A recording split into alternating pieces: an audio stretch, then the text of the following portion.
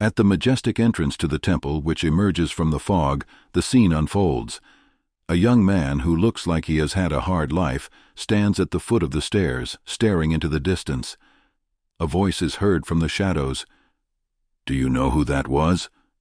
The voice sounds quiet but piercing, as if it were coming from the very depths of the temple.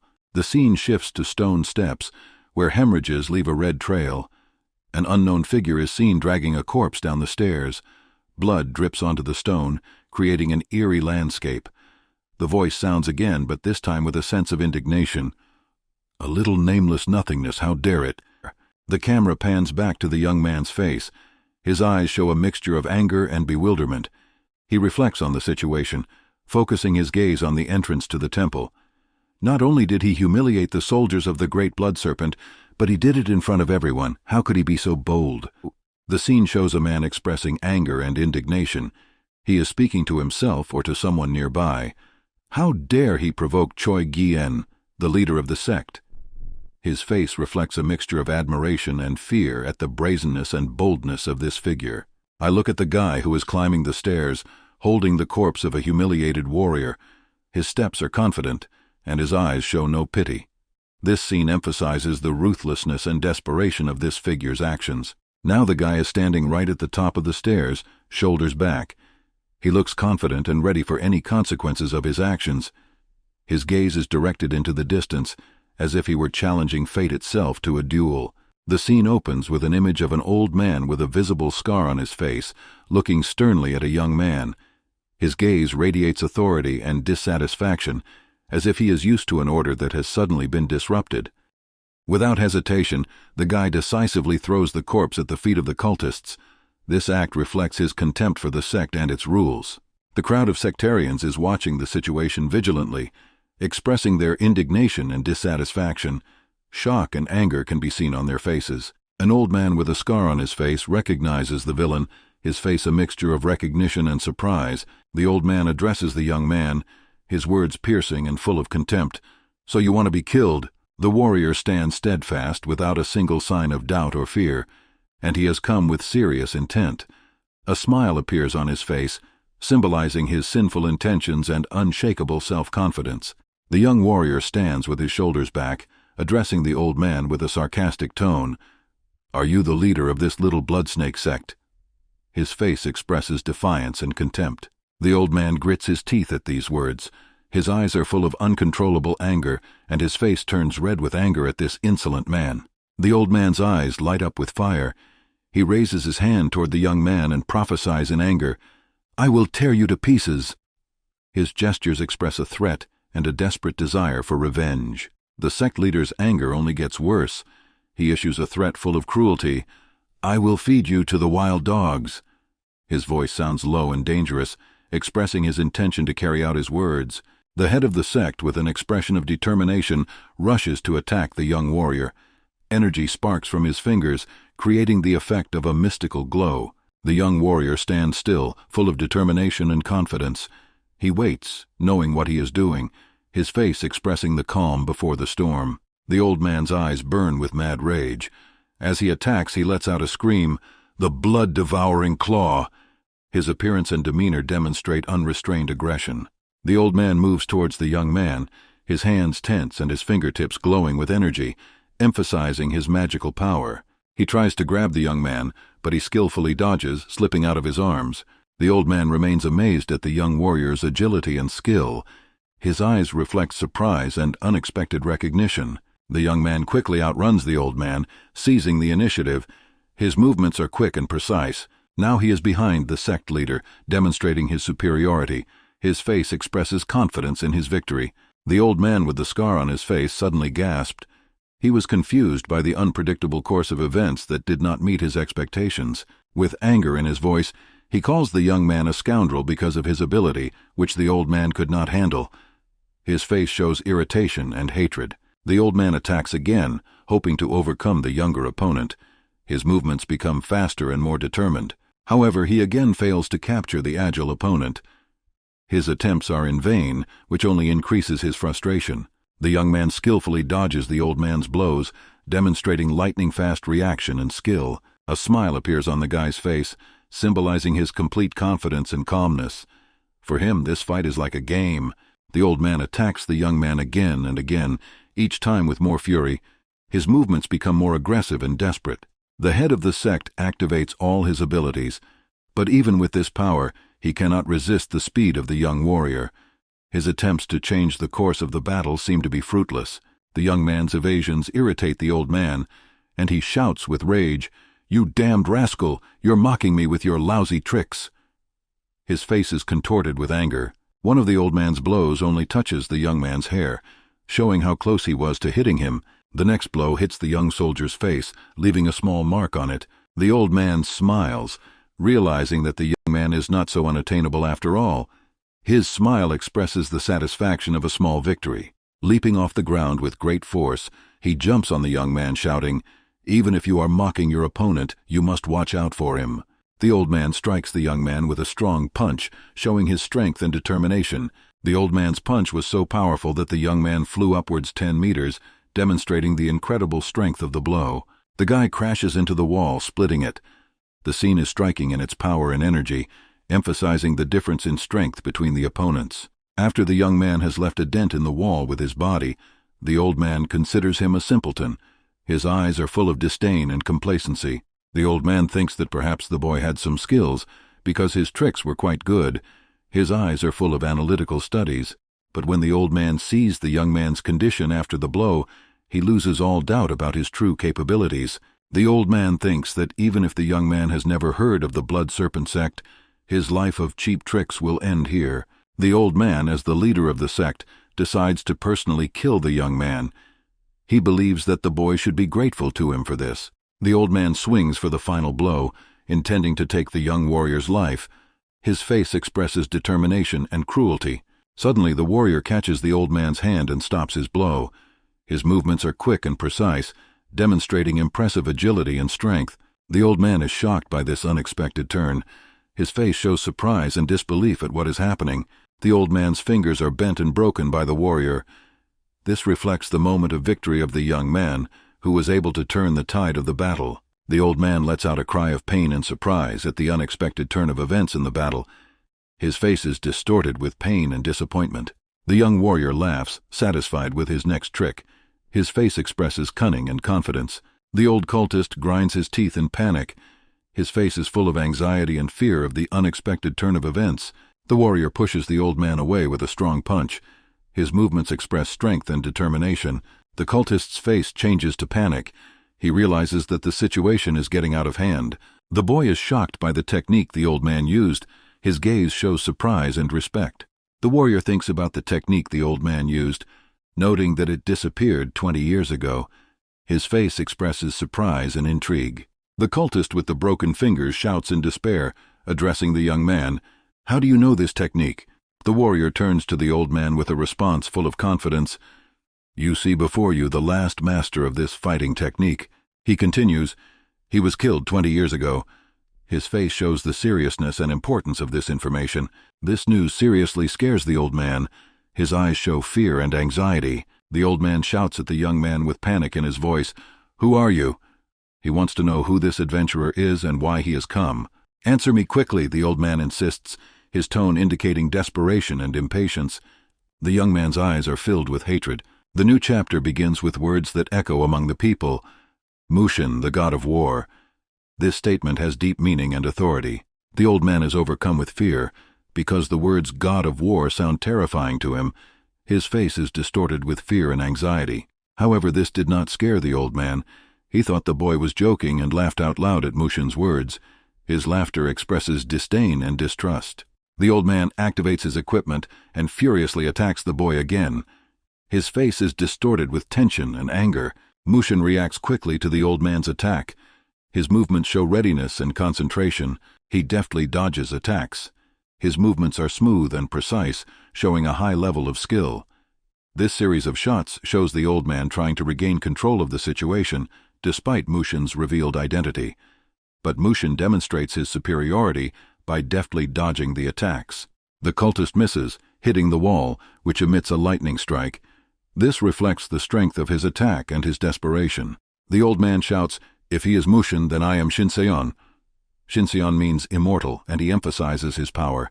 He answers the guy, "I don't know how you know about Mushin," expressing his surprise and suspicion. "But I can't stand listening to this nonsense anymore," the old man says, his face expressing irritation and dislike. When he attacks Mushin again, he misses every time, but each time he strikes again, it is stronger than the last. His attacks become more determined and aggressive. "Hide, brag about your tricks. I'll catch you anyway. Run away while you can," the old man shouts, his words full of threats and confidence in his victory. This series of shots demonstrates the growing intensity of the fight and the competition between two strong characters, each of whom is confident in his invincibility. The god of war takes the blow on himself, blocking it with his hands. His face expresses concentration and strength. The guy is knocked back 10 meters, but his legs remain motionless. This demonstrates his strength and resilience. The old man thinks to himself, "What kind of a guy is Mushin? He's just a loser." His face shows disdain and skepticism. "Mushin died 20 years ago," he continues his thoughts, "and now he is just a skeleton. But if he came back, he would not have been like you," the old man replies to the words of the impudent amateur. His face expresses certainty and confidence in his words. This series of shots demonstrates the competition between the old man and the young warrior, where the old man does not believe the boy's claim of identity and uses his experience to humiliate him. The old man continues to attack with his equipment, breaking the boy's resistance more and more, trying to prove to him that he is a liar. "You're just a snotty little brat who only knows how to lie," the sect leader replies furiously, his face expressing anger and contempt. The old man's blows become more frequent and stronger, crippling the young man more and more. His movements express confidence and aggression. The old man does not know about the boy's real goals. His face shows indifference and disinterest. Only one thing is important to him: to take the life of this insolent man. His eyes are full of determination and hostility. The old man continues to beat the young man mercilessly, trying to prove him wrong.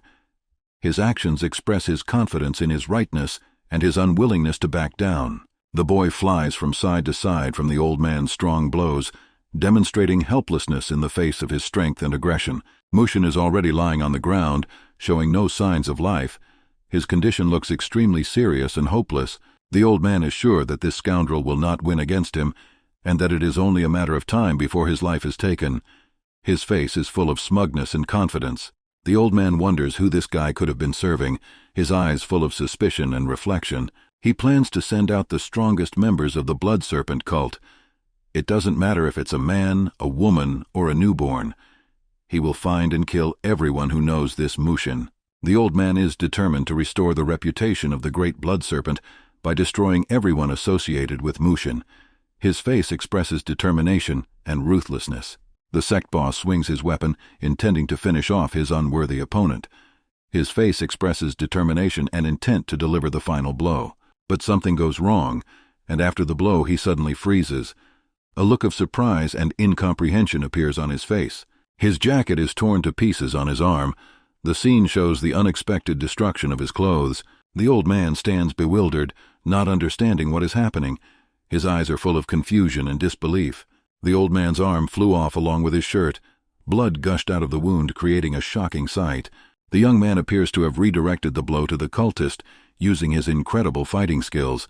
His face expresses cold calculation and agility. The old man is shocked. He cannot understand how this scoundrel managed to do this. He has an expression of absolute incomprehension and bewilderment on his face. "What was that?" he thinks, as the guy gets off his knees and approaches him. The young man's face shows determination and confidence. The cultist cannot understand how this snotty could do this. His face expresses confusion and disbelief. "It was unreal, I can't believe it," he thinks, trying to comprehend the situation. All he knew and understood at that moment was that the so-called Mushin had died 20 years ago. His gaze loses confidence. But the guy didn't care. He doesn't make the old man believe it. His face expresses calmness and self-confidence. "It won't save you from death," the young warrior coldly replies to the old sect. His face expresses unwavering confidence. "You'll be the first to know about it," he says, approaching the old man. His eyes are full of determination. The sectarian does not intend to give up easy prey. There is always an end that leads to the beginning. His eyes show desperate courage. Activating all his energy, the old man strikes back, determined to send the young man to the afterlife first. "I will end your wanderings, Mushin," he shouts. But the response to his attack is an unexpected kick to the face from the young man. The old man is surprised and bewildered by the unexpectedness of the attack. The kick is so powerful and unexpected that the young man's foot breaks through the old man's skull. This demonstrates the incredible strength and determination of the young warrior. Mushin, the true god of war, stands unwaveringly, demonstrating his power and strength. His face shows the confidence that he will not tolerate doubts about his greatness. The broken old sectarian flies away from the strong blow like a doll. The scene emphasizes the enormous force of Mushin's punch. The old man slides on the ground like a stone bouncing off water. His movements are helpless and chaotic. The old man's bloody body lies 10 meters away from Mushin, a testament to his relentless strength. This image emphasizes the decisive moment of the battle. The old man's head is smashed, and there is a lot of blood on the ground around him. The scene is striking in its cruelty and finality. There is no longer any doubt. Mushin is who he says he is. He stands over a defeated enemy, the embodiment of true strength and power. "I came down from the dungeon to bring an end," Mushin says, looking at the defeated old man. His eyes are full of determination and confidence. The cultist's followers watch the battle from afar. Mushin addresses them. "If you disagree, step forward." His voice is full of authority. Coldness creeps through the bodies of the audience. They do not have the courage to resist or express their dissatisfaction. The guy looks at the crowd with contempt, assessing their timidity and indecision. There is a silent, wild pause on the battlefield. The atmosphere is tense and expectant. Then he turns and walks back, moving away from the battlefield. "I did what I had to do," he thinks to himself, his steps confident and decisive. Mushin heads back to the gate from which he came, leaving behind the battlefield and the bewildered looks of the cultists' followers. Sects and cults, for many years they existed without serious conflicts, the film says in a shot showing various sects and cults peacefully coexisting. The swordmaster Seon Wall leads the righteous sects. He is depicted as a noble and strong warrior standing in front of his followers. The demon cultivator Dan Gak leads wayward cults. His image expresses power and mystical strength, and he is surrounded by his subjects. The world between them is maintained by Mushin Muso Wool, who always takes a neutral position. He is depicted as a detached and wise warrior, balancing between the two forces. But one day comes the change of plot. Dan Gak's son, Dan Meng-woo. The shot leaves the intrigue, showing a young and ambitious character ready to change the existing order. A tragic scene shows Dan Meng-woo being burned alive and his body decapitated. This gruesome act emphasizes the cruelty and ruthlessness of the enemies. The cults that existed up to that point were suppressed by this act of violence. The footage shows confusion and fear among the cult's followers. Their coalition leader, Dan Gak, is depicted in a state of shock and anger. His face shows a desire for revenge. Cults are using all their resources and capabilities to find Dan Meng-woo's killer. The footage shows cult warriors and magicians looking for clues and answers. Unexpectedly, it turns out that the culprit is Baek Seo-moon, the leader of the sect. This discovery shocks everyone, bringing new intrigue and conflict to the plot. Everyone decided to write it off as an accident, depicts the reactions of different characters to the incident who are trying to justify the situation.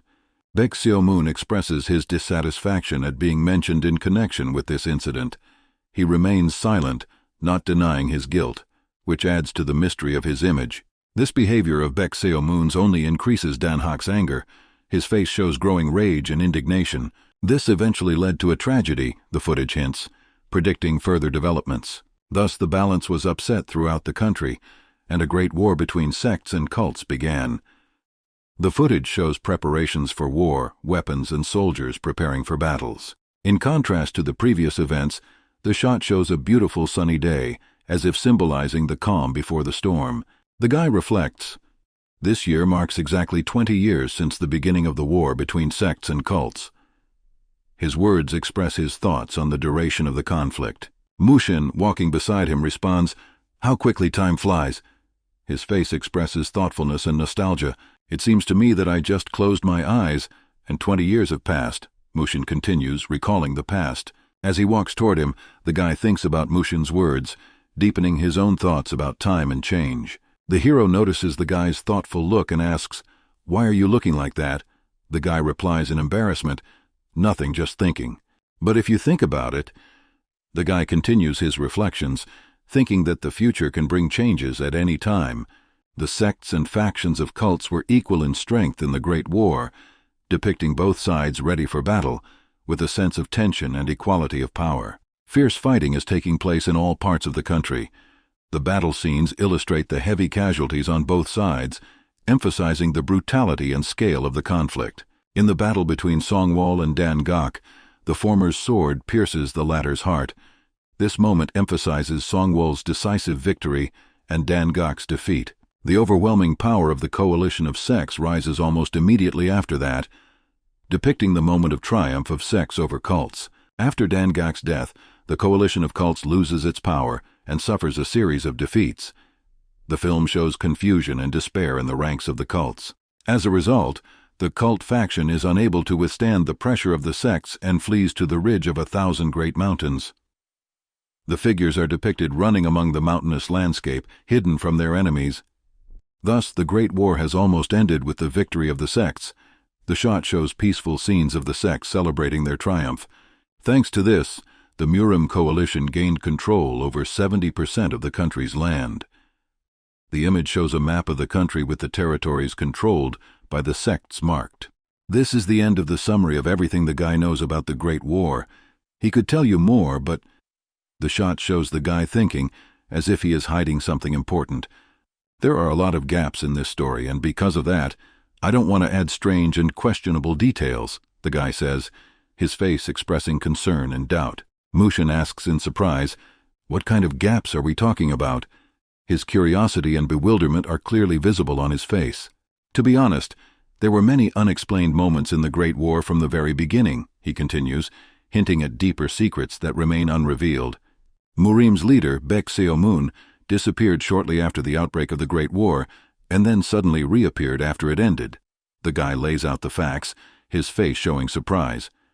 Also, 2 Magway defenders disappeared around the same time, he continues, where Magway is a higher martial arts sect. And the biggest hole in the whole story, the guy musters up the courage to reveal the main secret. It's the disappearance of Mushin Mu-so-wool, he says, hinting at a key unsolved mystery. People came up with different reasons for Mu-so-wool Nim's disappearance. Some say he got tired of everything and just disappeared, but there are also those who believe that he became Shinsei, he continues, expressing his doubts. The hero laughs. "Shinseon, can you imagine?" His laughter expresses skepticism and irony, but it makes sense, the guy insists, continuing to talk about Mushin.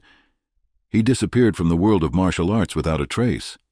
His face reflects a deep understanding of the mystery. And all this for 20 years, he adds, expressing his boundless curiosity about history. The boy asks the hero a question. Why did Mushin, the god of war, disappear and then reappear? His eyes are full of intrigue and desire to find answers. The hero, recognizing the young man, addresses him by name. "It's Yun-hyun, isn't it?" His face expresses recognition and surprise.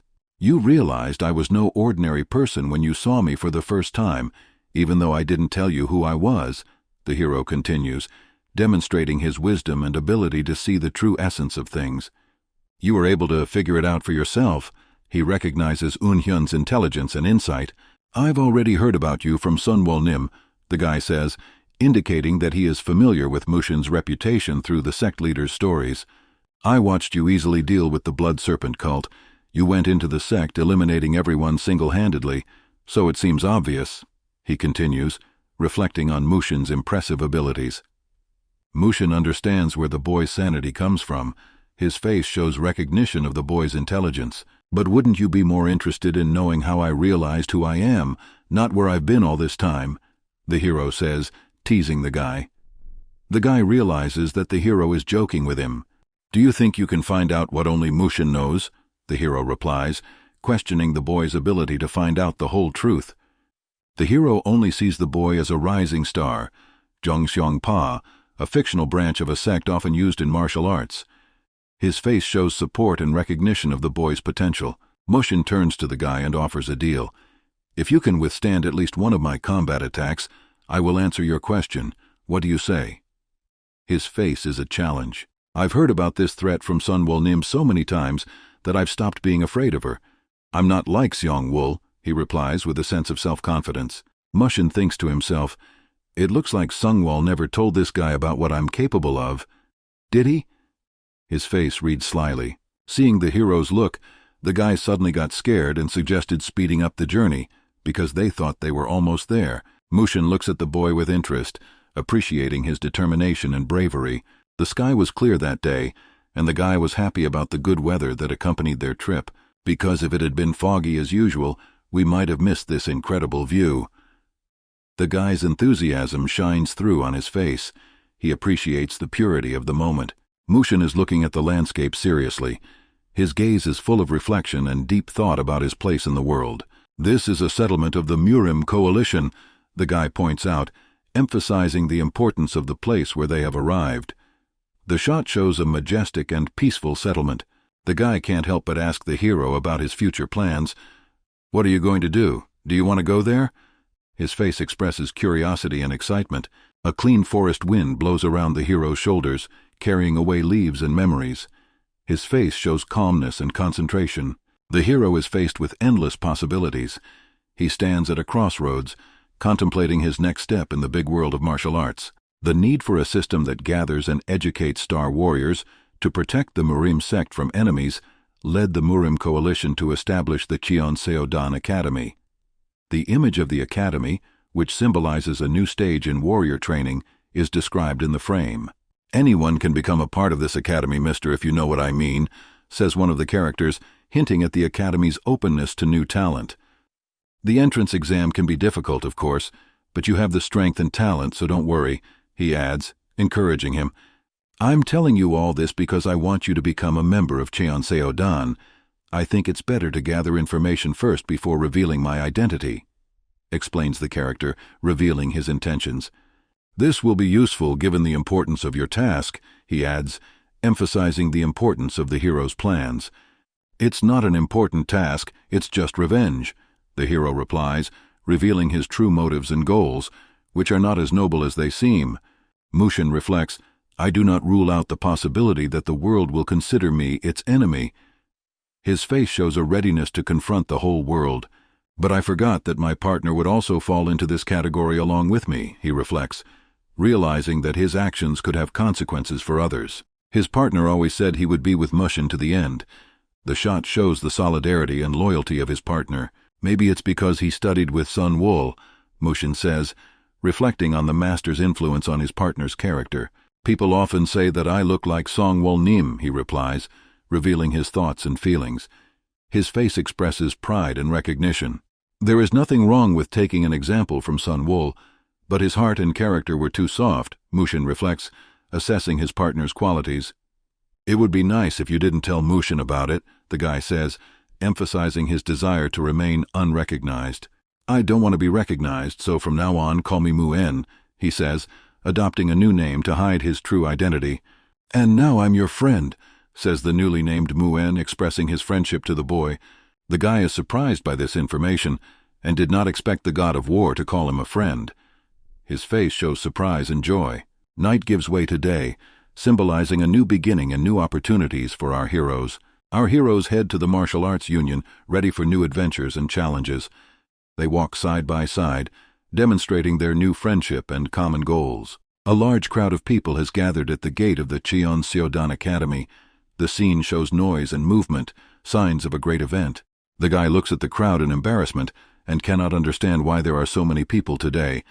His face shows surprise and uncertainty. Mushin asks a question. "All these people want to become members of Cheonseodan?"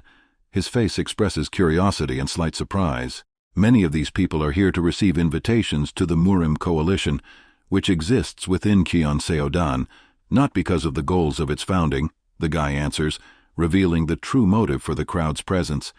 The guy accidentally calls Mushin by his first name, even though he knows he should call him Muen.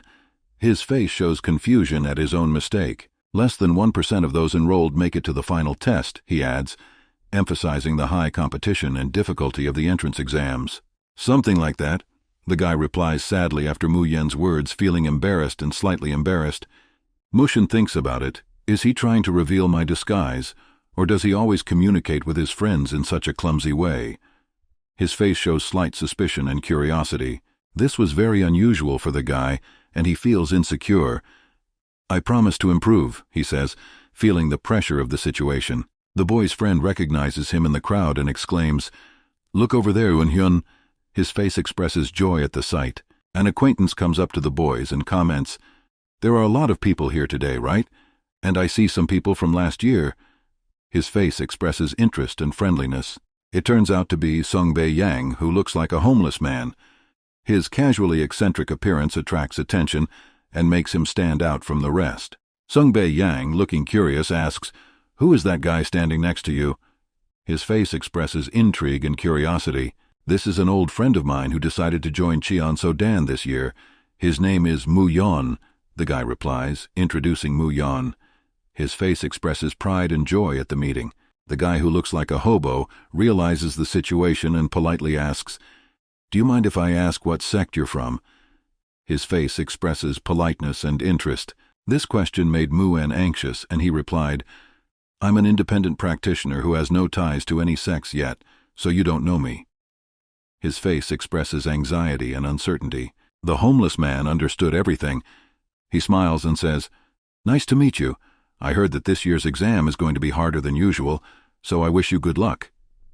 His face expresses friendliness.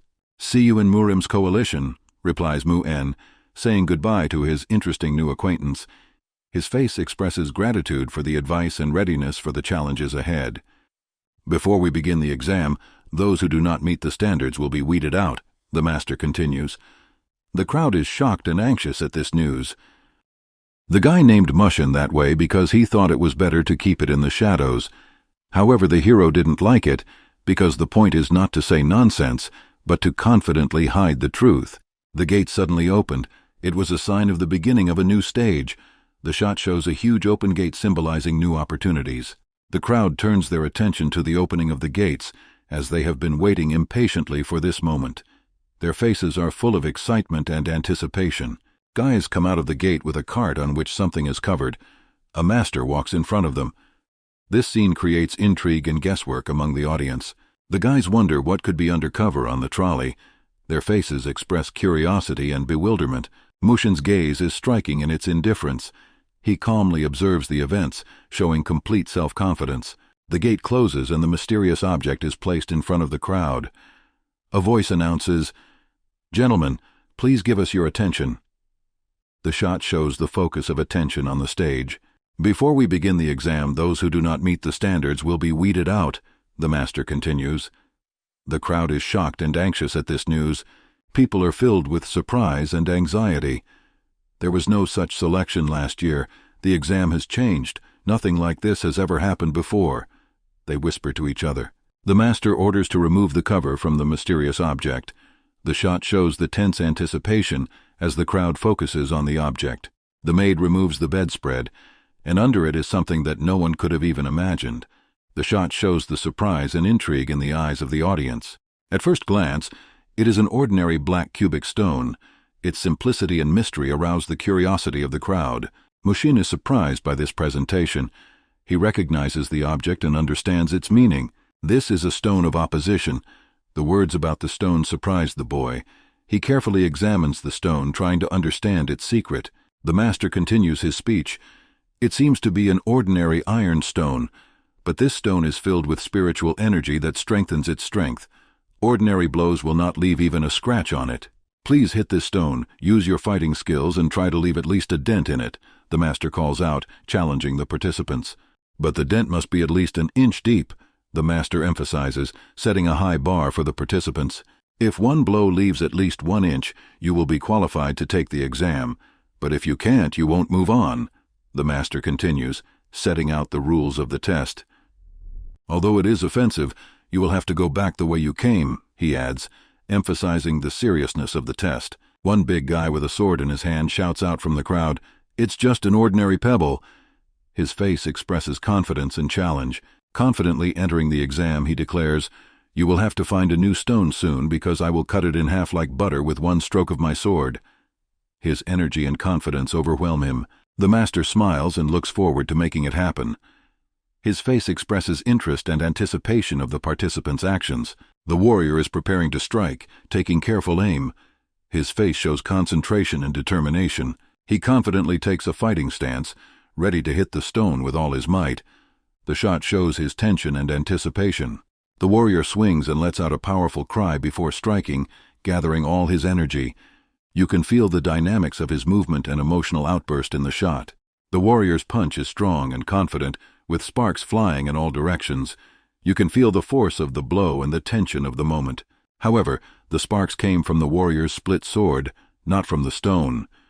The image shows the surprise and disappointment on the warrior's face, while the stone remains intact. The great warrior is in a state of shock and panic. His face expresses disbelief and despair at his failure. It can't be. How could such a powerful blow not leave even an inch in the stone, he thinks, looking at the stone without a single scratch.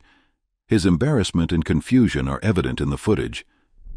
The warrior looks with tears in his eyes at his favorite sword, which is now broken. The master laughs at the situation. "Oh dear, what to do with this sword now?" His face expresses mockery and amusement. Mushin liked this gimmick that was prepared for the new soldiers. It looks like the Murim Academy is working to raise its standards, he thinks as he observes the situation. His face shows satisfaction and irony. The master gives a speech. "You have all worked hard to come here and take the exam at Cheonseodan, but—" His face expresses the seriousness and importance of the moment. The exam at the Academy of the Union of Martial Arts continues. The footage shows a tense atmosphere among the participants waiting for their turn. The sword of the arrogant warrior splits into pieces and flies between the master's legs. The footage shows the surprise and concern of the examinees. "Yes, it was quite dangerous, but it was all right," thinks the master, observing the situation. His face shows relief. The master can see from afar that the warrior has failed. "Next, please." His voice expresses confidence and determination. The brazen ninja approaches the task, thinking, "What's so hard about this? Why is everyone panicking over this?" His face shows self-confidence and levity. The ninja strikes his sword at the black cubic stone, trying to split it. His face shows determination and hope for success. The blow does not even leave a scratch on the stone. The master shouts, "Next!" His face shows dissatisfaction and impatience. The next warrior, armed with a more serious and heavier weapon than a sword, is preparing to strike. His face shows concentration and hope. The impact is strong, and the weapon is massive with iron spikes at the end. You can feel the power of the blow and the weight of the weapon. However, even this blow leaves no mark on the stone. The faces of those present show bewilderment and frustration, as no one can understand why no blow leaves a mark on the stone.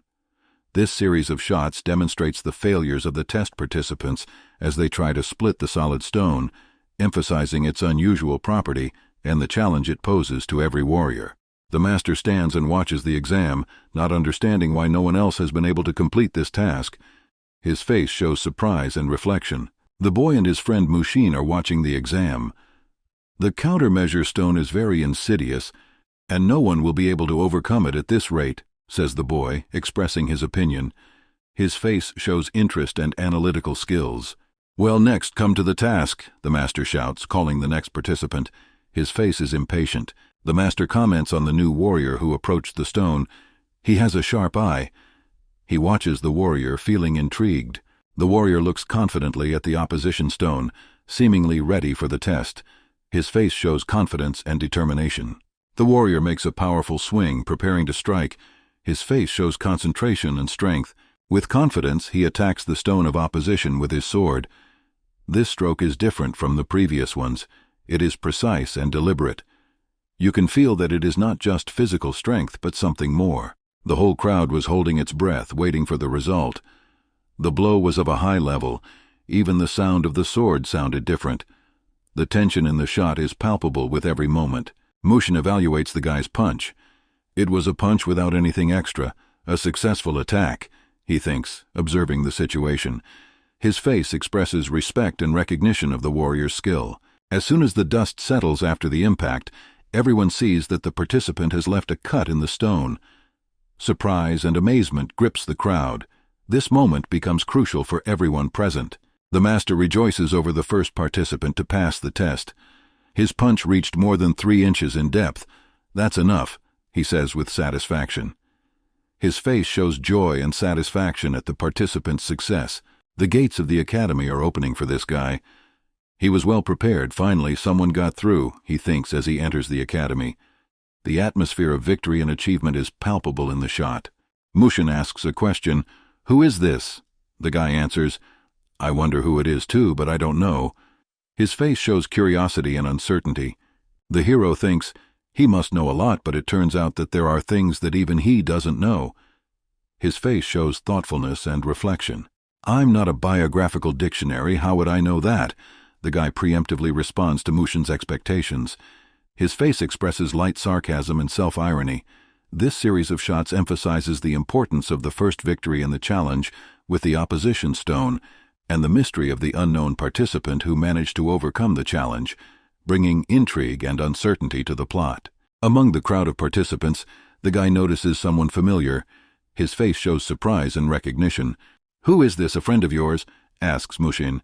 "Yes, this is Baek Gong, the grandson of the former sect leader Baek Seo Moon," the boy replies. His tone betrays curiosity and a bit of uncertainty.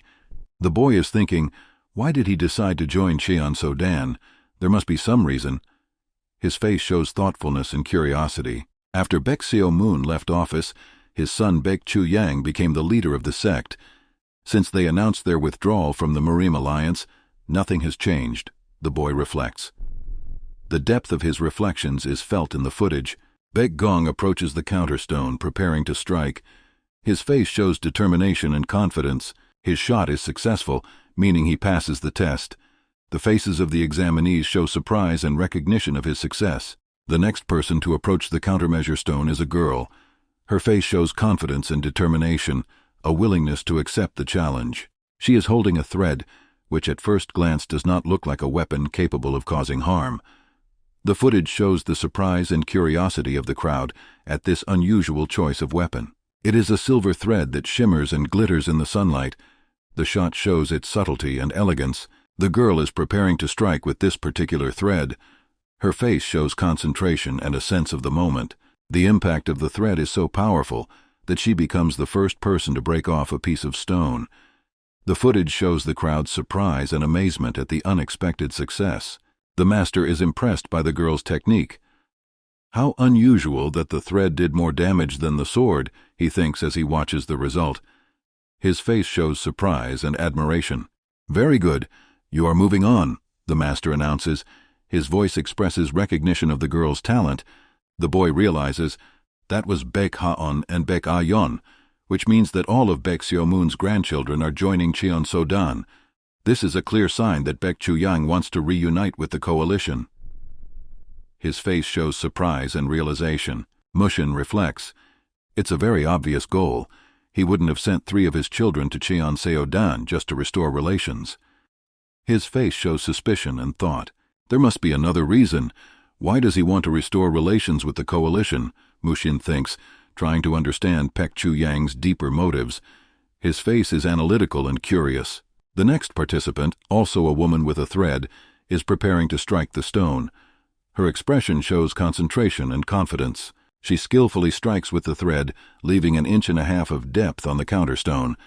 The shot shows the confidence of her movements and the accuracy of her stroke. "As expected, you passed. Please come in," the master announces, congratulating her on her success. His face shows recognition of her abilities. Lin likes the girl. She gives him a look that makes him a little shy. His face shows slight embarrassment and interest. "Regardless of the reasons, it doesn't matter to us," Linu thinks as he watches the other participants. His face is reflective and calm.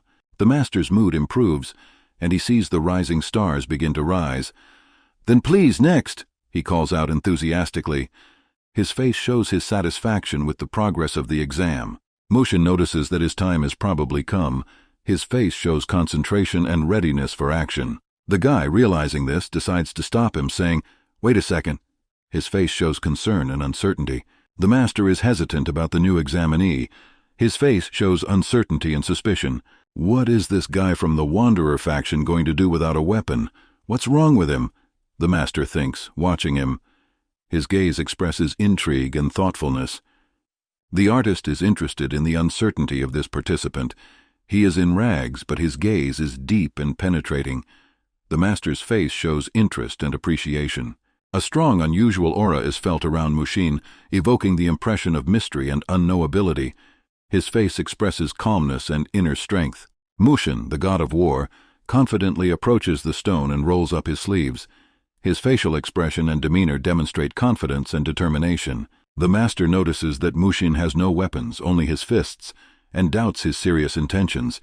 His face expresses doubt and distrust. "Please stand back in line and come up when you're ready," the master tells the hero, not believing in his ability to pass the test.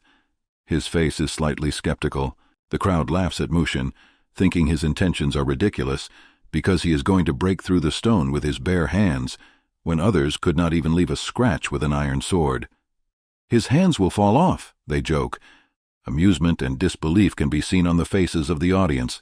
The guy thinks for a moment, sharing the doubts of the crowd, but then he remembers who is standing in front of him. His face is one of realization and respect. He realizes, this hero is stronger than the one made of iron. He is stronger than a sword. He has a power that surpasses others. His face shows admiration and respect for Mushin. He is the one who stands at the top of the martial arts world. He is Mushin, the guy thinks, watching the hero. His face is full of admiration. Mushin's kick is precise and strong, hitting the center of the stone using only his bare hands. You can feel the strength and precision of his movement in the shot. The blow is so powerful that the stone itself is blown forward, sending pieces flying everywhere. The crowd is amazed and shocked by this demonstration of power. The faces of the audience are full of wonder and admiration. The master stands there in disbelief, not expecting this guy to be able to hit the stone. His face expresses surprise and shock at what he has seen. Full of confidence, Mushin has no doubts about his actions. For him, this performance was just a game. His face shows calmness and self-confidence. The guy thinks about it.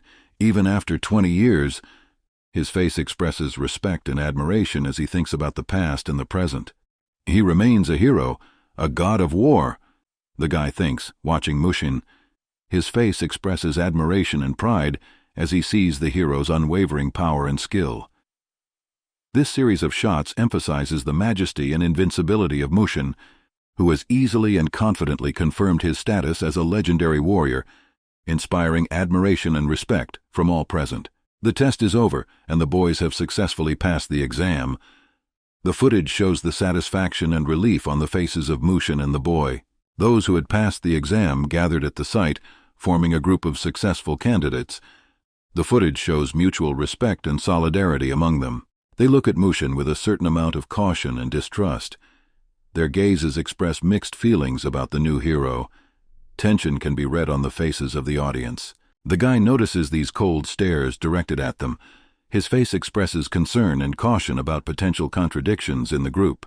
He thinks that Mushin may have attracted too much attention, even though he claimed he didn't mean to. His face shows a reflection on the difficulties and challenges that could arise from this increased attention. The guy looks at Mushin and says, "If you had used a sword instead of your bare hands, you would probably never have stood out." You can read the thought of strategy and tactics on his face. "Or if that happened, you would stand out even worse," he adds. His face shows slight sarcasm and understanding of the complexity of the situation. The hero notices that someone is looking at him suspiciously. His face shows attentiveness and vigilance. It's a girl in pink staring at him. The shot shows her curiosity and concentration. She keeps her eyes fixed on Mushin, staring at him. Her face shows interest, perhaps with a touch of challenge. Mushin does not like this expression. His face shows dissatisfaction and a certain wariness of the unknown girl. The suspicious girl looks away when she notices that she has been spotted. Her face shows anxiety and indecision. Mushin thinks about this suspicious situation as he watches the girl. His face shows caution and vigilance. The boy notices his friend Un-hyun from Cheonseongpa. He looks at Mushin with admiration, discussing his success in passing the exam with his bare hands. The faces of the audience are full of interest and discussion. The other examinees begin to discuss the two boys, speculating about their abilities. "This is the guy who passed the exam using only his fists," says one of the girls. The intrigue and discussion is evident on the faces of the participants. One participant expresses doubt about Mushin's abilities. He probably doesn't have proper training if he only uses his fists. His face shows distrust and skepticism. The guy watches the other participants and thinks, There are some decent guys among them. I wonder who is the strongest. His face shows intrigue and analytical skills. Unless someone is hiding their powers, he adds, thinking about the potential hidden abilities of the participants. His face shows suspicion and interest. A guy with a sword stands off to the side, attracting the girl's attention. The girl can be seen watching him with interest. The girl, as usual, is paying attention to the wrong guy, the guy thinks, watching their interaction. His face shows slight surprise and irony. The guy suddenly feels someone standing behind him and turns around. His face shows surprise and readiness for the unexpected. However, it turns out to be his sister. His face shows relief and joy at the unexpected meeting. At first, he doesn't hear any sounds and thinks someone is behind him. His face shows tension and suspicion. However, it turns out that it is his sister who is just watching and listening to what is happening around her. Her face shows attentiveness and concentration. She pauses, remembering how she ended up here. Her face shows reflection and introspection. The situation in the coalition is growing every day, but the Sunshine State is going the other way, she thinks. Her face shows anxiety about the future. That's why we need to re-establish relations with the coalition to strengthen their growth, she reflects. Her face shows determination and responsibility. Ah-yeon decides to follow Gong and Ha-on and enroll in Cheon-seo-dan.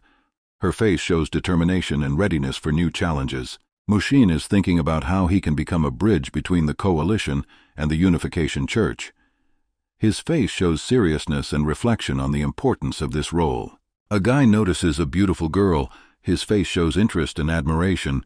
He does not take his eyes off her, watching her. His face is fascinated and concentrated. It turns out to be Miss Ah-yeon, who attracts the guy's attention. The shot shows how focused she is, and at the same time radiates confidence and grace. Mushin notices that the boy's thoughts have wandered away from the task and focused on An. His face shows slight dissatisfaction and awareness of the boy's distraction. The master, seeing everyone gathered, begins his speech. "Well, you have all been waiting for this for so long." His face shows solemnity and authority. "The Sodan entrance exam is about to begin, so follow me to the courtyard," he continues. The footage shows the participants reacting with excitement and anticipation. The guy turns to Mu-yen. "It's about to start." Mu-yen replies with confidence, "We'll see how I do on the exam." His face shows calmness and confidence. The guy believes in Mu-yen and tells him that he has a promise that he better keep. "If you fail, I will leave you alone," he says. His face shows faith and support. Mu-yen realizes with a calm expression that the guy is finally acting like his friend. His face shows his pleasure at this change in the relationship. After entering the courtyard with the master, the participants meet the new teacher. The footage shows the group carefully observing the newcomer. This is the head of the academy, known as the Iron Law, Lee Hansik. His face shows severity and authority, while his eyes show confidence and wisdom. The crowd is shocked to see the head of the academy himself, Lee Hansik, come out to address them. The faces of the participants show delight and surprise. Legend has it that Hansik once slaughtered an infinite number of cultivator demons with one sword. The video shows how his figure impresses and inspires the participants. Hansik continues his speech by saying that the test they are about to take will be more difficult than the previous one. In other words, the level of difficulty is even higher, he says. His face shows seriousness and challenge. Lee Hansik addresses the participants. "If you've been practicing your martial arts with diligence, you'll definitely make it to the final exam." His face shows confidence and expectation. "I'm fully expecting this exam to reveal the worthy," he continues. His eyes express intrigue and hope for finding talented soldiers. "This is a test of the 5 senses," he announces. The footage shows how these words arouse curiosity and puzzlement among the participants. The participants wonder what he means by testing the 5 senses. Their faces show confusion and curiosity. "How are we going to pass this exam, and what does it mean that we're going to take it right now?" they think. The participants' faces show uncertainty and increased attention to the following instructions. A smoke bomb suddenly flies into the crowd of participants. The faces of the participants show surprise and anxiety. The checker explodes with a loud sound. The footage shows it exploding, causing confusion among the participants. The entire area is quickly filled with thick smoke. Confusion and uncertainty can be seen on the faces of the participants as they try to navigate the situation. The participants do not understand what is happening and where the new smoke bombs are coming from. The footage shows them trying to dodge the flying objects. The bombs create a chaotic situation among the participants, who lose their bearings and do not understand what task they are facing. The faces of the participants are full of confusion and bewilderment. This series of shots shows the sudden and unexpected introduction of a test that dramatically changes the exam scenario and presents participants with a new challenge. The confusion and chaos created by the smoke bombs adds intrigue and unpredictability to the exam. Mushin thought for a moment that it might be poison, but quickly realized that it was just a smokescreen. His face showed calmness and quick analytical thinking. Silhouettes of people with wooden sticks burst into the thick smoke. The footage shows how the participants react to the unexpected appearance of these figures. Our hero quickly focuses on them. His face shows readiness and attentiveness. It turns out to be the ninjas of the academy who are part of the test. The ninjas are wearing masks that add to their mystery. Mushin was not expecting to see them, but he quickly realized what he had to do. His face shows determination and readiness for action. One of the participants exclaims, "Damn, what are they testing on us?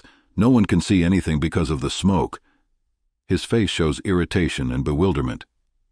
Another participant notices the silhouette of a ninja in the smoke and asks a question, "What do they want us to do?" His face shows confusion and uncertainty. At this moment, a ninja stick hits him on the head. The shot shows a quick and unexpected blow that caught the participant off guard. It was obvious, and those who didn't understand it will go home, thinks one of the participants, observing the situation. His face shows the realization and implementation of the strict rules of the exam. The ninja's blow is so strong that the guy falls to the ground. His face shows pain and shock, and there is a stick mark on his forehead. Everything indicates that he has failed the exam. Chapter 7 begins with the entire courtyard of the academy covered in thick smoke. The shot shows the smoke enveloping everything around, creating a tense atmosphere. The participants, puzzled, ask themselves, "What is happening now?" Their faces show surprise and confusion. Suddenly they are attacked. The footage shows the participants reacting in surprise to the sudden threat, trying to defend themselves. Those who do not understand the essence of the task are quickly knocked out.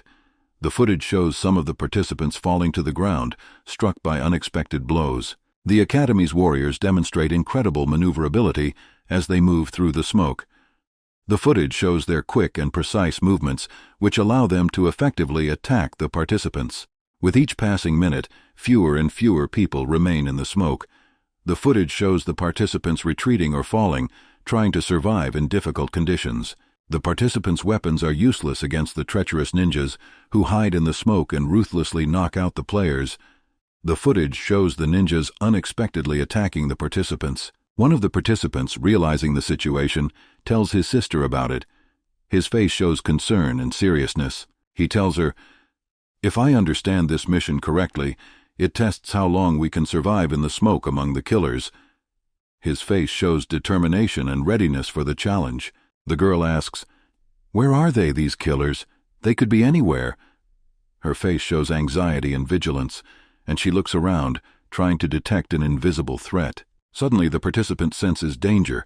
His face shows tension and instinctive readiness for action. The killer sneaks up behind him, but the guy quickly reacts to his attack. The footage shows the participant's decisive and agile maneuver. The participant, armed with a sword, uses it to cut the killer's stick. The shot shows the moment the sword makes contact with the stick, demonstrating the participant's confidence and fighting skills. This is how he responds to the ninja's attack, showing his ability to defend himself. His face shows concentration and determination. The killer is forced to hide in the smoke again. The footage shows him retreating, and the participant stands victorious, ready for the next challenge. The killer, assessing Samagon's abilities, says that he is a beauty. His face shows recognition of Samagon's skills. The girl, not surprised by her brother's wit, thinks, "Moonshine always knows how to solve a situation." Her face shows pride and confidence in his abilities. This attack was not easy for Samagon, as the ninja was very agile. His face shows concentration and tension, reflecting the effort required to block the attack. Samagon notices that it is not just a wooden sword, but that chi energy is emanating from it. His face shows surprise and the realization that he is facing a skilled enemy. Even with a wooden sword he can be dangerous, Samagon thinks. If we let our guard down for even a second, we will fail the exam. His face shows determination and readiness for further challenges. On the battlefield, covered in smoke, lie the bodies of participants who have lost their vigilance. The shot shows exhausted figures scattered among the smoke, emphasizing the cruelty of the ordeal. Mushin watches this performance from the sidelines. His face reflects calmness and detachment from the events taking place around him. He is indifferent to this exam, confident in his unsurpassed strength.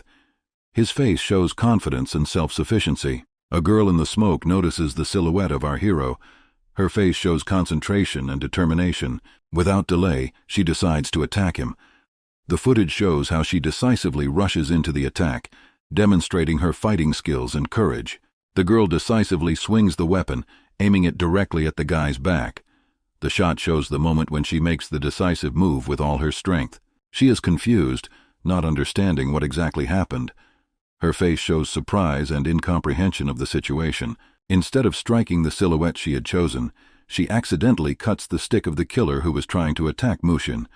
The shot shows her weapon hitting the stick. The killer is shocked by this change in circumstances. His face shows surprise and confusion. He retreats back into the white fog, trying to regain control of the situation. He is seen disappearing into the thick smoke. The girl hides her weapon and turns her back on our hero.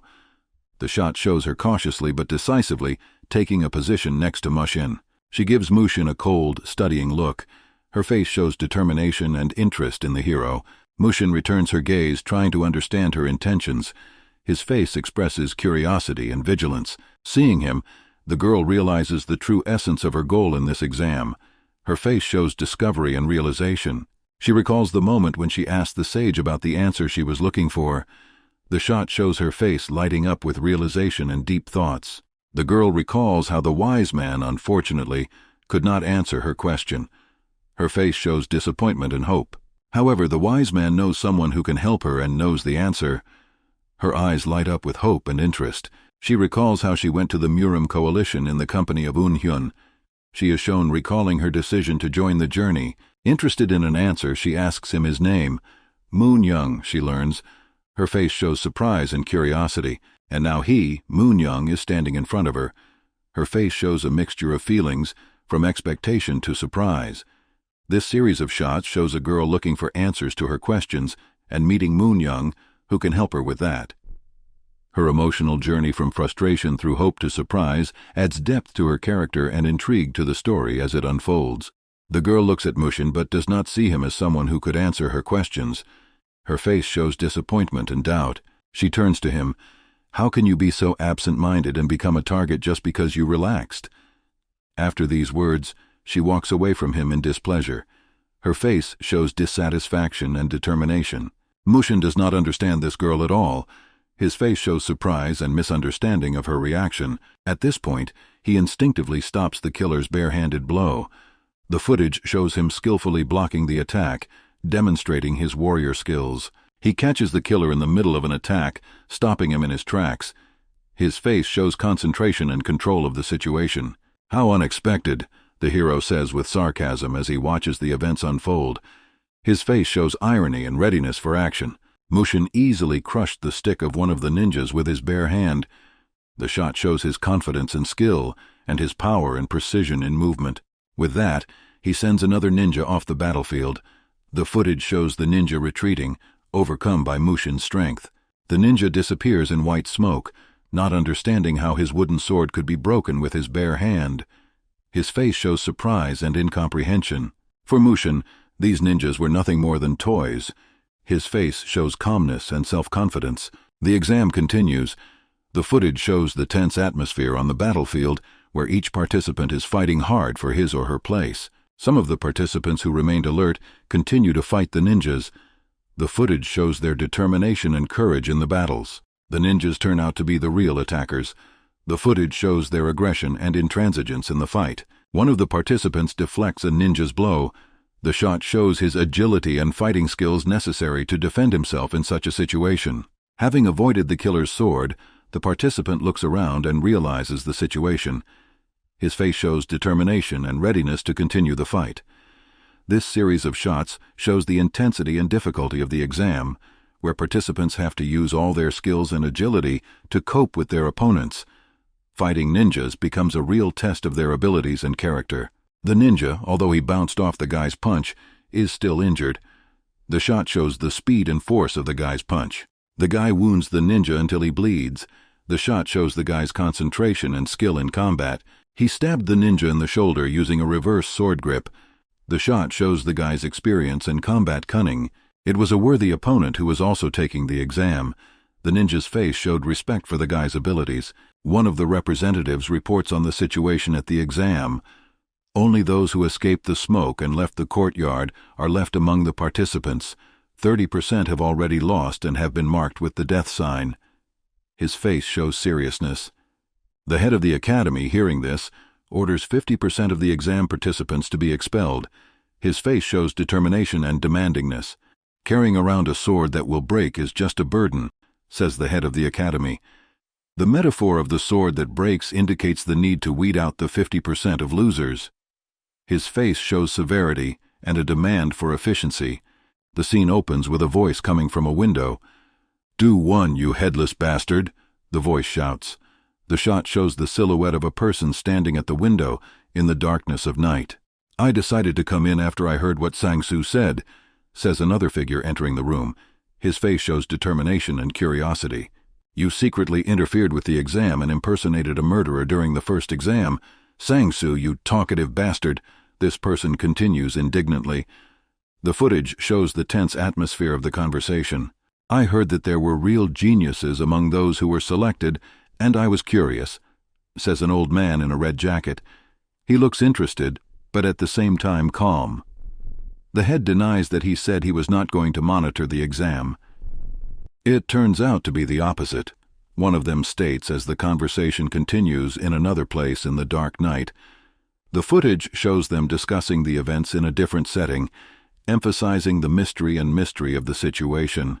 The head of the academy and Do-won start a friendly conversation while pouring sake. As the head of the academy pours the first glass, he asks, "Do you have any impressions after the first test?" The footage shows them preparing for the conversation in a relaxed atmosphere. After they have their first drink, Do-won says, "Despite what I heard, many of them didn't live up to expectations." The head replies, "Yes, indeed."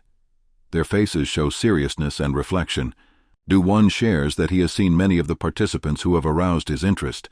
The head is surprised. "Really?"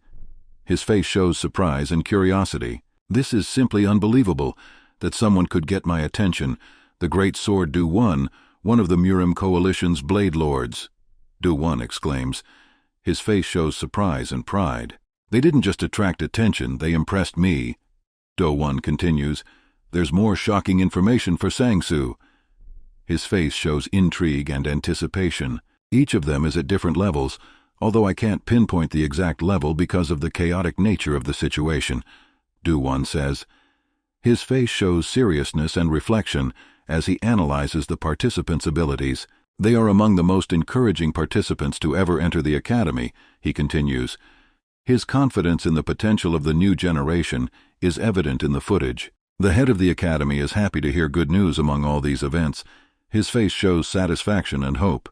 "The Murim Coalition hopes to create a new Dan using this exam," he explains.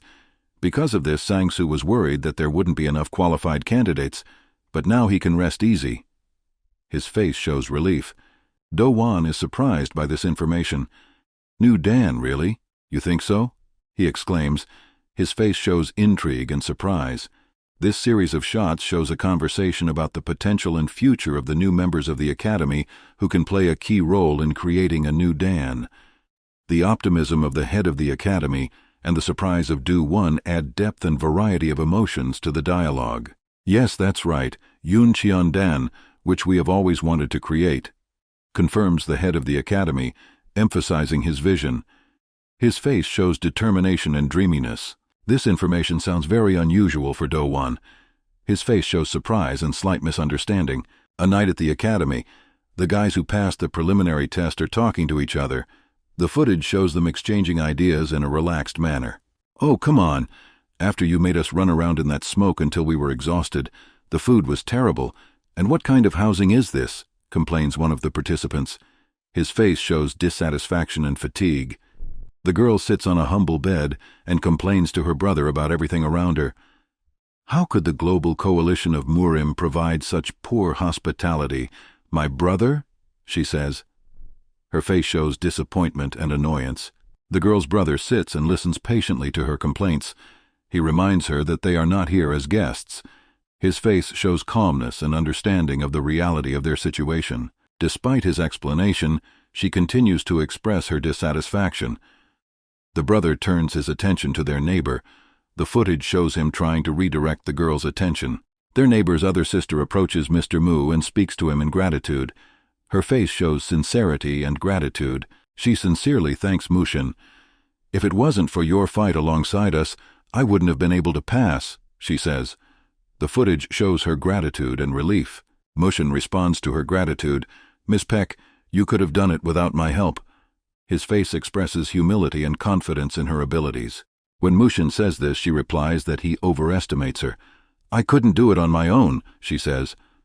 Her brother is watching this conversation closely. The footage shows him looking intently at their dialogue.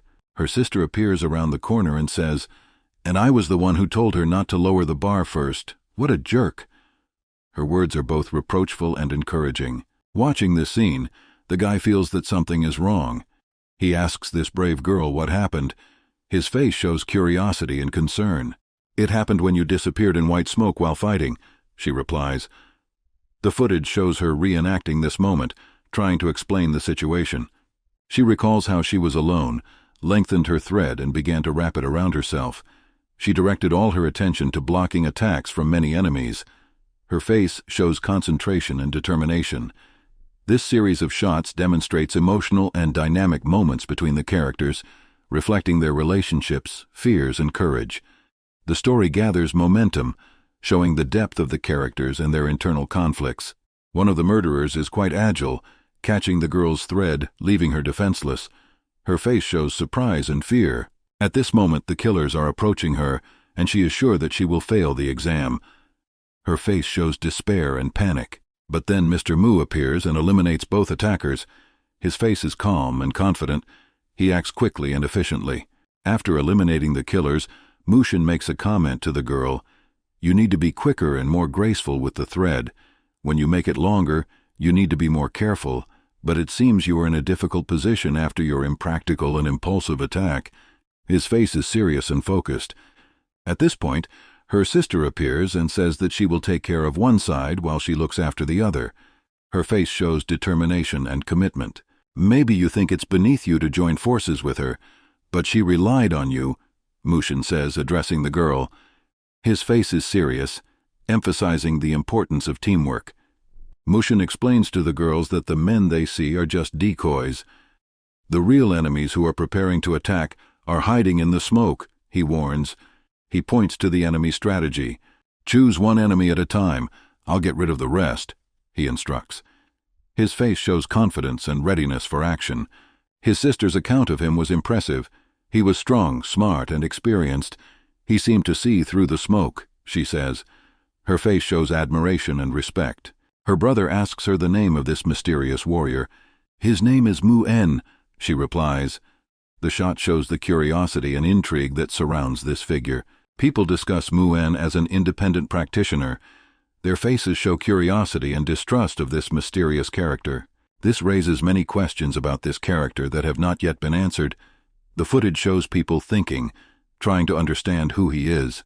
The only reason we passed the test was because of you, sir, because of your excellent sword technique, one of the brothers says, addressing Mu Yen in appreciation, his face full of admiration and gratitude. The two brothers decide to meet the gentleman who helped them. Our acquaintance is a little late.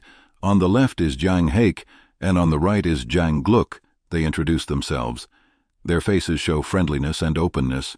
Because of recent events, I haven't had a chance to think about it, but now I see that you are twins, says the guy in red. Yes, we really are twins, the brothers answer.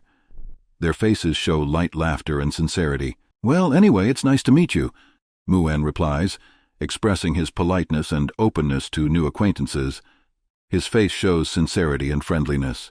The lights have already been turned off in the Academy's houses, emphasizing the late afternoon. Darkness envelops the buildings, creating a calm and mysterious atmosphere. Somewhere in the darkness, a door creaked, adding to the mystery and uncertainty of this moment. The shot shows only the outline of the opening door. Muen leaves the camp, walking into the forest. The shot shows him walking away from the academy, separated from the others. He climbs on a large rock and looks up at the night sky, shining with stars. The image shows Mu Yen contemplating outer space, deep in thought and reflection. Mu En, sitting on a stone, reflects on his desire for peace, realizing that complete silence and tranquility are unattainable for him. His face shows thoughtfulness and slight melancholy. He notices that a persistent girl is watching him. "Are you here to mock me again?" he says, turning to her. His face is ironic and slightly reproachful. Mu En thinks that perhaps it is here, in this place, that he will be able to find at least a little relaxation. His face shows hope for rest. The girl realizes that Mu En has noticed her. She looks surprised and a little embarrassed by his sharp eyes. She jumps on a rock next to Mu Yen and says, "I hope you didn't think I was following you." Her face shows an attempt to look careless and casual in this situation. Han Seojin explains that she came to him because her feet led her here, and she hid when she noticed someone nearby. Her face expresses slight embarrassment. Muyon wonders how he knew she was there. His face expresses curiosity and inquisitiveness. Mu En answers her question. "Let's just say I threw a stone and a frog jumped on it." This means that he just guessed when he asked, and she responded to his provocation. A sly smile appears on his face. Han Seojin is offended that he compared her to a frog. "Does it matter what you compare me to, as long as my essence is unchanged, Mu Yan?"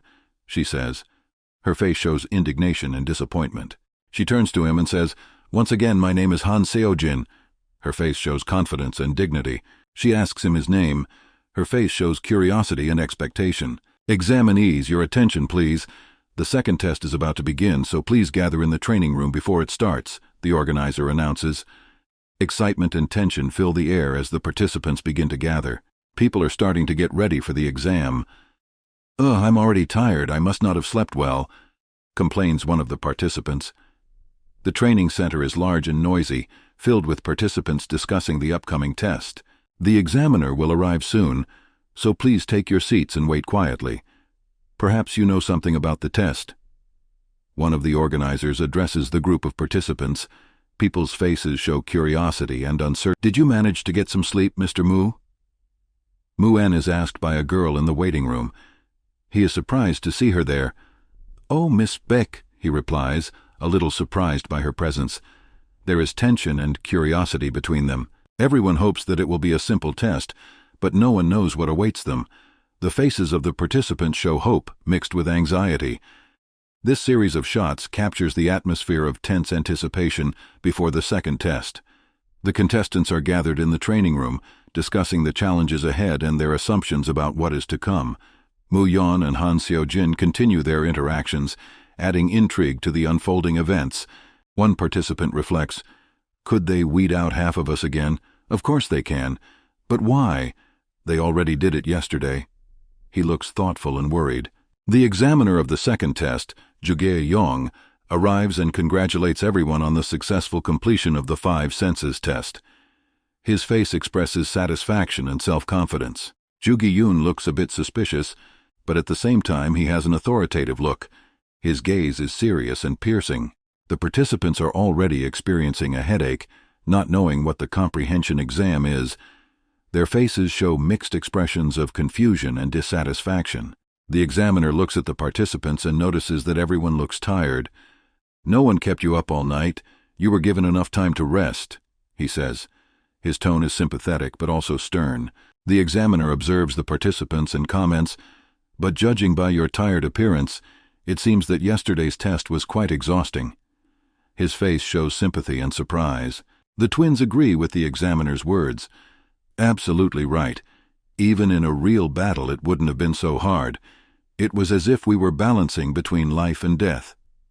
Their expressions are tense and tired. The professor laughs. "Really, to that extent?" The teacher expresses his concern. "I cannot allow you to participate in the test in such a miserable condition."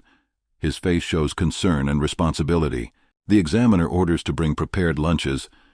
Beautiful girls enter the room carrying what looks like tea. The atmosphere changes to a more relaxed and comfortable one. This drink is called Longjin. Longjin is a kind of green tea, the teacher announces. The participants' faces show curiosity and relief. The examiner explains the benefits of Longjin. This tea cleanses your body, strengthens your blood vessels, and its taste, aroma, and color make it a first-class tea drink. His expression shows pride and satisfaction with this tea. Even on the battlefield, everyone has the right and opportunity to properly restore energy before a fight. The examiner continues. He stands with a cup of tea in his hands, demonstrating its importance. Using my authority as an examiner, I'm going to give you some time, so please relax and enjoy, he says, inviting the participants to relax. His face is gentle and friendly. One of the test participants exclaims with gratitude, "What a divine drink!" His expression is one of delight and pleasure. The twins drink the tea in one gulp, first one cup, then the other. Their faces express relief and gratitude. This series of shots shows a moment of relaxation and renewed energy for the participants before the second test. The atmosphere of the hall turns from tense to more relaxed and pleasant, allowing the participants to recuperate and get ready to continue the competition. The family team is also savoring this nectar. Their expressions show approval. This is really good. Suddenly, Mushin intervenes, stopping Longjin. His face is serious. Please listen. Just put the cup to your lips, but don't drink, he insists. His eyes are full of warning and concern. He thinks something has been put in the tea, and he recommends that they not drink it. His eyes reflect suspicion and concern. Longjin is shocked by this information. Her face expresses surprise and anxiety. This series of shots shows Mushin warning about the potential dangers associated with Longjin tea. Longjin holds a cup of tea, her hands shaking. She listened to Mushin's warning. Her face is a mixture of fear and thought. The teacher turns to the group. Well, did everyone enjoy it? The participants feel their fatigue disappear, and the taste and aroma of the tea is really first class. They look impressed and grateful. The examiner notices the effect of the tea and suggests that the exam begin. His face expresses satisfaction and anticipation. Various types of mixed herbs are laid out in front of the participants, including rare and expensive species. They look interested and focused. The examiner announces the task. Your task is very simple. You can use all of these herbs. He looks confident and expectant. This series of shots sets the stage for the next phase of the exam, showing the participants re-energized by the tea and preparing for the new challenge. R+. The examiner states, "It will be great if you can prepare the antidote you need." His face expresses seriousness and challenge. The participants are shocked. The tea was poisoned. Their faces reflect stupor and panic. They realize that everyone who drank the tea has now been poisoned. The effects of the poison are taking effect. One of the participants begins to cough up blood, his face crossed with fear. The guy is terrified to see blood coming out of his mouth. His hands are shaking and his eyes are wide with fear. Many participants cough up blood, some even faint. This brutal test was undoubtedly planned. The faces of the participants reflect horror and despair. This series of shots reflects the shocking revelation about the poisoned tea and its consequences for the participants. An atmosphere of tension and danger is created, adding intrigue and emotion to the story. It was a curse.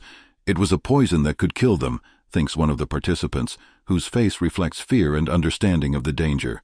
The effect of the poison quickly manifests itself, and everyone who drank the tea begins to cough up blood.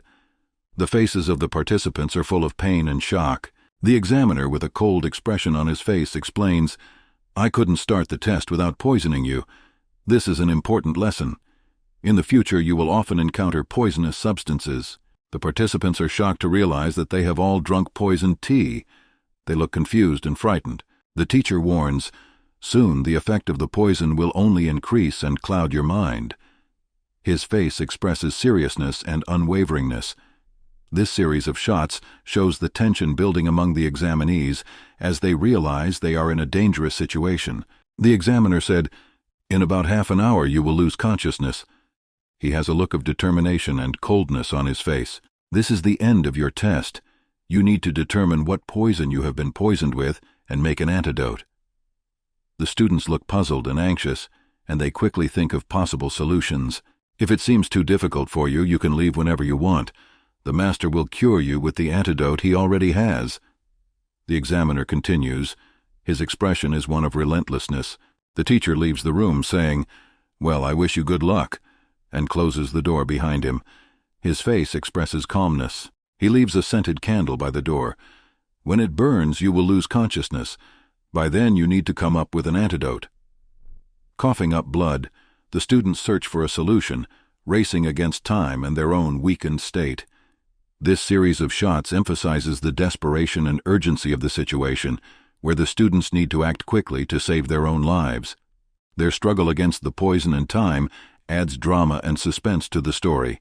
The students, screaming in pain and despair, their faces bleeding, exclaim, "My God, what a cruel exam!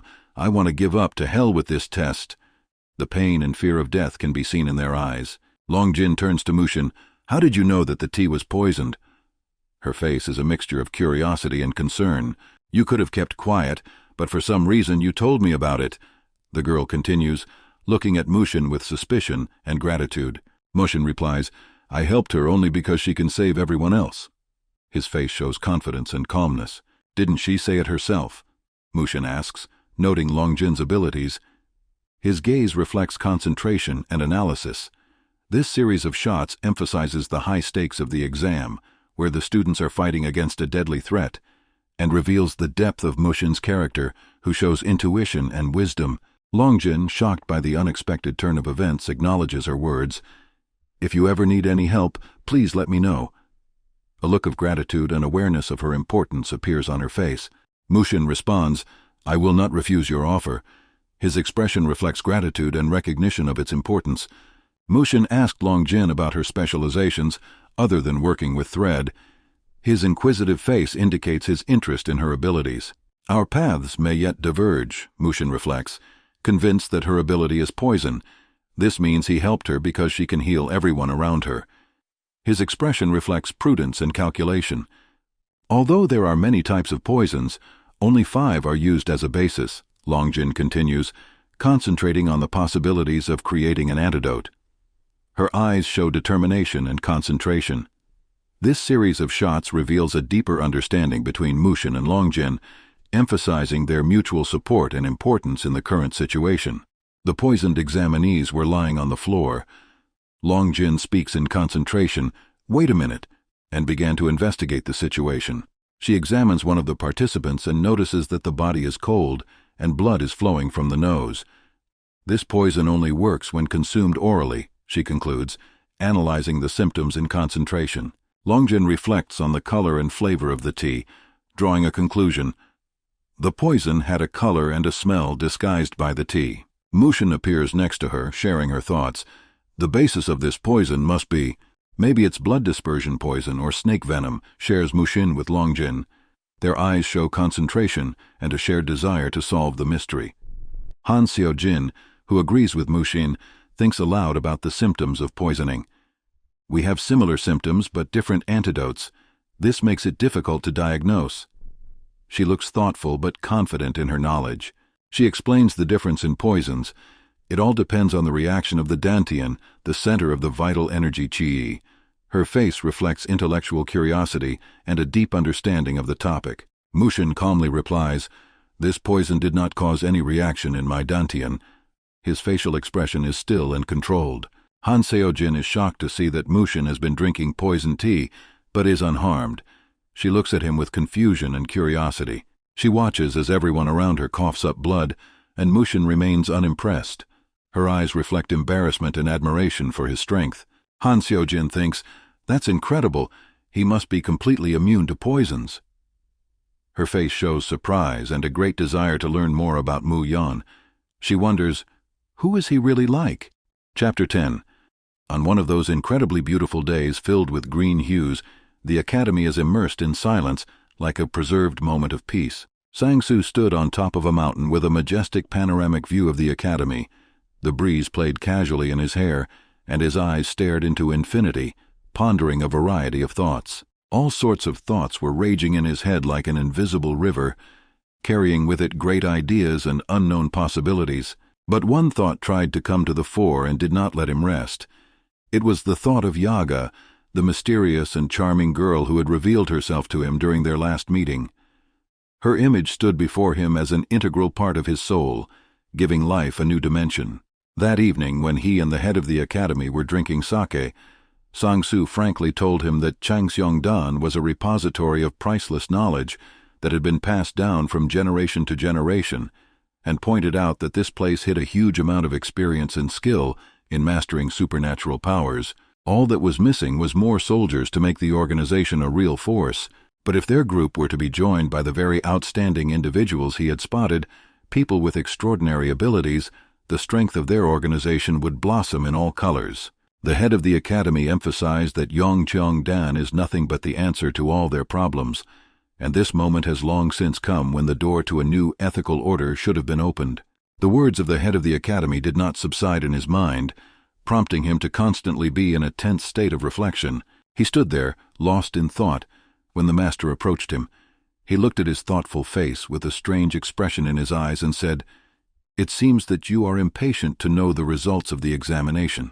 It was the teacher of the second test, Mr. Zhug, whom even familiarity made an impression. Some time passed, and the antidote that Miss Peck had skillfully administered took effect.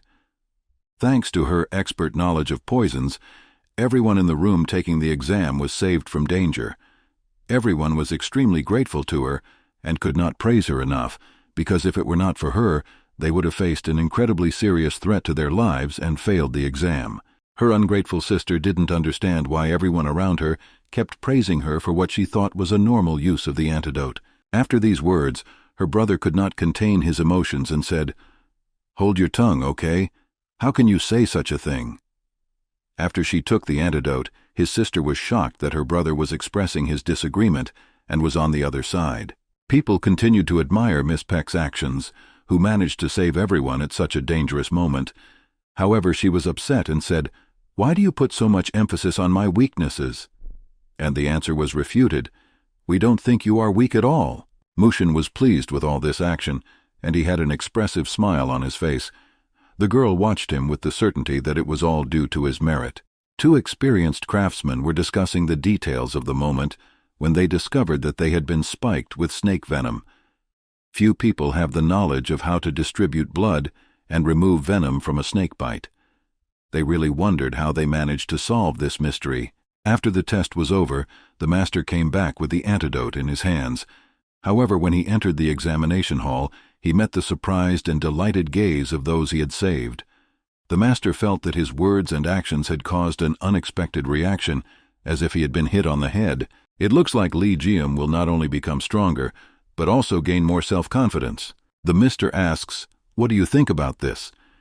He is trying to find out your opinion and perspective on the events by asking you questions so that you reveal your own thoughts and feelings. Have you heard anything about Lee Jem, or do you mean this new band? I think we have made a decision, but I still doubt that it is the right one. Well, when we assess the current state of the coalition, I am increasingly inclined to think that the creation of the Yuncheong-dan is our necessity. After all, it seems to me that you are also planning to support this new group. I just think that we need to think carefully about all aspects of this matter. Don't you think that Yuncheong-dan's influence could be much greater than that of Jongseodan? Of course it is true. If Cheonseodan is a shield, then Yuncheon-dan can be considered a sword that is vulnerable to both enemies and those who hold it. And this sword impresses with the agility and strength of both sides. It can defend and attack with equal confidence. Master claims that the best way to fight infection is sometimes to cut it out at the root. He seems convinced that this radical approach can be the most effective. Meanwhile, the master reflects that the whole process may be painful and bloody, but he believes that it is much better than ignoring the problem and putting lives at risk. At this very moment, a young man interrupts the conversation and tells Mr. Zhuge that the preparations for the new test are complete. Soon they will be ready for the new test. Based on this, the master turned to Lee Guillaume and expressed his desire for Du Wan to become the head of Yuncheon-dan. He believes that the only one who truly deserves this position is Do Wan. This was done to avoid other words from your doctor losing their weight and importance. Suza looked at this situation with a cold, thoughtful gaze. Do Wang's name was ingrained in his mind. At the end of the exam, people were too interested in whether there would be a continuation. Regarding the upcoming test, The people were still in a state of shock after the previous exam and suspected that someone may have tried to poison them. They were not sure if they had already recovered from the poison in time to take the next test. They were curious to know what kind of test awaited them this time, because no one had even a rough idea of what the academy was preparing for them in the future. They approached the impressive glass temple and began to enter it one by one. The examiner was already waiting there, so he greeted them and encouraged them all to enter. After entering, they looked around and noticed that it was completely dark inside. In addition, their eyes caught sight of steep steps. They were warned to be very careful not to slip. As they opened up to this incredible underground city, they looked around in awe. The military believed that this labyrinth had been built with great care and that the curious stones had really worked hard to make this place extremely impressive. Master Chow appeared from the dark corridor and told the soldiers that they had started the test too early. A labyrinth of underground training catacombs, as well as many other mysterious rooms, opened up before them. The training rooms were designed to improve skills and cultivate with special techniques. Some places resembled a maze where warriors had to develop their abilities. Among the newcomers were those who had just started their journey and could not turn back.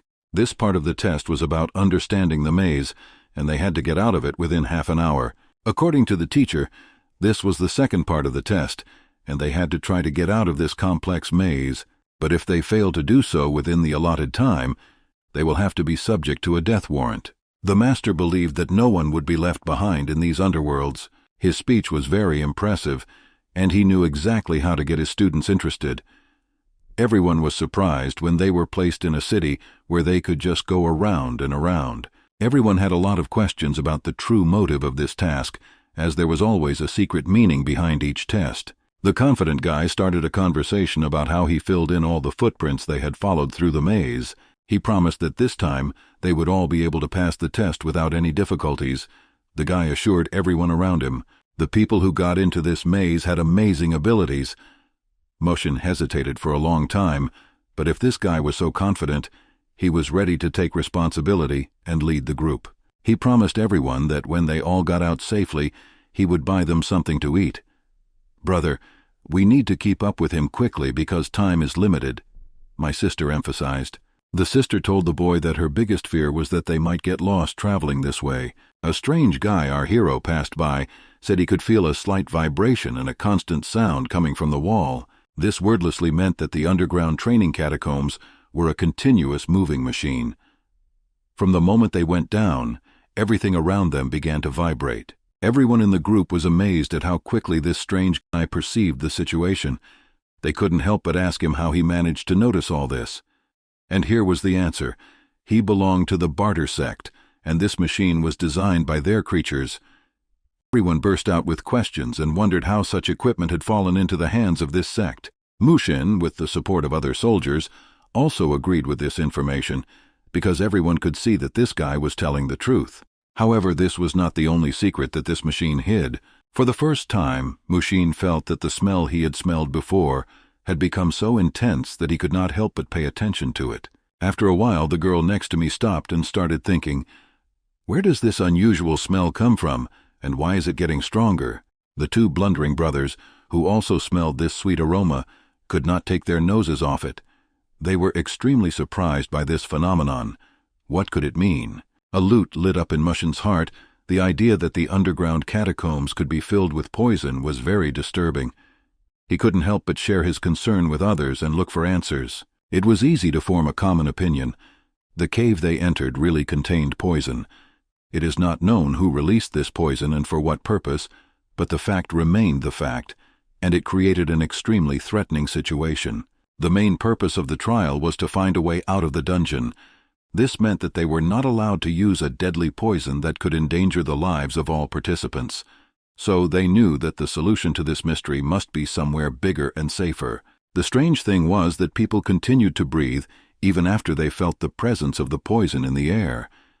This meant that the poison had some special properties, or the poisonous action had not yet manifested itself in full.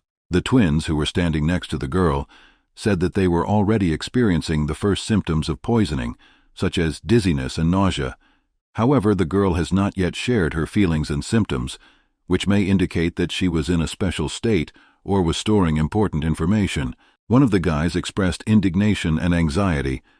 "The longer we linger here, the harder it will be for all of us to get out."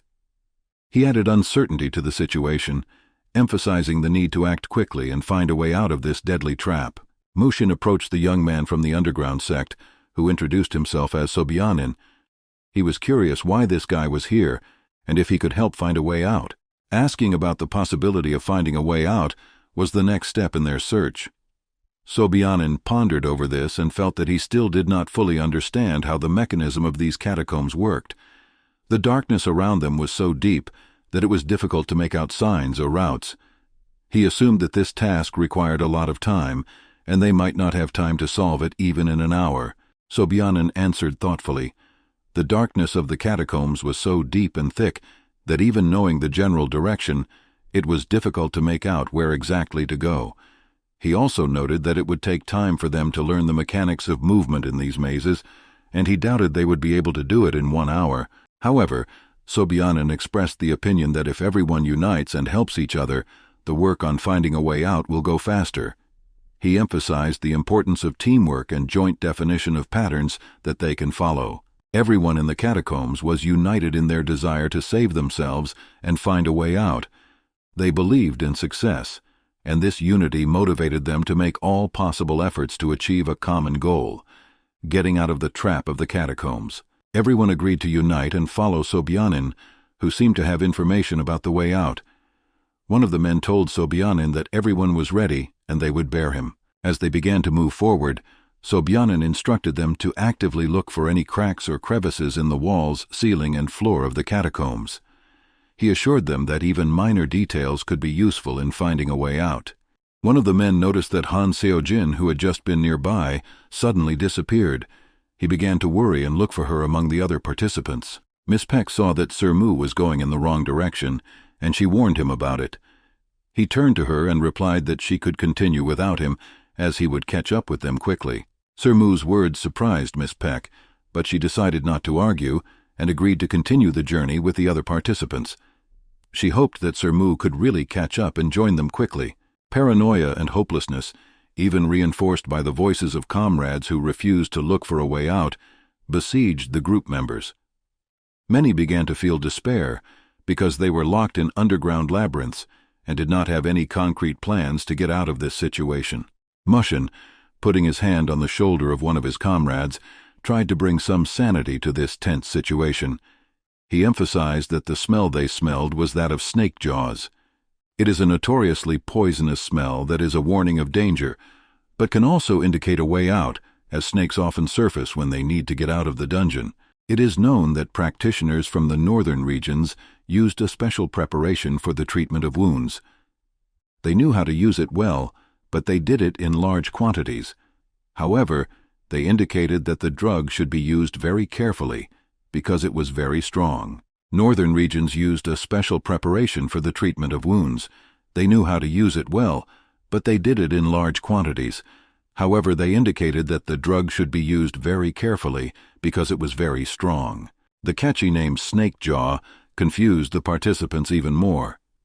They began to think about how this was related to their situation and why this smell in their environment became even more noticeable. The poison had a rich, sweet scent that lingered in the air, highlighting their desperate situation. "In the end, you will end up in the snake's mouth," Mushin said with bitterness in his voice, realizing that their choice of risk and the unknown had led them to this poisonous situation. "This is a curse," replied Mushin, feeling how the poison began to act on his body. He tried to reduce the frequency of breathing as much as possible, delaying the symptoms of poisoning. He was convinced that lowering his breathing rate would help him in this situation, and he fought the effects of the poison, hoping that he could keep his mind clear and in control. But the poison began to act quickly, and Mushin understood that time was against him. He was already beginning to feel the first symptoms, and it reminded him of the constant pressure of time in these poisonous catacombs. The protagonist's legs seemed to him immersed in a sea of blood, his own blood. With each passing second, this red liquid rose higher and higher, giving him the feeling of a continuous ascent. The level of this red liquid almost reached the protagonist's neck, seeming merciless. Immediately he was completely immersed in this red liquid, and there was no turning back. He was in the power of this poisonous environment. Master said earlier that fears and pain can reveal the depths of your soul and completely consume your mind. The main character personally felt the effect of this poison, which was already leading him to an unknown world. For some time his thoughts took him to another world that revealed his own memories. He found himself in his own memories, standing on a levitating stone filled with the blood that united them to their brother. At the top of the mountain stood one of the most powerful members of the sect, his voice echoing around as he called out, "We are enriched by the powers we draw from the blood of our enemies." His supporters surrounded him, dreaming of rising to even higher heights and becoming gods, thanks to the flow of blood from Mushin. This man was in fantastic physical shape, and this was just the beginning of their quest to become the strongest. He prophesied that none of them would live to see the dawn. First, they demanded the heart of God, which they called Mushin. They needed his blood, and, unable to overcome their thirst, they attacked Mushin, trying to take away his life elixir. However, the god of war was not as easy an opponent as they might imagine. He was ready to do anything to protect himself and his blood. The god of war's power was limitless, and his one powerful blow knocked back the cultists who tried to attack him. They flew in the air, as if lying under his feet. Using his own skill and technique, he was an undeniable force. His movements were precise and fast, and he was able to easily open up his enemies' attacks. Mushin's powerful blows tore apart his enemies, not even allowing them to approach him. They felt his strength and carelessness in every movement. Mushin's eyes burned with a bright yellow flame of power, and his appearance was filled with determination and power. He regarded his enemies as corpses lying before him. The ground beneath him shook with his mighty blow, and stones flew apart, hurling at his enemies like projectiles. He was invincible in this fight, and his strength was extremely impressive. No one could even come close to his strength. No one could come close to him. He was unsurpassed. His main target was the head of this blood cult. The main character broke away from the ground and rose up, flying high above his enemies. He rose so high that he was confidently above his target, the bloody head. His desperation and determination helped him drive the target. His words were filled with fury, and he was getting closer to his goal with each passing moment. Nothing could stop him on his way to revenge. The head of this menacing cult was burning with anticipation to face him, but she now felt fear of the protagonist's ruthlessness and power. The main character had no equal at this moment. His eyes burned with red fire, as if he himself had become a demon, thirsting for battle and blood. Suddenly he woke up on his knees in the dungeons, surprised by what had happened. All this time the sensations of reality mixed with his impressions of the poison, and he did not quite understand what was happening. Among the many memories in his head, the poison chose the one when he felt the most physical pain. He could feel hell coursing through his body, but the memory helped him focus on what was at stake. The poison indicated the place where the main character felt the most suffering. It was a place where his physical and spiritual strength were at the limit, and this event became a key event in his life. The protagonist felt that the fate of everyone in the cave depended on him, including Han Seo-jin and even this child. This internal challenge became an even greater incentive for him. Mushin understood that time was running out and that he had to complete this task as soon as possible in order to find Han Seo-jin and save her from the poison. From that moment on, he no longer postponed this task for later and was determined to find her, regardless of all the difficulties and dangers that awaited him ahead. The poison had already managed to affect the girl, and she began to perceive the world around her in a completely different way. Her consciousness was covered in fog, and reality melted away like smoke in her hands. In the middle of this, the delusional girl noticed a rope twisted into a knot. She became a symbol of complex relationships surrounding her life. Against the background of this werewolf, the girl saw the image of a woman tied in the knot of death, who was dying, powerless from pain and hopelessness. This image deepened her horror and desperation. The girl was delving into her past memories when her mother made a decision that changed their entire lives. She felt like a little child who didn't understand why this happened.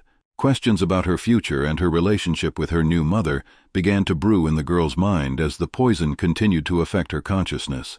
As the poison engulfed her body and mind, the girl descended into madness and rage. She felt a desire to take revenge for all the suffering she had to go through, and delved back into her delusions and painful memories. The image shows three people standing side by side, focused on their actions. They seem to be immersed in a serious conversation, each with their own unique facial expressions. The center of attention is the sensei, whose figure radiates an aura of thoughtfulness and prudence. His gaze is turned into the distance, and he seems to be deep in thought about an important question in the air. The words, "How long is left, RDJ? There's only a little bit left. Just a little bit more," echo, reflecting the intensity of the moment. These words, spoken with a hint of anticipation, seem to highlight the importance of the next step in their journey. There is a comment about the addition of the little-known flavored snake jaws, causing unforeseen difficulties. It's a detail that hints at the exotic and dangerous aspect of their mission, adding intrigue and mystery to the story. If it ends up like this, Do-won and Lee Kyung will be very disappointed. Reveals the expectations and hopes that rest on the shoulders of these characters. It hints at the high stakes of their task and the possible consequences for the protagonists, increasing the weight of the moment. The assistant, waving his hand energetically, addresses Yu Gyun Nim with an important message. His voice is full of excitement and tension as he delivers news that could change the course of events. The first participants have already left. These words sounded like a sign of a great victory. The participants had obviously coped with the difficult task that had been set before them, causing relief and joy. In the allotted time, they passed this exam. The phrase emphasizes the success of the participants who not only managed to cope with the task, but also did so in a limited time.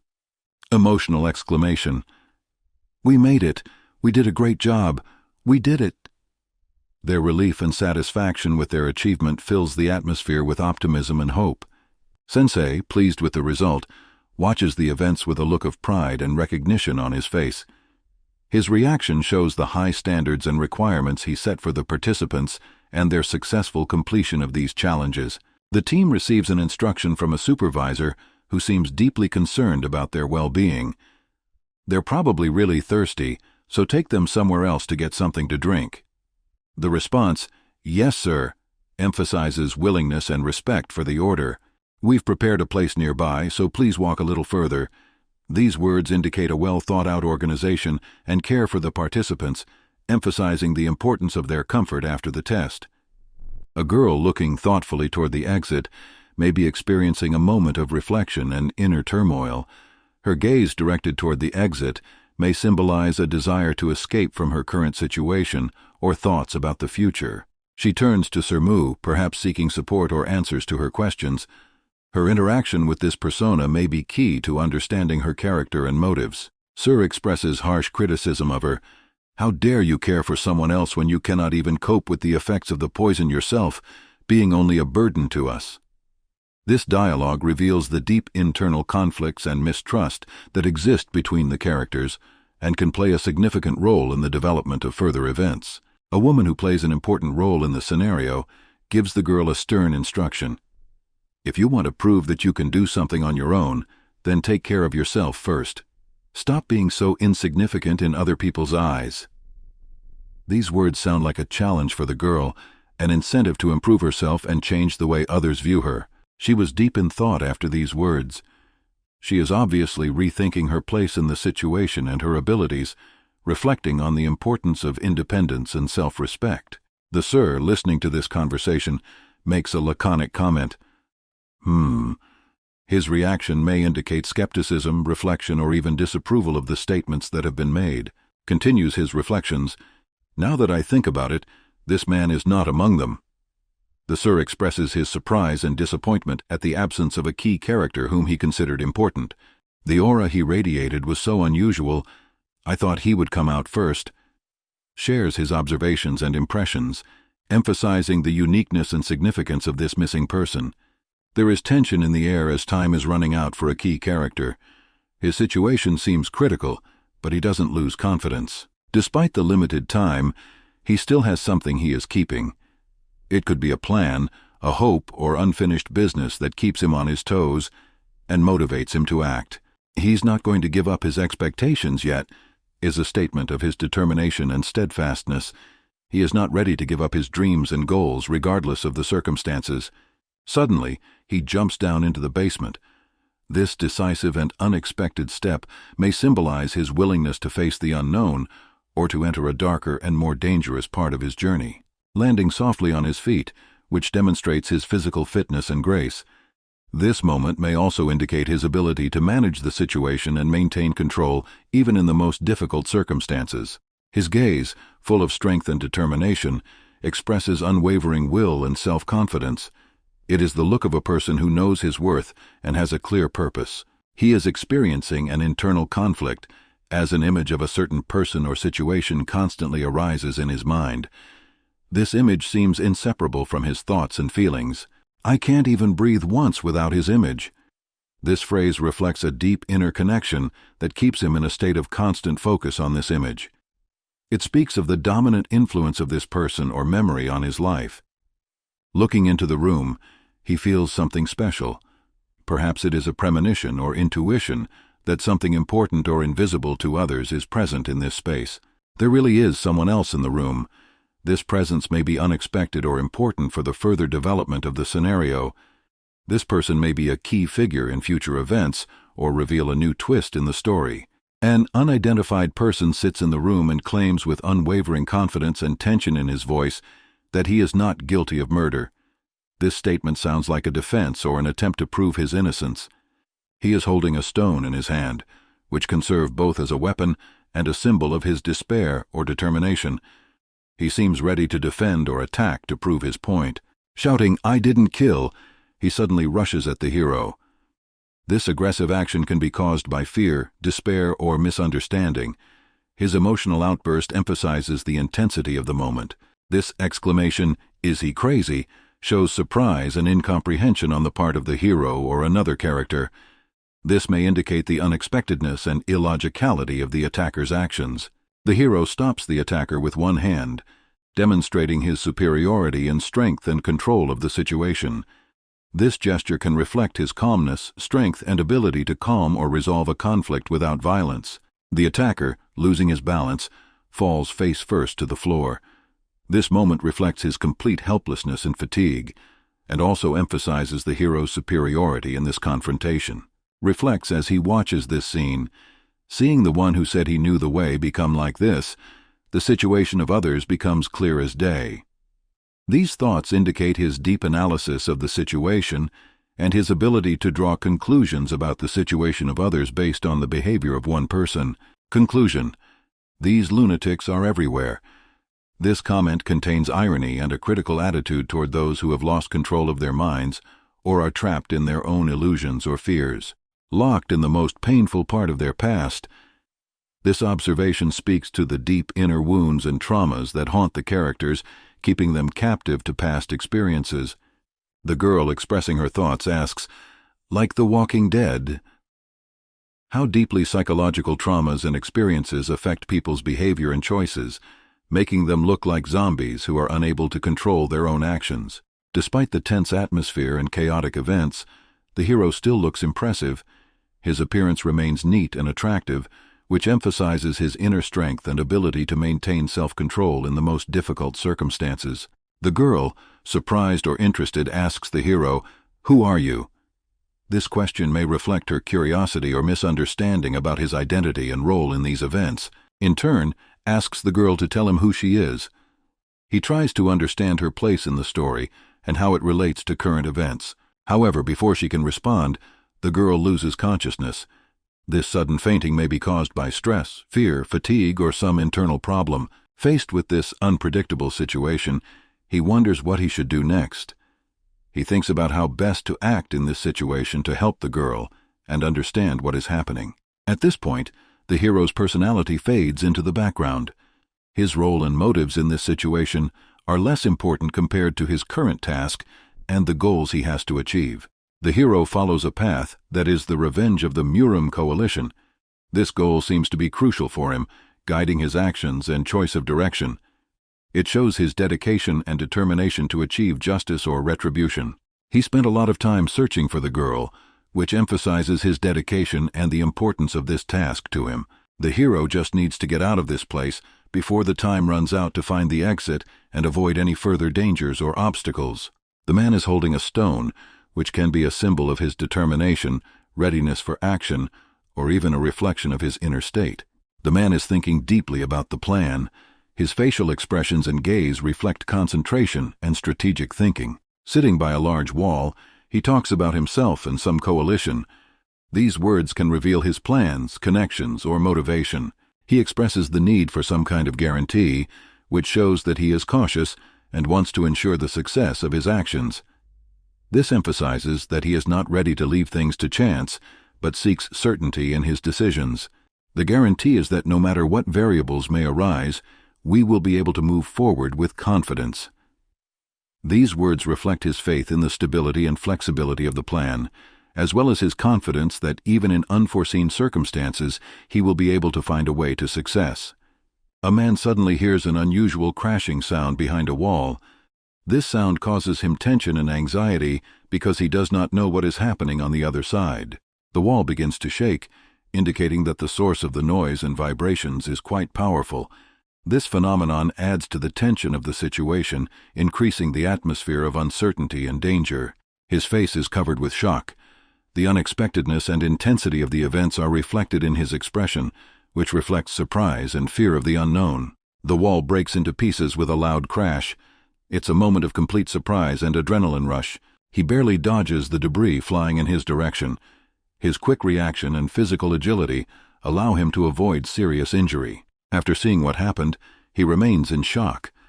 This reaction emphasizes the unexpectedness and magnitude of the events that have taken place before his eyes. Our hero emerges from the ruins with a girl in his arms. It turns out that he was the one who broke down the wall.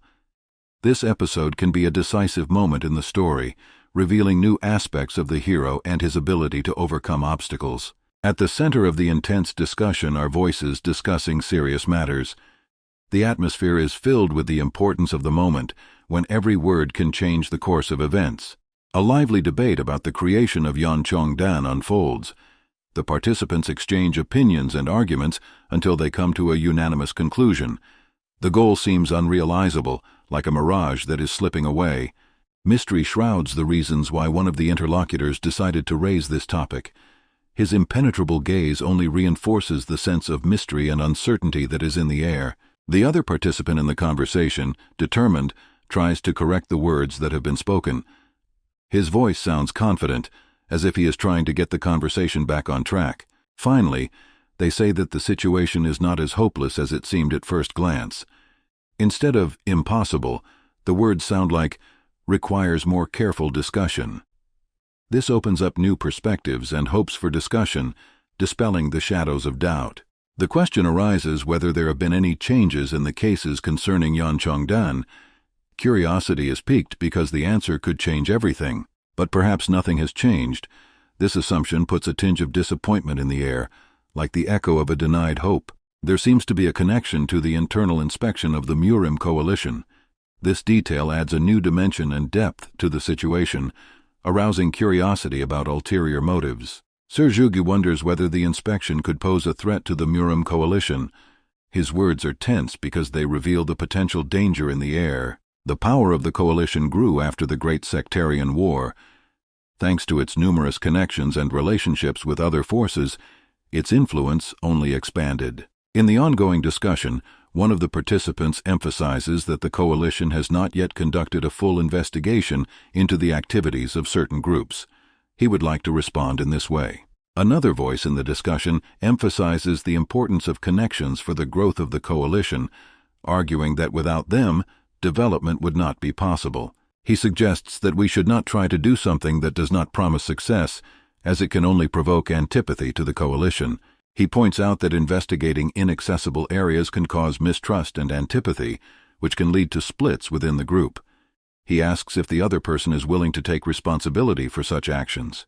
The answer is that the goal can be achieved with the help of Yeoncheongdan if the group dispassionately finds and solves the internal problems of the coalition. This opinion reflects a desire to solve problems without suffering losses in their own ranks. In the discussion, one of the participants speaks about a group of young practitioners who have just turned 20.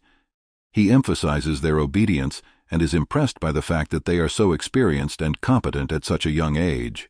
Most likely, they will be able to direct the development of this group in the right direction, making them better than others. When asked who will lead this group, they say that Du One is considered the most suitable candidate for the role of leader. It has been suggested that although he has experience in the coalition and was one of those who led the Cheon So Dang together with their leader Lee Gun Hyun, he is a bit strange. This remark adds a touch of intrigue and unpredictability to the discussion. As the discussion continues, one participant expresses surprise. Indeed, these young people are the most talented of all who have ever taken the exams. This issue is fascinating and interesting. Another participant confirms that the story of these talented individuals is known throughout the coalition. This statement adds weight and significance to the achievements of these young practitioners. The conversation turns to another aspect, the rumors that the Masons have gotten extra work. This change of subject brings a sense of the reality of everyday life into the conversation. The wall of the underground training catacombs was breached due to the negligence of one of the participants. This moment introduces an element of surprise and human error into the discussion, demonstrating that even in an organized structure such as the coalition, unforeseen situations are possible. A man stands under the shade of a mighty tree, leaning on its trunk. He is deep in thought, and his gaze is lost in the distance, as if looking for answers to unspeakable questions. The spirit of China is in the air, around the buildings. Everything around is filled with the characteristic attributes of this culture, from the architectural lines of the buildings to the smallest details that will transport you to this exotic country. The man's face is full of deep thought. Every feature of his face, every expression reflects an inner world full of thoughts and feelings. The person standing under the tree looks anxious, perhaps frustrated or dissatisfied with something. His attitude and facial expressions indicate inner conflict or dissatisfaction. There seems to be a possibility of an additional exam or test. This thought comes as a hint of an upcoming test or task. They want the group members to face special fighters. The idea is to gain experience that will allow everyone to think rationally and logically, regardless of individual talent.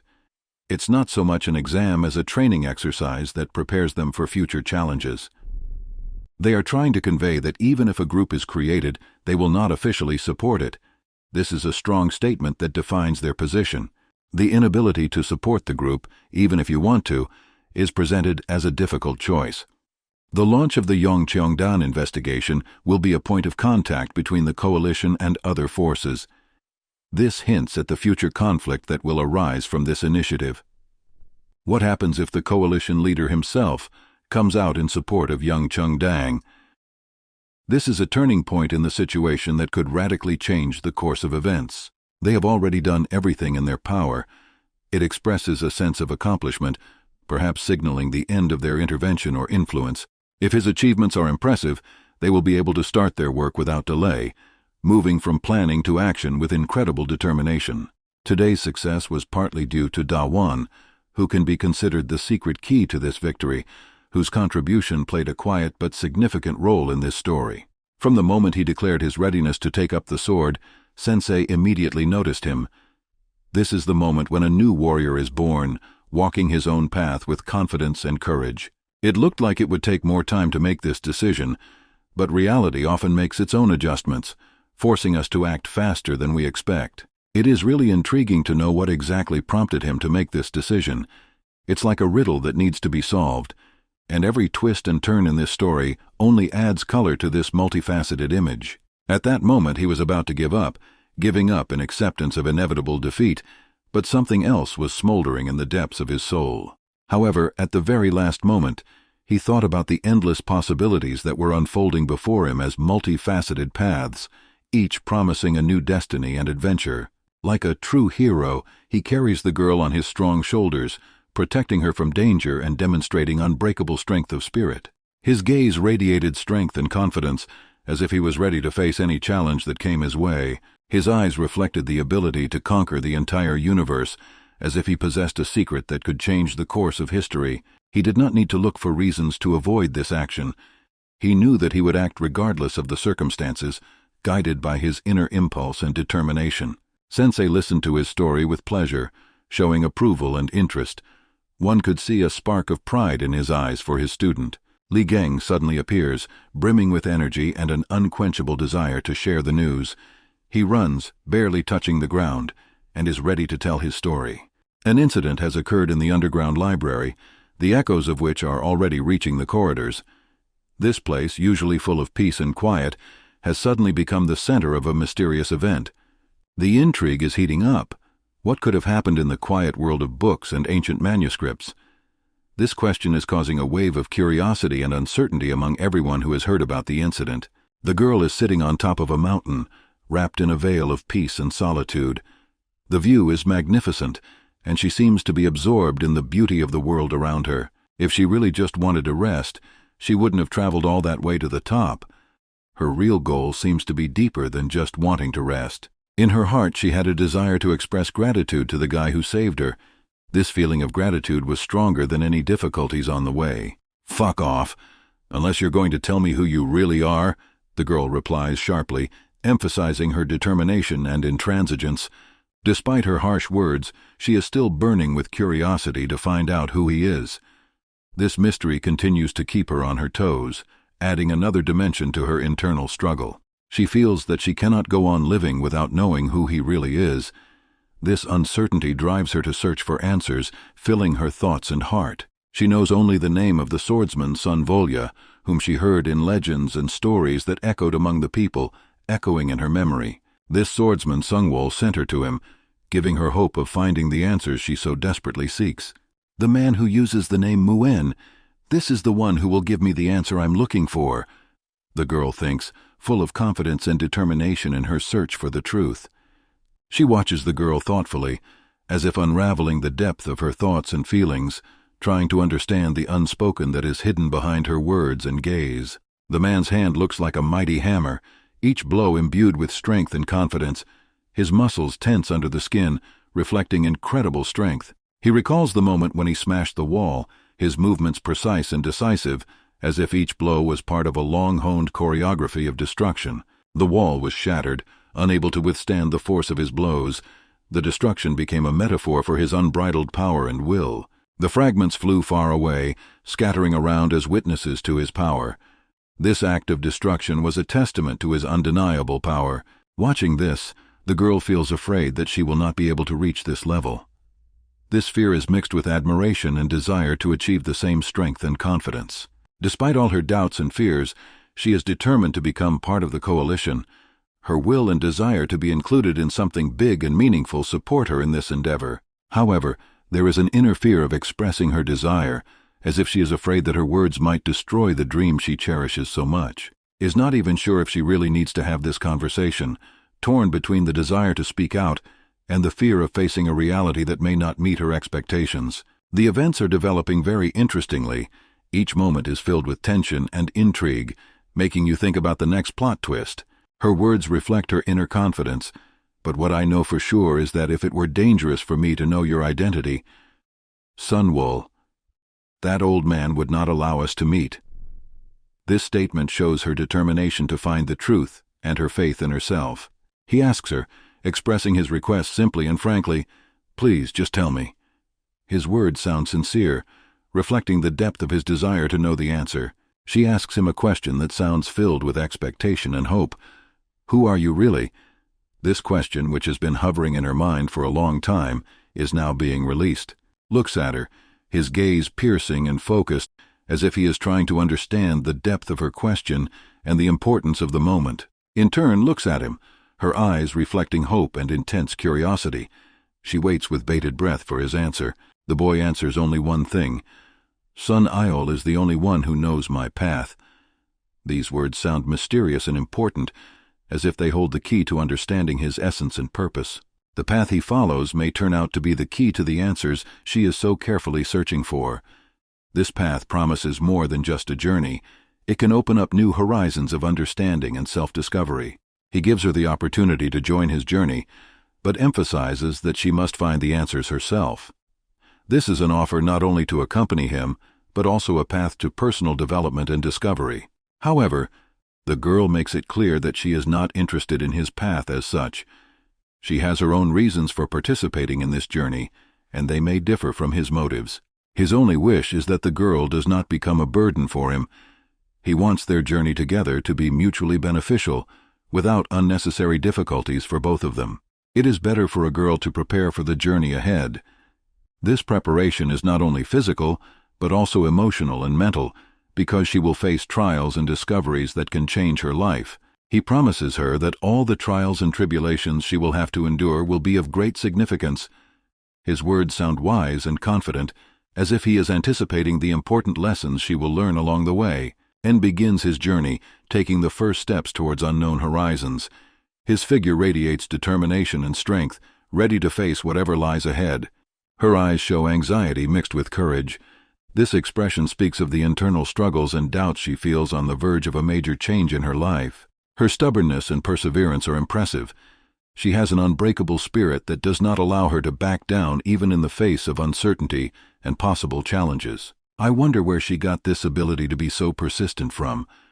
Perhaps it is a trait inherited from someone in her family, or a consequence of her own life's vicissitudes that shaped her character.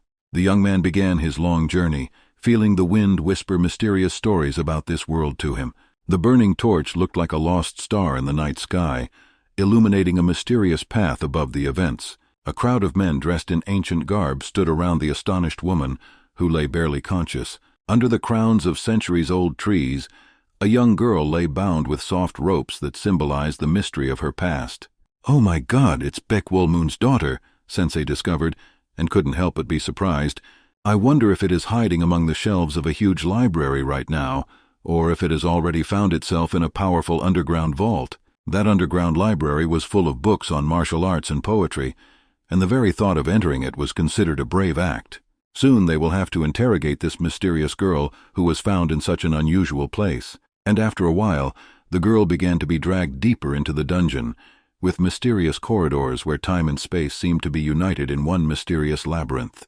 However, if they want to keep this secret a top secret, they will have to make sure that the investigation is conducted in absolute secrecy so as not to reveal all these amazing details. Why did she become a key figure in this story?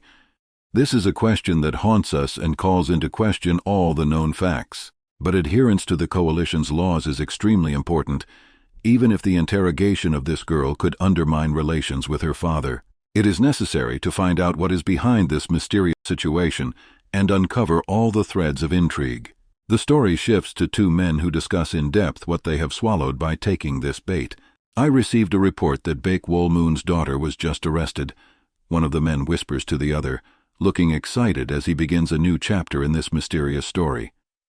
There is a tense atmosphere at the training grounds in Cheongseodan, as all the participants of the entrance exam gather at the site. One of the boys, Jan, looks worried, his eyes filled with excitement. Now he talks about the disappearance of his younger sister Minji, and says that he hasn't seen her since yesterday evening. It seems that no one has seen Minji since last night, but everyone knows that she always chooses solitude, as if she were grateful for it. However, this time the situation looks strange, and sadness is in the air. Even Minji's brother Yang does not know where his sister might be, and his face reflects his uncertainty. Another sister, Soyun, stands up for her brother Jan, emphasizing that he has always been a kind and caring older brother. But Minji seemed to be in the midst of a family conflict, and her disappearance was the result of this tension. Another guy, Sung-yun, talks about how distances and conflicts always lead to escalations, and this situation is no exception. Everyone present is listening intently and hoping to find a way out of this complex maze of family intrigue. "Please don't pay attention to him. Unlike me, Jang-hyun says whatever comes into his head," the young man says, apologizing for his friend. He looks a little upset and indignant that he has to justify Jang-hyun's ridiculous actions again. But the look on the girl's older brother's face is not very friendly. His eyes show doubt and distrust, and this creates a tense atmosphere around them. He is obviously not happy to meet these guys. The outlines of school buildings are visible on the horizon, waiting for their students. With the morning sun rising above them, a new day of learning and opportunity opens up. Two guards with mighty katanas stand at the entrance, adorned with impressive kimonos and masks. Their presence shows that security is taken seriously at this place, and their looks express reliability and confidence. They are very serious in their work to ensure the safety of everyone present. Their professionalism and dedication are impressive, and their presence creates an impression of power and reliability in this environment. It seems that no one notices what is happening there, except for one tentative young man who looks at the little things that others would just pass over.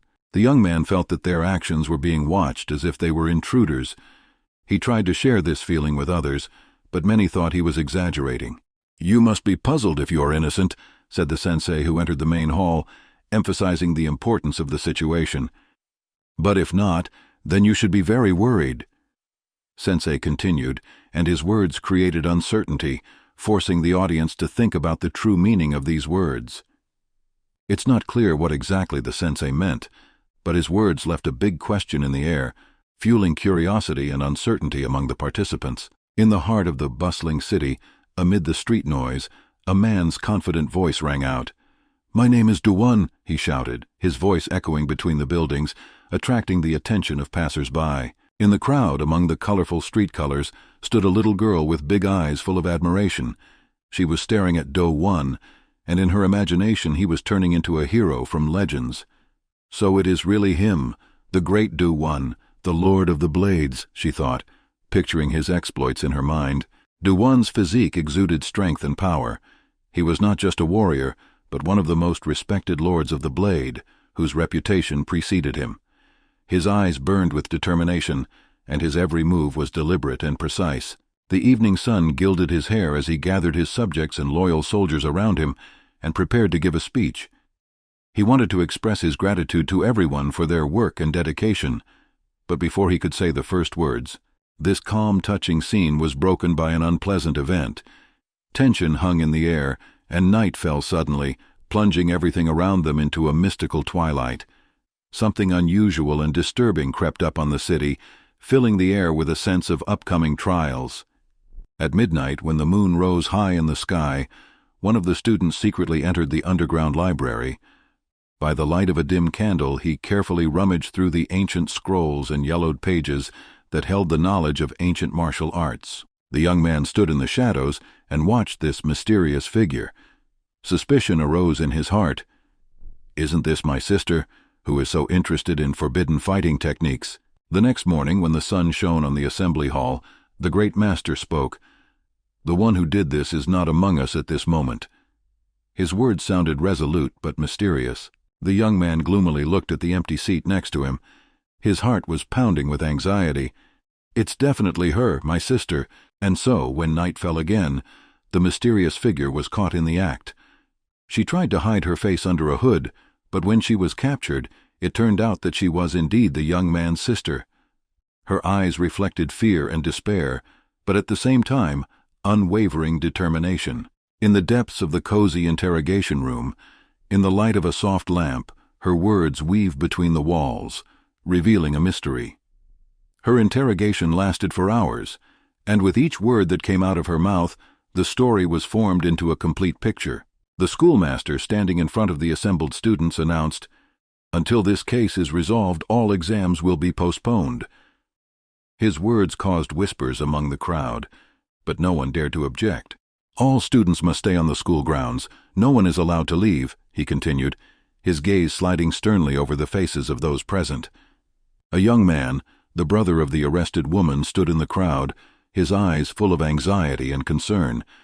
He, too, had to stay at school, waiting for the resolution of this mysterious story. When asked to speak, he was embarrassed but confident. "My sister couldn't have done it. She would never break the rules of the school." He sounded determined, but his eyes reflected fear for his sister's fate. "But she was caught in the act," one of the teachers exclaimed, his voice sounding defiant in the silence of the room. The young man, standing firmly on his feet, replied, "This is all a misunderstanding. My sister could not have done anything wrong." His voice trembled with emotion, but he did not back down. The sensei, old and wise, with wrinkles on his face that told of years of experience, said calmly, "We have to look into this matter. The truth must be established. This happened on coalition territory, so the coalition will deal with it." One of the senior members of the coalition said loudly, his words echoing with authority and determination, asking, "Please don't leave us in this uncertainty. Please help us sort this out now." His eyes pleaded for understanding and justice. Sensei stood in front of the assembly, gathering all his will and determination. His gaze was firm and unwavering, and he was ready to resolve this difficult situation. The guy, the brother of the arrested woman, could not hide his dissatisfaction. His face expressed mixed emotions: despair, indignation, uncertainty. "Do not make me repeat my decision," Sensei said decisively. His words sounded like a final verdict, leaving no room for doubt. Confusion reigned among students and teachers. No one seemed to understand the situation, and everyone was looking for answers in their own understanding of the events. "How could this happen?" someone in the crowd whispered. This question hung in the air, reminding us of the mystery and complexity of the circumstances. "This is absurd. Why would this innocent girl do such a thing?" One of the students exclaimed in disbelief at what was happening. His words reflected the general feeling of incomprehension and confusion. The other students could not understand it either. They exchanged looks of confusion and uncertainty. "I remember she looked very embarrassed, like she was in an awkward position," one of them said, trying to recreate the girl's image in his memory. "I also remember that she didn't look the same as usual, but—" another student added, his voice sounding uncertain as he tried to understand the incomprehensible. "She definitely didn't look like someone who was going to do anything bad," said another student. His words reflected his belief in the girl's innocence. The conversation between the brother and sister became increasingly tense. Their words echoed in the cramped room, each reflecting the growing tension between them. "Could you really have done it?" My brother suddenly spoke up, his eyes full of doubt. He tried to understand the situation, but his heart refused to believe it. "How can you say that? You are my brother," her sister exclaimed, her voice trembling with indignation and pain. She could not believe that her own brother would doubt her innocence. "Stop talking nonsense and just wait for the investigation to be completed," my brother replied decisively. He tried to remain calm, but his words reflected an inner conflict. "I can't wait that long. This will ruin my life," said the sister, her eyes reflecting despair and helplessness.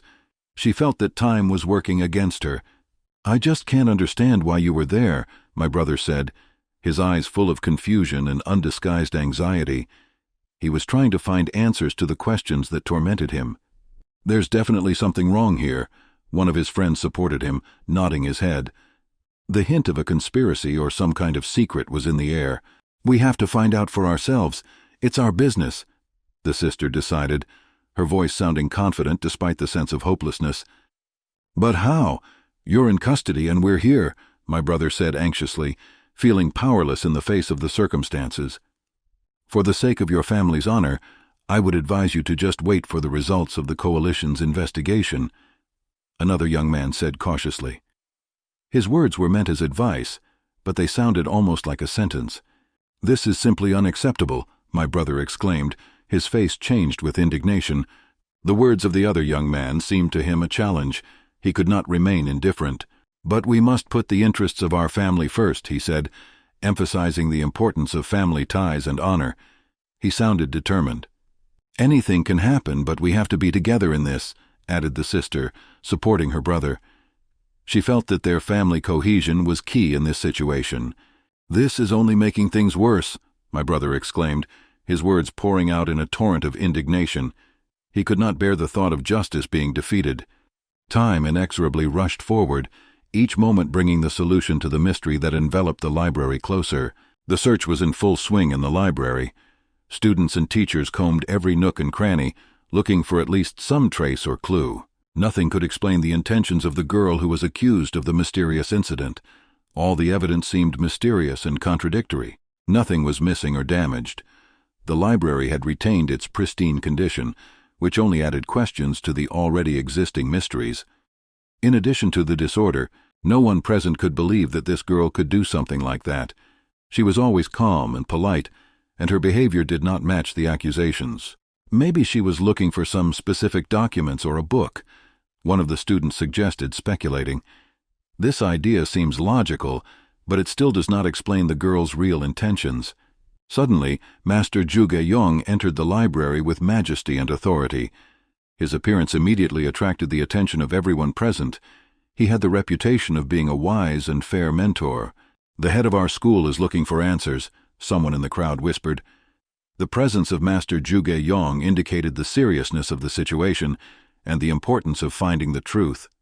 The young man, whose face expressed indignation and anger, felt the need to speak up and stood, preparing to tell his story.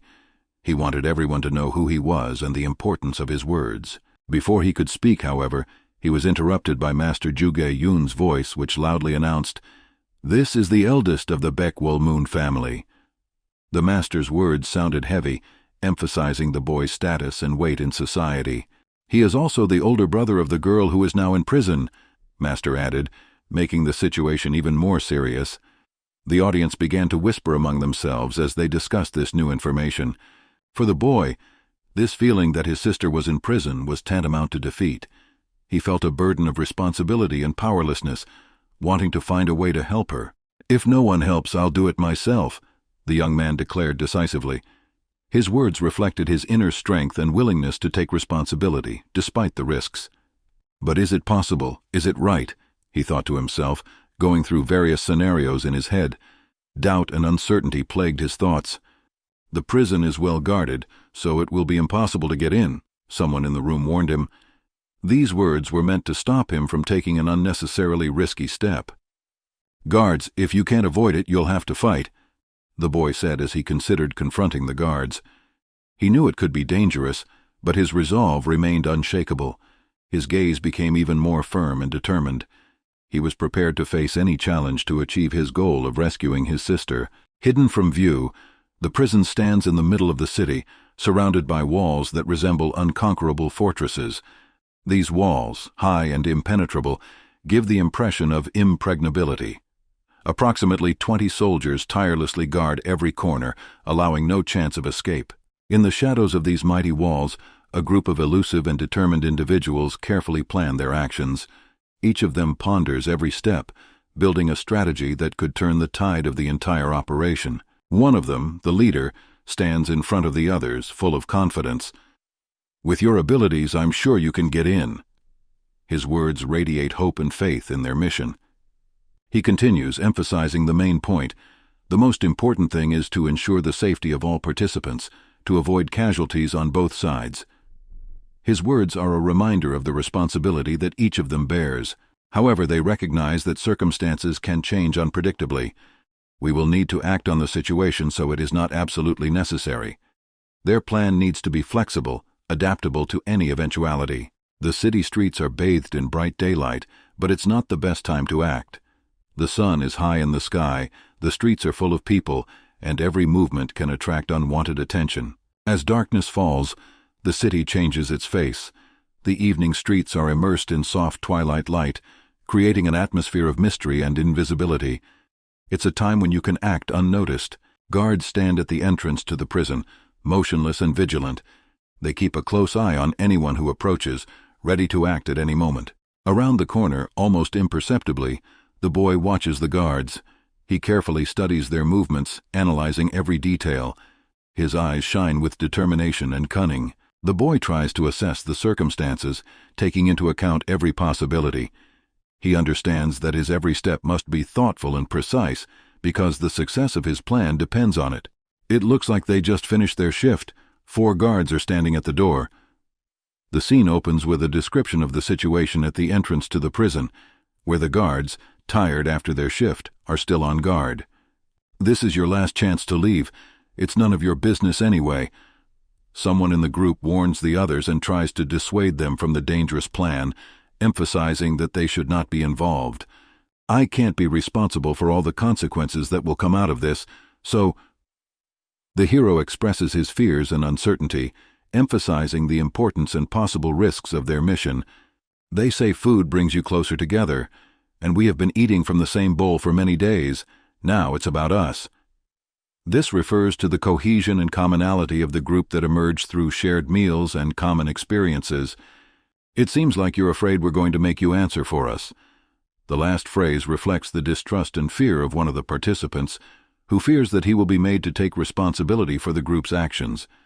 "Even if I stay, it's the same thing, that I stop you or not. His decision matters a lot, no matter what choice he makes. Don't regret it. I warned you all."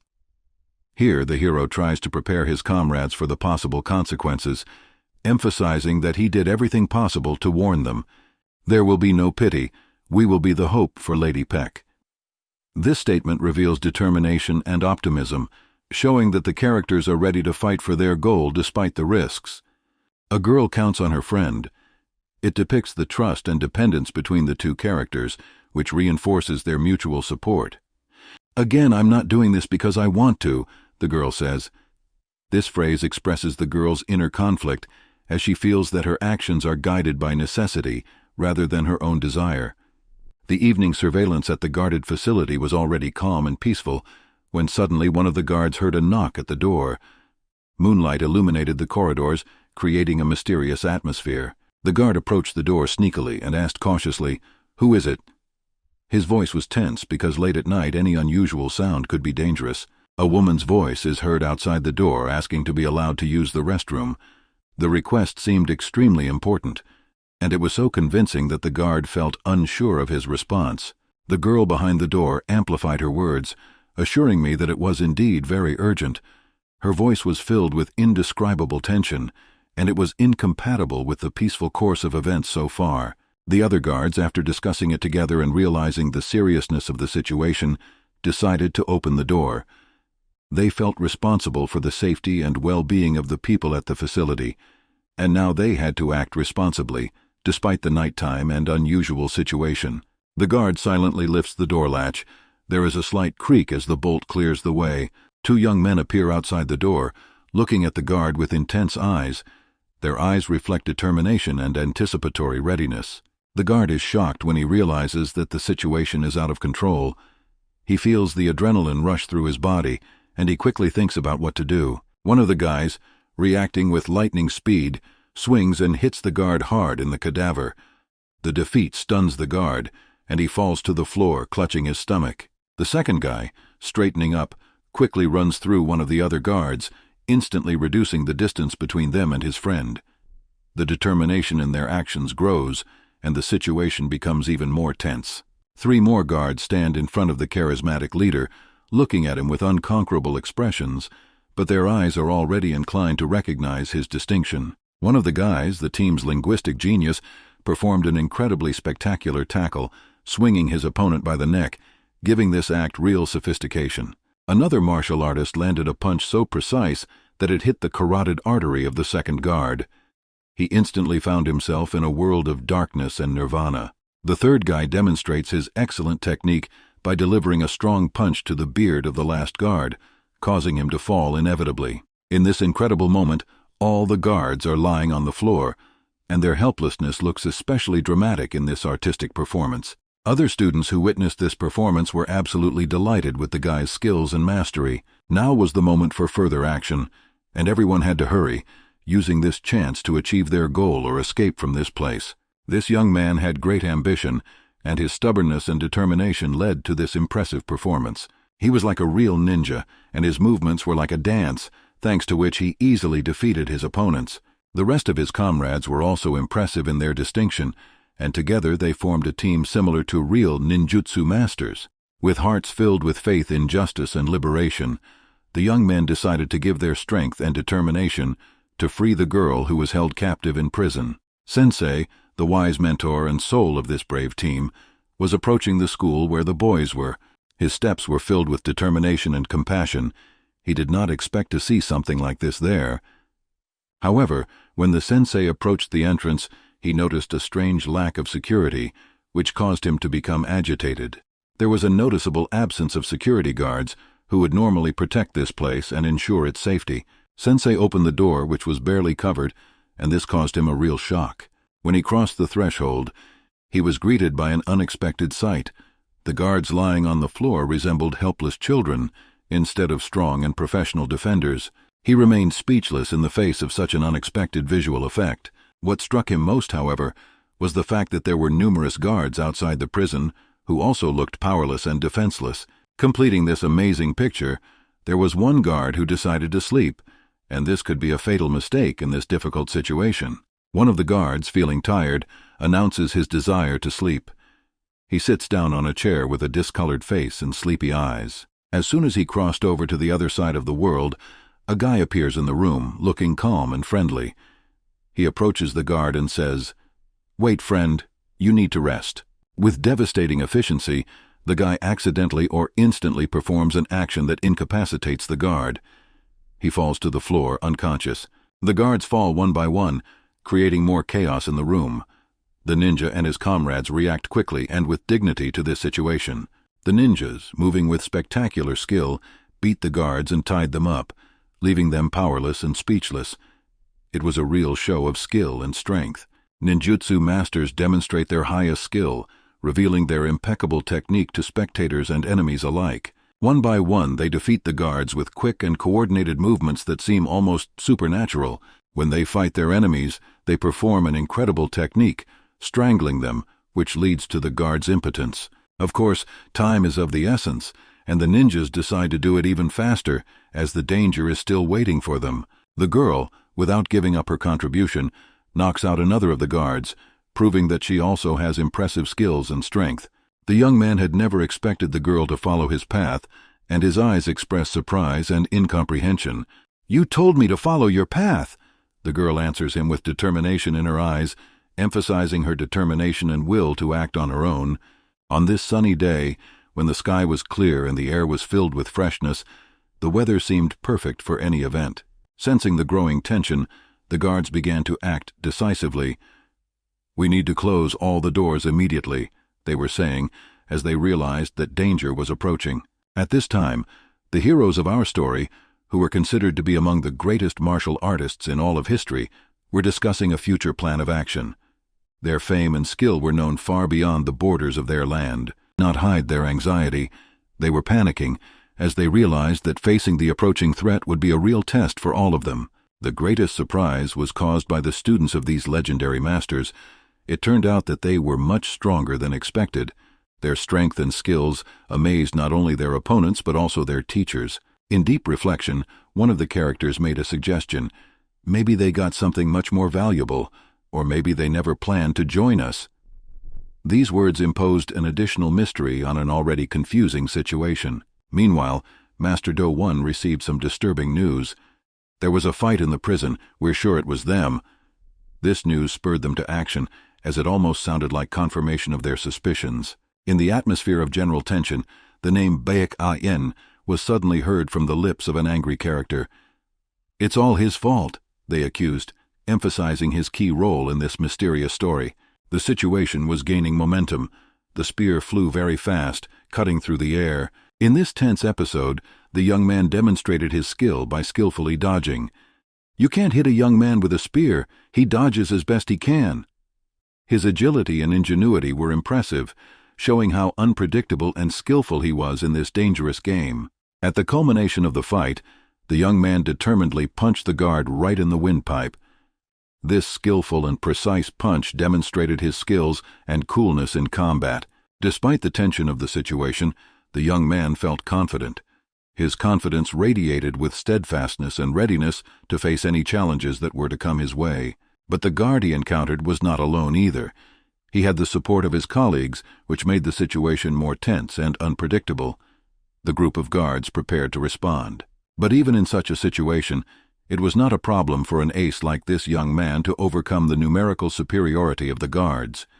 His skill and ingenuity in combat allowed him to outmaneuver his opponents, regardless of their numbers and training. This sequence of events opened up a new level of skill for the protagonist, emphasizing his role as a key player in the story. In the midst of all this chaos and struggle, one girl was watching with special attention. She was absolutely fascinated by this young man who had so skillfully dealt with the guards. Her eyes shone with admiration and intrigue that grew in her heart. Perhaps deep down she felt something more than simple admiration for him. These feelings seemed new and incomprehensible to her, giving her appearance a distinct mystery. At a crucial moment, when an unnoticed guard was approaching the young man from behind, this girl suddenly intervened. Her quick and decisive actions saved the boy from an unexpected threat, demonstrating her agility and courage. The young man was surprised to see who had saved him. He did not expect to meet her here at such a moment. This added a new element to the difficult situation that was unfolding around them. With a slight smirk on his face, he looked at the girl. His gaze expressed gratitude, interest, and slight surprise. This exchange created a special bond between them that promised new developments in their relationship. Despite the seemingly successful development of events, something was wrong. There was a tension in the atmosphere, as if something important was getting out of hand. The girl who had just saved the young man had something else to show. It was like a reminder that her role in this story could be much more complex and multifaceted than it seemed at first glance. Although they took care to neutralize all the guards around them, one thing complicated the situation. There was something they might have missed or underestimated during their mission. It turned out that one of the soldiers managed to avoid detention and escape. This created a new threat, as he could pass on important information or even return with help. Among the young men on their team, one took responsibility for this unforeseen escape. "It was my fault," he admitted. His words reflected guilt and responsibility for what had happened, showing his strong character and willingness to take responsibility for his actions. The tension in the air was growing with each passing minute, as everyone realized that the guards could arrive at any moment. This reality forced the heroes to act quickly and efficiently to get ahead of the possible arrival of reinforcements. Their main task now was to focus solely on finding Lady Peck. This lens determined their next actions and strategy, pushing all other concerns to the background. One of the heroes took on the responsibility of guarding the entrance. His role was critical to ensure security and control of the situation to prevent unexpected surprises. With determination and force, he kicks down the door to provide quick access to the inside. This act demonstrated his courage and determination to achieve his goal. However, another group of guards was waiting for them outside the door. It was like a confirmation that their mission would not be easy. They faced a new challenge that required even more focus and courage. The heroes wasted no time and began to actively scatter the guards, demonstrating their skill and cohesion in battle. It was a real demonstration of their skills, as they effectively countered the enemy's superiority. However, during the clash, one of their team members was shot in the knee. This moment brought an element of reality and unpredictability to the struggle, emphasizing the risks they were taking. The young man assessed his injury and reassured the team. "It's nothing serious, but it's bleeding a lot." His words reflected courage and endurance despite the pain and risk.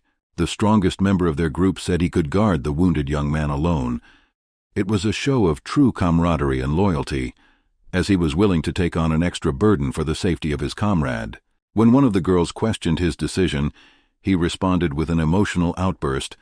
"No, what a stupid thing to ask." His reaction reflected his deep concern and unwillingness to leave his wounded friend without proper protection.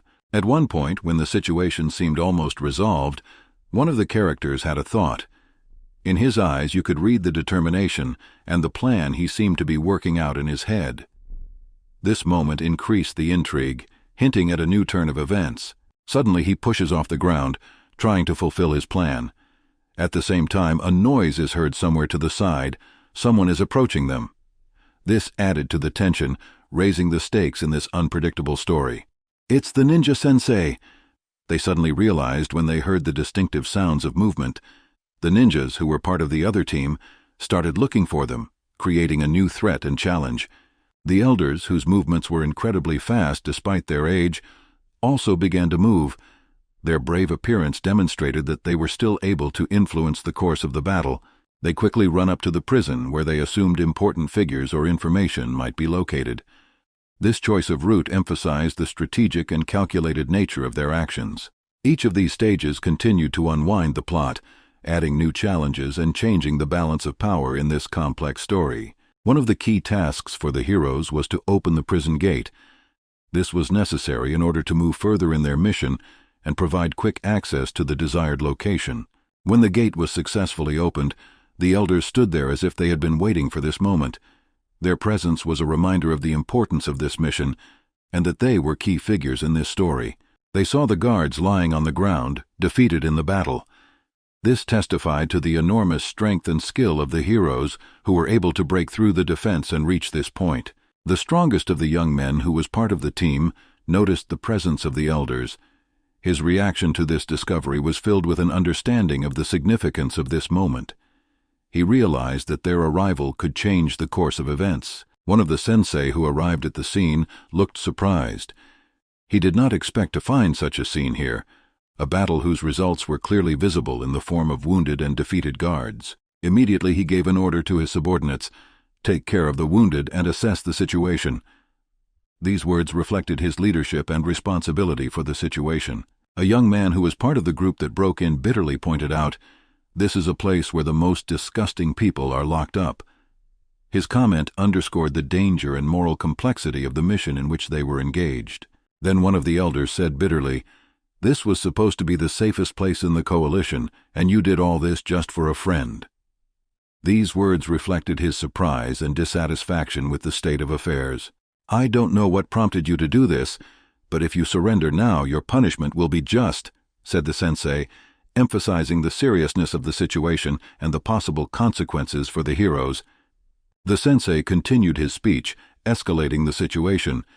"If you don't surrender, then like criminals, you will pay for the damage with your lives." His words reflected an uncompromising approach to justice and law and order, but there was another desire in the hearts of the heroes. They wanted to find out the truth. This was their main motive that pushed them to take such decisive and dangerous actions. "We don't want to escalate the situation either, so please move away," one of the heroes said. His words reflected a desire to avoid unnecessary conflict, but at the same time to maintain his position. The old warriors who witnessed this situation were very irritated. Their anger reflected their deep dissatisfaction and disappointment with the way things were going. The young man who was part of this team remained completely focused on their victory. His determination and commitment to his goals were unwavering, emphasizing his willingness to fight to the end. The situation became more heated when one of the characters turned to the sensei. "Are you saying you doubt the coalition?"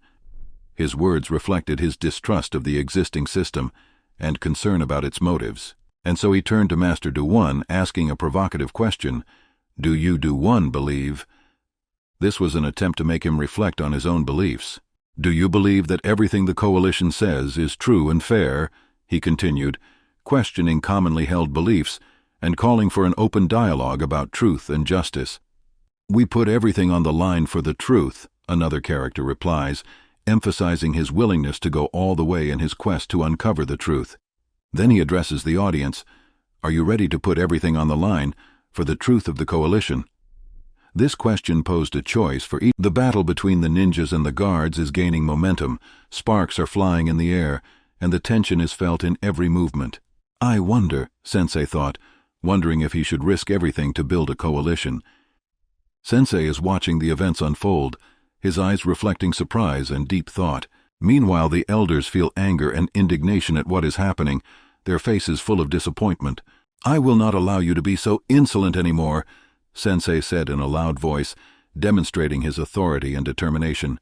The sensei, gathering all his will, directs the attention of everyone present to the young man with a hand gesture, creating a tense atmosphere. Despite being the center of attention, the boy remains calm, his face radiating confidence. The guards, having received a signal from the sensei, move sharply toward the boy, their movements full of determination. But when they reach the goal, the guards are confused, losing their confidence in the face of the boy's unexpected coolness. In an instant, the sword appears near the guy's head, escalating the situation to the limit, and the whole scene holds its breath in anticipation of further events. The young man demonstrates his skill by skillfully dodging attacks, his movements resembling a dance in the midst of danger. The ninjas surrounding the boy seem no better than children in their clumsy attempts to hit him, their movements lacking coordination. The blades of the daggers slice through the air, flying very close to the boy's face, causing him to smile slightly. He suddenly strikes one of the ninjas in the face with his hand, showing his superiority in close combat. Then, quickly changing position, he kicks the other ninja, demonstrating his impressive flexibility and speed. As a result of the young man's deft movements, the ninjas fly around one by one, like leaves in the fall, swept away by the wind. Despite their despair, the desire of all those present to kill the boy becomes even more fierce, building up aggression and tension in the air. The young man skillfully deflects the blade flying in his direction with a light movement, as if he were shooing away an annoying insect. He also skillfully forces one of the ninjas to kneel in front of him, demonstrating his superiority and control over the situation. The fight turns into a real test of endurance and skill, covering more and more territory where every move can decide the fate. The young man, like a predator that has chosen its prey, deftly grabs one of the guards by the neck, demonstrating his superiority and strength. With ease, As if he were manipulating a puppet, he throws the guard right into the crowd of his comrades, creating chaos and discord among them. The guards, full of determination and anger, try to grab the young man, their movements expressing an unquenchable desire for revenge. They rush at him with their swords, creating an impressive picture. The swords are shiny and formidable, flying towards the deadly threat. But in the face of death, the young man maintains a relaxed confidence. His eyes shine with challenge and courage. He knows no fear of the inevitable clash. We are looking at a young man who radiates youthful enthusiasm.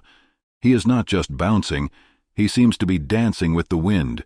His every movement is filled with joy and free spirit. His punches are more than just movements. They are poetry in motion, where every curve of his arm becomes a metaphor for strength and grace, as if he were speaking to the world through the language of martial arts. He is an unsurpassed ace of his craft.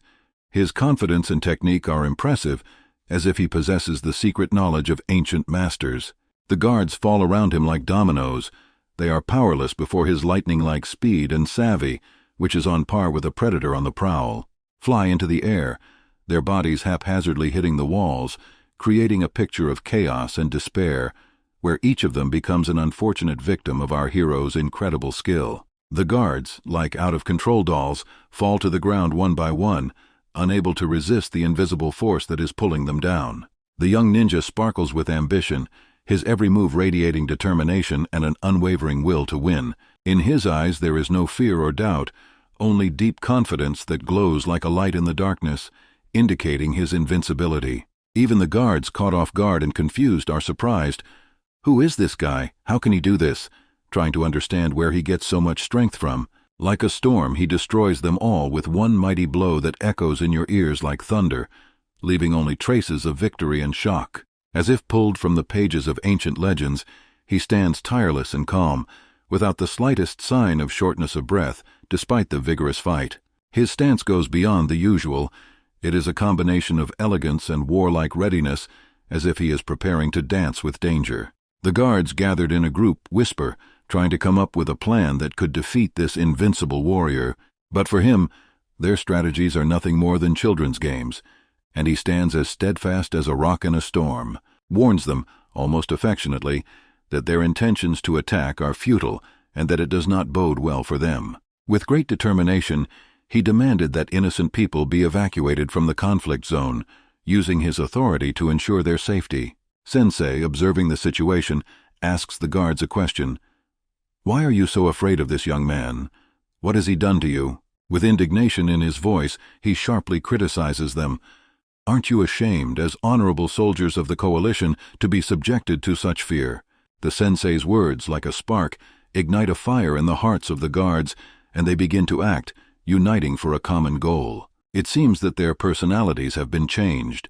They seem stronger, more determined, their movements more confident, as if they have regained their ancient warrior honor. The young man, feeling the tension of the situation, begins to worry. His gaze becomes more concentrated, and his breathing becomes more even. A spear suddenly appears under his foot, which he inadvertently steps on, causing a slight surprise in his eyes. He quickly grabs the spear, his hands confidently gripping the blade, feeling the weight and balance of the weapon. With all his strength, he throws the spear in the direction of the guards, his movements clear and decisive. The spear whistles past the heads of the guards, leaving a trail in the air and causing them to instinctively bow their heads. The spear suddenly stops in midair, right in front of the face of one of the chief elders, creating a moment of frozen time. With the skill of an experienced warrior, the elder gracefully deflects the spear with his sword, demonstrating his skill and coolness. The spear flies off from the sword strike, arcing in the air before sinking deep into the ground, leaving a trail of dust and tension behind. This dispute, already tense, is moving to a whole new level, where every move can be decisive. The young man, focused and confident in his intent, aimed specifically at the elder's head, seeking to deliver a decisive blow. This moment becomes a clear warning to everyone. The young man has the strength and ability to take a life, but his restraint is evidence of a different choice. He has no desire in his heart to see the victims of this confrontation. He wants to avoid unnecessary bloodshed, but this desire for a peaceful resolution of the conflict seems to go unnoticed amidst the tense atmosphere, where everyone is ready to fight. The ninja resolutely addresses the crowd, demanding that they move away, pointing to the broken spearhead lying on the ground. "If you don't want to be crippled for the rest of your life," he warns loudly, his words echoing in the air, full of determination and warning. A spear is stuck in the ground like a dark guardian keeping watch over an unknown secret. The young man calls out to his tutors, urging them to retreat. His voice trembles with determination as he warns of a broken spearhead that could cause great damage. The mentors watch him thoughtfully, unable to understand the unexpected turn of events, their faces expressing surprise and incomprehension. One of the leaders of the group, a real authority, stands motionless with sorrow in his eyes, looking at the young man as if trying to understand his motives. The young man's friend is also deeply concerned. Tension begins to build among them, quickly escalating into anger and indignation like a volcano ready to erupt. The mentors can't help but laugh as they watch the young man's actions. They wonder in what part of the world he grew up in that he has such unusual views and manners. But suddenly the atmosphere changes, the laughter subsides, and it becomes clear to everyone that the situation is more serious than it first seemed. One of the sensei, watching the young man closely, pulls his sword out of its sheath. He prepares to attack, guided by his ninja instincts, with his shiny blade ready for battle. This veteran, with his vast experience, wants to teach the young man a lesson in modesty. He concentrates, gathers his thoughts, preparing for a decisive attack. But the young man does not appear to be what he seems at first glance. He also has his own plan, and he seems to be ready for any development of events, showing unexpected cunning and readiness for action. With a serious expression on his face, the young man urgently warns others to keep their distance. His words sound like the last warning before the storm. Sensei, having gathered the will and skill of years of training, instantly rushes in the direction of the ninja. His movements are full of confidence and fighting spirit. The attack begins quickly, like lightning. The tension in the air rises sharply, and you can feel the urgency and inevitability of the coming clash. However, the young man does not lose his head. He has carefully thought out his plan, which looks very sophisticated and intricate, and is ready to implement it. When the sensei's sword is aimed at him, the young man dodges with incredible ease and precision. He moves as if he anticipates the enemy's every move, demonstrating incredible flexibility and speed. The elder's honor and fame were truly deserved. His reputation as a martial arts master and warrior was confirmed by his every movement, which radiated strength and confidence.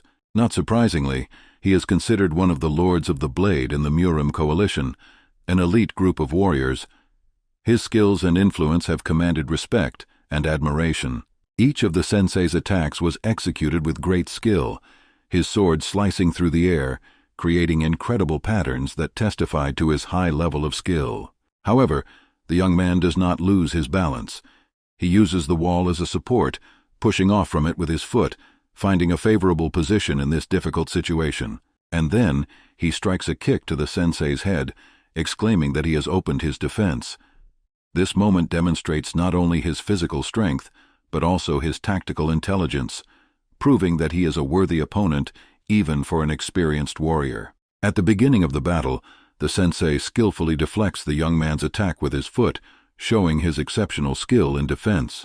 His movements have a lightness and fluidity that make this deflected attack a true martial art masterpiece.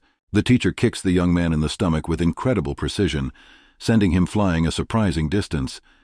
This is impressive in its strength and coordination. With sword in hand, the antagonist crouches down on the young man, aiming his sword at him.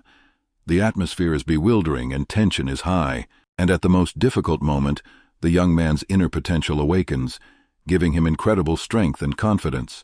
Drawing his sword closer, the ninja performs an impressive acrobatic dodge that emphasizes his skills and reaction. Sensei is delighted and surprised by the young man's success.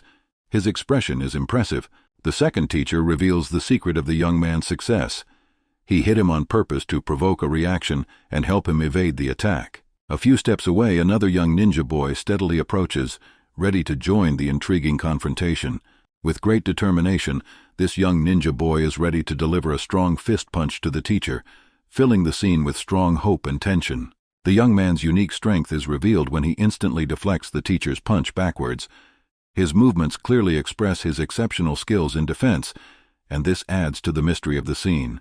A strong fist strike on the sword from the young man leads to the mysterious appearance of smoke, which gives the impression of a magical event.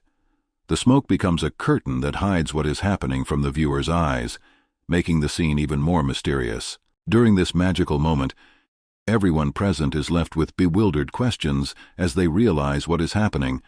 What is this incredible power of the fist? They are surprised and amazed by the incredibility of what is happening, and at this moment, as if turning into another world, the young man instantly disappears, leaving everyone empty-handed and stunned by this mysterious disappearance. His ability to get out of the oriented reality leaves everyone speechless. With grace and ease, the young man deflects the sword attack, impressing everyone with his coordination and skill. Questions and indignation fade into the air as everyone tries to figure out who this unusual young man is. Who are you? The teacher recognizes the young man's incredible strength and expresses his impression that he is very impressed with his ability to maneuver like that. Despite the young man's incredible skills, his actions may be the instigators of the chaos. This situation further increases the tension. With unexpected courage, the young man throws a sharp spear at the teacher, seeking to punish the attacker and restore order. At that moment, however, something extraordinary cuts the list in mid-air as a phenomenon of incredible power and influence. The second mentor of the coalition cut the young man's list, indicating his determination and power over the situation. The ninja insistently reaffirms their motives, emphasizing that they were only looking for the truth, looking forward and doing their best to find it. Teachers express their disagreement and argue that this search is a waste of time, expressing doubts about the successful completion of the mission. However, the ninja emphasizes that their efforts will even benefit the coalition by helping to uncover truths that may even harm them, hinted that they would not be able to resist the coalition, and expressed their indignation at the worrying course of events. The young man responds with a different strategy, and they feel confident that they will be able to cope with the complexity of the situation. The teacher asks why it is so difficult for them to do something they cannot handle, but the young man's answer indicates that he has his own strategy and belief in success, demonstrates his ability to cope with two coalition leaders, giving his team an advantage. The face of one of the teachers expresses strong indignation, feeling defeated in this situation. The ninja realizes that he has chosen a difficult and dangerous path, but he is determined to follow it, ready to test his limits and determine the future. The young man frankly tells the sensei that he is on the right path, despite all the difficulties and disputes. The internal tension fills everyone present, and the situation becomes very tense, but everyone continues to follow their own path. The ninja reminds the sensei that he has already warned them, but this does not lead to a stop. Again, the sensei are ready to attack the ninja, only this time together increasing their numerical advantage. They are ready to launch an attack, coordinating their actions, planning to attack the ninja at the same time. However, the inexperienced do not care about this, and do not care about one atom of their confidence. Suddenly, a wind appears, flying fast and mysteriously with no clear source. It somehow makes everyone look up. The wind flow hits the back of the heads of both coalition mentors, rendering them helpless. Everyone remains bewildered and concerned, wondering what it could be and who is behind this mysterious, forceful action. All the action slows down for the second time when a mysterious word is spoken, adding even more mystique to the scene. An unfamiliar man appears, impressing with his strength and experience, showing that he is indeed very strong and skilled. The events unfold before us like a graceful dance, with each coalition mentor looking at the situation from his or her own unique perspective. The girl's brother, shocked and confused, cannot explain to himself what is happening around him, his expression reflecting an internal debate and search for answers. The girl decides to reveal the truth, noting that she broke into the library herself, did it without permission and broke the law. Her words sound like music, revealing her inner self and motivation.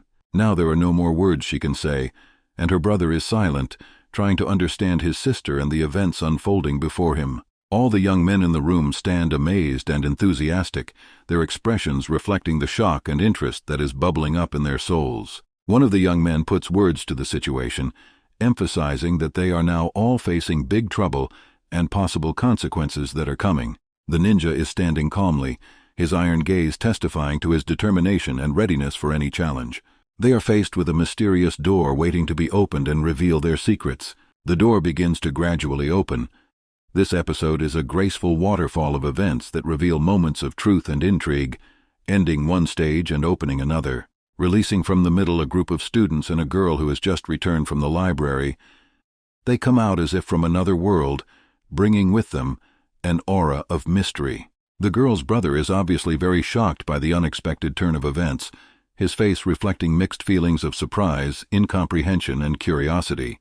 There are an impressive number of guards around everyone, creating the impression of excessive protection and the importance of this moment. There are too many guards to escape or try to do anything.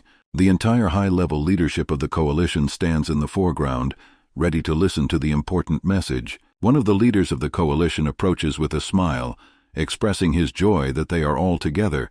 His smile is cryptic and indicates that he has important information. The coalition leaders realize that they need to tell the whole truth and reveal the real state of affairs. One of the mentors asks the girl to tell everything as soon as possible, expressing concern and mutual tolerance for her condition. Even the mentors who came with the coalition do not understand what is going on here, and this adds to the mystery of the situation. The girl is obviously very tired and exhausted by these events. As long as she needs to show what is hidden under her clothes, this moment hangs in the air, creating tension and anticipation. The girl's brother is confused and unable to understand what exactly could be hiding under his sister's clothes, his eyes expressing surprise and anxiety. However, the main leader of the coalition decides to take the initiative and claims that this is the only possible action that will help prove the girl's innocence. He says they must prove their innocence at all costs, regardless of what decision is made. The ninja continues to watch, and his vision is full of understanding of what is happening, although he does not intervene at this point. The girl asks everyone to swear that nothing bad will happen, her voice trembling with anxiety.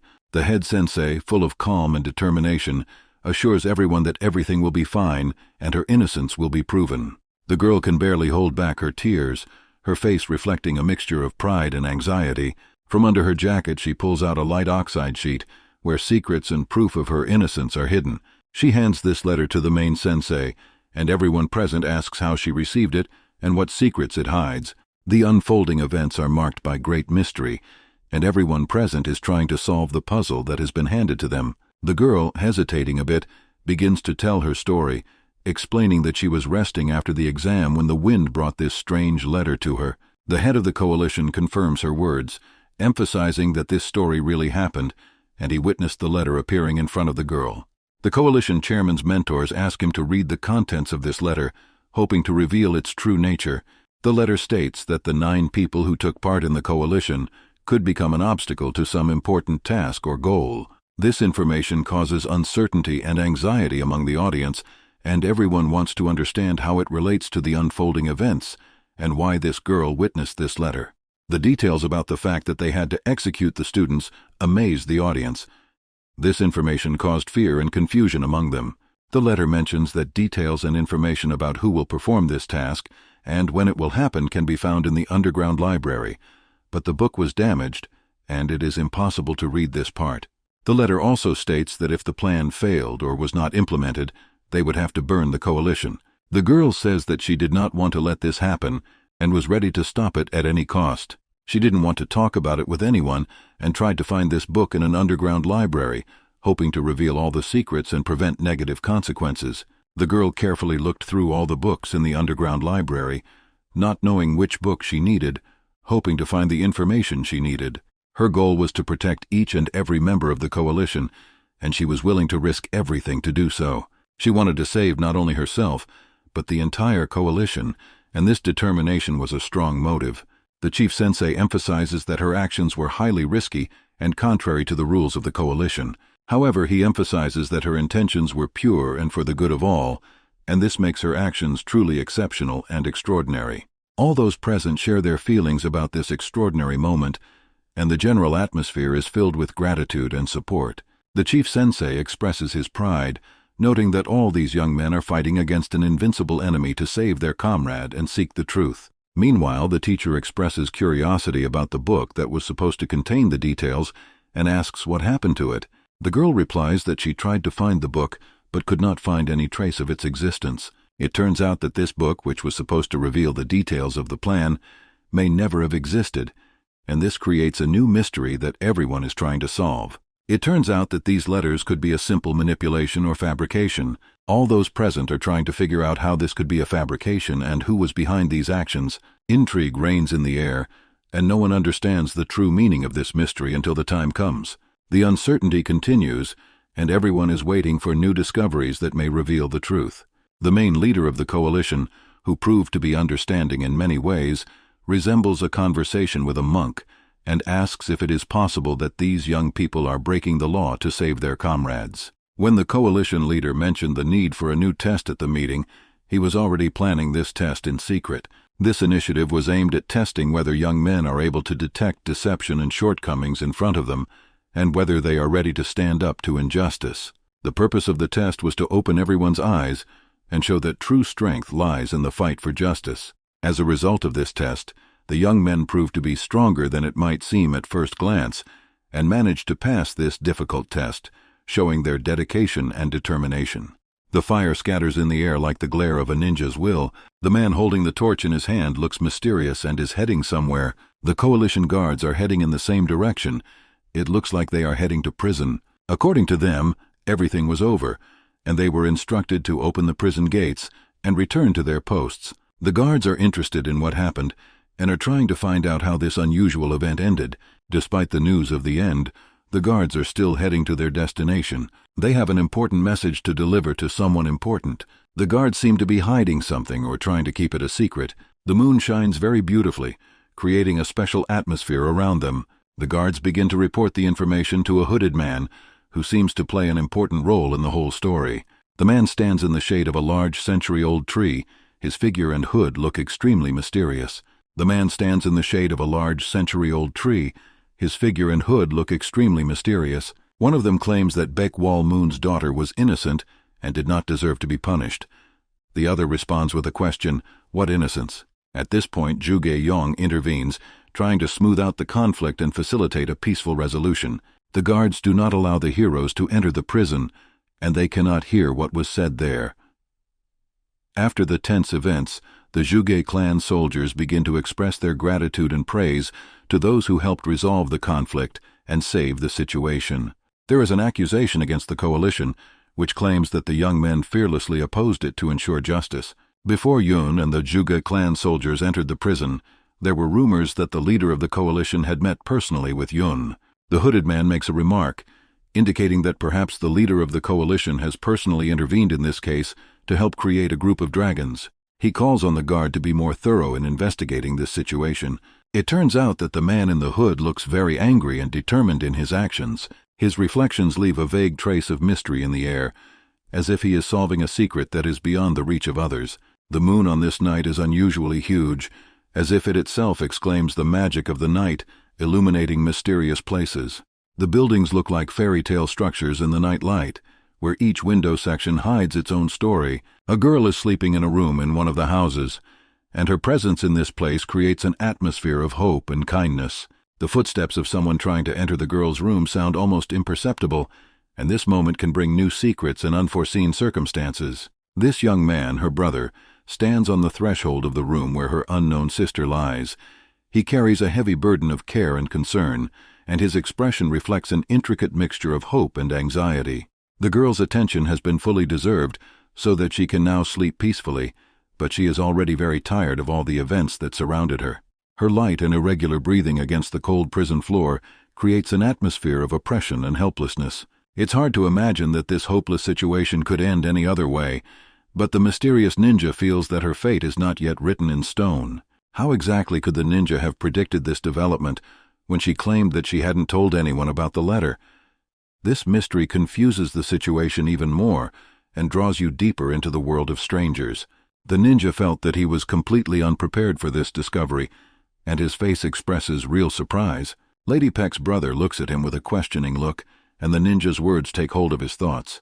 "It would be better if you took the water and stayed by her side, like a normal older brother does."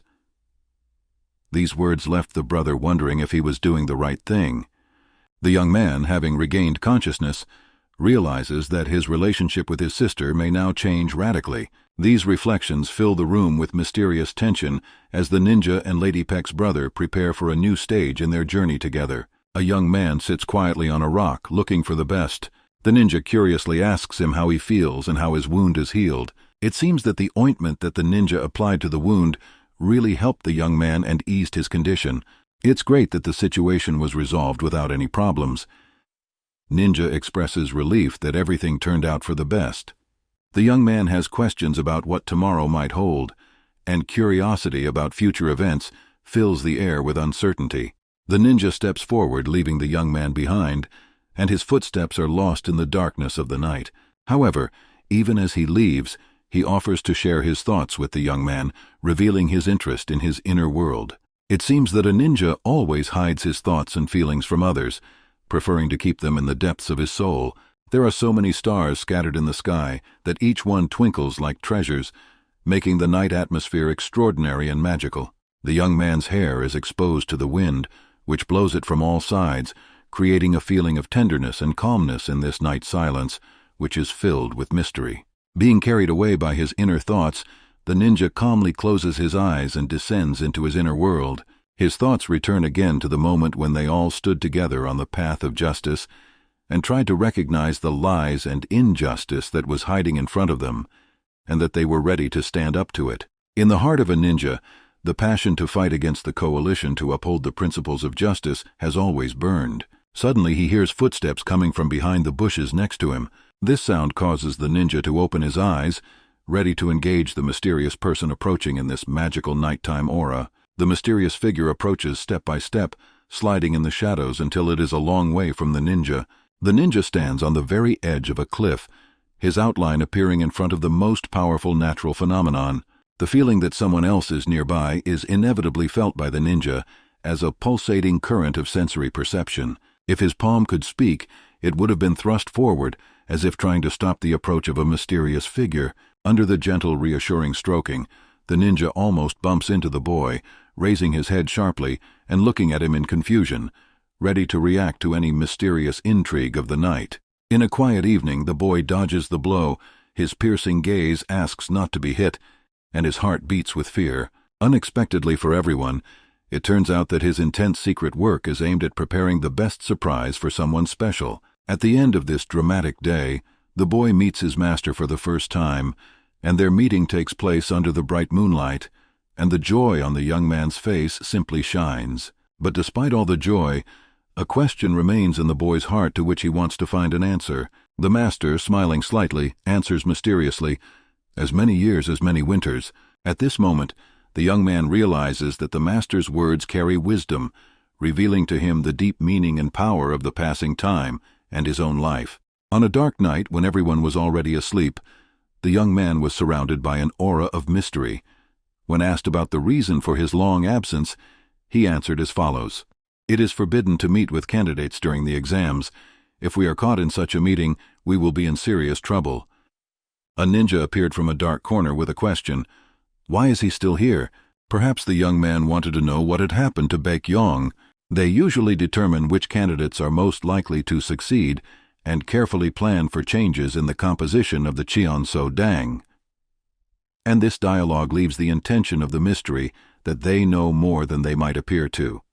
In the middle of the dark night, a young man made an indignant remark, but this year there was no such thing. He was mentally rejoicing or worrying about this unexpected change. The ninja calmly concluded that he could not know the reason for this change in circumstances. His expression reflected curiosity and some uncertainty. The young man, exchanging glances with the ninja, generously asks to know more, wanting to know the details of this mysterious story. "I wonder why Chun So-dan is sending inspection missions." The young man's question expressed his curiosity and uncertainty about what was going on behind the curtain of the mysterious world. A mysterious is heard, making you want to unravel this intrigue further. The conversation is conducted in such a tone as if every word could hide the key to unlocking an important secret. I was surprised to find out that nothing of the sort had actually happened. It was all just a confluence of circumstances or a misunderstanding. It turns out that all these conversations have arisen because of plans to send them on inspection missions. This idea sounds like a challenge that they are ready to accept. Gradually, it becomes clear that the group leader was aware of these plans, and may have even participated in their formulation. The creation of a new team specialized in inspections is noted. This new team is tasked with actively studying and monitoring standards. Now they are doing their best to maintain high standards and ensure safety and discipline in their group. The whole process is reminiscent of the important mission and common goal they are striving to achieve. It seems that under the popular cover of inspections, they may be considering getting rid of those who oppose their interests. Even if such plans exist, they would certainly not immediately implement them, or would they? And here we remain waiting for events to happen, to see what will happen next, how this mysterious story will unfold. The young man decides to say hello to Lady Peck. Perhaps this will help to reveal further details. However, it is clear that the young man came here with a specific purpose, which apparently has not yet been fully revealed. This story remains tense and fascinating. He crossed paths with her only a few times, and each encounter was remembered as extremely important. The ninja decides to organize a meeting to discuss the events further and decide what to do next. Outside, the night is entering its last phase, cozy and mysterious. A new day begins, and with it comes time for new challenges and adventures. The girl is sleeping peacefully on a soft pillow, unaware of the events unfolding at this time. Her dream looks like a perfect contrast to the difficult situations that await the main characters. She opens her eyes, and their emerald rays shimmer in the dawn light like a fleece in the depths of a lake. Feelings of lightness and acceleration leave her after getting out of her comfortable bed. A subtle, sleepy smile plays on her face, as if she were still in the arms of sleep. On the wooden table next to her is a single rounded pill, and in the dining bowl, soup is steaming nobly, the vapor creating an aura of warmth. Exams are looming on the horizon, the Sunday challenge, where their skills will be tested by fire and fury. At this moment in time, she feels a mixture of anticipation and uncertainty before the start of this big day. The exams ended only yesterday, and the main stage of their studies is finally over. During the exams, everyone demonstrated their strength and skills, confirming their level of training. Even the teacher could not stop applauding, impressed by their achievements in the exams that took place yesterday. But now, the reality they are about to face promises to be far more rigorous and painful than any exams they have ever taken. The task ahead of them will require great endurance and determination. Now they are in the center of the action, fighting new enemies. This battle is a challenge they are ready to take on, celebrating the courage and cohesion they show in this dangerous adventure. These enemies are persuading them, disguised as friends, and this makes the situation extremely difficult. The enemies have no limits when they put their hands on everything this group has created and rebuilt. Everything these young warriors fought for looks like sand falling from their hands, and everything they worked for is stolen from them over time. Thanks to thorough internal investigations, they are ready to identify these enemies and put an end to their villainous actions. The teacher unites with his students, ready to influence this difficult situation and support them in the fight against the enemies who hide among them. Together they become the hope for victory and the restoration of what has been lost. However, the teacher does not try to force his students to perform this task.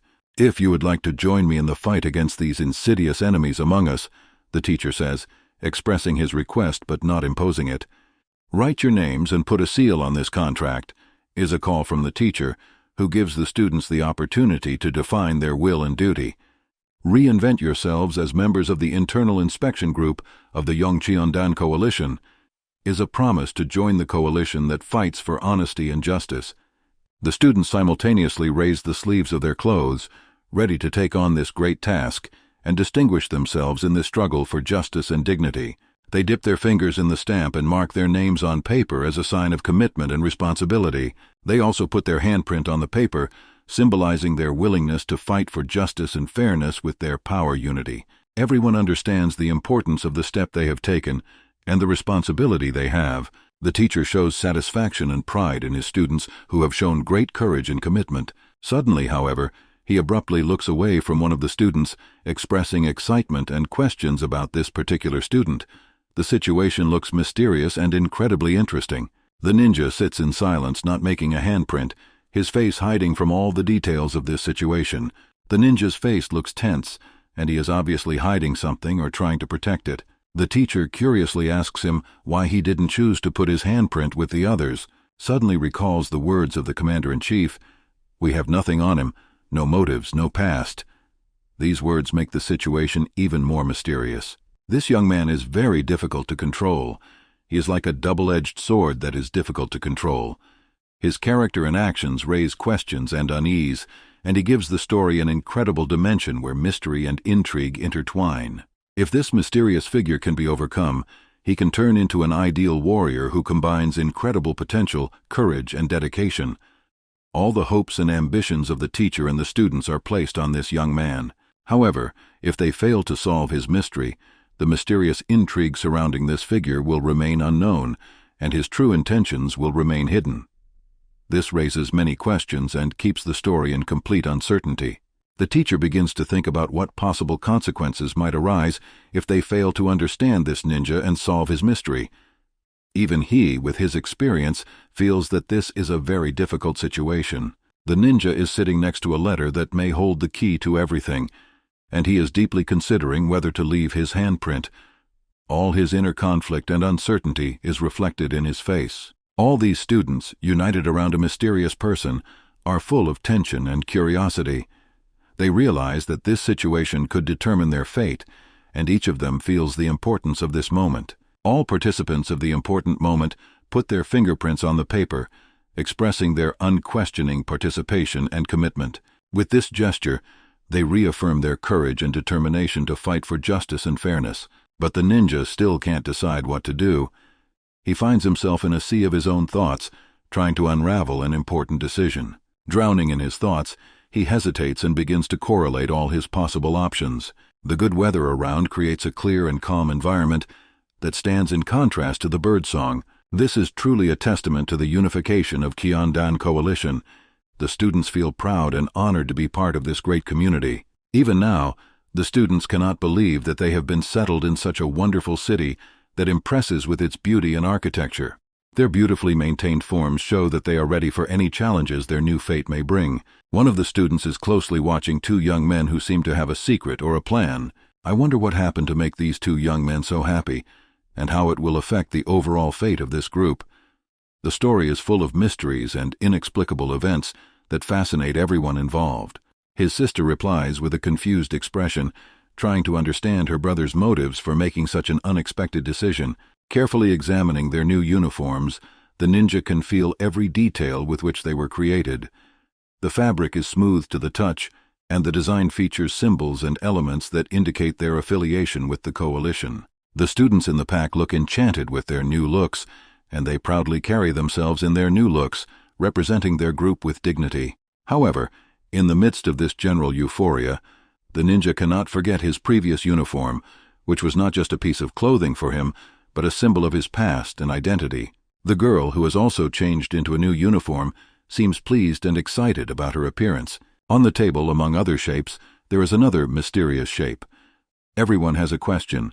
Whose shape is it and how did it get here? It turns out that this is the form of the ninja himself, and he is standing over it, ready to put it on. However, his face expresses a strange combination of sadness and confusion. It is unclear why this important moment evokes such mixed feelings and reflections in the ninja.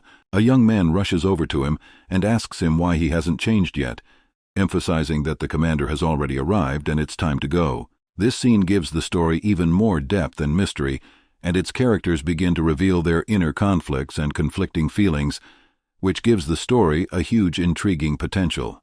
In the humble atmosphere of the first line, the young man obviously feels the mystery of the upcoming event, not knowing what awaits him. In the second line, the vice commander appears like a ghost on the horizon, enveloping himself in an aura of mystery. He adds a new dimension to the situation, and the questions become even more acute. A look of bewilderment is drawn on the faces of all those present, as if an invisible hand had touched their souls, and they do not know how to react to the unexpected situation. The mystery of the moment, raising questions about what struck everyone and what secrets may be revealed in the future. A huge wave of emotions flows as everyone present abandons their feelings of control and is delighted by the amazing appearance of the ninja. The warrior looks great. His posture and facial expressions testify to his greatness and skill. The girl blushed at him, surprised by his impressive presence. The words, "As the Marima story shows, justice without force cannot be realized in our world," are heard, adding an important philosophical note to the scene. So, even on days without formal training, you must fill your strength by training yourself, the teacher says, emphasizing the importance of self-discipline. The students unanimously say they understand, which shows that they are ready to accept the teacher's important instruction. The teacher decided to introduce his students to a mysterious mentor who promised to provide them with valuable knowledge. When everyone was waiting for the mentor, he did not appear in front of them, but suddenly appeared on the roof, standing in the wind like a character from a fairy tale. He announced his name, Do-1. Mentor Do-1 impressed everyone with his bold and energetic dive down, which was so high that it seemed like he was flying. Landing very loudly, he created a noise that vibrated the air and amazed everyone around him. Mentor Do-1 turned out to be very large. His height and massive figure impressed everyone with his power, causing the students to be in awe. An impressive picture unfolds before the students, and they remain amazed by his magical appearance. One of the students notes that the mentor shines with a strong aura that makes him exclaim this impression to everyone. He arrives at the meeting point with amazing speed, covering the distance in a flash. The warrior, looking at his mentor, seems to recognize him, and this makes him quite surprised. The mentor announces that he has been looking forward to this meeting, leaving it mysterious what he might have in mind. The mentor, before revealing his name, decided to approach this meeting with a specific task for the students.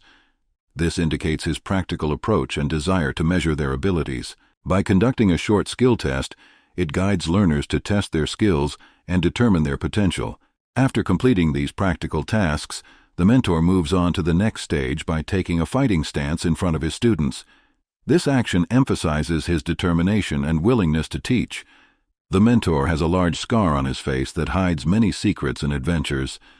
This makes us think that his past can be very impressive and complicated. Interacting with a mentor causes students to have a mixed state of emotions.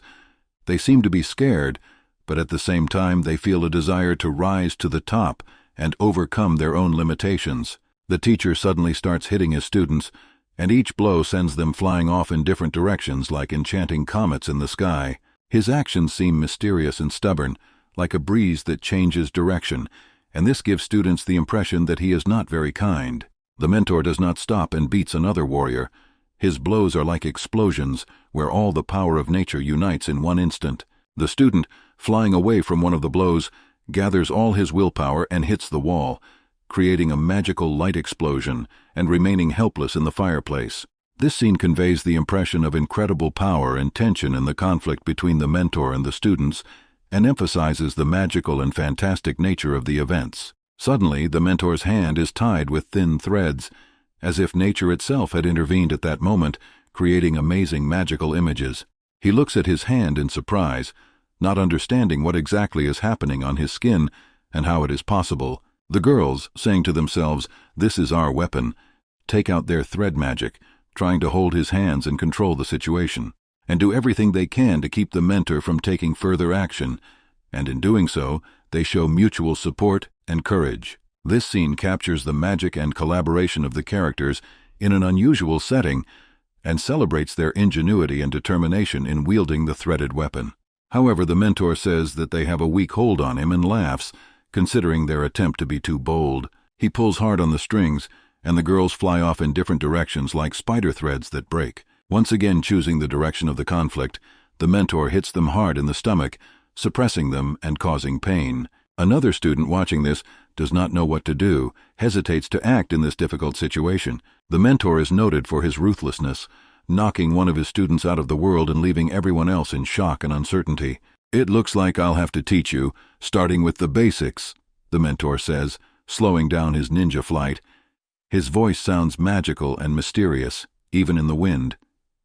The warrior looks at his mentor when he is already in the air and feels his presence fill the surrounding space with energy and mystery. Instantly reacts by putting a block on the mentor's punch.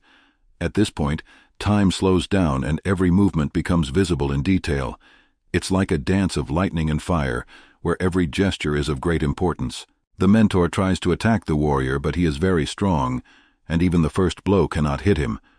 The jolt and tension in the air is extremely palpable. The whole scene is filled with magic, energy, and mystery, which evokes the impression of events in an epic movie. The mentor is surprised by the warrior's courage and strength, and begins to wonder who this mysterious person is whom he is to teach. On this epic battlefield, a grandiose battle unfolds between a great mentor and a young warrior. The student is fascinated by what he sees. Every movement, every stroke seem to him to be amazing acts of skill and mastery. A teacher who is experienced and wise cannot stop marveling at his student's skills. His eyes express admiration and pride at how far his student has come. The audience is also impressed. The girl standing next to him can't stop marveling at this show of skill. It's the first time she's seen such a level of mastery. And the mentor's face shows a look of surprise. He did not expect his student to be so dedicated and accomplished in his skills. On the other hand, a warrior looks forward with confidence radiating from him. He is ready to go through any trials and challenges, unwavering in his stubbornness and belief in himself. The warrior has a flashed feeling that he has managed to restore his memory. At this moment, he seems to remember who this mysterious mentor is. And now the answer is revealed to him. It's a Guang-am, an unholy fist. His eyes are a stormy mixture of impressions, noting the great importance of this discovery. The scar on his face becomes a symbol of his anger and determination. From that moment on, he feels obligated to live up to his name and destroy Guang-am. His arm starts to hurt, reminding him of every moment of his meeting with his mentor. This pain becomes a source of strength and determination for him. It seems that the mentor has hit something extremely strong. His skills and strength have impressed the warrior, and this makes him even more eager to defeat this unusual opponent. I had heard there was a hand-to-hand fighter in prison who crushed the coalition soldiers. The words of the mentor evoke an invincible fighting spirit in the warrior and trigger an important memory. The warrior rises to the height of the challenge, prepared for the next stage of the battle. His young but experienced soul is ready to show his skills. A villainous smile blooms on the warrior's face, and he decisively rushes at his mentor, wanting to hit him with a powerful blow to overcome the legend. The desperate reaction of the warrior's mentor, who is fighting with him, is no less fascinating. He dodges very skillfully, like a dancing cat, avoiding a deadly blow. The warrior decisively dares to kick, directing his kick toward his mentor, but the punches fly over the mentor's head, almost easily overcoming him. This agility and speed are surprising. The mentor, without losing his dignity, admits that the warrior turned out to be a very cunning opponent. His traces and techniques leave him amazed. A warrior grows convinced in his mind that he is invincible, and this makes him even more stubborn in his goal of victory. Meanwhile, the mentor decides to turn on his superpower in preparation for the extraordinary test that is about to come. The mentor, like a magician, watches with admiration what he has conceived. Amazed at the grandeur of his own plans, he recognizes that this battle is turning into something incredible. The warrior standing before the mentor decisively incorporates the fist style of the Spirit King. His movements become graceful and skillful, as if he embodies the spirits of past great warriors. He intends to kill the warrior, carrying his stubborn determination and deep belief in the correctness of his actions. The warrior's fist approaches the young man's face, and the mentor stands up in admiration, watching every movement with attention and expectation. Angrily sticking out his hand, the warrior is ready for the biggest challenge of his life. This moment is filled with anticipation of a great clash. The blow remains within the radius of the hand, not reaching its target. The moment when everything seems important, but at the same time unreal. How could this have happened? The warrior asks himself this question, his mind filled with a confusion of doubts, because he believed that this blow would lead to the outcome of the battle. The warrior was sure that this was how it was supposed to happen. His belief in this was unshakable, but now it is broken. He blocked the fist style of the Spirit King, Master Guang-am. The teacher says these words out of wonder and delight. His eyes express deep admiration for his opponent's skills. It seems that his mentor was right to conclude that he was a strong warrior. The events of the battle reveal Guang-am's true strength and skill, and the teacher rises to a new level of respect for him. Before my fist made contact with his hand, I felt the energy of my fist being offset by the aura of a corresponding force. This feeling inspires me and impresses me with its mystery. It uses a protective aura. How can a sugar butterfly be so capable? The warrior feels incredibly surprised at what he is experiencing in this battle. The teacher realizes that the battle on the brink is becoming too dangerous and stands between them, urging them to stop. He knows that the fate of many may be at stake. "Are you trying to scare everyone before we even start?" The strong man replies to his coach, expressing his unwavering desire to demonstrate his superiority. The mentor seems to be giving himself to the full torture of his job, being deeply involved in resolving this conflict. His strength, insight, and wisdom may prove decisive in resolving this tense situation. He decides to introduce himself by calling himself Guang Am, his nickname for the unholy fist. This open demonstration of his power and position creates a mysterious aura. He takes responsibility for their training, promising to teach them the best skills and secrets of the martial art. The students agree to his proposal, realizing that this could be an incredible opportunity for their development. He is a famous mentor, one of the best in this art. His name is known and his skills are impressive to everyone, but the warrior, despite all the advantages, is not satisfied for some reason. In his thoughts, there may be a mysterious reason for this dissatisfaction that will be revealed over time. The weather is beautiful outside, the sun is shining brightly and the sky is cloudless, creating a beautiful day. The scene they see has no logical explanation. The fist looks like it has been knocked down or broken. One of the teachers looks at his damaged fist in disbelief, trying to understand how it happened. A man approaches him from behind and asks, "What is Guang Am?" His question adds to the mystery of this strange situation. Guang Am turns around and bows to the respected leader. This respect and submission to the new character makes the situation even more unusual and interesting. People may say that he is indifferent to Yun Chong Dan, but in reality, he hopes for his success more than anyone else. His true feelings are deep and hidden. Sir cordially asks the mentor to coach them at a higher level. His desire to develop his own skills is genuine and unwavering. The head of the coalition is pleased with the mentor's decision and support for his training. He realizes the importance of this moment for the success of their team. He asks for attention to be paid to someone he really thinks is unthinkable, alluding to Cheong Dan.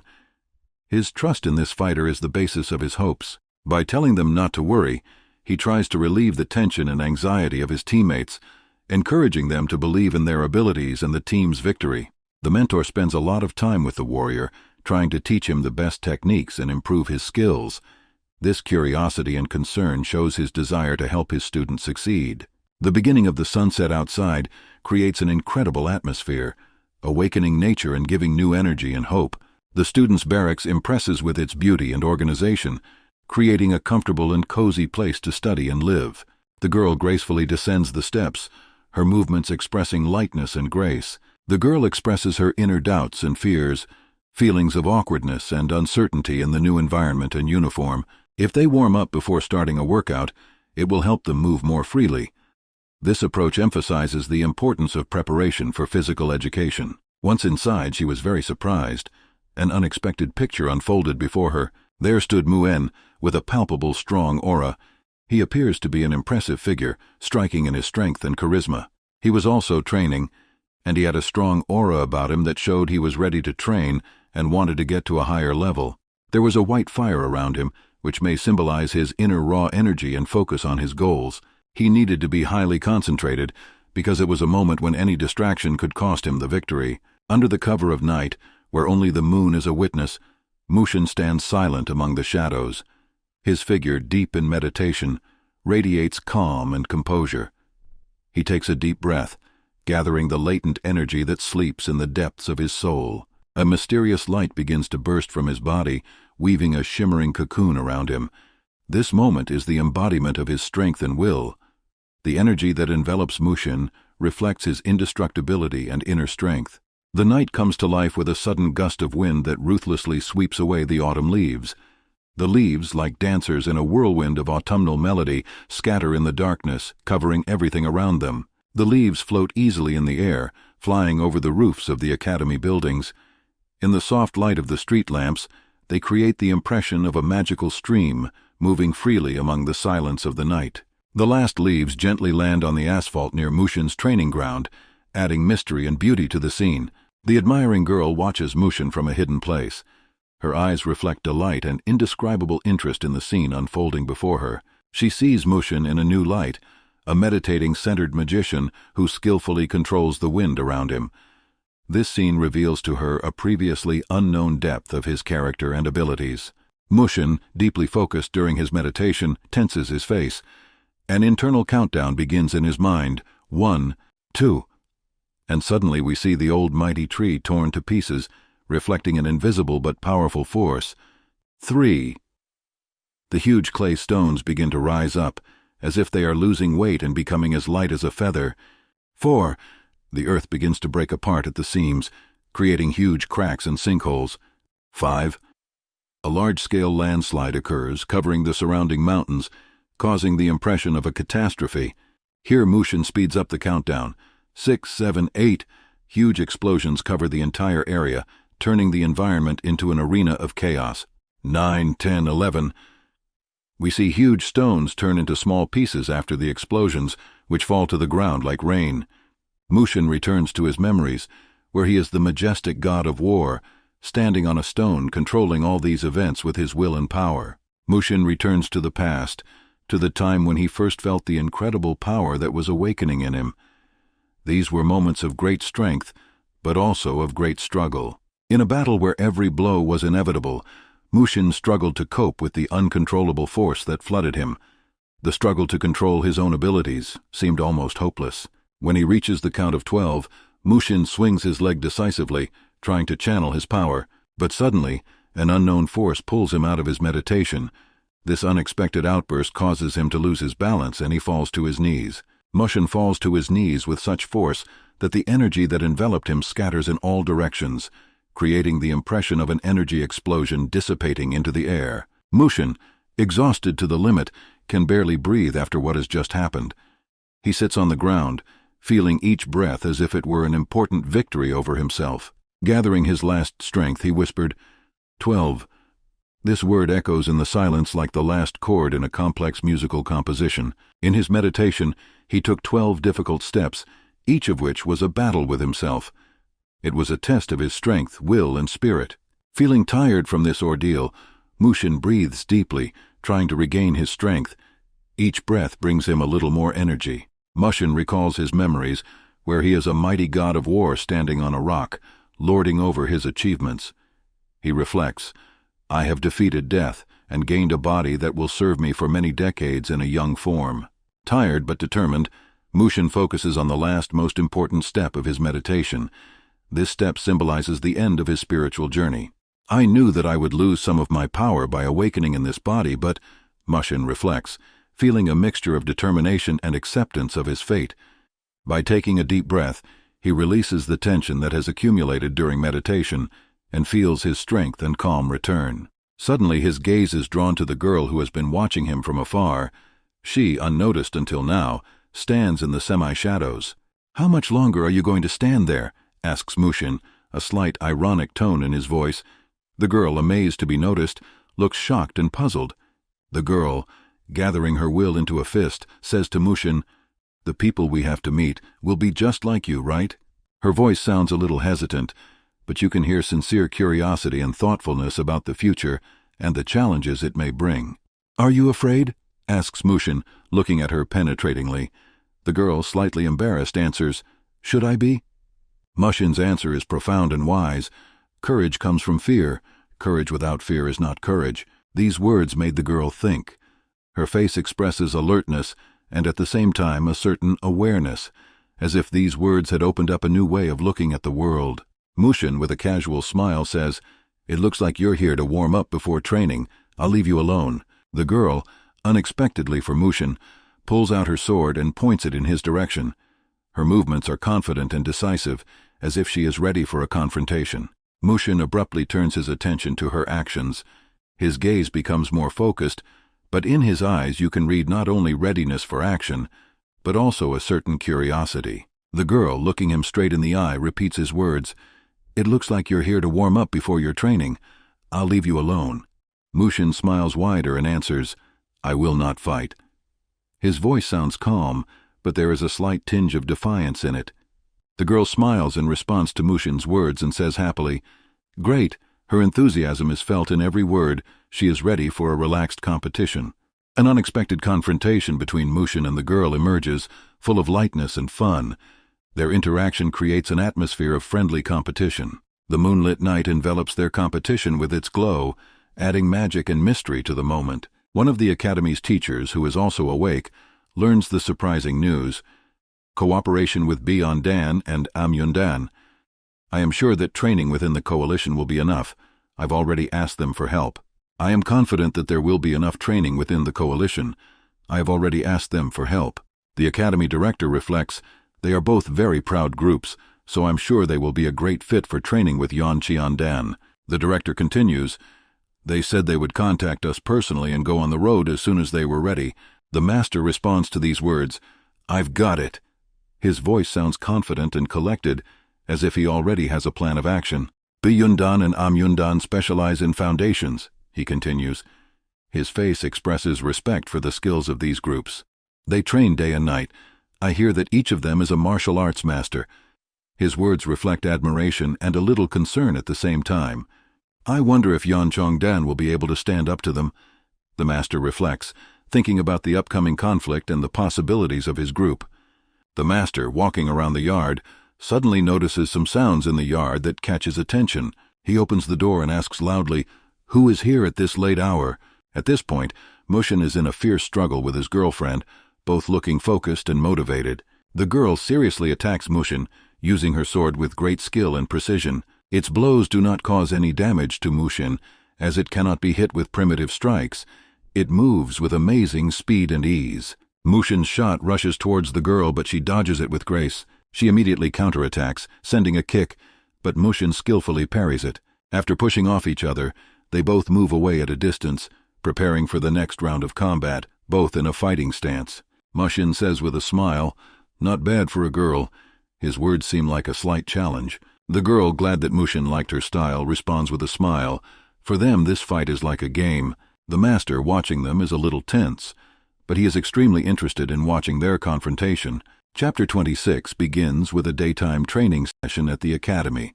Against a blue sky, a sword called the Dragon Sword flies upward, symbolizing the beginning of intense training. The director of the academy, a true master of his craft, sparred with the students.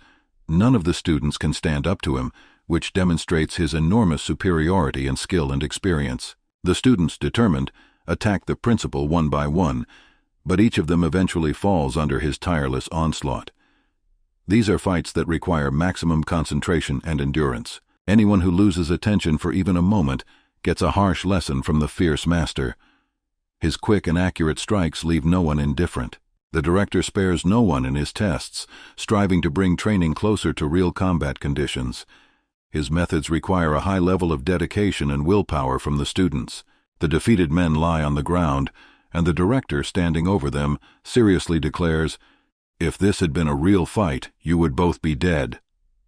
His words echo through the quiet courtyard. Next, attack, the principal commands, addressing the other students who are preparing to try their hand at it. One of the students unexpectedly attacks, but misses with the stick as the principal deftly dodges. His movements are quick and precise. Addressing the student, the director ironically remarks, Hit-and-run tactics, I won't give you a chance. His voice is challenging and slightly teasing. At the moment, the principal is about to grab the student.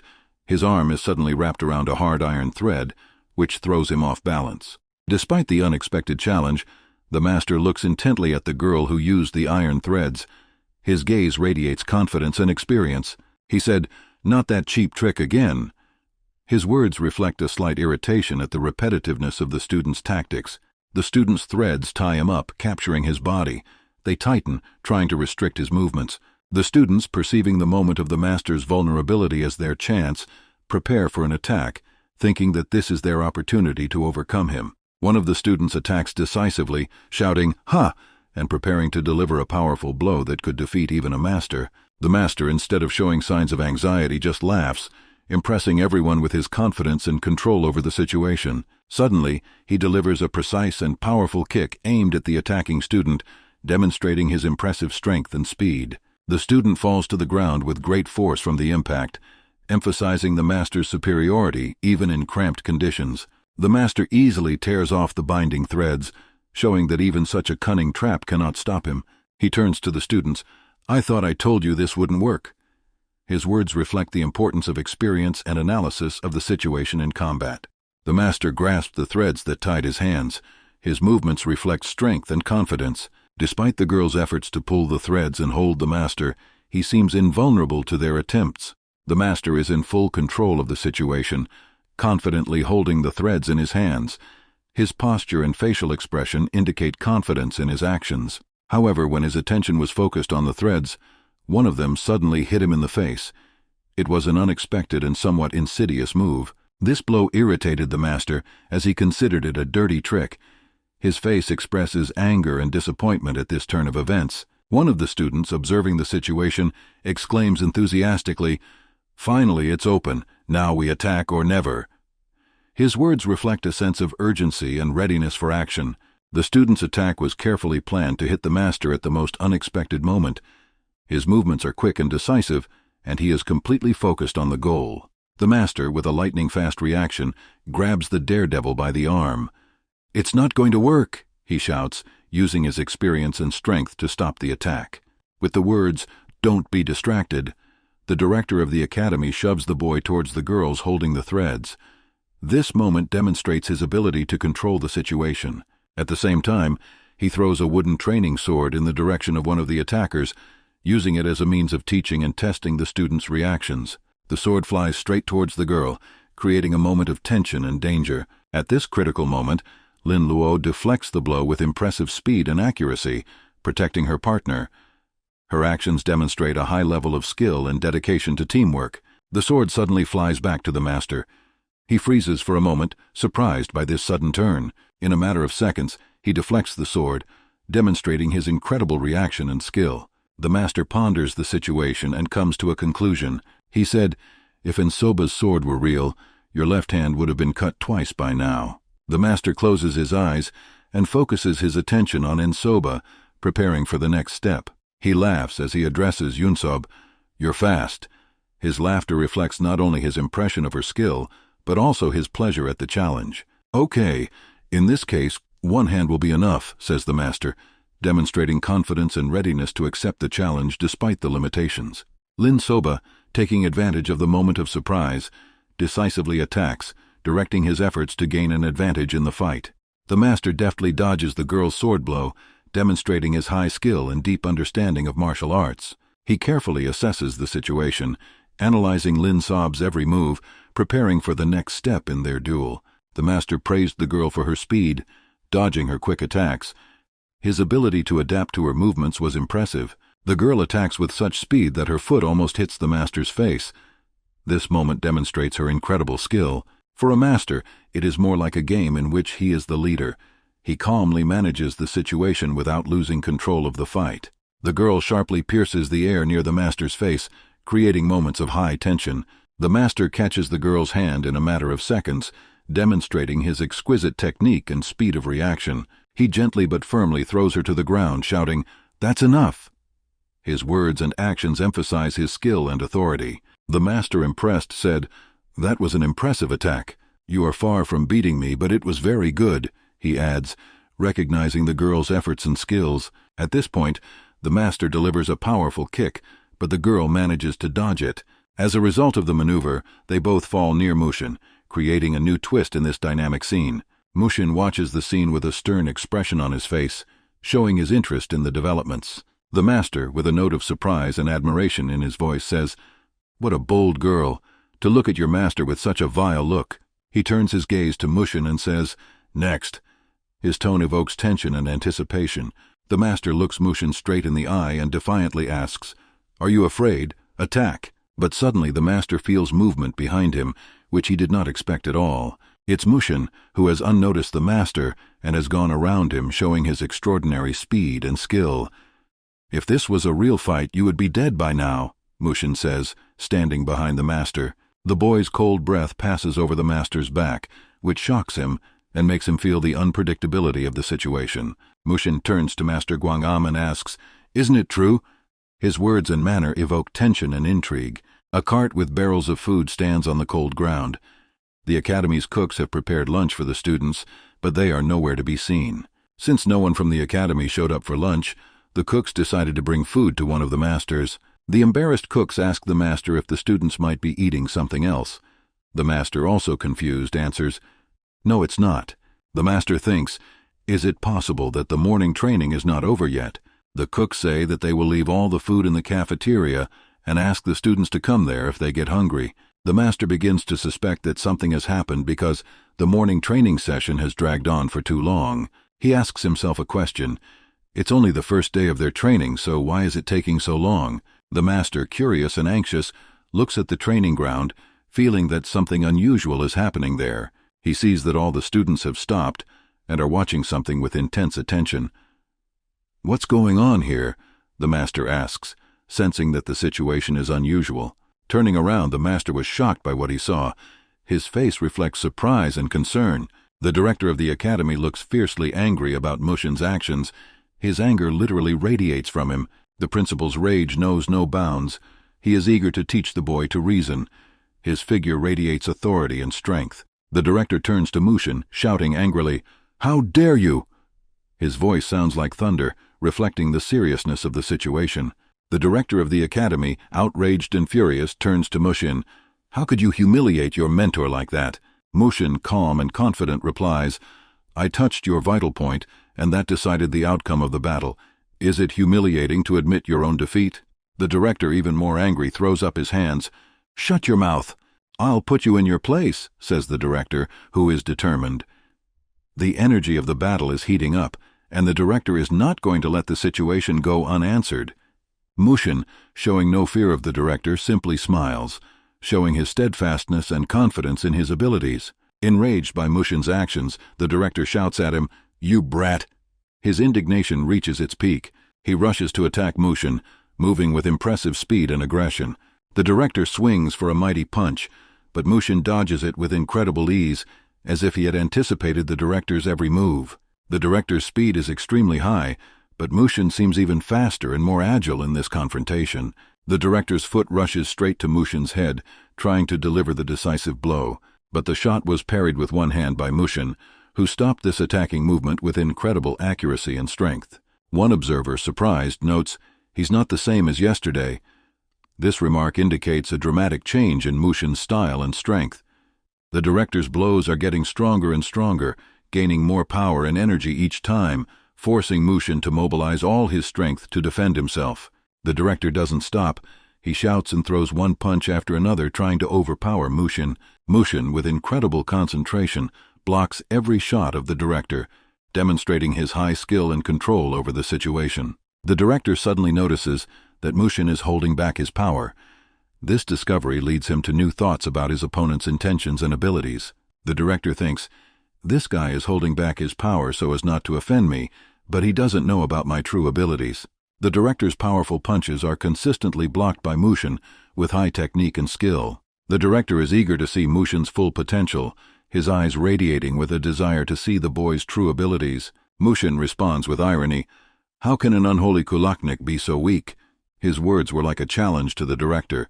These words struck the director, and a cold stream ran down his skin. He said, "You brother."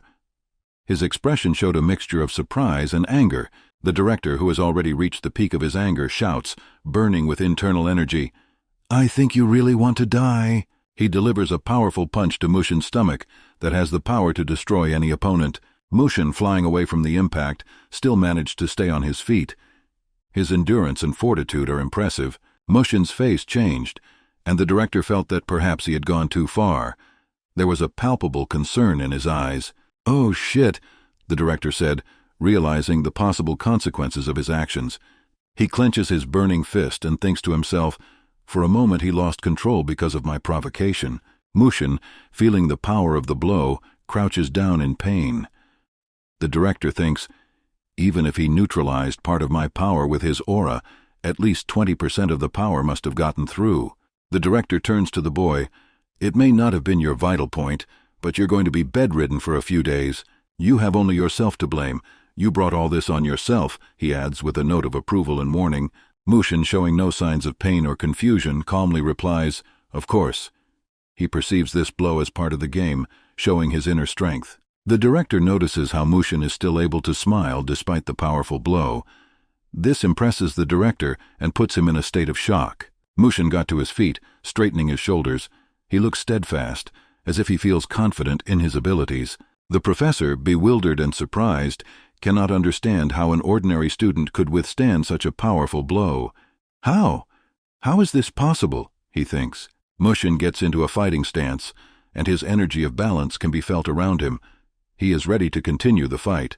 Mushin's face radiates unbreakable strength and impregnability. His eyes are calm and confident. The professor notices an energy in Mushin that seems familiar to him. He begins to realize that he is not just a student, but someone much bigger. Mushin's stance and his expression in the director's eyes resemble the image of a god of war, which is very familiar to the director. It is an image of strength and power. The director catches himself thinking that this cannot be possible. His eyes show a mixture of surprise and disbelief. Mushin radiates an unwavering confidence that frightens and impresses everyone around him. He stands like an unyielding pillar in the face of his director. Mushin turns around when he hears the words "enough" spoken by another master of the academy, who stops the confrontation. This master turns to Mushin.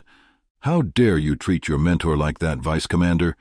His voice sounds stern and defiant. Moon, one of the students, walks in and asks, "Have you arrived yet?" His words bring a new element to the situation. Another master turns to the director. "Calm down, Master Guangam." His voice brings a touch of calm to the tense atmosphere. "He wasn't taught good manners, so please understand," this master adds, trying to ease the tension between Mushin and the director. The director's cold gaze slips past Mushin, feeling his steadfastness and confidence. Mushin stands motionless, looking the director straight in the eye. He is ready for any continuation of events, showing his inner strength and endurance. Mushin, known as one of the most powerful warriors of all time, has run into the legendary god of war. His name was heard in all corners of the world, and his fame was even accompanied by great fear. It is known that his mere presence on the battlefield was enough to make his enemies tremble with fear. However, Mushin's mysterious mentor is convinced that this invincible hero died half a century ago, leaving behind only legends and memories. Half a century has passed since the last time the hero appeared with such an extraordinary aura. It seems that he met another hero again who had an aura similar to his own. It could be a mistake or it could be a true event, but it remains a big mystery. In fact, at that moment, something unheard of and extraordinary happened here. Master Guan Am has killed multiple criminals over the years, the elder said during a conversation with Mushin. Mushin may not need additional training with this hero, but others will need it to overcome the danger. Now it's time to be very careful and cautious in Mushin's training process to avoid any new difficulties for his coach. Mushin states with great clarity that he had no intention of causing trouble. The teacher emphasizes that he has always had a certain complex idea in his head that he hopes to realize. Nevertheless, Mushin now has an important role as a member and vice commander of the coalition, which brings new responsibilities and requires him to take a very serious approach. Now he must approach everything with great care and dedication, because his decisions and actions affect the fate of many. Mushin makes his promise with a sense of inner determination, promising to try his best. His coach is amazed and believes in Mushin, sensing his genuine willingness to work hard. Mushin is in fact impressive in his determination and perseverance, but his thoughts and plans remain a deep secret to others. No one around him can imagine what he is thinking, and this mystery makes him an even more interesting character. The warrior tells his students that in the evening they will have the opportunity to train with each other, giving them the chance to improve their skills and try their hand at battle. They have a difficult path ahead of them that they will have to travel, must remain calm and continue to move forward despite all the difficulties ahead. The sun gracefully descends behind the clouds, creating a spectacular sunset. One of them holds a sword in his hand, ready to overcome any challenges that may come his way, the image of a common goal and the uncertainty of the future, and leaves the reader waiting for further adventures. Jean asks the young man where he is going on such a beautiful day. "Do you want to meet Mu Wu Yun Chong?" he asks enthusiastically. The dialogue continues, noting that this is their first meeting, and that the young man realized that Mu Wu Yan Chong Dan is not so simple. He became Yan Chong Dan's second in command, didn't he? "There's nothing you don't know," the young man replies, clearly implying that they are talking about something secret. "It is what it is. You asked me to tell you when the place for the martial arts training will be determined, didn't you? The decision has already been made." Mushin feels an unusual anxiety that is not at all like the usual state of affairs. This event is one of the most significant in the history of Cheonseodan, where influential representatives of other famous sects meet and even study the teachings of their masters, says the interlocutor. They usually try to build ties with other sects on their own in order to gain their consent and support. But this time it seems that the leader himself took the initiative to choose the sect and set the date. Mushin thinks deeply about this. What kind of sect are we going to? Mushin begins to wonder. "The Hebei Peng clan," replies the interlocutor with a well-known view of the future. This text tries to convey Mushin's emotions and inner state, describe the majesty of the event and the leader's decision, and create an image of the mysterious Hebei Peng clan sect. Mushin is uneasy about the fact that the Hebei Peng clan is simply standing still, not overcoming any obstacles. As the owners of the Hebei region, they undoubtedly had reports of the blood serpent's existence. If they don't take any action against them, even with their knowledge, it hints that there might be a secret between them. He muses with concern.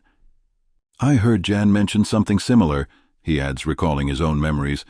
The dialogue between the two reminds Mushin that this situation is indeed unusual and strange.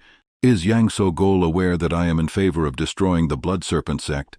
It is possible given his thorough knowledge, Mushin speculates. As for my personality, it's hard to imagine Yang So-gol finding out about this. Mushin brings his thoughts to the surface. The uncertainty and mystery of these events overwhelm his thoughts, and he wonders if he can really trust Yang. The peaks of the mountains are higher than the clouds, directing their majestic contours into the boundless sky. In the distance, like a mystery, a path winds, leading to an unknown traveler who has mysteriously set off to the world of mountains. For a traveler resistant to fatigue, making his way among rocks and forests, overcoming many more heights and putting the extreme point of his journey becomes a real test. And when he stands on the windy crest, out of breath from the effort, unforgettable memories and important moments of the past arise in his heart, references to the wisdom and importance of avoiding hard work, which sound more than ever before this moment like valuable advice from the life of nature itself. Before him is a huge mountain, which seems to be the most impassable barrier, and he doubts the wisdom of choosing the most difficult path that opens before him. His body is bent from repeated fatigue, and he cannot raise his face, trying to muster the strength for the next stage of his feat. His face is covered with a mask of lifelessness, and his eyes reveal only exhaustion and emptiness. Muon Prav are mysterious symbols that suggest doubts and mystery. An organization whose size remains unknown, which has no analogues, is secretly operating behind his back. What surrounds them remains incomprehensible and elusive, and they feel that unknown forces lie beyond their understanding. Yang recalls his inner memory of a conversation where he was called upon to know something important, and the entity's voice was filled with incredible confidence. Promising to reveal the whole truth later, he guarantees that he will not refuse this mysterious figure who speaks so boldly. As a master swordsman, Sun Woli orders Yan to help him in the most important tasks, which creates an extraordinary twist of mystery. The swordmaster is said to be the dream of Will himself, which creates an aura of mystery around the name. At the mention of this conversation, Ian has a very mysterious expression on his face, asking about the secrets behind the knowledge he has. Listening carefully, I hear messages about the swordmaster, son of the Will. It is noticeable how time and age leave their traces, reducing the former sharpness of his spirit and insight. But who will dare to ignore his commandments? Irony and tension, and the contradiction between Yan and the strangers is revealed. A faint smile appears on Yan's face as three strange men slowly approach him.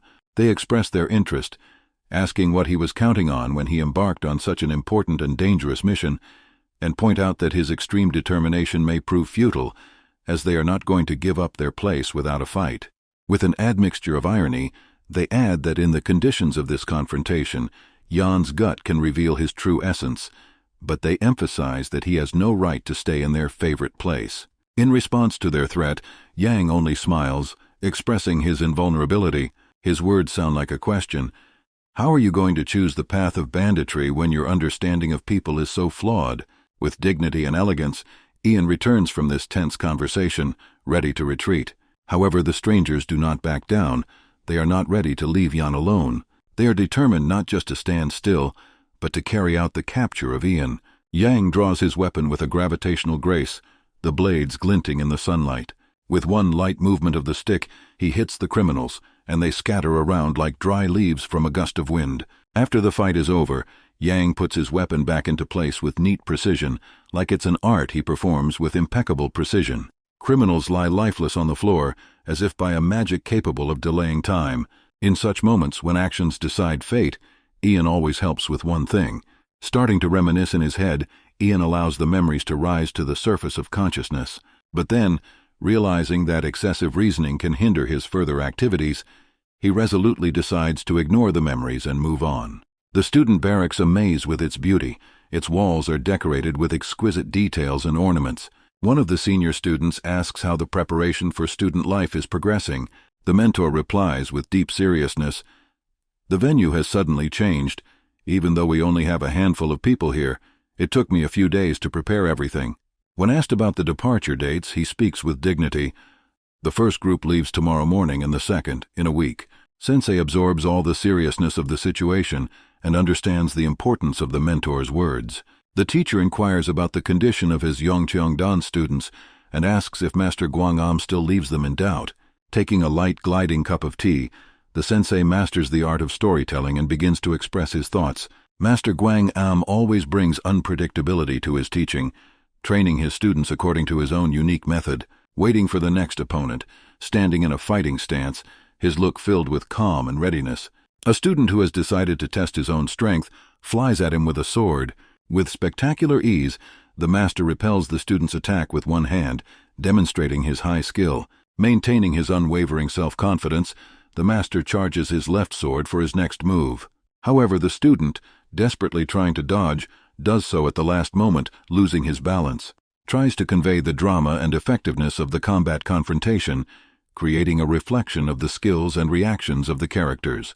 The mentor impresses with his skill, deflecting the blow of the sword with his hand, which only strengthens his authority. Many students gather around him, ready to join the training. With laughter and joy, the mentor emphasizes the successful progress of the student who learned yesterday's lesson well, pushing him to further growth. Now, slowing his movements, he summons the next apprentice to battle, ready to share his knowledge and experience. Inside the master is an incredible power that explodes with every movement, and this power makes him a master of impeccable craftsmanship. Great strength and skill of the master. He is always ready to overcome any obstacle and defeat any opponent, which is why he is recognized as a master of his kind. A quiet gasp of a young student who decided to try his hand at striking a sword blow at the master's most vulnerable moment will be heard from the depths. However, the master, who is incredibly sensitive to the environment, senses danger and, like lightning, responds. A kick, which stops the student in his intentions. The student instantly leans back, ready to land on one leg, demonstrating flexibility and coordination. The master, standing like a stone, begs all the students to attack him at the same time, opening up a huge opportunity for their growth. He chooses the role of the one to be beaten as a symbol of his faith in their abilities, ready to take their best blows. The master even offers to increase the difficulty of the training, taking their skills to a new level of challenge. Just when inspiration is lacking, a new student appears on the horizon, ready to join the training and send his own challenge. The weather is incredible today. We start the story by mentioning the great weather, which may be important in the future. Ninja students are growing very fast, an indication of the rapid progress of students in learning ninjutsu, which can be a key event. The mentor says that he can barely cope with them anymore. The mentor seems to be impressed with their achievements, but also feels pressure and responsibility for their education. But I wonder how they could have developed so much in such a short time. This raises an intrigue about the secret of students' success, emphasizes that the students' results are the result of their work and Master Giban M's skill. You can hear the sound of metal hitting stone. It's a sword hitting an invisible obstacle. The aura of the student's blade is unstable, shimmering around the blade, showing the inexperience of the wielder. It's impossible to get a normal aura given the condition of these swords, the student thinks, sighing in frustration. In a real battle, there will be no excuses. Every moment can decide fate. Mushin asks a profound question. Do you know what it means to achieve harmony with the sword? Is an invitation to reflect on the mysteries of mastery. It's just a huge amount of time spent swinging a sword. It's not just physical exercise, but endurance and dedication. But in harmony with the sword, you become one with the blade. You feel it as an extension of your hand and soul, as if you are free from restrictions. And you will no longer be bound to swords. This means transcending material limitations and achieving free will. You can achieve harmony with a sword, even with a blunt training sword like this one. Skill does not depend on the weapon. Even so, using a normal sword instead of something that can break at any time like a branch would be. The student reflects on the importance of the quality of the weapon in his or her journey. Mushin decisively pulls a branch out of the tree, as if he knows that it will become an important tool in his next actions. He cleans it of leaves, preparing the branch for a demonstration of his skills. He starts swinging it, performing the exercises with unexpected grace. Mushin undoubtedly wants to demonstrate something important, approaches the stone, preparing to demonstrate his technique or strength. All the students stare in disbelief, not believing that Mushin is actually preparing to demonstrate a serious technique with such a simple object as a branch. Mushin plunges into memories, focusing on the moment he has to demonstrate. Suddenly the stone breaks in half, indicating incredible skill. "I bet hook on a drink," he exclaims, revealing that this demonstration was part of a friendly competition. "Can you cut this stone in half using a stick?" Mushin challenges, showing that skill does not depend on weapons. "Who bet that I could do it? We both did." This reflects the spirit of competition and confidence in one's abilities. "How boring. Why bother with an insignificant bet? How about we bet you can't buy us a drink?" This is the offer that raises the stakes. Mushin returns from memories to reality, focusing his attention on the present moment. He waves a branch next to the stone, demonstrating his technique and skill. His movements were very fast, barely noticeable to the eye, causing admiration among the students. The stone, like a fragile crystal, cannot withstand the onslaught of Mushin's elusive power, and breaks into two equal parts with a loud crack, as if testifying to an invisible skill that surpasses natural laws. The students stand in awe, their faces illuminated with wonder and disbelief, experiencing a moment of profound inspiration, witnessing the true mastery that is revealed to them. The girls, overwhelmed by silent amazement, cannot find the words to express their feelings. Their eyes reflect genuine admiration, and they stand there as if mesmerized by this magical scene. Outside this place of power, the evening slowly fades into night, and the stars begin to twinkle in the sky, adding to the mysterious beauty and mystery of the moment. The girl, enveloped in the evening silence, goes to rest, walking along the paths that lead her from the noisy day to the tranquility of the night. Her steps are suddenly stopped by someone talking around the corner. The words about the upcoming trip tomorrow penetrate her ears, arousing curiosity and uncertainty. "If I find out anything, I'll contact you through Jan." The voice reflects the tension and importance of the situation. The fact that Jan from Gol accepted our request means that he also knows something. The words are full of hidden meanings and suspicions, revealing the importance of the information. There is definitely something suspicious going on there. Be careful out there. Don't worry. These words leave a sense of mystery and danger that may await them on this upcoming journey. "I am not that weak. You can't beat me that easily." The words are spoken with confidence and strength. They sound like a challenge that demonstrates unwavering determination. Mushin, standing still, looks at the young man with courage and calm, his gaze radiating the confidence and wisdom of a veteran. "I'm used to it, Han Seojin." His words reflect his experience and adaptation to constant challenges and competitions. Everyone is busy on the training ground. I think the aura of the blade used on the branch really fired them up, reflecting on the impact of the demonstration on others as a stimulus to their development and competitive spirit. It seems that Yun Chongdan will become even stronger, a prediction that reflects positive expectations and recognition of the young fighter's potential. Mushin addresses the girl with a question filled with curiosity and concern. "Why didn't you join their enthusiasm?" inquiring about the reason for her isolation from the others. "He's Unhyun from Cheon Seodan, right? The man you were just talking to." He tries to make a connection, revealing a possible reason for her pensiveness. "You're in his plans for the development of Yong Cheondan?" "Maybe." He hints at a secret agreement or strategy that might combine their interests. She looks at him with very serious eyes, as if this conversation is the key to her. "Don't you think it's rather rude that you're hiding this from me?" She speaks frankly, expressing her dissatisfaction and disappointment that her plans were kept secret from Mushin. "If we're going the same way, I should at least know what's going on." The girl says these words with a sense of the importance of the common goal and the need for awareness. "Do I have to report back to you on everything I do?" Mushin answers, trying to balance personal independence with mutual openness. "You don't trust me, do you?" They exchange questions that reflect the tension and need for mutual trust in their relationship. Do you really trust others so easily? It raises the question of trust and its importance in their communication and interaction. She finds herself in a stupor, not knowing how to answer, as these questions reveal deep reflections on trust, loyalty, and cooperation in their relationship. It seems that this question is not easy for her. She struggles with her feelings and thoughts, trying to find the answer in the depths of her heart. This conversation hits them both hard, creating a moment of sincerity and openness that is key to their relationship and future together. Unexpectedly, she exclaims that she trusts him, opening her heart despite her internal doubts and fear. Although this is not easy for her, her words radiate sincerity and courage, reflecting her genuine desire to trust and support. Her words touch Mushin deeply, and he feels the strength of her trust, which becomes an important moment in their relationship, strengthening their mutual respect and understanding. A beautiful scene unfolds outside, marking the beginning of a new chapter. A gentle breeze sways the leaves on the trees, and the soft light of the evening sun colors everything around in warm shades, creating an atmosphere of new beginnings.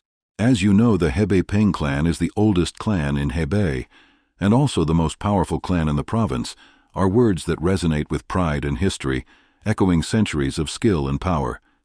You will be taught a lot there, so make the most of your time during these months of martial arts training and come back safe and sound, is a call to development, mastery, and caution.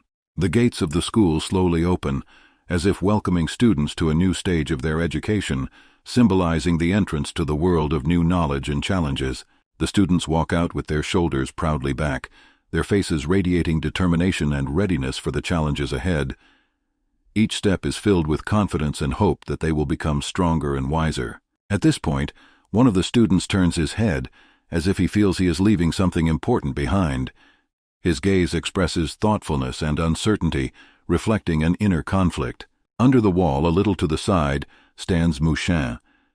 He is calmly and attentively watching his friends, with whom he has gone through many trials and achievements. He watches his friends walk away, their figures moving away, as if symbolizing a separation on the paths of fate. His gaze is full of deep thought and emotion, but they need this journey. It is part of their path to development and mastery. Mushin understands that sometimes you need to let go of friends so that they can grow and develop. They just went to the Hebei Peng clan. This is not just a physical separation, but also a step forward in their personal and martial journeys. It is a moment that will change their lives. Neither too late nor too early, just in time. The elder says these words as if to emphasize the perfection of the moment when everything happens in the best possible way, according to an invisible plan of fate. Excuse me for asking, but why the Hebei Peng clan? Another elder expresses curiosity, trying to understand the reasons for the important decision. Hubei and Honam, Sichuan and Qinghai, and even Manhua in Shanxi province. He lists the places that are known for their educational traditions and craftsmanship. All of these places were trained, but not in Hebei. The elder shares history and traditions, pointing out the importance of different regions in martial arts culture. So I told them that this time they should go to Hebei, the elder concludes, emphasizing his decision to provide his students with new experiences and knowledge that only this unique clan can offer. What if we had ignored? The elders continue the conversation, considering hypothetical scenarios and reflecting on the consequences of their decisions. It would be disrespectful to them, one of the elders says, emphasizing the importance of respecting and recognizing the achievements of others. Fog descends on the mountains, enveloping the landscape in a veil of mysticism and mystery, creating an atmosphere of reflection and foreboding. Given that he is strong enough to earn the rank of vice commander in Yunqiandan, the discussion continues with a focus on the individual's qualifications and merits. And that he is a hand-to-hand fighter who fits the description. They analyze the characteristics and skills that make this person ideal for training and development in the Hebei Peng clan. In the dark dungeon, a conversation is heard, tinged with mystery and tension. I believe the mysterious man from the coalition. This is the one responsible for what happened to the Blood Serpent sect. The voice expresses confidence and suspicion. His name, Mu Ye. The name is spoken, repeated with surprise by the other interlocutor, a large man drinking alcohol. His reaction expresses surprise and curiosity about this person. "Yes, yes, he is so interesting," he says, continuing the discussion. These words indicate a growing interest in this mysterious figure. And according to the latest report, Cheon Seo-dan was supposed to go to the Hebei Pan clan this morning to train martial artists. Information is added about the events that take place in parallel, strengthening the sense of connection between different storylines. The Hebei Pan clan. This was obviously a hasty decision on the orders of their leader. A voice in the dungeon suggests a sudden decision that could have been triggered by a command from a higher authority. "Huh, looks like the old man beat us to it," another voice says with a bit of sarcasm, recognizing that their plans were outmaneuvered. "Continue to monitor Yeoncheong-dan and Mu-yeon and prepare to leave for Hebei." The order sounds decisive, indicating the importance of these actions to their plans. When the servant tries to apologize for something, he is immediately hit on the head with a bottle. "A mere shadow dares to dispute the words of Changdaon?" the big man asks, expressing his displeasure. The servant replies, a little confused by the unexpected blow. "I'll get to work on the preparations right away." This confirms his willingness to obey orders, regardless of the risks and dangers they entail. This man, burdened with bad intentions, pervades the dungeon with his sinister aura, giving orders that bode ill for the future. The scene shifts to the school, where the atmosphere is much calmer and lighter, contrasting with the dark conspiracies of the dungeon. Do 1. No training is scheduled for today. What brings you here? The teacher greets the visitors with surprise and curiosity, not understanding the reason for their unexpected visit. "I received a reply from Bi-yun-dan and Am-yun-dan." These words are spoken with a certain important hint, as if they carry significant information.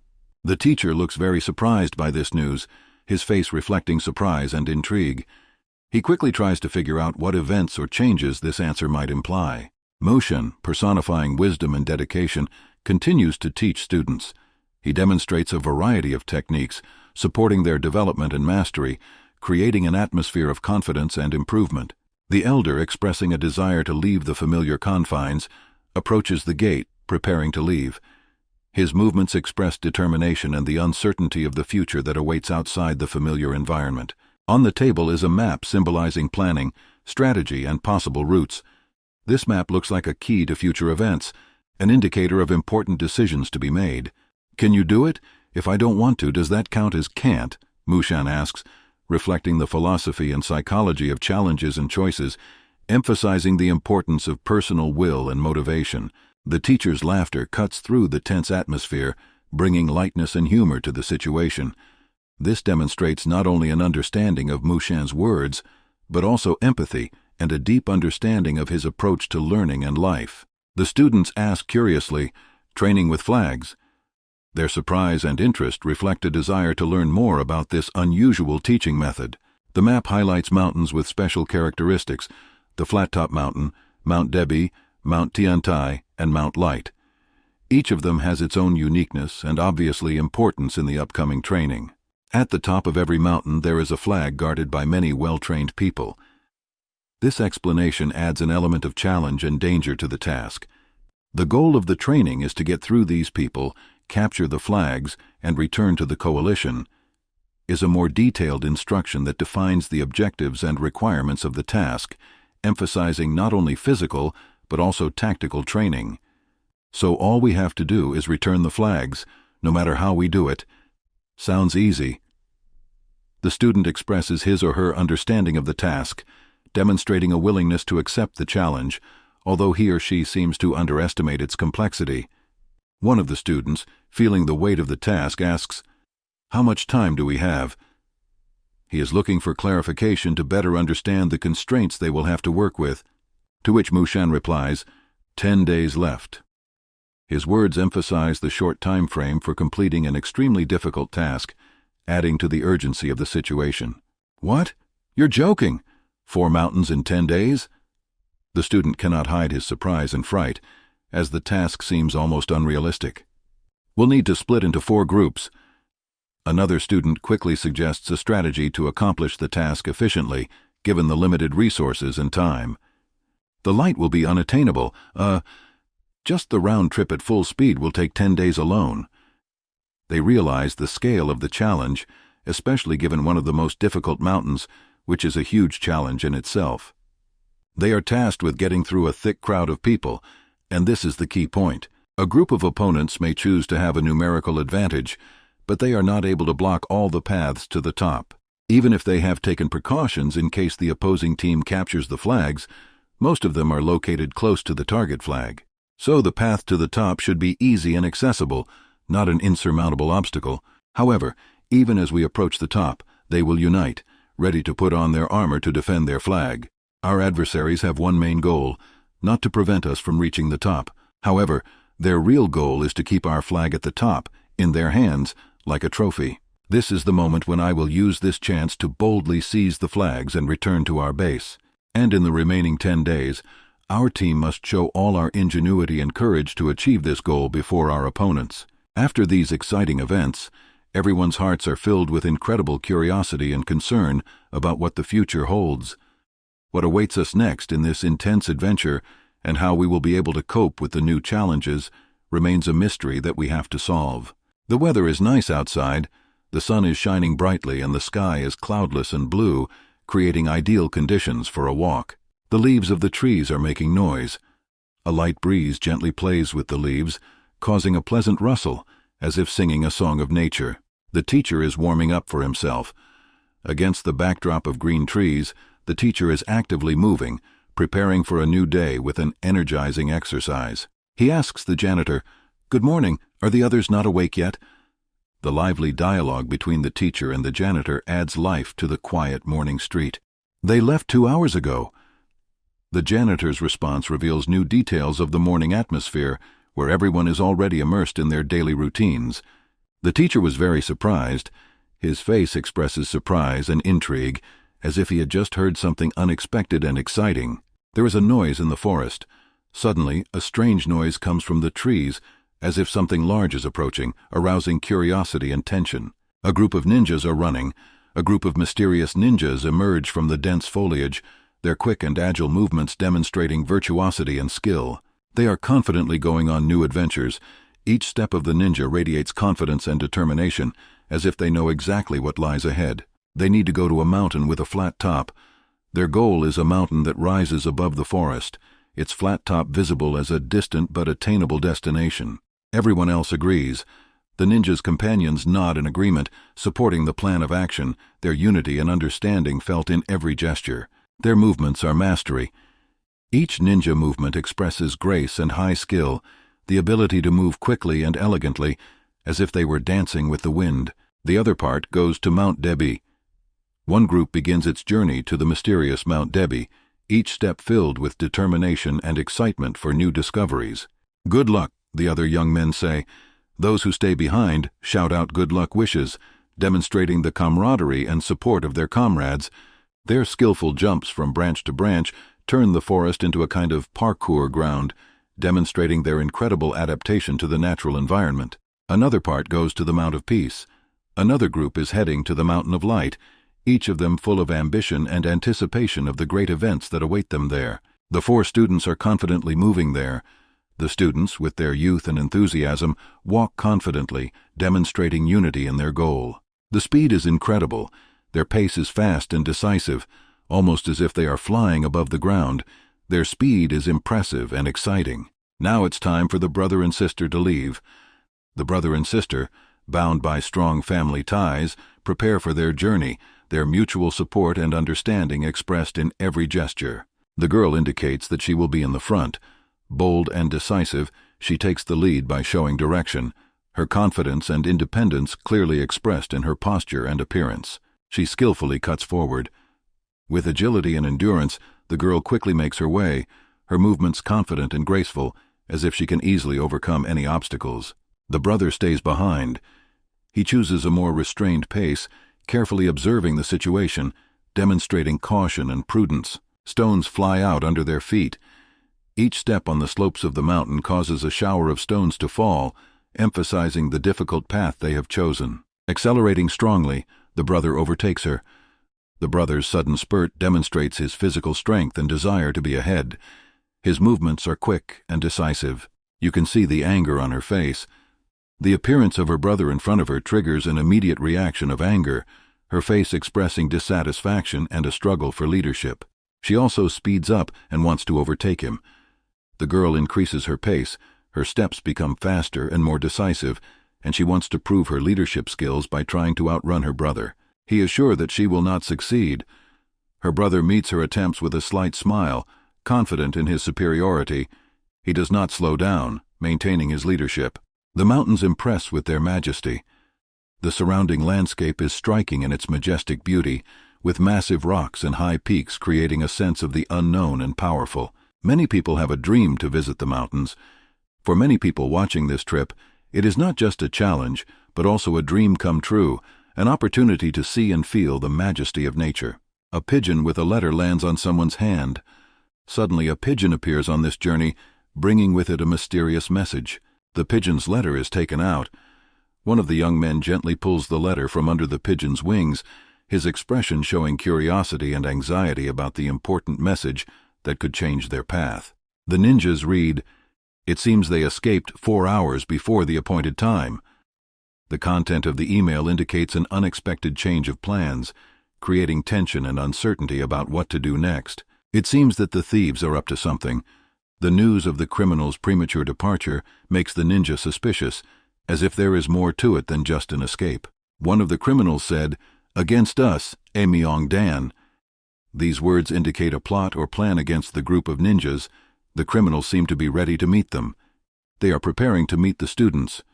The criminals, in anticipation of a clash, are preparing to meet the ninjas, their expressions and preparations indicating the seriousness and danger of the upcoming encounter.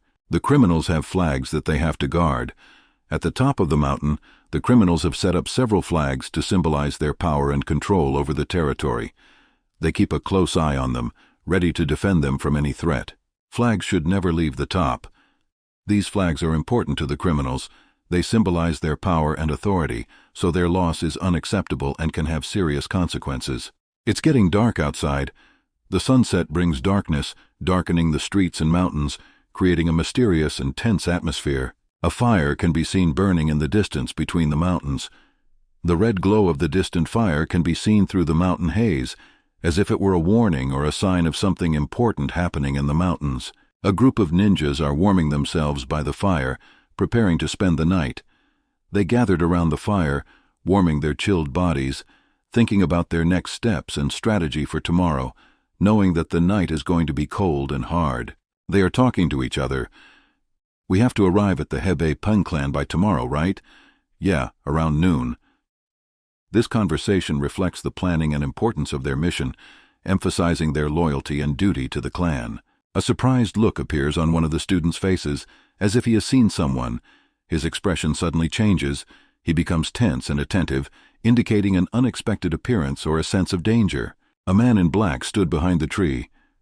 The mysterious figure hiding behind the tree arouses intrigue and suspicion, and its presence may mean a new twist in their adventure. He goes there to see who it is. The young man gathers up the courage to investigate who this mysterious figure is, his steps confident but cautious. The young man seems to be very brave. He demonstrates great courage in facing the unknown, ready to face a potential threat or challenge. Yana asks, "Jan, how did it go?" This phrase reflects their acquaintance and Jan's perceived importance in future events, emphasizing his role in certain plans or missions. The man in black gives the light to Jan. The exchange of an object between them indicates the transmission of important information or a task, enhancing the intrigue and mystery of their relationship. This is a flare used by the Wanderers faction. Point it up into the sky and pull the string. These instructions point to a special communication and signaling device that could play a key role in the future actions of Yan and his allies. When you enter the Hebei Peng clan and fire it, members of the Wanderer faction in the area will see it and report it to the coalition.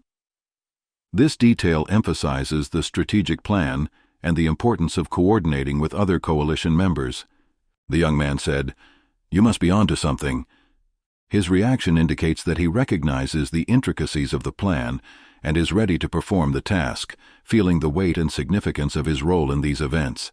Wandering traders and trade wagons carrying goods to the clan stopped when the Blood Serpent sect fell, but continued again after a while. Describes events related to trade routes and their dependence on political or power changes in the region. But there is a cart that travels only at night. They don't use torches, and they are accompanied by soldiers. This information points to the mystery and potential danger surrounding this nighttime convoy, raising suspicions about its true purpose.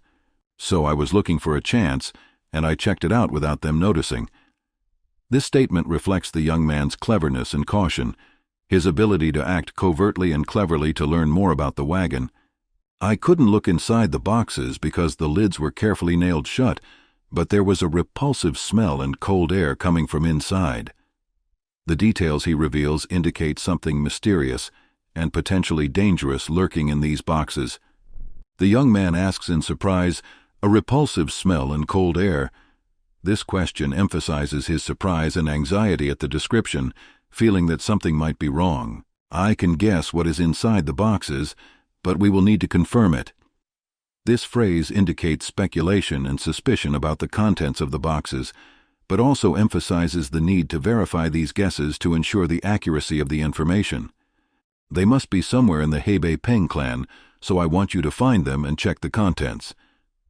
This instruction defines a specific task for the young man, giving him responsibility and a mission within the clan. It will depend on the contents of the box whether to fire the flare or not.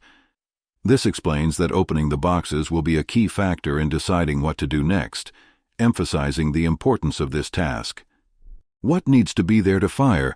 the student asks. This question reflects his desire to understand the criteria and conditions that will determine the need to use a flare. The old man just looked at him thoughtfully.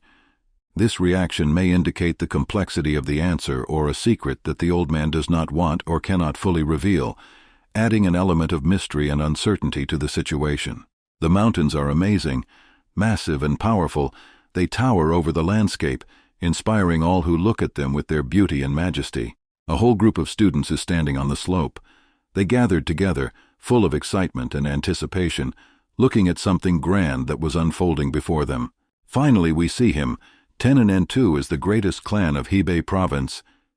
These words express admiration and respect for the clan, recognizing its greatness and importance in their hearts and conditions. Hebei Peng clan. This exclamation emphasizes the pride and admiration they feel for this famous and respected clan. It impresses young men. Meeting the clan for the first time fills them with admiration and interest, feeling a deep respect for its history and culture. This is the beginning of a new chapter.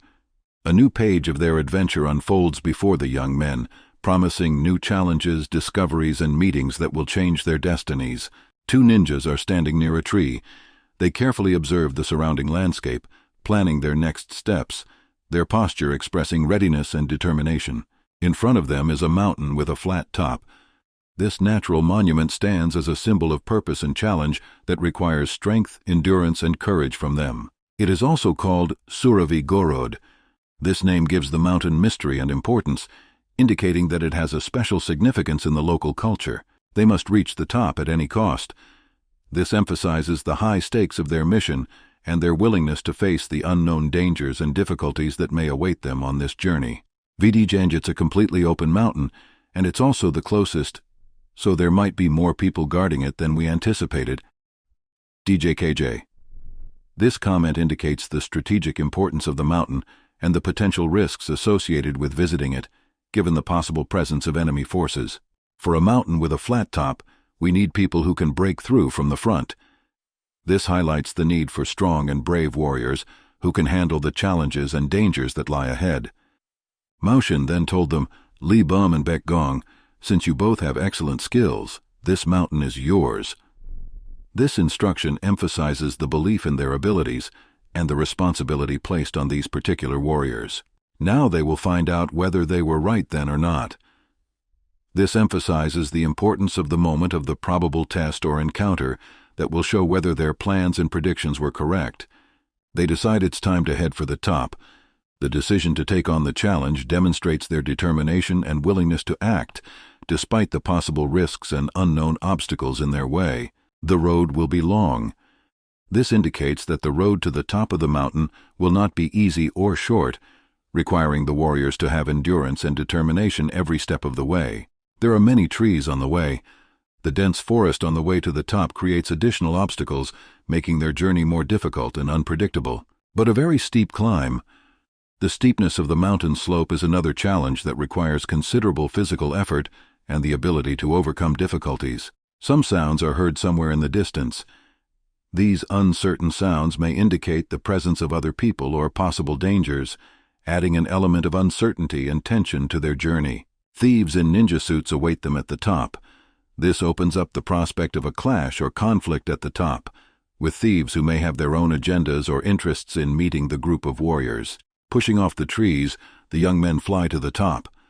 Using the trees as points of support, they move upward with incredible agility and speed, their actions expressing skill and skill. Thieves confirm the movement to the top. They watch the advance of the warriors, testifying to their attentiveness and readiness for a possible encounter or conflict. At this time, students are rapidly moving up. Their movements are fast and decisive. They do not lose pace, despite the difficulties and possible dangers on their way. South target confirmed, approaching the top. Words of thieves. This indicates that they have detected the presence of the young men and are preparing for their arrival, perhaps planning an ambush or a prepared meeting. They spot the youths. Southern target confirmed. Looks like a member of Yongcheongdan. This indicates their recognition or knowledge of the group to which the youths belong, which can increase the tension and importance of the upcoming encounter. Confirmed target in the east. Looks like he's also a member of Yongcheongdan. The thieves discover another member of the group of youths, expanding their understanding of the enemy and their possible plans. We heard there were 9 of them, but it looks like there are only 2 of them. Enemies have overestimated the number of opponents, which indicates a possible underestimation of their capabilities and resources.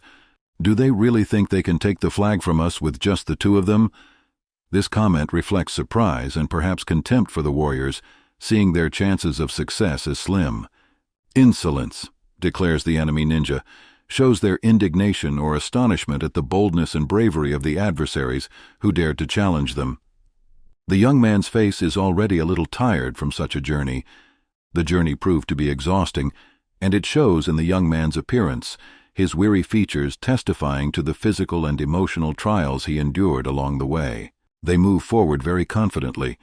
Despite the fatigue, the young men continue to move with great determination and confidence, their actions expressing dedication to the goal and readiness to meet any challenge. Jumping from the trees to the ground, from the ground to the trees, their mode of locomotion displays extreme lightness and agility, using natural elements to enhance mobility and speed.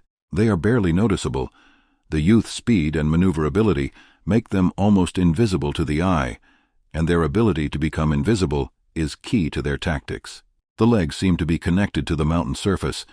This describes their ability to maintain balance and stability, even on uneven mountain surfaces, indicating their skill in mountain locomotion. Smoke seems to remain behind them. This figurative expression emphasizes the speed of their movement, giving the impression that they are moving so fast that they leave behind a smoke-like plume. Thieves lose sight of them for a while. The speed and dexterity of the young men allows them to temporarily leave the field of view of their pursuers, creating an opportunity for a maneuver or an ambush. The thief has a plan. The fastest way to find a frog hiding in the grass is to poke sticks in the intended place.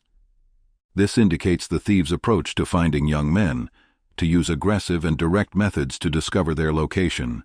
Send 3 for each one. Yes, Sergeant.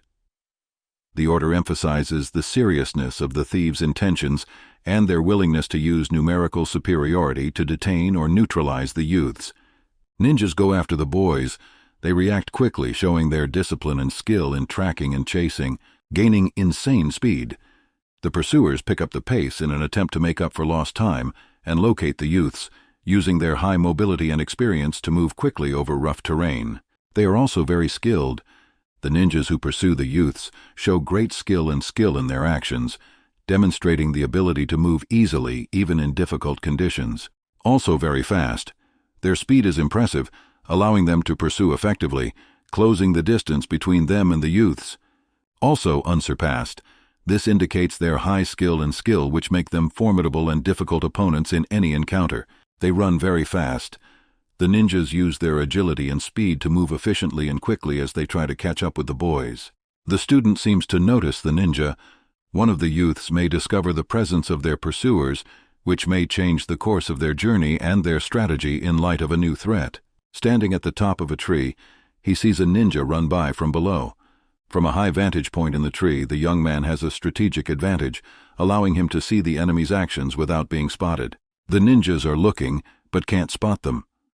Despite their skill and agility, the enemy ninja are unable to discover the youth's whereabouts, proving the effectiveness of their concealment.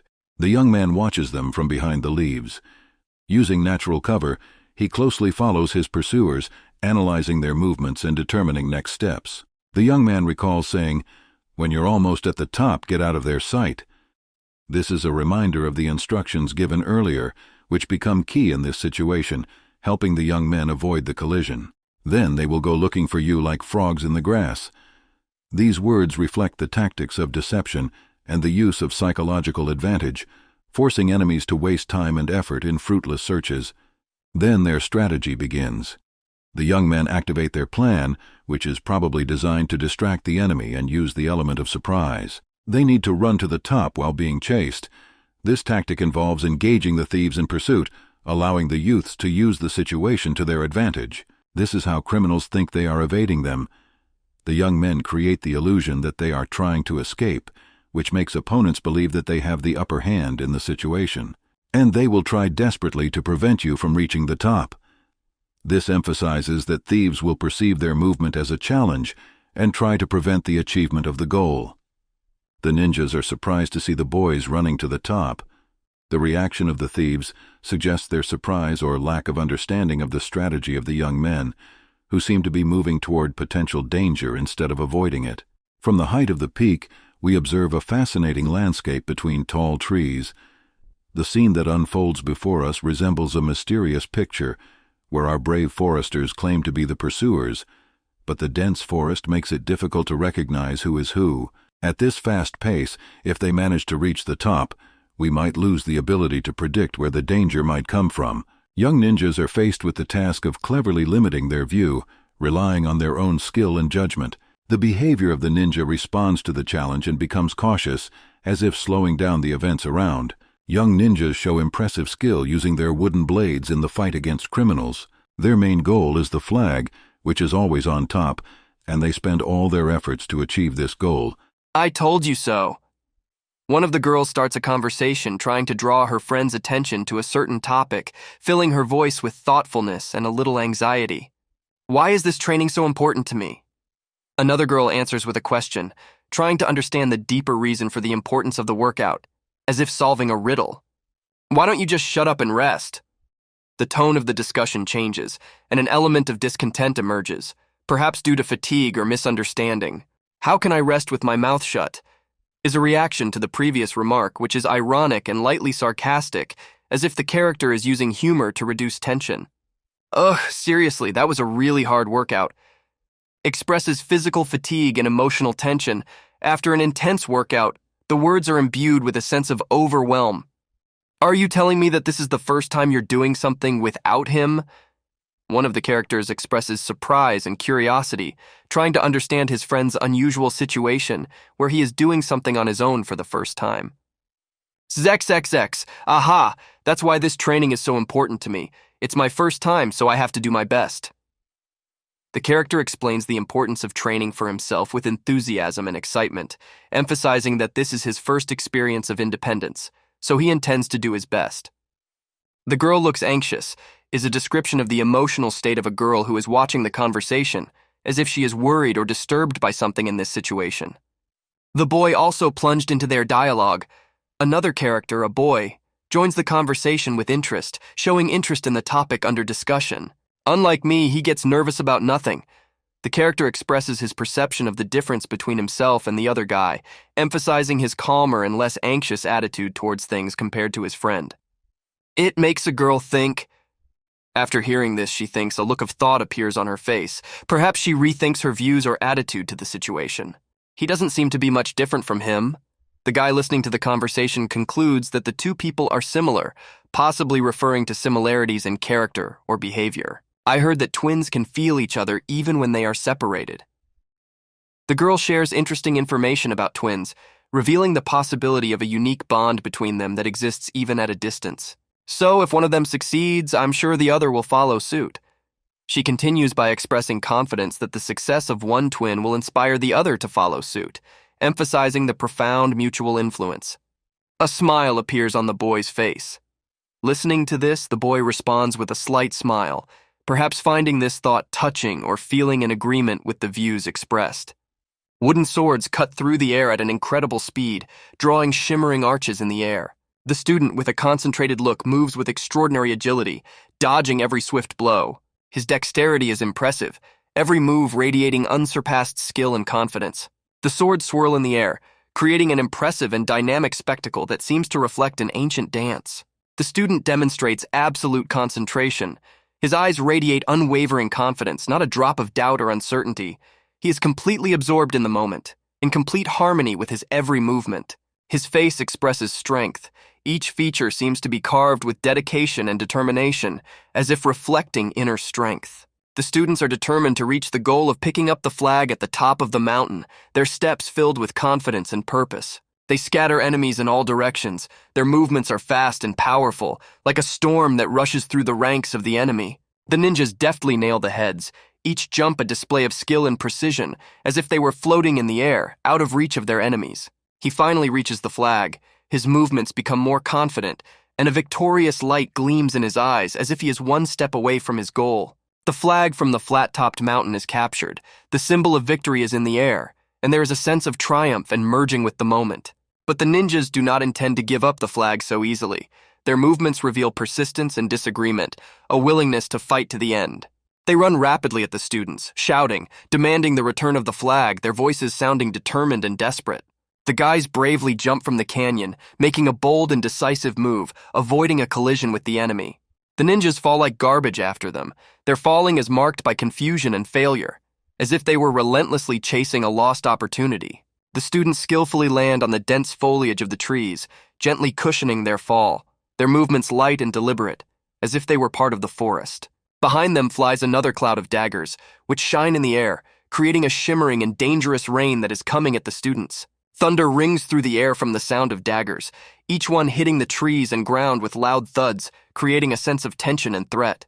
The main ninja is watching from the top, his gaze calm and calculating, carefully assessing every movement of the students and their reactions. He says that they are good, his words sounding with recognition and a small amount of respect, as if he recognizes their skill and endurance in this test. The mountain ranges are striking in their scale, with high peaks towering over everything, creating a sense of grandeur and inaccessibility. The ninjas should not have lost their students in such a place. Their mistake was a surprise, indicating an underestimation of their opponent's endurance and agility. One of the students has a problem. His movements suddenly become less confident. He slows down, trying to hide the pain. He has an injured leg that bears the marks of a recent wound. Every step he takes causes pain, and he tries to support his weight so as not to show weakness. It seems that he will not be able to run. His movements are becoming more and more burdensome, but his eyes shine with determination and refusal to give up without a fight. I don't think we'll be able to meet the Mount Debbie team. Can you help them alone? One of the characters expresses concern about the upcoming meeting with the other team, questioning whether the situation can be resolved without additional support. Will you be able to get back by yourself? Another character answers with a question, emphasizing his concern for his friend's safety and his ability to cope with the circumstances on his own. You can tell from his face that he can do anything. His expression radiates confidence and determination. He doesn't look like someone who gives up easily. Mount Debbie will be the most difficult of all. It is difficult to climb, and we will need at least 3 people because it is so wide. However, the Mountain of Light will also require many people. The character reflects on the difficulty of the upcoming task, noting that additional help will be needed to overcome Mount Debbie, and emphasizes the difficulty of another location, Mount Light, which will also require significant effort. He recalls Mushin's words, so only 2 will go, but this, of course, will not be enough. The character reflects on his leader's strategy of having a limited number of participants in the mission, although he realizes that this may not be enough to succeed. So after the Flat Top Mountain team successfully captures the flag, they will go help the Mountain of Light team. The plan suggests that after achieving one goal, the team will refocus their efforts to support the other group, showing flexibility and cooperation between teams. Now that I think about it, the vice commander's plan didn't have any backup plan in case Baek Gong and I failed. The character thinks about the possible flaws in the strategy, feeling anxious about the lack of an alternative plan. And strangely, none of us thought there was anything strange about it. He was surprised that none of the team members had pointed out any possible risks or flaws in the plan, indicating a certain naivety or underestimation of the situation. The man wants to light a flare to signal that they are coming. He is preparing for an action that plays a key role in team coordination, demonstrating readiness for the next step and a desire to keep the mission members connected. Anyone who fails to hold their position will be punished with a month of hellish training, comes the stern warning, emphasizing the importance of every action of the participants. The words radiate determination and steadfastness, emphasizing the seriousness of the consequences of not completing the tasks. The flare goes off, and its launch becomes an important signal that brings hope for communication and coordination between team members. It can be seen from afar. The light of the rocket shines brightly in the sky, becoming a beacon in the darkness, attracting attention and serving as a landmark. The students notice the rocket, their faces illuminated by the reflection of the light. This moment brings them a sense of connection with the team and an understanding of the next steps they have to take. Somewhere far away in the mountains, a man and a girl are having a conversation. This place is striking in its beauty and tranquility, which is conducive to the continuation of the conversation. Two hearts immersed in this endless conversation never tire of discussing the deepest secrets of their existence. Amidst the mountainous nature that seems to be forever unchanged, this couple finds the strength to communicate. They believe that this conversation will help them clarify all the unresolved issues and provide answers to their questions. Seeks to get answers to important questions and reveal some of the secrets of his past. He begins his story with the words, "I met him in a lodge, not far from Hebe." Is obviously very eager to reveal some secrets or get answers to important questions. Being in the distant mountains, this conversation between a man and a girl stands out with a special energy charge. They seem to know no fatigue in this endless dialogue, which becomes a window to the world of mysteries for them. They are deeply convinced that the answers to all their questions are right here. I was confronted with an uneasiness when a member of the Blood Serpent, a symbol of mixed intrigue and mystery, appeared. My decisive intervention at this scandalous moment opened a new chapter in this saga. The owner of the hut, realizing the risks involved in discussing the affairs of the Blood Serpent, gave me instructions in fear of the inevitable consequences. He emphasized once again that when you enter the battlefield with these mysterious creatures, danger is always closely lurking. From that moment on, I had to go to the Blood Serpent's nesting house itself, where I would take full responsibility and rectify the situation. It was then that one of the members of the lodge decided to join my mission, promising to help. This man was Hyun. Traveling together with Hyun opened the door to a world of incredible adventures and unexpected acquaintances. Thanks to him, I found not only a true friend, but also the inspiration to join the coalition, which had a powerful impact on the further development of this unusual story. Mushina's words penetrated the girl's heart, leaving her deeply affected. The man's words awakened the most delicate strings of feelings in her and opened a window to an unknown world. Mushin's story deeply impressed the girl, leaving her fascinated. The man's words opened up a new perspective for her and made her feel as if they were traveling into a world of mystery. The girl's response was filled with trepidation and embarrassment. "Wait, I heard that the Blood Serpent sect was secretly cured, and you and Hyun are responsible for that?" Her words came out loud in the middle of the night. Sensing the tension, Mushin wisely suggests a break from the conversation so that their minds can rest and reflect on what has happened. "Otherwise, at this rate, there won't be enough time to rest," he adds, hinting at the need for caution. As this intense conversation begins, a new day on the street symbolizes the beginning of a new phase in their lives. Deep in the protected mountains, events unfold with epic beauty. The young man is flying down like an arrow, piercing the air of the mountain peaks. The girl holds the fabric of her outfit with a steady, willful tension, wrapping her palms around it, trying to maintain her dignity even in this emergency situation. Her face reflects the dedication and exhaustion caused by the difficulty of the path she has to overcome. Lady Han, a majestic and mysterious figure, bursts into the foreground, shouting at the young man who sees her coming. Master Li floated among the mountain paths, moving like the wind in a flash. In his hurried movement, he barely noticed the girl standing nearby, silently watching him. However, when Master Li turned to look at the stranger, his heart shuddered at what he saw. The girl looked as if she was bowing down to the weight of her fate. Her eyes expressed fatigue and anxiety. With unsurpassed dignity, Master Li approached the girl, full of care and concern. His soft voice penetrated the silence, giving her peace of mind. The girl told how he, Master Li, had distracted their pursuers and allowed her to escape like a hero who had saved her from danger. With a question in her eyes, she addressed Mushin as her brother. Mushin, answering her, told her that he had been wounded and asked her to come back, laying out his inner feelings of devotion and hope before her. The girl gently pulls on Mushin's sleeve, expressing her plea for him to help her find her brother. Her eyes show panic and desperation as she asks Mushin to find him and return her only relative to her. Mushin, remaining calm, emphasizes that she should not worry and promises to go in search of her. He decisively sets out to find her brother and bring him back. Memories of her fellow students who traveled with them appear in her mind, and these memories add to her desire to find her brother. The girl seemed unusually calm and focused, as if she was not the type to panic easily or worry about others. The weather was clear outside, and the sun warmed the ground, creating an atmosphere of freshness and tranquility. Two young men stood on the mountain looking at the distant horizon. Their eyes were focused, as if they were waiting for something great and extraordinary. They watched Mount Tiantai, which looked as if it had risen into the sky, its peak hidden in the fog, creating an extraordinary effect. Because of the fog, it seemed that the mountain really took hold of the sky, creating the impression that there were no boundaries between them, and the sky united with the mountains into one incredible spectacle. Only faith in victory shines in Mushin's eyes, and his determined will impressed everyone around him.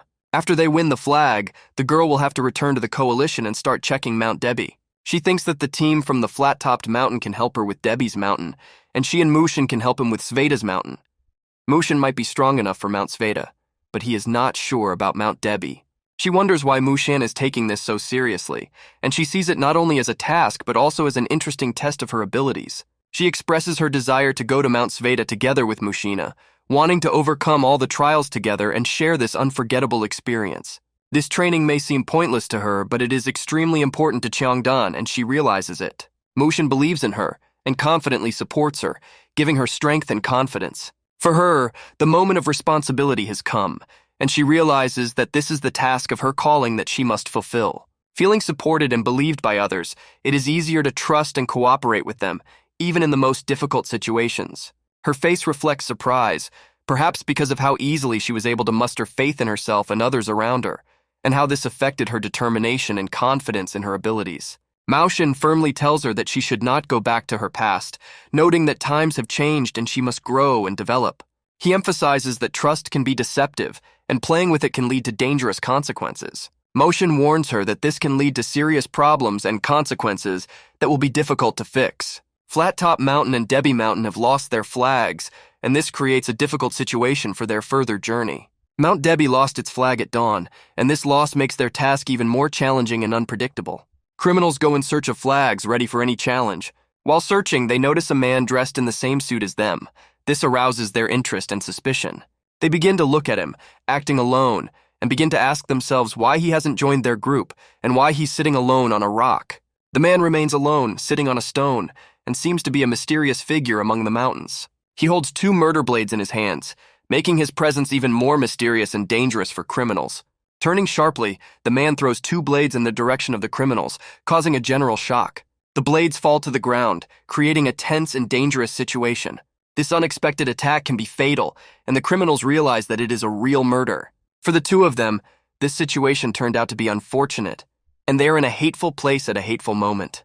The man's target is Mushin, and this attack shows his intention to give him more importance in the case. Somewhere in the distant mountains, exciting adventures are unfolding, ready to amaze with their incredible beauty. Between the tall trees, I hear the sound of running footsteps. It seems to be getting closer and closer. The feet of this running creature rapidly bounce off the ground, creating a rhythmic break in the silence of the mountain forest. However, with each step it becomes clearer that this is not just a runner. It could be a girl who is moving with a special purpose. Yes, it is indeed a girl, and she runs extremely fast, showing great strength and stubbornness in her journey forward. The trees of the forest are left behind, and their dense foliage only enhances the feeling of remoteness and separation from the world. Somewhere in the forest, the criminals are waiting for their opportunity, hiding their intentions from view. The forest hides many secrets, and every step of the way can be dangerous or an unexplored adventure. Signal rockets are approaching the sky, and students must converge on their destination to join forces and complete the task. They set off from the southern ridge, all two of them determined to meet the dangers and mysteries of the forest to solve their task. The ninjas express their opinion that it is necessary to warn everyone about the impending danger and events. The criminals launch their flare, hoping to attract the attention of students with flags and draw them to their location. The criminals, who were in the forest, notice the green signal of the flare and realize that it is time to act. They need to go south, answering the call and preparing to meet with the students. The criminals are gathering on the southern ridge, where the confrontation and resolution of this tense situation is to take place. Mushin is running, but his attention is focused only on his target, and he sees nothing around him but it. The criminals realize that Mushin is approaching them and prepare to meet him. In the hand of the criminal's killer is a dagger tarred with blood from the ruthless murder of two ninjas. After the deadly blows of the blades, blood flows down the ground, creating a horrifying sight. Two ninja corpses lie ruthlessly next to the criminal, unable to defend their side. The killer notices green smoke in the distance on the mountain, which could be a sign of something important. There is nothing but a sly smile on his face, which shows his confidence and readiness for a plan that he is ready to implement, and he is confident in his abilities. He has a cunning plan that he is ready to implement, and he is confident in his abilities. The killer goes off into the fog and heads into the distance, where his next step in the execution of the plan awaits him. The stones fly at high speed, creating danger and threat, and the killer must be careful to avoid danger. On their way, the stones pierce the trees with unrestrained force, leaving behind a truly impressive picture of the destruction of nature. The ninja skillfully prepares for another stone throw, his hand silently raising in preparation for another great attack. Laughing ominously, he is already directing his gaze and stone at students who leave his field of vision, endangering their safety. Mushin runs shrilly, trying to avoid potential stones, his every step filled with tension and adrenaline. The stone quickly flies over the girl, creating a momentary moment of suspended animation when the threat is in the palms of the impending danger. These balls they throw are made of ebonite and have potentially dangerous effects on those they hit. Getting under the influence of these layers can be very painful and life-threatening. With a sneer on his face, Mushin invites the girl to test these layers, trying to test her strength and skills. The number of volatile layers on their side is growing, creating even more pressure and threat. The girl has to take a sword and cut through these layers, using her skills and courage to cope with this danger. Fear instantly appears on the faces of the criminals when they see the swords held by the young men.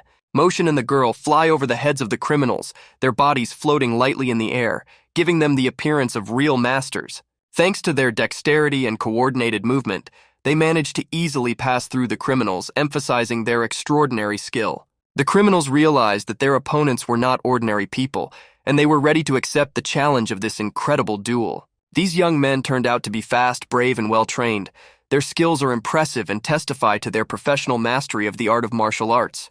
While playing the options, they really need to save their strength for Mount Debi, where their task is even more important. Suddenly, Mushin reacts to the danger and notices that the ninjas are pitching up in the trees, ready to attack. By pulling the girl away from the threat with his hand, he demonstrates his innate caution and ability to react to danger. A cloud of layers falls in front of them that could kill them, and Mushin stands up to protect her, saving her from this danger. They keep running forward, having passed this test, ready for the next adventure on the way to Mount Debi. After crossing the mountain ranges, their path leads them to the mountainside, where the criminals' retreat becomes impossible, as Mushin and the girl are extremely fast and skillful. The criminals need to stop Mushin and the girl at any cost, and they join forces to thwart their plans and play even the last card. They start throwing stones en masse and unrestrained, directing them at Mushin and the girl, trying to create an impenetrable barrier. The air is filled with swinging stones that fly at the speed of hunting arrows, creating an incredible picture of a battle. These ball-throwing ninjas turn out to be virtuosos of their craft. Their attack looks incredibly skillful and coordinated as they try to block the path of Mushin and the girl. These layers turn out to be extremely hard and strong, creating an impenetrable barrier to the path of Mushin and the girl. Mushin and the girl decide to jump off the slope to avoid the dangerous layers. Their movements seem skillful and coordinated. They notice something in front of them that could pose a threat, and their sensors alert them to possible danger. They recognize the steep slope in front of them, which becomes an obstacle in their path. The slope is so high that it can pose a serious threat, and they need to make an important decision: how to jump over it safely and quickly. It seems that because of the thick fog, they did not notice this steep slope, and it came as a surprise to them. They overlooked a valley with pebbles and a deep descent consisting of 15 steps and extremely dangerous. The ninjas stand in front of this descent and realize that they have nowhere to run in this situation. On the faces of Mushin and the girl, you can see nothing but a smile and confidence that they are able to cope with any difficult situation and overcome all difficulties. Thus, Mushin and the girl are filled with confidence and motivation. They believe in their abilities and that they are able to overcome any obstacles, despite the dangers and difficulties they may encounter on their way. This confidence makes them strong and ready for any challenge. The heroes will face a challenge in the form of a steep descent, which requires great endurance and the ability to manage the situation. The ninjas emphasize that the heroes have no choice but to keep going and overcome all difficulties. Should carefully consider their actions, as confronting ninjas can lead to serious consequences and difficulties. We'll have to deal with a large number of ninjas, which makes the situation even more complicated and dangerous, threatening them with an extremely severe beating and sending them to captivity in a wagon. This emphasizes the danger and tension of the situation the heroes faced. Mushin tries to calm the girl down, pointing out that it is possible to reach the top and overcome the abyss, convinces them that together they can reach the top and cross the chasm, even in the face of a challenge. The girl learns that the distance to the cliff is 50 steps, while her limit is 25 steps, is confident that 25 steps will be enough to bridge the gap. Mushin delivers a threatening message to the ninjas, emphasizing his confidence in victory and that the ninjas should surrender. Feelings of surprise and hope intertwined in their minds as they took control of the situation and recognized that they were much closer to their goal, the flag, than they had been from afar. The heroes moved towards the abyss with grief in their hearts. While overcoming the abyss, their land was literally receding from them. But this inner meaning and understanding gave them strength and confidence. They realized that this was an advantage, as the criminals had no chance of catching up with them in the process. Their belief that the task could be accomplished gave them strength and energy, and they were determined to reach the decisive moment of bridging the gap. The criminals did not leave them alone and tried to stop the heroes on their way, but the heroes refused to retreat in the face of the threat. Mushin perceived her fear and uncertainty. With his self-confidence and his support, he gave her hope. His words were filled with great confidence, and she felt it. In her eyes was the courage and determination she needed to leap over the chasm. The criminals note that they do not intend to remove the corpses of the heroes later, and this refusal makes them try to stop the heroes to prevent possible difficulties in the future. The size of the descent is staggering in its extraordinary dimension and complexity. The heroes begin the process of preparing to overcome this extremely large descent, carefully preparing for the test. The heroes use their strength and skills to push off the ground as hard as they can in order to overcome the descent. Instead of actually helping, the ninjas decide to limit themselves to discussing and expressing their own eccentricity, causing bewilderment and irritation with their actions. Fearful, the girl closes her eyes, trying to overcome her fear and disturbing thoughts. Gradually, the girl decides to open her eyes, looking at her surroundings again and again, trying to gather her courage. While in the air, Mushin gently holds the girl with his arms, providing her with support and safety. To protect the girl from falling, Mushin hugs her tightly and holds her close. The girl asks Mushin to keep her safe and to pay attention to what is under their feet to avoid danger and possible obstacles. The heroes spent all their strength and overcame great fear to barely reach the edge of the abyss. At first, it seemed an extremely difficult task. They overcame this obstacle and managed to bridge the gap. Mushin demonstrated extraordinary physical strength and agility that helped the heroes overcome this difficult obstacle. With a percentage of hope and confidence, it became clear to the heroes that they needed to move faster to reach the top. Thanks to his extraordinary strength, Mushin inspired confidence that the rest of the way to the top would be an easy task for him. Although he could have handled this task on his own, he chose not to leave her alone and go together. When asked about her fear of falling, the girl showed her masterful independence and refusal to be weak. With a positive attitude and confidence in success, the heroes move up, because the flag they need to get is still at the top. The task of getting the flag is still in front of them, and they are determined to fulfill it. They realize that the ninja will not give up without a fight, and it will be extremely difficult to overcome them and get the flag. Mushin appears in front of them out of the blue, and his persistence and willingness to knock them both out shows his determination and extraordinary skills. Demonstrates his extraordinary strength and dexterity by throwing the heroes in different directions, creating an opportunity for the girl to reach the flag. Using this moment, the girl goes to the flag, fulfilling her mission. The girl pulls the flag from its place and successfully completes her task. The heroes, scattered by Mushina, quickly try to cover the distance and return to the coalition, seeking to unite again. has successfully achieved its goal, and the flag is already in her hands, signifying the completion of the task and the victory of the heroes. Despite the successful completion of the task with the flag, the heroes realize that they still have a long way to go. The anxious passage of time is taking its toll on them, and now they must move quickly to cope with new challenges. Caught up in the tension, the girl feels the need for caution and safety, asking her friend to be careful in this difficult situation. She moves forward with grace and determination, trying to reach a coalition and ensure the success of the team. Has a moment of reflection, and in that moment they feel that a special bond is being born between them, that it is more than just a common mission. It is a partnership that unites their destinies and goals. Mushin should also move forward, joining the rest of the team to overcome further challenges. The characters realize that they are facing a difficult and challenging path, and will have to overcome many obstacles. The internal flow of events catches Mushin's attention, and he senses that something important is happening. Surprise and inner feelings make Mushin stop to consider the situation and make a decision. The forest is filled with unknowns and dangers, and they realize that anything can happen at any time. Amidst the silence of the forest, Mushin perceives a mysterious sound coming from the distance. Mushin cautiously examines the huge trees, and then abruptly fixes his gaze on the place of emptiness beneath them, where nothing seemed to be. Gradually, it is revealed that there is a living being in this emptiness, which remains hidden. Hidden in the shadows, the stranger wonders if the Mushin standing before him is really the one they have been looking for and waiting for. With a steady expression of determination and confidence, Mushin confirms that he is indeed the Mushin they were looking for, confirming his identity. The stranger begins to express gruesome details about the murders, attracting attention with his horrific story. Mushin, interested, asks him, "Who are you?" Shows interest and asks the stranger about his identity. The stranger is in no hurry to answer and intends to keep you in the dark. Repeats his question, directing it to the stranger in the hope of learning more about him and his intentions. The first character wisely states that what matters is not who he is on the outside, but rather what he is on the inside. He made incredible efforts and spent a lot of time searching for the elusive fly, as if playing chess with death. The man exudes an aura of a mysterious killer that fills the air and adds additional tension to the situation. Finally, the hero admits that his heart has longed to meet the fly, and this mystery wins over him. At the climax, his hand throws a dagger in the direction of the fly, revealing the most significant psychological turning point in this mysterious story. In a decisive moment, he flies right next to the fly's cheek, barely touching it, trying to hit it accurately and invulnerably.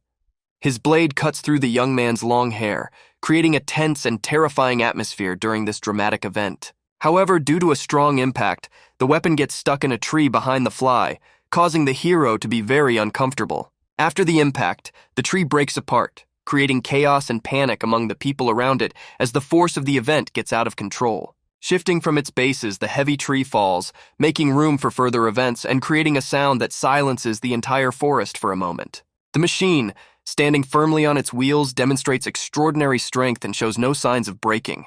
This unexpected resilience of the machine causes a deep anger in the heart of the one who observes the incredible endurance. The murderer, having struck such strength, feels that his reputation is under threat, and this situation looks like a shame to his future victim. Because the machine remains completely safe, not even reacting to the attempted attack, and looking at this, the killer feels really angry because he cannot overcome her resistance, let alone intimidate her. At this moment, the young man is overwhelmed with courage. His soul is filled with bravery that allows him to stand even in the most difficult wave. Meanwhile, the killer is seriously focused on his horrific attempt on the life of a Mushin, his gaze filled with anger and determination. The enemy dissipates in the mystical fog that rises around him, and he himself becomes unreachable to the young man's eyes. The young man, bewildered and somewhat confused, does not understand where the killer has gone, and his irritated face expresses his confusion. With mixed feelings, he asks himself if he can find the enemy with his eyes, or if it is too much for him. At the most unpredictable moment, a dagger flies out of the fog near the young man's face, looking like a bolt of death. These daggers, almost invisible, almost dissolve in the fog, creating a mysterious threat. Flies out of the branches at Mushina, as if falling from a terrible height, ready to complete his criminal plan. He throws out 2 more daggers with extraordinary skill and precision, and land extremely close to the head of the mouse, threatening the worst possible ending. They eventually explode, releasing a cloud of thick smoke that barely makes it possible to understand what is happening, creating a smokescreen that hides what is happening.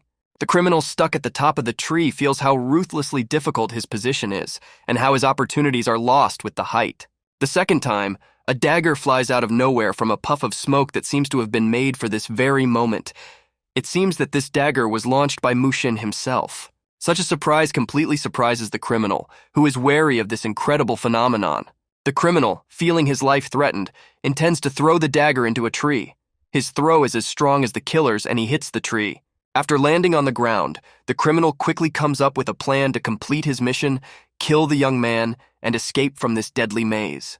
The criminal smiles, thinking that Mushin will not have enough skills and courage because he is already standing behind a tree, ready to respond to any attack. Despite his certainty, the perpetrator focuses his gaze on the spot where the explosion took place.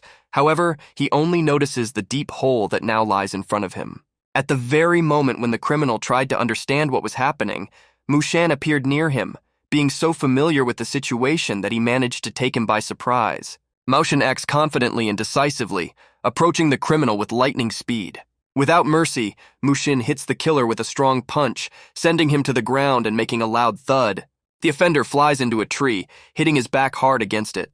To prevent the criminal from falling away from the tree, Mushin takes vigorous action by grabbing him hard by the throat with his powerful hand. At this point, it's interesting to see what can be seen on the perpetrator. His face may be marked by an attempt to remain calm, but his eyes betray his anxiety and fear of motion. The perpetrator appears to be a member of the so-called Zhongyuan coalition, which may be the key to solving many secrets and mysteries. Mushin squeezes his throat extremely hard, trying to extract important information from him or simply punish him for his actions. The criminal is barely breathing and sniffling, fighting for every breath in Mushin's mouth. Once again emphasizing his incredible power, stands in front of the criminal, showing that power is in his hands. However, at one point, the criminal dares to put on the manufactured daggers that were hidden in his sleeve and almost stabs the killer. At the crucial moment, Mushin quickly dodges the blow, leaving the criminal unable to achieve his goal. He skillfully deflects the attacker's successive blows, using his skill and agility to avoid dangerous attacks. Sensing the end of the game, Mushin intends to end this battle with the killer once and for all. He stands before his opponent with a look of determination on his face, ready to act without mercy. Without a moment's hesitation, Mushin delivers a strong punch aimed directly at the killer's chest, which ruthlessly tests moments of tension. But at that very moment, the killer responds decisively, using his own body. He hits the ground and the tree growing nearby, knocking it down with his strength. This blow causes an incredible rupture, and the sound of the wood breaking and breaking pierces the surrounding forest and sounds like a giant thunder. The leaves from the folded trees fly hundreds of meters in all directions, creating an incredible spectacle that impresses even distant observers with its lush beauty and magnetic power. The fragments of the tree fly around like enchanting fire sparks, traveling in all directions. It is immediately apparent that the killer's blow reached the root of the tree, cutting it through, watching it crumble to the ground. Mushin, in the center of nature's destructive power, does not retreat and continues to impress with his unbreakable strength and resilience. The criminal, leaving behind terrible traces of destruction, still tries to get up. He's not doing it with much confidence, trying to overcome the strong blow he received, and his movements become unusually heavy. In recognition of Mushin's strength, he says that Mushin's strength is stronger than he ever imagined. Nevertheless, despite the wounds he inflicted on Mushin, it is clear that the killer is shaken and not very confident on his feet.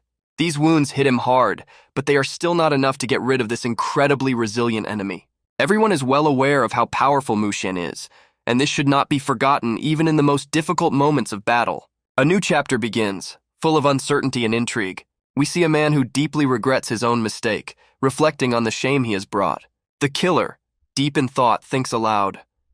I think the sons of bitches from Biyun-dan found the bodies of their comrades? These are the words that reveal his cold-bloodedness and ruthlessness. The hero of the story realizes with horror that he is responsible for the deaths of these people.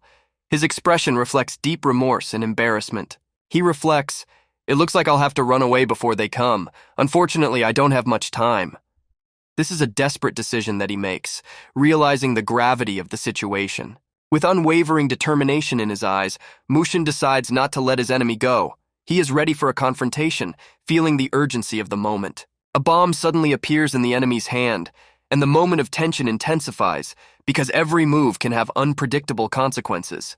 The environment is filled with beautiful but disturbing red smoke, which adds both aesthetic beauty and uncertainty to the scene. They both realize that their meeting is inevitable and will happen again very soon. This prediction of an inevitable clash adds tension to the story. The enemy declares, "We will continue the game next time with my brothers." These are words that foreshadow future trials and encounters full of challenges and dangers. The enemy suddenly disappears in a thick fog, leaving only traces of mystery behind.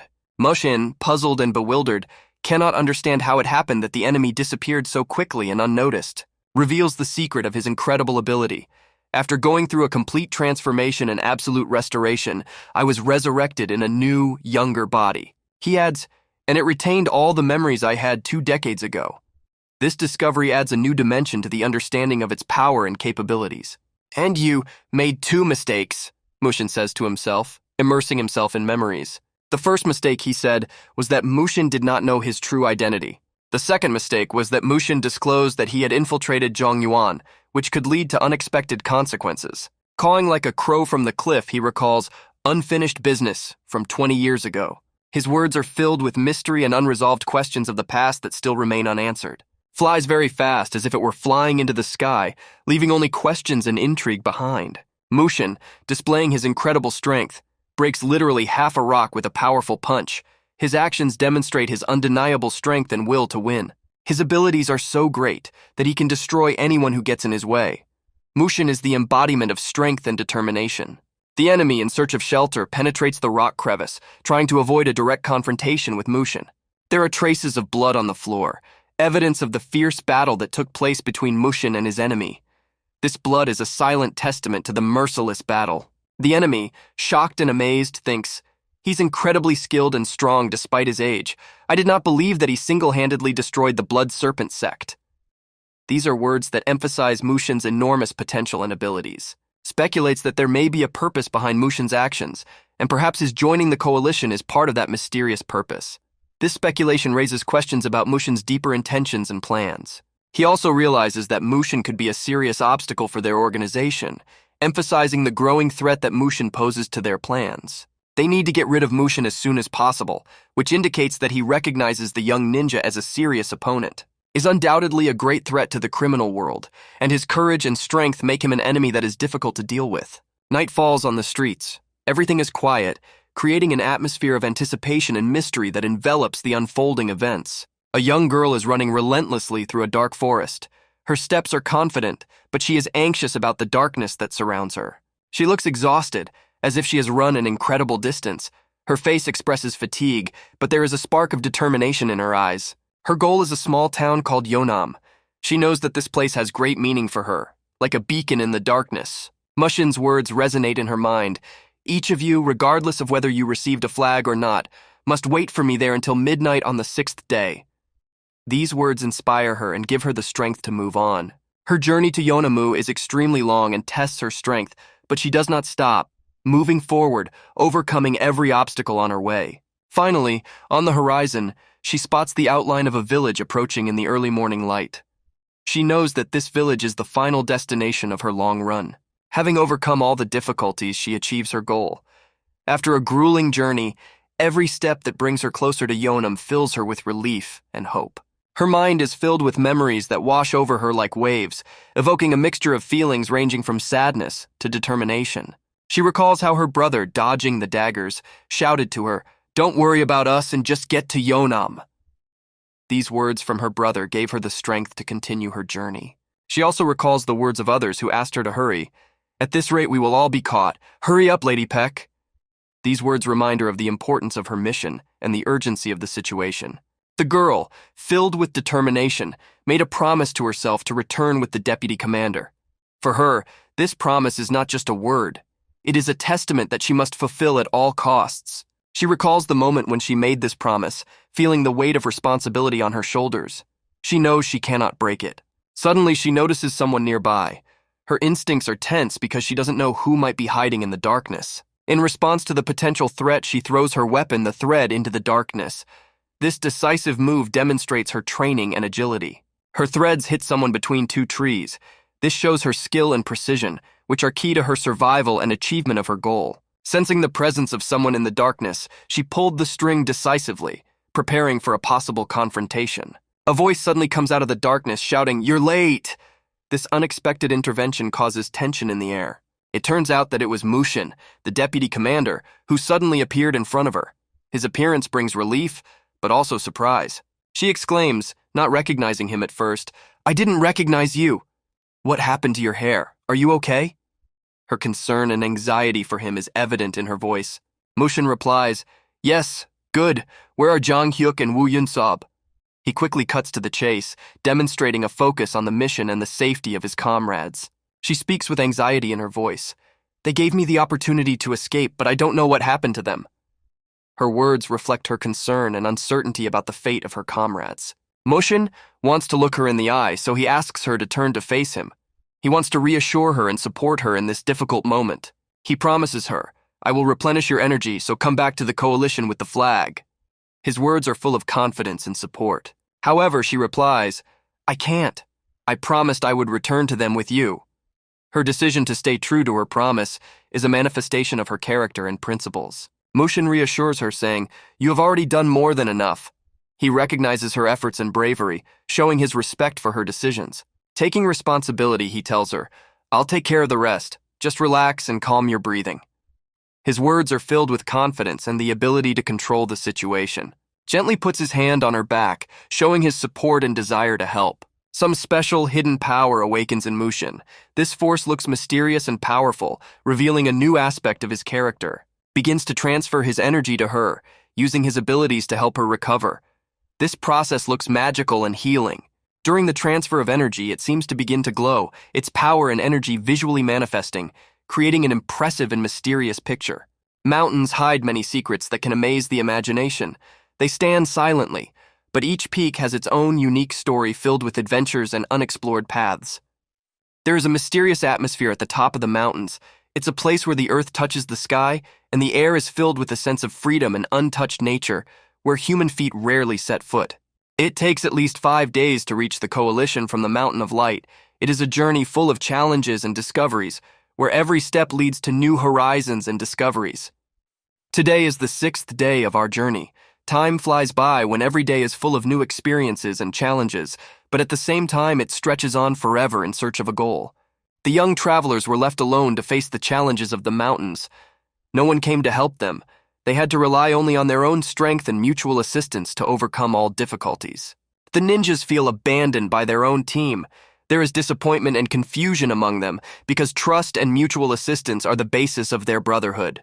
The young ninja boys were tricked into taking a drug that induces a deep and deceptive sleep. This cunning plan led them to be at the mercy of sleep, losing control of the situation. There is a dilemma among the rivals, whether to give the young ninjas an antidote. This decision can change the course of events and determine the fate of the participants in this dangerous game. Meanwhile, unbeknownst to everyone, someone mysterious is approaching the top. This figure, cloaked in secrecy, can bring an unexpected twist to the course of events. A surprised exclamation. "What? That doesn't look like the girl who took the flag." The words echo through the group as they realize that the situation is not what they expected, and that this could change everything. He's approaching with incredible speed.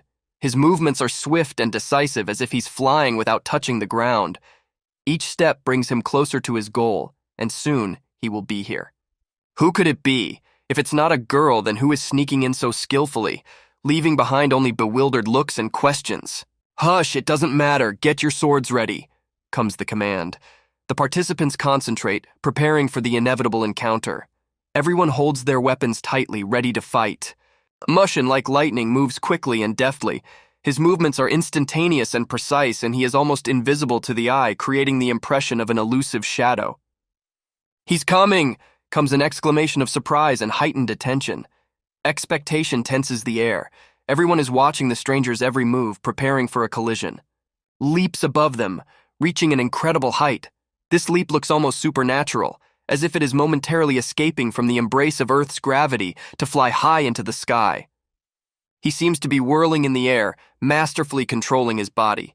His movements in the air radiate strength and grace, giving the impression that he is not just jumping, but dancing among the winds. Then he lands on the ground softly and precisely, like a feather. This grounded seems to emphasize his skill and control of his body in every movement. The look in his eyes says more than words. He is fierce and unyielding. His eyes radiate determination and strength. The criminals hear the command to take him. They prepare for the attack, setting themselves up for a serious confrontation.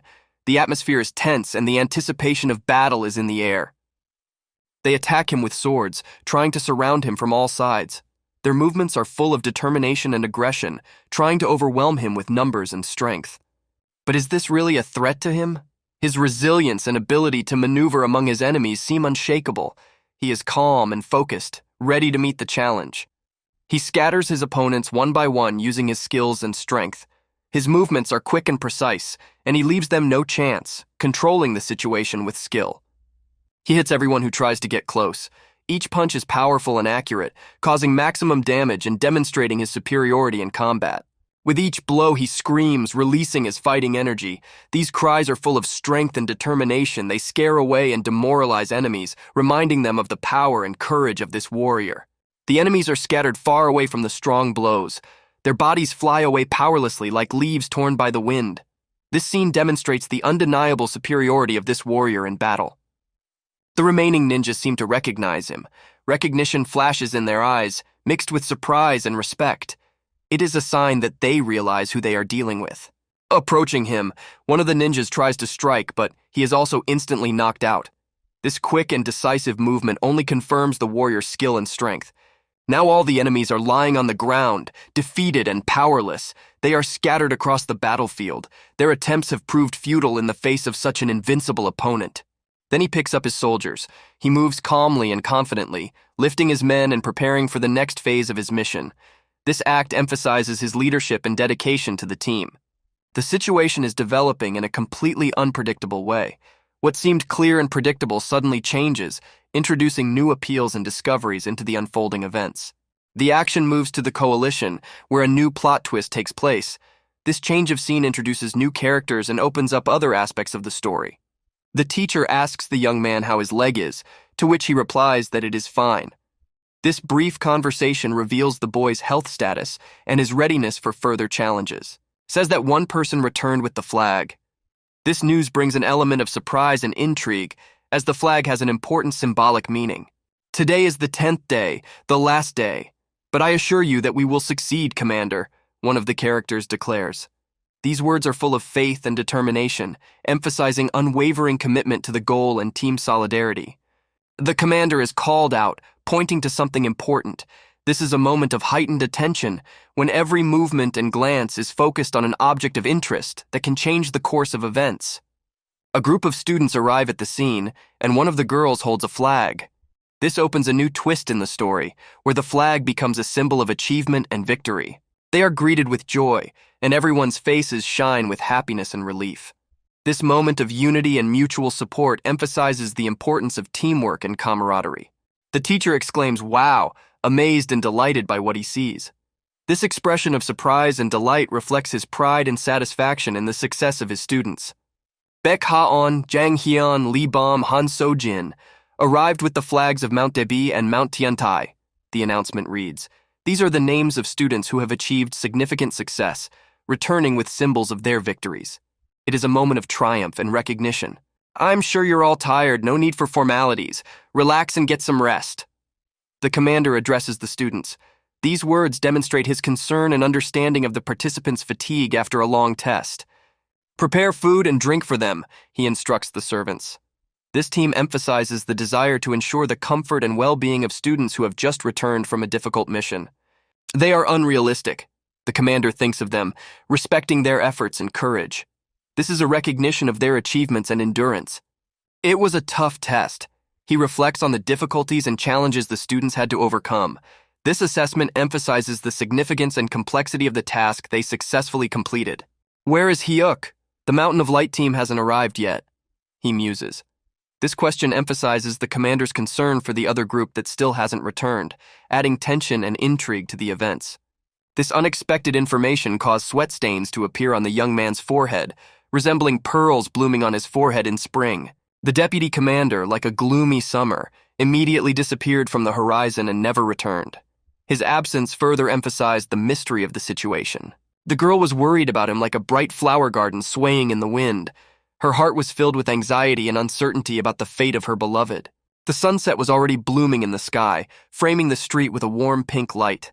A calm atmosphere permeated the air, heralding the arrival of night. Meanwhile, verbal fights were unfolding at the security gate like colorful petunias in a garden. The two men were actively arguing, betting on whether Dana would return. They created an aura of great uncertainty about her fate. The words flew like birdsong and told of a guy with a damaged ankle who had arrived a long time ago, information that flowed like a river and had already taken hold in the imagination. 3 days ago, he arrived as an unusual guest, raising many questions. As for their vice commander, even the best sunrise could not obscure his absence. He remained invisible in the story, like a white cloud in a clear sky, and no one thought he could return. There was uncertainty in my soul whether he had not yet returned. Doubts like autumn fog enveloped every thought. Why hadn't he come back yet? These questions floated in the air like a necklace of questions, and no one had an answer. With eyes filled with shame and sadness, she openly asked for forgiveness. Her words sounded like a ringing bell that stirs up guilt in our hearts. When asked where she was going, she replied that she was going to greet her friends who would be returning soon. Her answer sparkled with hope for the meeting and the joy of acceptance. However, others tried to convince her to return. They said that it was not a lot of money, but they were sure that everyone would come back. Their words were like a spell of hope. The old man looking at her was striking in his anxiety. It was immediately obvious that he was worried about her, like a ripple on the surface of the sea. Carrie moved forward without turning around, like the wings of a flying bird trying to rebuild its nest. The old man's face was not joyful, but it was full of love and support, like hands ready to warm you on a cold night. Immediately after the fall of the Sinners faction in the Great Battle of Murim, rumors began to spread that the mage and their leader, Dan Gok, were to blame. But you know that the mages were one step ahead. They used the Dan Gok family tree and his assistants as scapegoats, right? He continues, revealing new details of the story. They lost all their property, men were beheaded, and women were tortured. Obviously the daughter of Dan Gok. The master pauses, hinting at a secret that may be the key to understanding the current situation.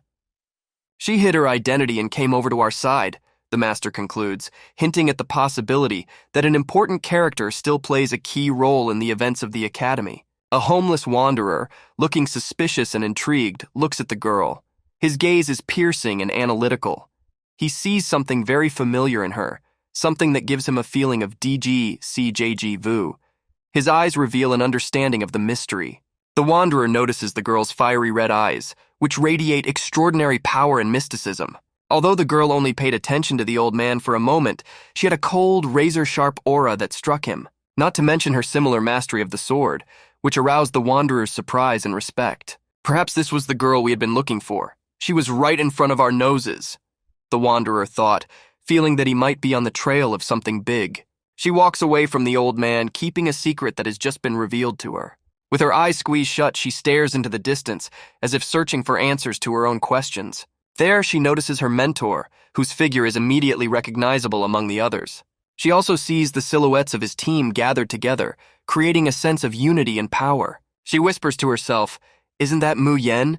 And you can hear the surprise and uncertainty in her voice. Suddenly, she moves decisively toward the boys, leaving the old man behind. Her movements are quick and confident. The old man watches the girl with a cold stare, following her with his eyes. In his eyes, there are mixed feelings of suspicion and intrigue. The old man stands up and turns to one of his friends standing nearby. "You must have bet a lot of money on this." His voice is full of confidence and suspicion. He looks at the gate and, seeing who is coming, speaks with a tremor in his voice. "They are here. My money." A girl with fiery red eyes runs to the pranayama. Her movements express impatience and excitement. Mu Yen's team returns and confidently walks the road, showing its strength and unity. Mu Yen, who embodies the reborn god of war, seems to be aware of all the difficulties he will have to overcome. The girl is happy to see everyone safe and sound. Her face shines with happiness and relief. Night falls at the academy. The team is having dinner in their courtyard, discussing the day's events and sharing their plans for the future. Mu Yen made a great impression on one of the masters of the academy. The master did not expect such an outstanding result from the boy. To be honest, I didn't expect much from them. The fact that they were gone for 10 days is absurd, says the master, expressing his distrust of such a long absence. However, Mu Yen's team came back with 4 flags, and that was with every member of the team. It was an incredible achievement. The master looks at Mu Yen with admiration. "You always exceed my expectations. On Cheongdan's fame will undoubtedly grow after this training, and it's all thanks to your brilliant planning and efforts," the master adds, showing his admiration. Muen replies, "While it's true that I gave my all to succeed, there was no guarantee of what would happen. This was only possible thanks to everyone's joint efforts," says Muen, paying tribute to teamwork and its importance. The team enjoys a festive feast with all the delicacies organized in their honor. Their faces shine with joy and satisfaction. They laugh and discuss their experiences. One of them says, "I ran like the wind to avoid them." Another exclaims, "I laughed so hard at them that I thought I would really die if they caught me. Wow, even though I was choking, I couldn't stop, so I thought I was going to die for sure," adds the third team member, sharing his exciting experience. "And just when I thought I couldn't run anymore, Libam appeared." One of the participants concludes the story, emphasizing the incredible turn of events. "At that moment, I felt that I had finally met the love of my life," says one of Muen's teammates emotionally, and everyone around him is filled with admiration and interest in his story. Muen himself is standing on the balcony, looking thoughtfully at the landscape of the Night Academy. He looks lost in his thoughts and memories. He is thoughtfully silent and understands everything that has happened. His eyes reflect reflection and insight. A girl comes up behind me and says, "I can't stop thinking that something has happened." Her voice is full of worry and anxiety. "Why aren't you with the others?" Muen asks, turning to her. He sounds curious and slightly surprised. To this, the girl replies that she is not used to holiday feasts and similar events. You can hear in her voice the lack of habituation to such events. Muen said, "Even though it was just a training session, it was still a meaningful event. It's times like this that strengthen the bond with your teammates." His words reflect his understanding of the importance of team spirit. The girl asks, "So you say, but what about you?" Her voice is full of curiosity and challenge. Muen replies, "It is important to draw a clear line between the elite and the rejected." His words seem serious, but they have a subtext. He smiles and adds, "It was just a joke." His expression becomes lighter and friendlier. The girl, embarrassed, does not understand his humor. She looks a little confused. "I didn't know you could joke, or was it a duty?" she asks, trying to understand his intentions. Having missed her words, Muyan suddenly notices her friend outside the courtyard. He was a wanderer, uncertain and mysterious. His appearance adds an element of uncertainty to the plot. Muyan tells the girl that he will be right back and quickly walks towards the wanderer. He does not explain to her where he is going. On a slope in the woods near a forest resting place, they meet an old man. The atmosphere is mysterious and calm. Muen asks the old man, "How did it go?" He sounds interested and concerned. The old man raises his finger to his lips and makes a shh gesture, warning of the need for silence. His eyes are full of caution. The girl, disobeying Muen, begins to follow him in secret. Her movements are full of curiosity and rebellion. The old man asks Muyen, "Can I trust her?" His question sounds serious and important. Muyan replies, "She can't destroy our plan." His words radiate confidence and strategic calculation. The old man laughs and replies, "You know how to play with your words." His laughter reflects confirmation and some surprise at Muen. The old man asks Muyen with a smile, "Do you trust her or have you tamed her?" His words sound like he's trying to understand the hero's motives. The old man continues, "Well, I guess it doesn't matter who she is, as long as you can control her." His words reflect a pragmatic approach and a calculation of influence. Muen is serious. If it's not about work, then a signal was given last night. He tries to understand the significance of this event. The old man smiles and says, "It's a signal from Wu Heng that something has happened in the Hebei Peng clan." His words reflect his knowledge of the secrets he is revealing to Muen. There were a few instances where the Hebei Peng clan supported the Blood Serpent sect, but it wasn't enough to say that they were related, the old man reflects, reflecting his knowledge of the complex relationships between the clans. "This shows how carefully the Hebei Peng clan covered their tracks. That's why I looked elsewhere," he continues, revealing his investigative methods. "And the boxes that were secretly transported to their base caught my attention," the old man says, revealing an important element in his investigation. "Since I had no excuse for entering their territory, I asked Unhyun to find them and check the content," he concludes, revealing his actions and strategy. The old man asks a question, thinking about it, and if he fired a flare. His words reflect his deep thoughts about the situation. "It means that he found something terrible inside," he continues, growing anxious and tense. "This could be a much more serious problem than the relationship between the Peng clan and the Blood Serpent sect," the old man says, emphasizing the scale and seriousness of the situation. "Maybe they were corpses," he suggests, adding even more intrigue to the situation. Muyan talks about the contents of the boxes, keeping the intrigue alive. He looks calculating and mysterious. The old man suddenly asks the hero, "Who are you really?" His question sounds unexpected and insightful, as if he is trying to understand Muen's true nature. Mushin turns to his brother Jan. Please don't tell anyone about this. He sounds serious and anxious. Jan replies that he is not sure. His expression shows doubt and hesitation. If this organization you told me to check out is using corpses, it's not something I can keep quiet about, says Yang, emphasizing his concern and duty. I'm aware of that. That's why I'm asking you to be more discreet, Mushin replies, trying to calm his brother down. Please keep it a secret for 1 week, or at least a few days, he asks, emphasizing the importance of secrecy. Jan thinks about it. He doesn't like it very much. His expression reflects his inner conflict and dissatisfaction. After finishing his dialogue, Mushin goes to the academy. A girl with fiery eyes runs up to him and says, "You want to leave without even telling the commander?" Mushin replies, "You and me."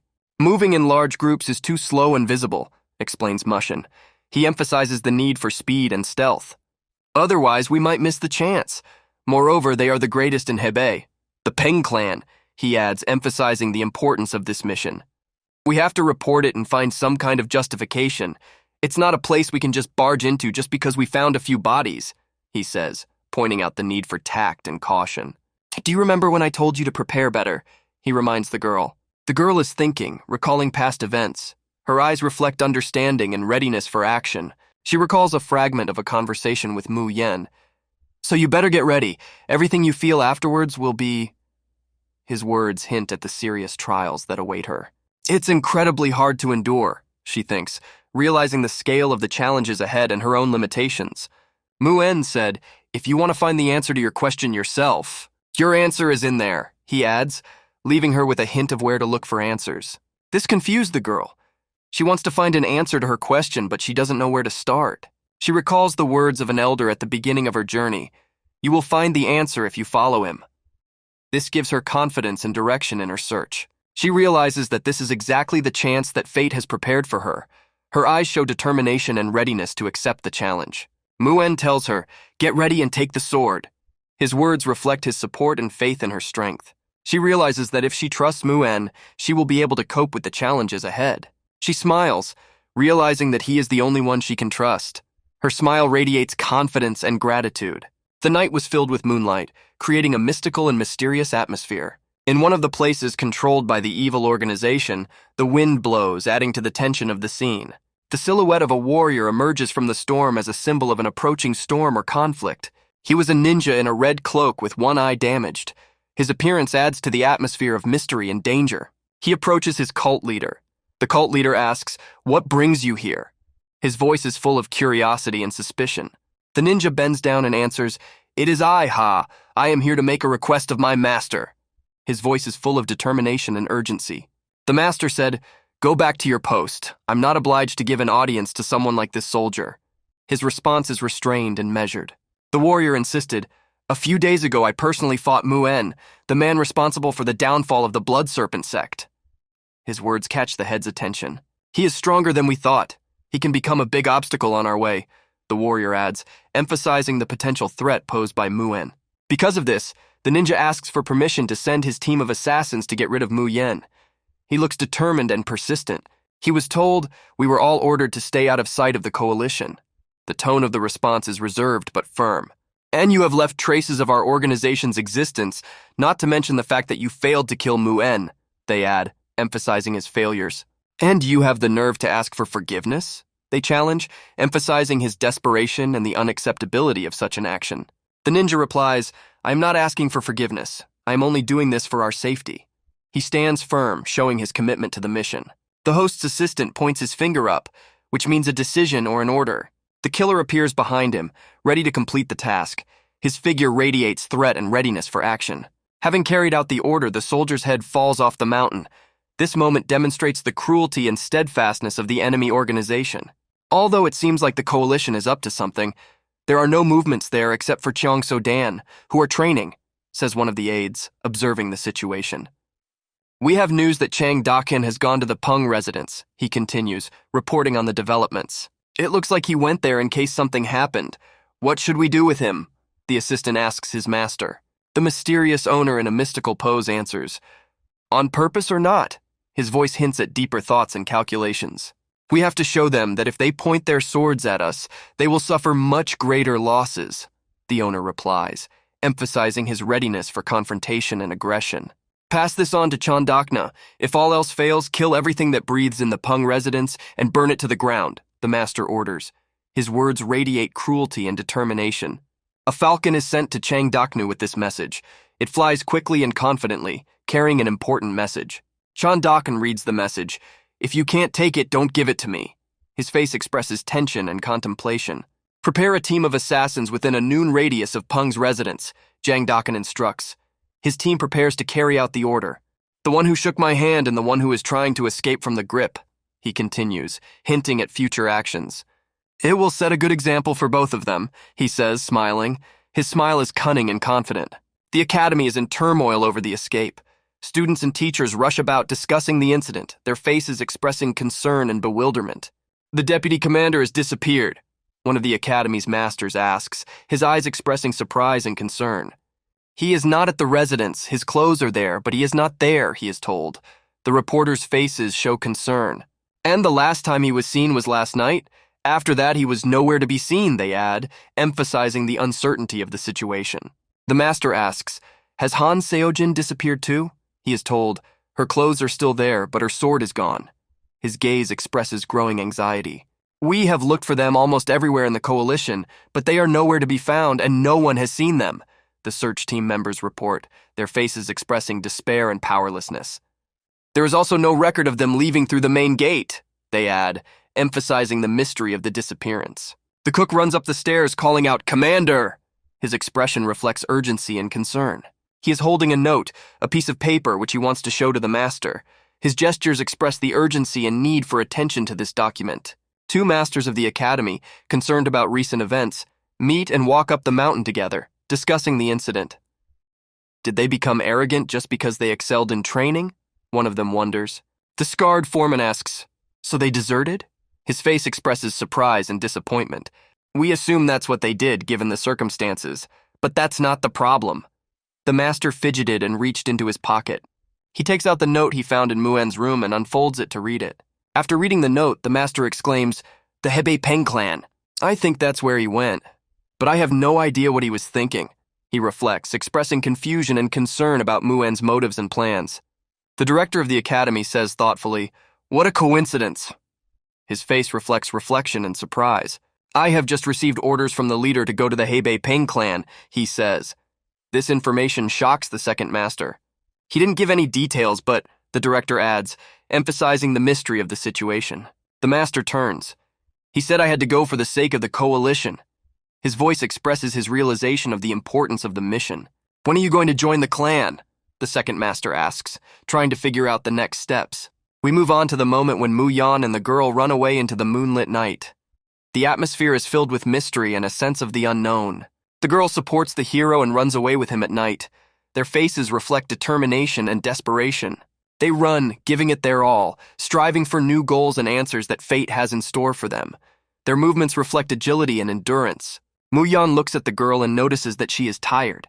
His eyes express concern and care. Her face is sweating. Her pupils are dilated, indicating the fear she is experiencing.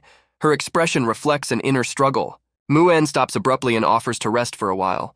His gestures express support and a desire to help. When Mu Yan suggests that she rest, she replies, no need, I'm fine. Her voice sounds confident, but her eyes are tired. But as soon as she closes her eyes, she immediately falls asleep, leaning on the stone. Her expression is relaxed, indicating deep fatigue. Mu Yan watches her and realizes that she is not well. His gaze expresses concern and thought. What she tells me, he thinks, smiling. His smile shows lightness and understanding. Although, if you think about it, we didn't rest at all and kept running, he reflects, realizing their relentless movement. So it's not surprising, he adds, accepting the situation as it is and preparing for further challenges. Sitting in the quiet of the night, the hero asks himself the question, is the reason for his sending to the lion's den the events that happened 20 years ago? His gaze is deep in thoughts and memories. He is overwhelmed by the memories of that battle. His face reflects the pain and reflection as he relives those events in his memory. Mushin was at the height of his powers when that battle took place. His posture and facial expression reflect the confidence and courage of the time. The battle was ruthless and bloody. The depiction of the battle shows the chaos, violence, and indescribable anger that overwhelmed Mushin and his opponents. The scene shows an incredibly fierce battle, where every movement reflects the tension and determination of the fighters. The head of the serpent cult, an extremely strong opponent, fiercely confronts Mushin, the god of war. Both warriors look powerful and relentless. The battle is striking in its epicness. Every blow and movement of the warriors is of great importance. The atmosphere is filled with tension and adrenaline. Mushin delivers blow after blow, demonstrating his unmatched skill and strength. But his opponent is also extremely strong. Each of his strikes is accurate and powerful, making the battle even more intense. They strike each other and fly off in different directions. This moment shows the strength and equality of their struggle. The explosive force of energy flies around, creating an impressive picture. The energy waves and explosions reflect the scale and fury of this battle. This fragment from his past life haunts Mu-En. He sits in the silence of the night, deep in his thoughts and memories. Mu-Yan quietly watches his sleeping partner, his eyes expressing thoughtfulness and a certain concern. As it begins to dawn, the first rays of the sun illuminate their resting place, adding calm and hope to the scene. The girl is still sleeping soundly, looking calm and serene in her sleep. She begins to wake up, gradually returning to reality. Her movements are light and slow, a sign of deep sleep. She sees Mu-En, who is already on his feet. He asks her, "Did you sleep well?" His voice is gentle and full of concern. The girl suddenly wakes up and asks with a questioning look, "How long have I been asleep?" Her voice is full of surprise and anxiety. "Oh, don't worry, I needed some rest too," Mu-En replies, reassuring her. He looks refreshed and restored. "But it's time to go," he says, approaching the girl and holding out his hand. His gesture expresses support and readiness for action. She takes his hand, which helps her up.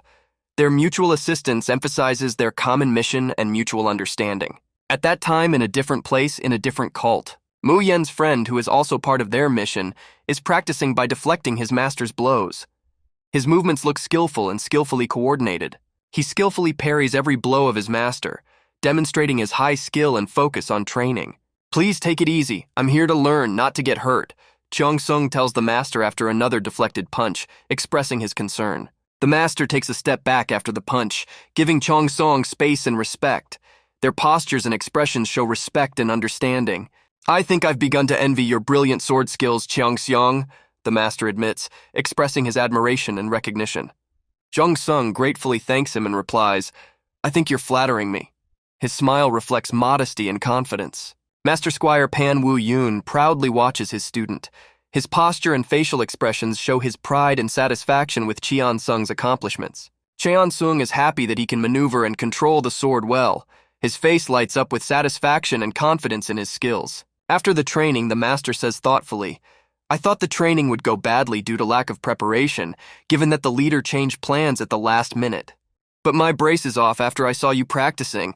No need to worry," he adds, expressing his satisfaction and relief. Cheong-sung replies, "I changed my mind about rejoining the coalition after seeing how hospitable you have been to us." His expression shows gratitude and satisfaction. The master laughed. "That's right." His laughter showed warmth and recognition of Cheon-seong's efforts. The boy says enthusiastically, "The Peng clan's sword style is so majestic and ruthless that it made a lasting impression on me." His voice is full of admiration and interest. The master replies, "Cheon-sung, you already know one style of sword, but you speak as if you want to learn the style of the Pan clan." The boy replies that the master reads his mind. Their dialogue reveals a mutual understanding. "The Peng clan style is based on a person's character. It will be difficult for you because you were not brought up here," the master continues, emphasizing the uniqueness and complexity of the clan's style. "Now I'd like to meet someone from the Peng clan to understand the character you're talking about," the boy says, showing his interest and desire to learn. "This is not something you can learn. Too much of anything can be harmful," the master warns, trying to protect the student from possible risks. "Even my brother, who is trying too hard to become the best." Master Squire begins the story, expressing his thoughts and feelings. His friend, the master, interrupts him. "Squire, talking about him to a stranger is a bit..." His tone emphasizes dissatisfaction and caution. Master Squire responds to this reproach. "He is still my proud brother and a noble man. I am not ashamed of him despite what happened." His words reflect his deep affection and loyalty to his family ties. Cheong-sung expresses his confusion. "I'm sorry to interrupt, but by brother, do you mean..." He is looking for clarity and understanding in this conversation. The guy wonders if it could be the same person he was thinking about. His face shows thoughtfulness and curiosity. The master leads Cheon-sung into a deep dungeon. The atmosphere is dark and mysterious, illuminated only by the glare of light from the lamps. Due to the rough nature of the warriors of this clan, small conflicts and disputes are quite common, the master explains. His face expresses seriousness and some anxiety. This underground prison is designed for such hotheads. The guy is shocked. I have never seen such an underground prison in the clan. His expression reflects surprise and incomprehension. Jong-sung is confused by the question of why the master brought him here. He looks thoughtful and anxious. When he asked, the master replied, "Unfortunately, my brother is also here." He sounds sad and disappointed. We see a man chained to a stone. His situation reflects helplessness and suffering. Chains hold the man's arms and legs tightly, restricting any movement. The atmosphere is full of heaviness and despair. The chains hold the man inexorably, emphasizing his powerlessness in the face of his circumstances. His face expresses pain and despair. The master brought Cheon-seong to this place to show him the reality of what he was talking about. The master's expression is serious and thoughtful. Jong-sung asks tensely, "Is this the man you were talking about?" He sounds surprised and worried. "Yes," the master replies to Cheon-seong's question, who stands in shock at what he has seen. "This is the man who became known as the Fierce Blade after he killed countless enemies in the Great Battle of Murim," the master continues, revealing the history and significance of this figure. "My brother," he adds with sadness in his voice, feeling the weight of these words and their personal significance. Jong-sung sees Peng lying in a stone prison, chained up. His face and posture reflect his condition and suffering. Jong-sung is shocked to realize that he is Pan Do-cheon. He looks surprised and shocked as he comprehends this discovery. How could such an incredible person end up here? He thinks, not believing what he is seeing. His face reflects confusion and compassion. "Too much of anything can be harmful," says the master, sharing his wisdom and warning. His face expresses seriousness and sadness. Do-chong was not satisfied with Hebei alone and sought to conquer the whole of Zhongyuan, the master continues, revealing the depth of Do-chong's ambitions. So he began intensive training, the master explains, describing Do-cheon's efforts to improve himself. He broke all ties with others and trained until his body began to collapse. "We tried to stop him, but his determination never wavered," says the master, reflecting Do-chong's tragic determination and self-destruction. "In the end, he was overcome by cultivation hysteria after excessive training, and now he is like this," the master says bitterly, pointing to his chained brother. These words deeply affected Cheon-seong. Cultivation hysteria. His face showed shock and bewilderment. The chained brother mutters something in his cell, his face distorted with pain and anger. He says someone's name and his voice sounds desperate and full of pain. Suddenly he rushes at his brother. "I'm going to kill you." His eyes flash with anger and madness. But he is chained, and his body is pulled back by the cage and chains that restrict his movements and attempts to attack. After the failed attack, he falls back to his seat. His face reflects despair and powerlessness. He is barely alive, but his determination is the only thing left of him. He has gone so crazy that he has even drifted away from me, his own brother, the master says sadly. "It was necessary to protect the clan," the master says, justifying his decision to imprison his brother. His voice is filled with a sense of duty and responsibility. Cheon-sung expresses his condolences. "My condolences, Squire." He looks sad and sympathetic. "I'm not showing it to you to seek pity," the master replies, emphasizing his intentions. His face shows seriousness and determination. The prisoner's voice is heard from the cell. "The power of blood." These words cause tension in Jong-sung. The prisoner continues. "I feel the power of blood. They have to be stopped." His voice is full of pain and warning. Jong-sung listens carefully to the prisoner's words, pondering their meaning. His face expresses concentration and caution. After leaving the dungeon, Cheon-sung says, "I'm not showing it to you to seek pity. There is no need to apologize.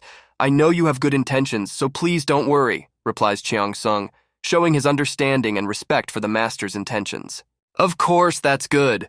Also, I'll keep my mouth shut about Master Pan Do-cheon," adds Jong-sung, expressing his responsibility and caution. "Because I'm sure there are people who would want to tarnish his reputation if they knew about his situation," he reflects, emphasizing the potential risks.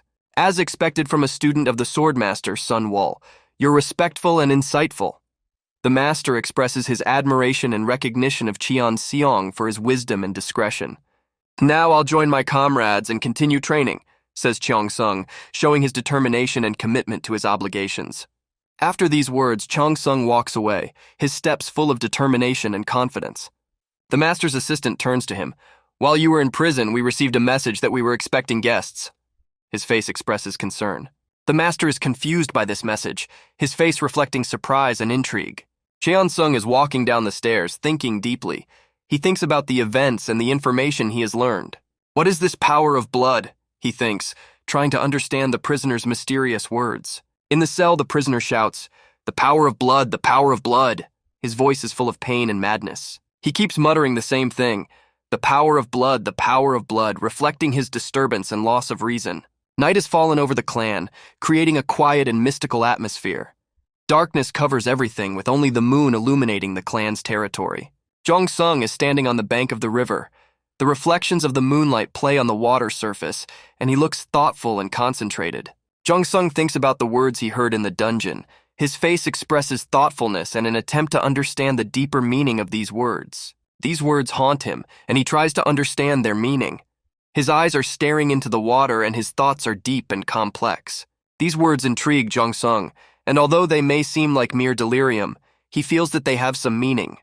His interest grows, and he tries to find answers to his questions. Jong-sung recalls the words of his mentor as a child. He asked, "Can martial artists also suffer from cultivation hysteria?" His childlike face expresses curiosity and innocence.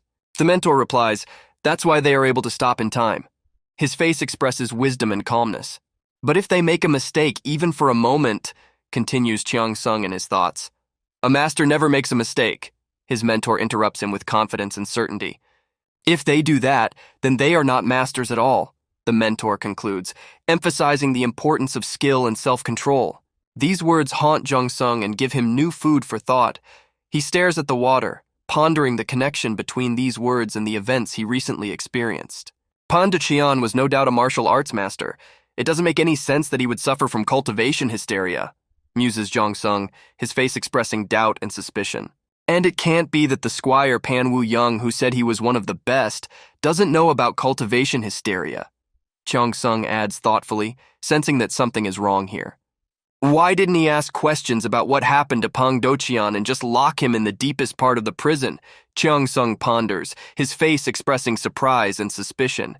Cheon-sung recalls how the master used to say, "He is barely alive, but his determination is the only thing left of him. He has become so insane that he has even drifted away from me, his own brother. It was necessary for the protection of the clan." Cheon-sung repeats the master's words, but his face expresses doubt and questioning. Jong-sung said, "If it was all an act and he was up to something?" He sounds doubtful and uncertain. In his head, a shot of the prisoner shouting indignantly pops up, "Pang Woo-young, I'm going to kill you." If his anger toward Pang Woo-young was sincere and not the result of madness, Cheong-sung reflects, pondering the prisoner's motives and emotions. "I feel the power of blood. They have to be stopped." The prisoner's words echo in Cheong-sung's head, adding intrigue and uncertainty. The master tries to calm Cheon-sung down, saying, "Don't worry." His face shows calmness and confidence. "He's been talking nonsense since he went crazy," the master continues, trying to ease the anxiety. These memories disturb Jong-sung, and he feels that everything is not as it was presented to him. A dark night envelops one of the houses where the lights are on until late.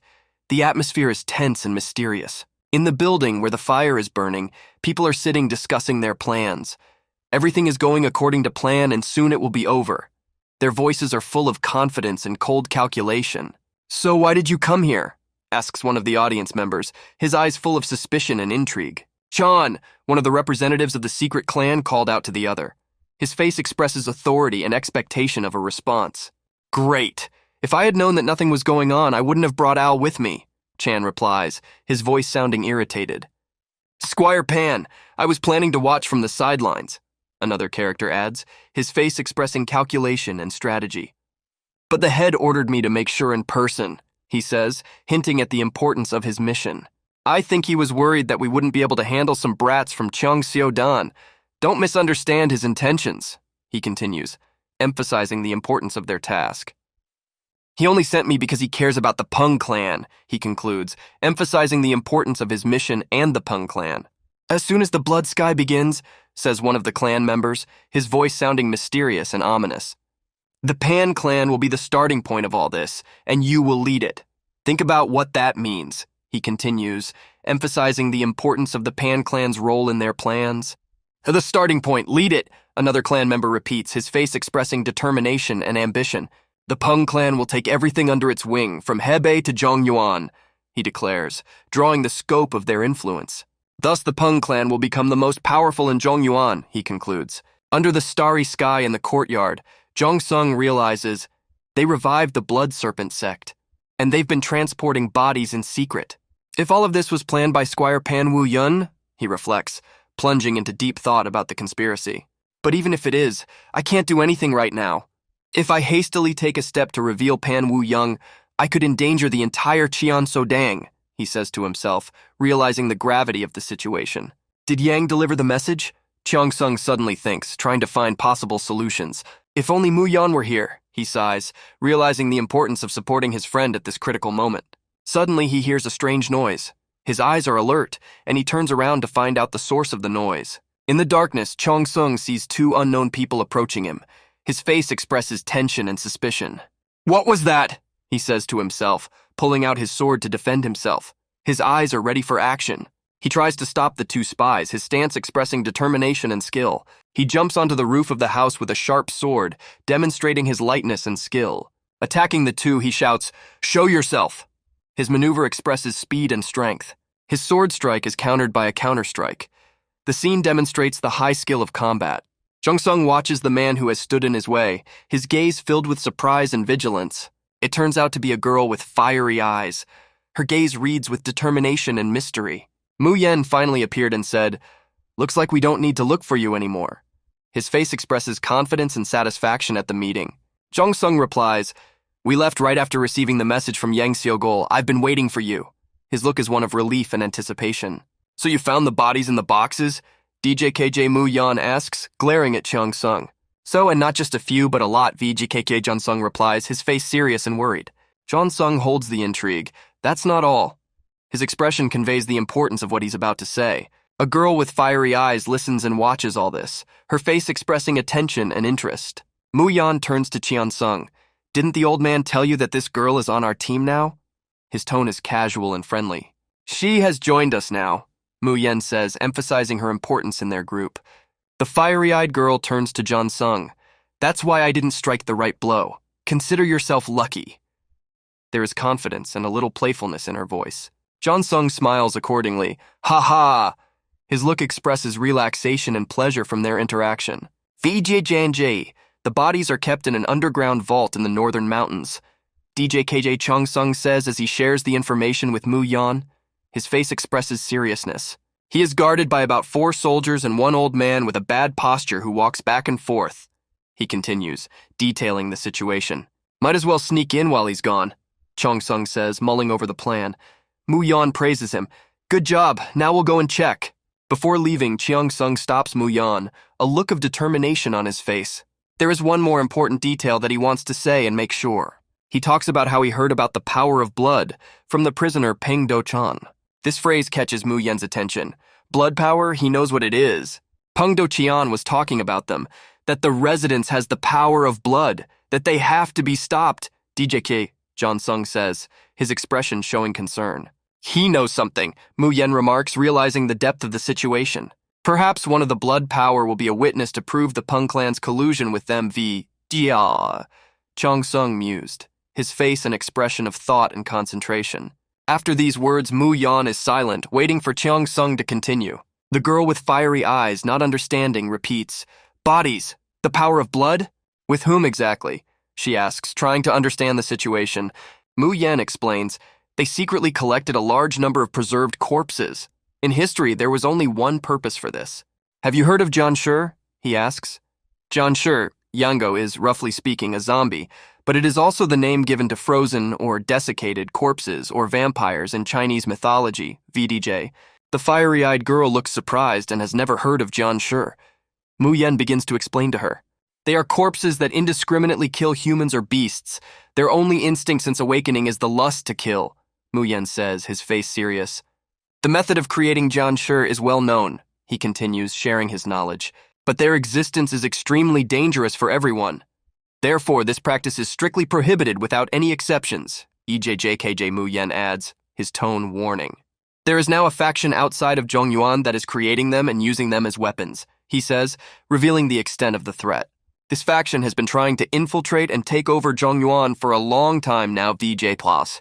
They are enemies of both the virtuous and the sinful factions. DJKJ concludes Mu Yen. The girl looks scared and sweaty. Just don't tell me that, she replies, feeling scared and worried. The Blood Brotherhood clan is preparing to welcome guests. Sanbez points out hospitality to his servants. Sanbez orders his servants, bring them everything they need. Ale, food, women, whatever. The servants reply, yes, sir. One of the members of the Blood Brotherhood stands on the balcony of a wooden house, thinking about the future. Suddenly, someone jumps on the roof of the house. It's a member of his clan who reports, we've received word that a team of assassins has gathered nearby. Tell them to be alert and ready, he orders. His subordinate replies, yes, sir. The power of blood is ours, he says confidently, feeling the approach of important events. The footage shows the evil leader of the Blood Brotherhood exclaiming, how dare a mere puppet try to take her, what a fool! Against the background of a large hall with candles, the leader stands in thought, his face expressing contempt and indignation. Our heroes, Mu Yen and his comrades, discuss a plan of action. If we hurry, they will close the residence and kill all of us, says one of them. Then they'll make up some lie to cover it up, adds another. Mu Yan replies, therefore secretly go ahead of all the members of Cheongseodan and wait for my signal. The boy understands the instructions, but he has doubts. Can we hold our own against Hebei's mightiest warriors with just the three of us in Cheongseodan? He asks. All we need is proof of the Peng clan's connection to the cult. There might not even be a battle, Mu Yen says. But don't worry, even if war breaks out, Mu Yen adds confidently. Yen Chongdan will arrive soon enough. VDJ, he looks confident and ready for action. Under the pretext of arresting Han Seojin and me for desertion, says one of the characters, laying out the plan. A girl with fiery eyes indignantly intervenes in the dialogue. Shh, did you leave a note or something? You said not to tell anyone about it. The guy replies, well, whatever, if Master Du Wan and Yan Chongdan come, we might have a chance even in the war. Our main task is to confirm the existence of the bodies, and then ping to Qian, he continues. The guy cautiously says, be careful, Mu Yan. He also addresses the girl, and you too be careful. At this point, they go on a mission. Only a shadow flashed before the boy's eyes, hinting at a possible threat. Sitting in ambush near the dungeon, the girl wants to ask Mu Yan a question. The hero says thoughtfully, I'm a little scared of one mention of their existence. But there will be evidence of their conspiracy with the Peng clan to help me find the answer I'm looking for. DJ KJ. At this moment, he suddenly covers the girl's mouth with his hand, signaling the need to be silent. Elders pass by, one of them exclaims indignantly, damn old man, does he consider us his personal servants? I don't know how many times I wanted to use my blade against him. Mu Yen reassures the girl, now just concentrate on your duties as a member of Yen Cheongdan.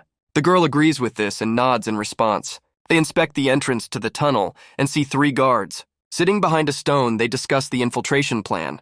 It won't be an easy task to avoid being noticed and causing alarm, says Mu Yen thoughtfully. Mu Yen and his partner stand at the entrance to the dungeon. This is exactly the place they were looking for. They need to get inside, but there are guards ahead. Mu Yen carefully takes the stone in his hand. He tells his partner to get ready and signal when it's time to act. Mu Yen throws a stone in the opposite direction from the entrance, making a loud noise against the tree. The guards immediately react to the sound, turning their attention in that direction. One of the guards says, did you hear that? Maybe it was a rabbit? Another guard replies, Yakchin said he saw rabbits in the area. Shut up and check. While the guards are distracted and investigating the source of the sound, Mu Yen and his partner seize the moment and sneak in through the entrance. Mu Yen and his partner carefully descend the steps deep into the dungeon. The girl immediately feels a sharp, unpleasant smell. She grimaces, uttering, phew, what a terrible smell. Mu Yen explains, it's incense to hide the smell of corpses and slow down their decay. They come across a huge number of crates that look suspicious. The girl is amazed and shocked by the discovery, not believing her eyes. Mu Yen opens one of the boxes to check. The girl is amazed by what they found inside the box. Mu Yen carefully pulls the body out of the box for further analysis while the girl watches. Mu Yen carefully places the corpse on the ground in the dungeon, which creates tension in the scene. The girl, standing next to him, watches his actions with interest and anxiety. He examines the body, looking for any unusual markings or symbols. Mu Yen's face turns serious as he ponders the meaning of these marks and how it relates to the mystery of the blood cult. Mu Yen is surprised to note that there are no signs of transformation or other supernatural changes on the bodies. Crude tools, similar to surgical saws and other medical equipment, are spread out on the table next to the bodies. Mu Yen, looking at the tools, expresses surprise. Well, what does it all mean? The old head of the guards, having reached the dungeons, shouts to his subordinates, "Never leave your post!" He angrily rehearses, "How many times do you have to repeat that?" The guards are outraged by his words, complaining about themselves. "Cursed old man!" The old man enters. His steps echo in the corridors. The girl whispers to Mu Yen, "Someone is coming." Mu Yen quickly analyzes the situation, thinking, "VJN, this must be the old man Un Heng mentioned." DJ KJ. The old head of the guards, unsuspecting, inspects the dungeon. His face expresses calmness and attentiveness. Mu Yen suddenly jumps out of the shadows and grabs the old man by the neck, showing agility and determination. Mu Yen pins the old man to the floor, giving him the upper hand in physical strength and control of the situation. The old man, being captured by Mu Yen, asks, somewhat surprised and wary, "Who are you?" Mu Yen, holding the old man with a look of determination and menace on his face, says, "Come on, don't joke or I'll snap your neck." The old man, in a captive position, answers with caution and slight fear, "You lie, the outcome will be the same." Mu Yen concentrated his thoughts. "I got the impression that you plan to create Janshur from corpses, but these crude tools are not suitable for the job." Mu Yen, with a hint of disdain in his voice, continued, "VDJNJ, not to mention that Janshur can only be created in places with an abundance of dark energy, such as the Great Dark Lands, VJJ Hua. The dark energy here is as pathetic as you." Mu Yen, still holding the old man, says, "I can guess what's going on, but I need to confirm it." "What the hell are you up to?" The old man, confused and frightened, replies, "All these Janshur and all that, I have no idea." The old man, showing an expression mixed with fear and despair, declares, "I'm just doing as I'm told because they promised to pay me handsomely." Mu Yen, with a menacing expression on his face, insists, "VDJ, what did I say I would do if you lied?" GAKJ, confused, the old man admits that it is true. The old man, with an uplifted expression on his face, continues, "When the bodies arrived, I was told that I could command the soldiers under the squire." The old man, looking desperate, continues, "And I was ordered to make them stand guard, and that no one should enter." Mu Yen, with a serious look, insistently asks, "Who started all this?" He continues to press down on the old man's neck, showing his determination to get answers. But the old man never gave an answer, remaining silent. Mu Yen thoughtfully states, "They brought all these bodies to create the appearance of what the Janshur are doing." Mu Yen, with a look of shock and disbelief on his face, exclaims, "They brought all these bodies to make it look like they are doing Janshur." He continues, looking thoughtful, "I don't even want to imagine how they managed to collect so many bodies." Mu Yen concludes, "It looks like the Janshur were a decoy to get the Peng clan to commit treason and let the coalition get rid of them." Thinking, Mu Yen wonders, if the squire was on their side, they could do whatever they wanted with the Peng clan. So why? With doubt in his voice, he says, "I don't know what they're up to, but..." Mu Yen says seriously, "Recently, the Muram benevolent faction has been increasing its ranks without properly vetting new members, and the coalition is not powerful enough to unite the entire Muram benevolent faction. Faijianji, if the Peng clan is eliminated in its current state of affairs, BJ Pla, it may lead to a split in Muram's benevolent faction. DJJK. Coalition actions are always accompanied by misunderstandings and discontent. There have been numerous cases where this has almost led to rebellion. It is likely that this is exactly what will happen if the Peng clan is eliminated. Those who express dissatisfaction with the coalition will lead the rebellion. Fujinji, if that's what they're up to, VJ, we have to stop the coalition from getting rid of the Peng clan." DJK. The girl asks, "And how do we do it?" Mu Yen, with an expression of determination, "I have a plan. They go to the dungeon where the master is imprisoned. Everyone said he was crazy, but he wasn't." Gathering his team, Mu Yen declares his decision with a determined look. "If this is what they are up to, we must stop the coalition from getting rid of the Peng clan." A girl with fiery eyes, a member of his team, asks with uncertainty, "How can we do this?" Mu Yen, with a thoughtful expression on his face, looks inspired. "I have a plan. We must act wisely and carefully." The team carefully descends into the dungeon where the master is imprisoned. The master, imprisoned and confused, lies on the ground. He looks suspiciously at Mu Yen and his team. The imprisoned master asks, "Who are you? Why are you here?" Mu Yen answers confidently, "I am Deputy Commander Yang Cheong Dan of the Marine Coalition, Mu Yen." Mu Yen addresses the imprisoned master, "I am here to save you." In the dark evening, at the entrance to the secret dungeon, their boss approaches the guards with a basket of food. He smiles. "Squire ordered me to bring you this as a special lunch." The guards look surprised and happy at the same time. One of the guards, enjoying his meal, suddenly stops and asks, "But we have been ordered to refuse all visitors. Who gave this order?" The chief thinks with interest. Another guard, after swallowing a piece, replies, "The order came from the squire's servants." The boss looks confused because he knows very well that the squire has no servants. The chief, excited and indignant, exclaims, "He has no servants. What is this senseless lie?" He has realized something is wrong and looks ready to take action. Entering the cave, the chief and guards discover the old man's body, lying lifeless on the cold ground. Everyone stands around the body, shocked by its sudden appearance. The guards are shocked, discussing among themselves, "This means that someone got in here and found out our secrets." They are worried and confused to realize that their security lock has been breached. We see the hero, Mu Yen, freeing an old master imprisoned by his own brother for exposing the truth. The chained old master speaks in a tired but determined voice. "They offered me a tempting deal." The old master continued indignantly, "Virginia to become Gro, the strongest clan in Zhongyuan, did you?" He cautiously explains to Mu Yen, "But I exposed their true intentions and rejected their offer. They are more dangerous than meets the eye." Master sadly recalls his brother, "But my brother, the fool Peng Wu Yun, accepted their offer." The old master continues bitterly, "He conveyed our authority to them and left me here in this state, rejected and forgotten." He sighs heavily. "Blood power, that's what they call themselves." "This is the cult of blood," the old master explains, his eyes radiating knowledge and a deep understanding of the terrible truth. Mu Yen ponders, tensing up at the new information. He realizes that he has a great challenge ahead of him, which will require all his skill and intelligence. The scene unfolds in the headquarters of the cult of blood. The head of the cult receives disturbing news. Their specialist who dealt with bodies in the dungeon is dead. His face shows concern and anger. The servants who found the specialist's body report the details. His neck is broken. It's definitely not Cheongsung Dan's handiwork. The cult leader freaks out, his face contorted with fear and anger. He understands that the Brotherhood of Blood is in danger, and it has come at the worst possible time. He orders his servants to arm themselves and immediately go in search of the uninvited guests. His orders are strict and urgent. The cult leader loudly demands his sword, "Bring my blade." His voice is full of determination and readiness to act. Armed and determined, the cult leader leads his warriors in search of enemies. They move into the darkness, ready to face an unknown threat. The leader of the blood cult issues orders to his soldiers, "Search every corner.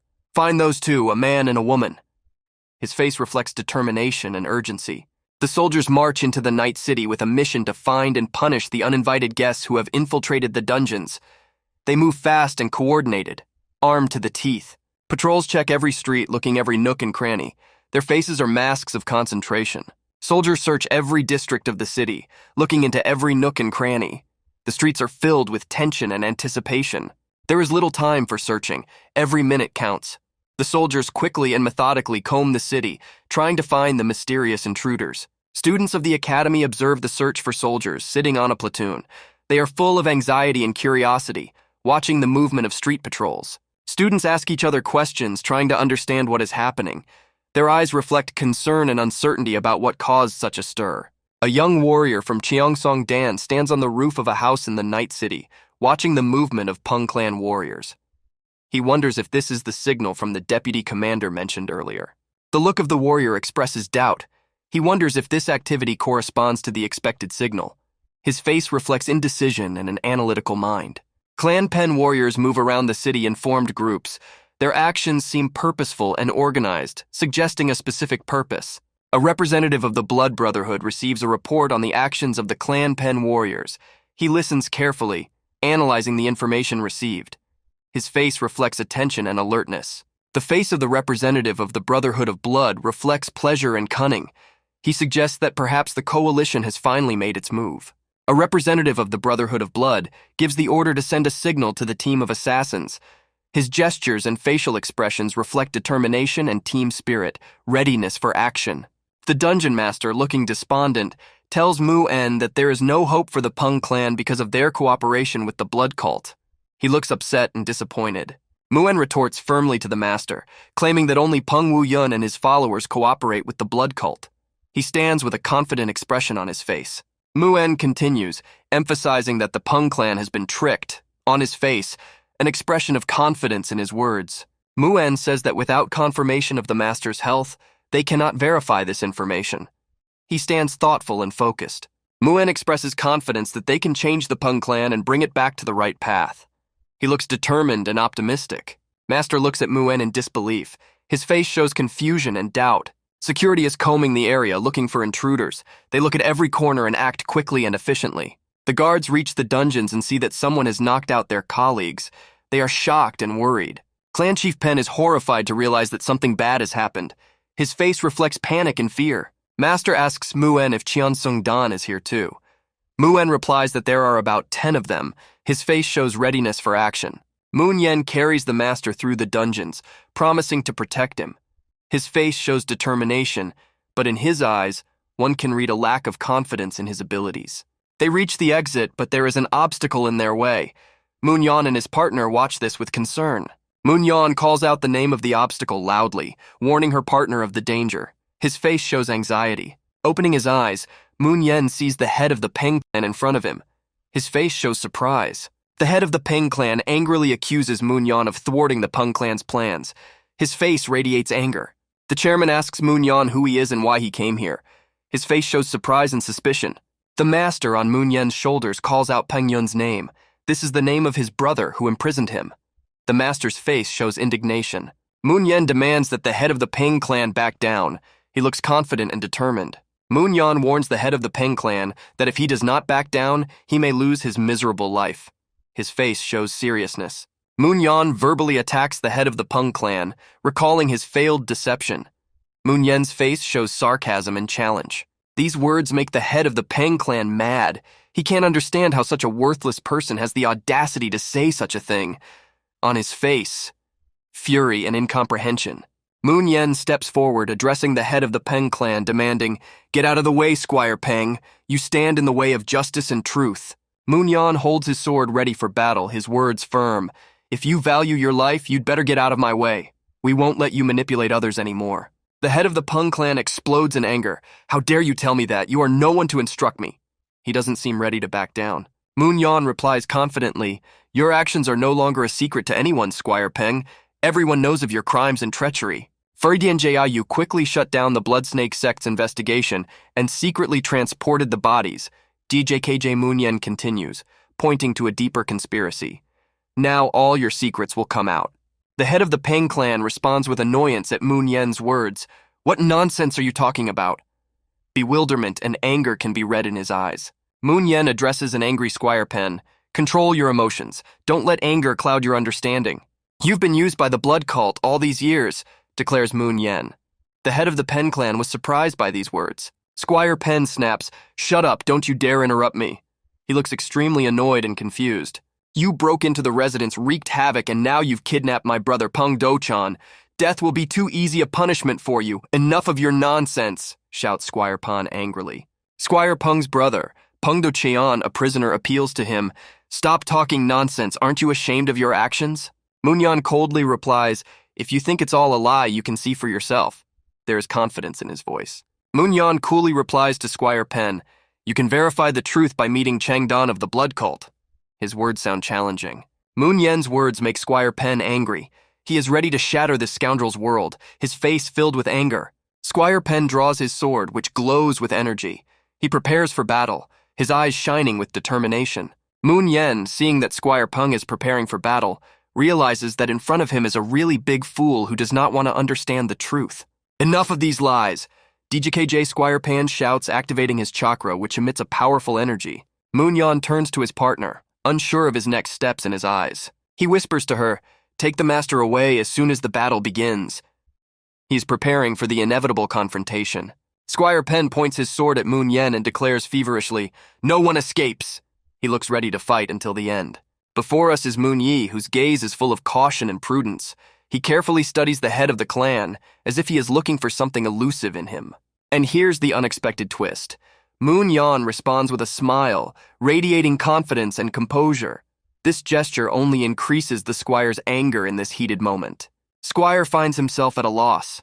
He cannot understand what motivates his opponent, and this ignorance only sharpens his anger. And then, filled with rage, the Squire rushes into the attack. He fiercely promises to cut Moon Yen in half, rushing into battle with an indescribable thirst for victory.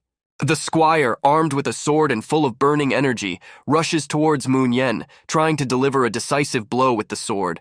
Right after dodging, Moon Yen activates his energy and punches Squire's chest with all his might, taking advantage of the moment of surprise. The blow is so powerful that Squire is sent flying 10 meters away, losing control of his body. Hitting the dungeon wall, the squire causes a great noise and collapse, sending a cloud of dust and shards across the dungeon. Moon-yeon, acting as leader, orders her partner to evacuate the old master from the dungeon immediately, emphasizing the urgency and importance of this mission. Moon-yeon's partner does not hesitate to carry out his orders, showing her dedication and efficiency in a critical situation. During the escape, the old master, distraught, turns to the girl with the question, "Can Moon-yeon handle Squire, the martial artist, on his own?" The girl, concentrating on the mission, tells the master that it is more important to think about his own safety now than the battle. She adds that even an old master wouldn't stand a chance against an opponent like this guy, acknowledging his incredible strength and skill. Getting up from the powerful blow, Squire realizes that he underestimated Moon-yeon. His eyes read an admission of error and a new level of respect for his opponent. The squire mentions that because of Moon-yeon's young age, he saw him as easy prey, but now he realizes that he was wrong. He analyzes the situation. If Moon-yeon dared to take such a desperate step, then he has the necessary skills and courage, Squire thinks. With these thoughts, the squire charges again, determined not to back down and prove his superiority. These aggressive tactics don't throw Moon-yeon off balance. He keeps his cool and is ready for the next move. The squire delivers a powerful sword strike, but Moon-yeon dodges again, showing impressive agility and intuition. This only infuriates the squire, but he notices Moon-yeon trying to flank him, maintaining a tactical advantage. While swinging his sword, Squire suddenly sees Moon-yeon's fist appear in front of him with incredible speed. That blow is so fast that despite Squire's attempts to block it, he doesn't have time to do so. Due to the powerful energy of both fighters, they push away from each other, creating a gap between them. The squire, focusing on the battle, grins, clenching his teeth, as if feeling a rush of strength and adrenaline. He activates his skill Tiger Gate Cut, Soul Eater, as he prepares to strike decisively. At this time, Moon-yeon, without wasting a second, rises to his feet, ready to continue the fight. Using his nuclear power, Moon-yeon pushes off the concrete with his other foot, showing his incredible physical strength and readiness for the next strike. Moon-yeon enters his God of War state, activating the first level of his hidden power. The two mighty warriors meet in a decisive clash, dealing blows to each other. Moon-yeon's hand hits directly at Squire's sword, creating a moment of tension and determination. From this powerful blow, the squire himself and his sword fly away, as if thrown back by an invisible force. The squire finds himself shocked at this turn of events, unable to understand how this is possible. He's thinking, how did this guy with his bare hands manage to knock my sword away? The squire reminds himself that his great Soul Eater technique has always been extremely strong, but this guy just knocked him away with his fist. Moon-yeon, clenching his powerful fist, turns to the squire with an ironic question. "Is your blade rusted?" He continues, "Did you just relax?" Finally, Moon-yeon, with a faint smile, asks Squire, "Is it because I'm young?" Moon-yeon continues to speak an uncomfortable truth that seems to cut Squire's ears, causing him to be internally conflicted. He turns to Squire. "Of course you are better than all of these, because Squire, the strongest in the Jongyuan clan, cannot be so weak." These words strike the squire deeply, evoking a powerful emotional response in him. Filled with rage and indignation, the squire vows to tear Moon-yeon to pieces and kill him, activating all his power for the battle ahead. Let's go back to when Moon-yeon ordered his partner to retreat as soon as the fight started. She takes the master, and together they move to the exit, realizing the criticality of the situation and the need for quick action. As they leave, the master warns the girl that the squire could most likely bring the Link and other fighters with him. He notes that Squire's followers are probably guarding the prison on the upper level. To this, the girl retorts emphatically that they have no choice or way but to keep moving forward. The master, during their retreat, asks the girl if she can handle this situation on her own, expressing her fears and insecurities. As they approach the prison exit, they see that the exit is guarded by soldiers standing guard. The warriors suddenly notice a beautiful girl and the master behind her, surprised that someone has come out of prison. It makes them wonder, if they got out, what happened to the squire? That question remains unanswered. The head of the guards, reacting to the situation, shouts to his subordinates to detain the girl and the master, raising the alarm. The warriors, preparing to attack, jokingly comment that they would not want to spoil the girl's beautiful face, showing a certain contempt and confidence. But suddenly, behind the girl, a loud shout is heard, "Stop!" The sound seems to tear the air. This cry causes dissonance among the warriors, as it seems to them unexpected and forgotten. Warriors recognize this voice, which brings a certain confusion and uncertainty to their ranks. This is the voice of a famous master, known for his power and reputation, who is able to change the course of events with his unexpected appearance. The warriors are very surprised to recognize this master as Pyongdocheon, a person they did not expect to meet here. The commander of the warriors, admitting confusion, says, "Shit, I thought it was just this girl's partner." Master Pyongdocheon addresses the soldiers. "You may not recognize me in this state, but I'm sure you will recognize my voice." The warriors, in shock, look intently at the master, trying to make sense of the situation. One of the warriors, expressing his surprise, says, "I heard you can't move a single muscle because of cultivation hysteria." When asked by the warriors about his condition, Master Pyongdocheon confidently replies, "As you can see, I am not suffering from what you are talking about." However, the warriors interrupt the master, saying, "Don't listen to this man," trying to devalue his words. One of the warriors declares, "He was struck by cultivation hysteria and lost his personality in a state of madness." They add that despite this, the squire tried to protect the master's reputation by hiding the truth from everyone. These accusations deeply upset the master, and he turns to Jung-un for support and understanding. The master accuses Jung-un, stating, "That's all the blood cult dog told you to do," indicating manipulation and betrayal. In response, Jung-un accuses the master of killing innocents, stating, "You stated that they were members of the blood cult. It seems you still haven't come to your senses." Warriors regretfully comment on the situation. "What a pity that you, who could have become the strongest, now find yourself in this state." They keep saying, "You're supposed to be the strongest, but look at you now." Enraged by these words, the master yells at Jung-un, "Yun Jung, ah, you bastard," feeling betrayed and outraged. The girl, sensing the helplessness of the situation, speaks decisively. "That's enough. It's clear that they're not going to listen to you anymore," emphasizing the futility of trying to influence the warriors. The head of the warriors, taking decisive action, issues the order: take Pyongdocheon and capture the girl, dead or alive, presenting them with a crucial choice. Warriors, full of determination, charge, ready for battle. The girl, with her sword drawn, has no doubts about her strength. She is ready to face them. With incredible ease and grace, she jumps high up, flying over the heads of the warriors. Her eyes begin to glow like a night echo, reflecting her inner strength and determination. She lands by surprise, and her sword instantly pierces the first warrior, showing her skill and effectiveness in battle. This greatly surprised the chief of warriors. The girl turned out to be a real warrior with a sharp sword. From his own experience, he recognized in their sword style the marks of a great master. The warriors seemed to think it was just a joke at first, but then they realized that this woman is a real mystery. "Ah, she is a bitch," they shouted, feeling a great threat. The woman had no mercy. She cut them one by one like a knife in butter, sweeping away the enemies like old thaws.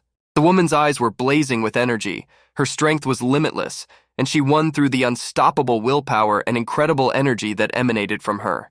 The warriors rushed at her, one after the other, attacking with determination. But she skillfully blocked their blows, responding to each move with cold calculation. She counterattacked by hitting them with the heads of her legs like a hyper-fast dancer, targeting her enemies' vulnerable spots. She soared above them, striking enemies with great force, then bounced off their bodies, changing strategy like a stage artist. Her sword pierced the air past yet another warrior, dealing deadly blows, and he fell to the ground, powerless. She left their lives without the slightest feeling of pity, surrendering to the battle with all cruelty. However, one warrior, after he adjusted his jaw, felt the need to say something.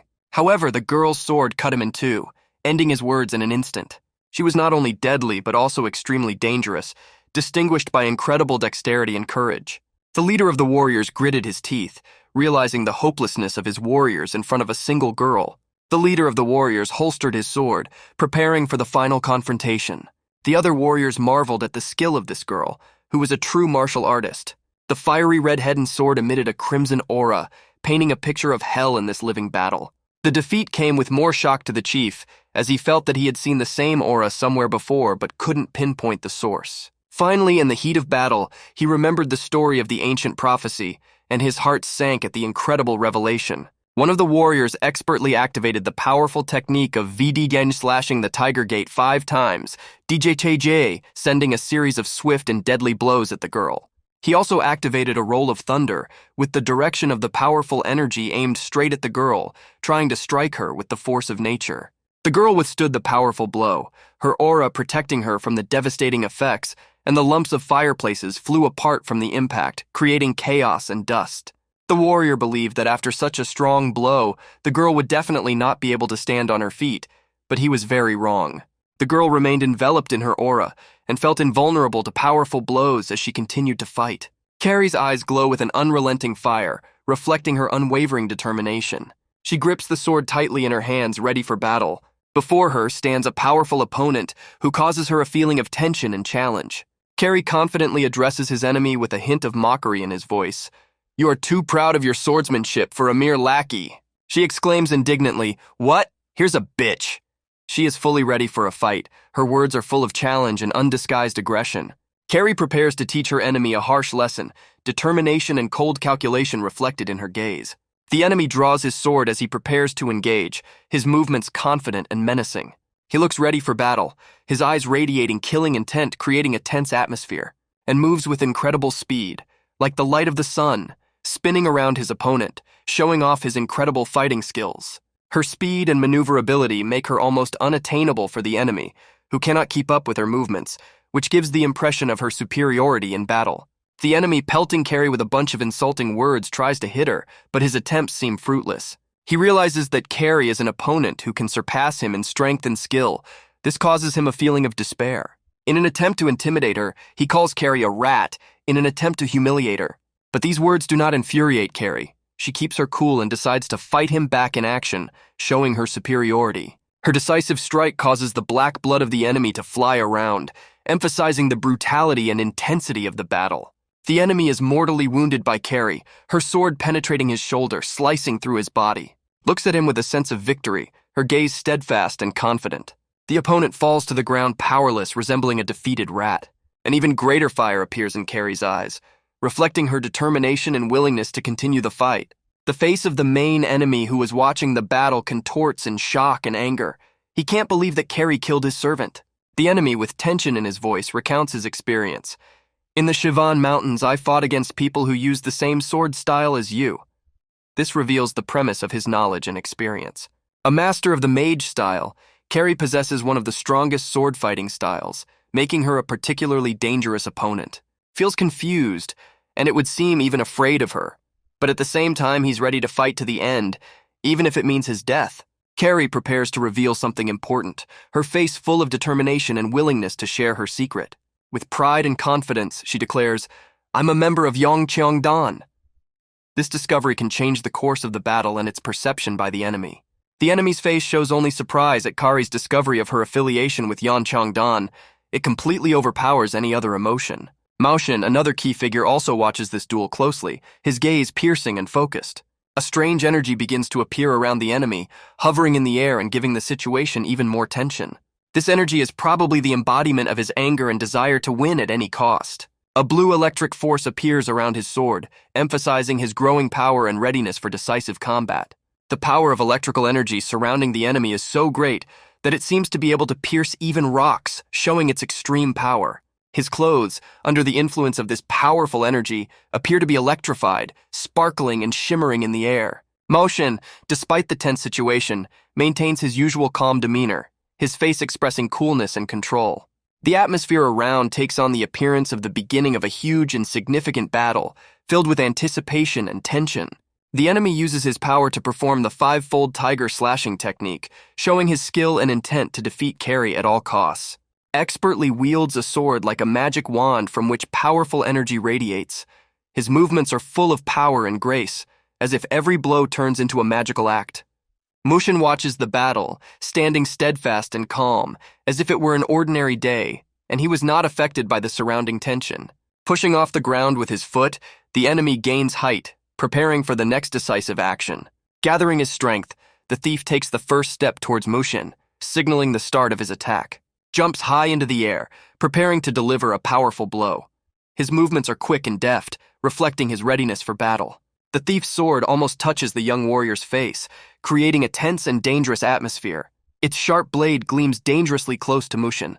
A powerful, evil energy is felt from the thief, which covers the environment with a wave of negativity, making the atmosphere even more tense. In response, the young warrior of good raises his protective aura, creating a counterbalance to the evil that surrounds him.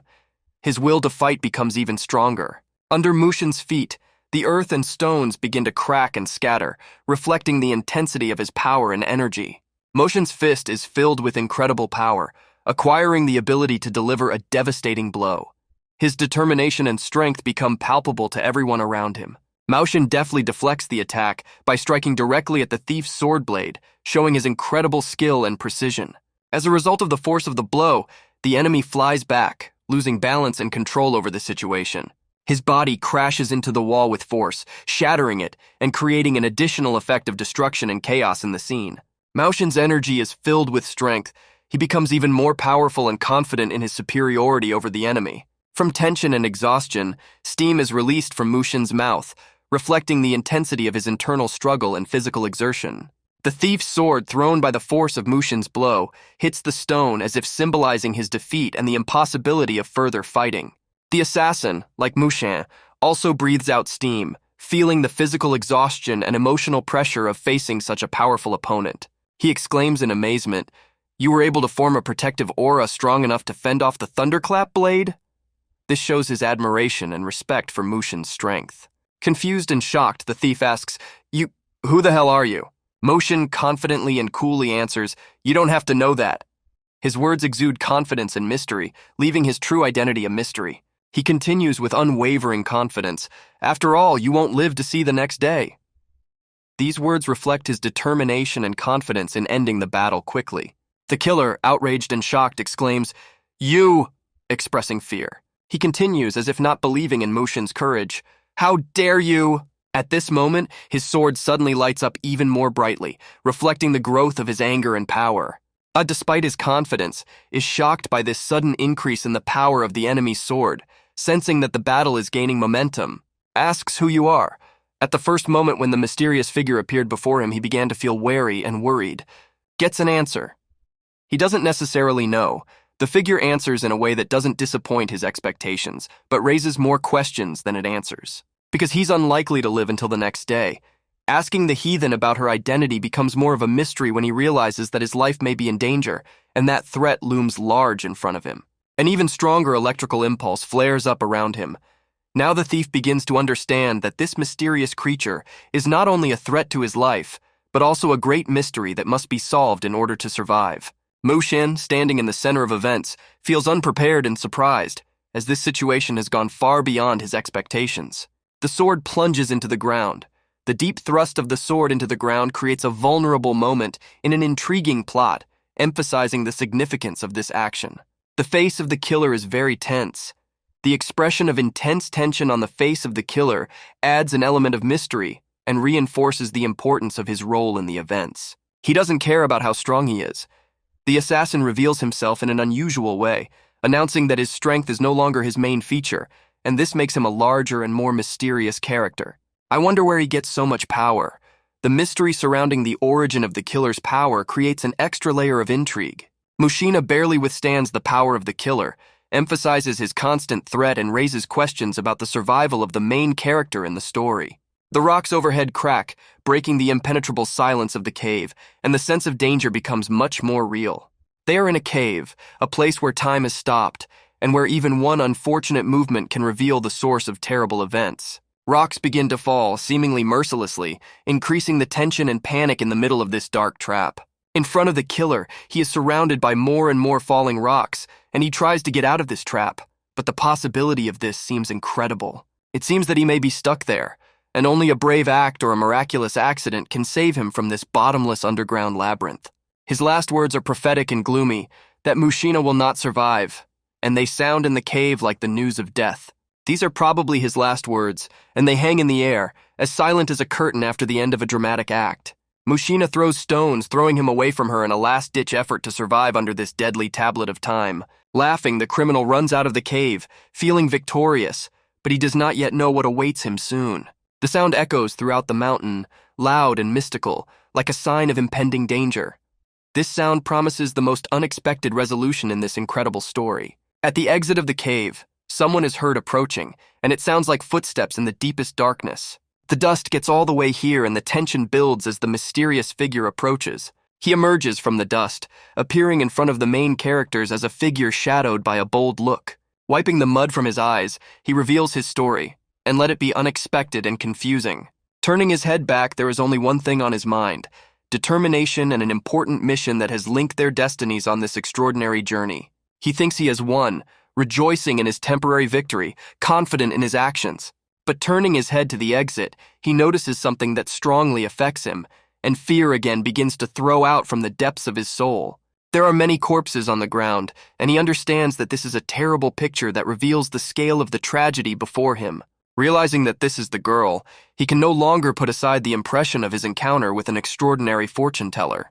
She even killed Yoon Cheon-dan of the Yeonjun Coalition, and this highlights her incredible strength and deadly essence. He lies on the floor with no strength at all, feeling his strength leave his body after the brutal encounter. The girl has great talent if she can cope with such opponents, and her strength and skill become a source of wonder and admiration for him. The killer thinks that she needs to take revenge, and after meeting the girl, he realizes that this task will be extremely difficult. Yen Cheong-dan was a friend to him, and his loss makes revenge all the more imperative. Events escalate to the coalition of students, and an earthquake begins there, endangering not only their lives but also the fate of the entire world, destroying the usual reality and calling everything into question. Looking out the window, they don't understand why this incredible earthquake started, but fear is already in their hearts. The earthquake ends, but its consequences and threat remain in the air, a reminder of the vulnerability of this world. This is a signal that everyone should prepare for the unknown, prepare themselves for the most incredible tests. They go outside, where everything breathes the extraordinary, and the atmosphere is filled with tension and anticipation. The young man asks them to avoid unnecessary encounters when the gate opens, and the plan is to group them with Yeon Cheong-dan to face new challenges and threats together. The young men notice someone on the floor, and this unexpected discovery immediately causes them to group together, doing their best to solve this mystery. They almost start beating the one lying on the ground, feeling anger and indignation, but one of them realizes that this may be a too hasty reaction. It turns out that Lady Han is lying on the floor, sitting tiredly holding her husband, who looks almost unconscious. This story is full of drama and moments of unpredictability that keep the reader in suspense. This shocks the young men, and they realize that the situation is more complicated than they can imagine, and now they are facing an important choice. It was Master Pung Do-cheon, and his presence made the youths feel deep respect and concern. Lady Khan explains that they did not find an opportunity to escape, so they stayed here, where danger has long been waiting for them. The young man asks what happened to Mu Yan, and she replies that he took Pung to Yan in prison and urged them to leave first, putting a lot of responsibility on them. Realize that they are left with a killer, and now they will have to decide how to act in this extremely difficult situation. There is pain in the girl's eyes, and everyone understands that something terrible could have happened, and this makes their mission even more difficult and dangerous. They ask her not to worry, trying to give her peace and support at this difficult time. They assure her that everything will be fine, expressing hope that they will be able to overcome all the difficulties. Lady Han tells everyone to go ahead, promising to catch up with them, and she shows her determination and dedication. When asked why he can't run with them, he replies that Pung Do-yoon showed him Pung Do-chan, and that created a reason for him to run. If he's with all the members tomorrow, then there might be an unnecessary fight before everyone groups up with Yeon Cheong-dan, adding a new level of tension and uncertainty to the plot. But the girl assures that this will only endanger everyone, especially Master Pung Do-cheon, and emphasizes the need to maintain safety. The story cuts to the two warriors discussing their next steps and the risks they will take. They ask a group of young men who are about to leave to stop, informing them of the restrictions the squee has imposed and urging them to return. The squee is said to have ordered that no one may move about the residence, and it is emphasized that this order must be obeyed. The young men reply that the flowering wines in their taverns are fantastic and that they just wanted to try it in an effort to preserve their history. When asked by the guard about the wine, he replies, "Are you talking about the northern plum wine?" "Yes, it's really fantastic." However, the guard points out that this is Squinner's order and that they can't just let them pass. All the same, the young men ask them to pass, emphasizing their great interest. One of the young men left behind eavesdrops on this conversation, gathering important information that can be decisive later on. A young man captivated by the mysterious Lady Han sneaks behind the high fence that separates their world. Here, amid absolute military superiority, the warriors find no way out, and Lady Khan, given the circumstances, chooses to stay put. The young men decide to move forward, going on a dangerous path, hoping for the retreat of their enemies, whom they will catch up with later.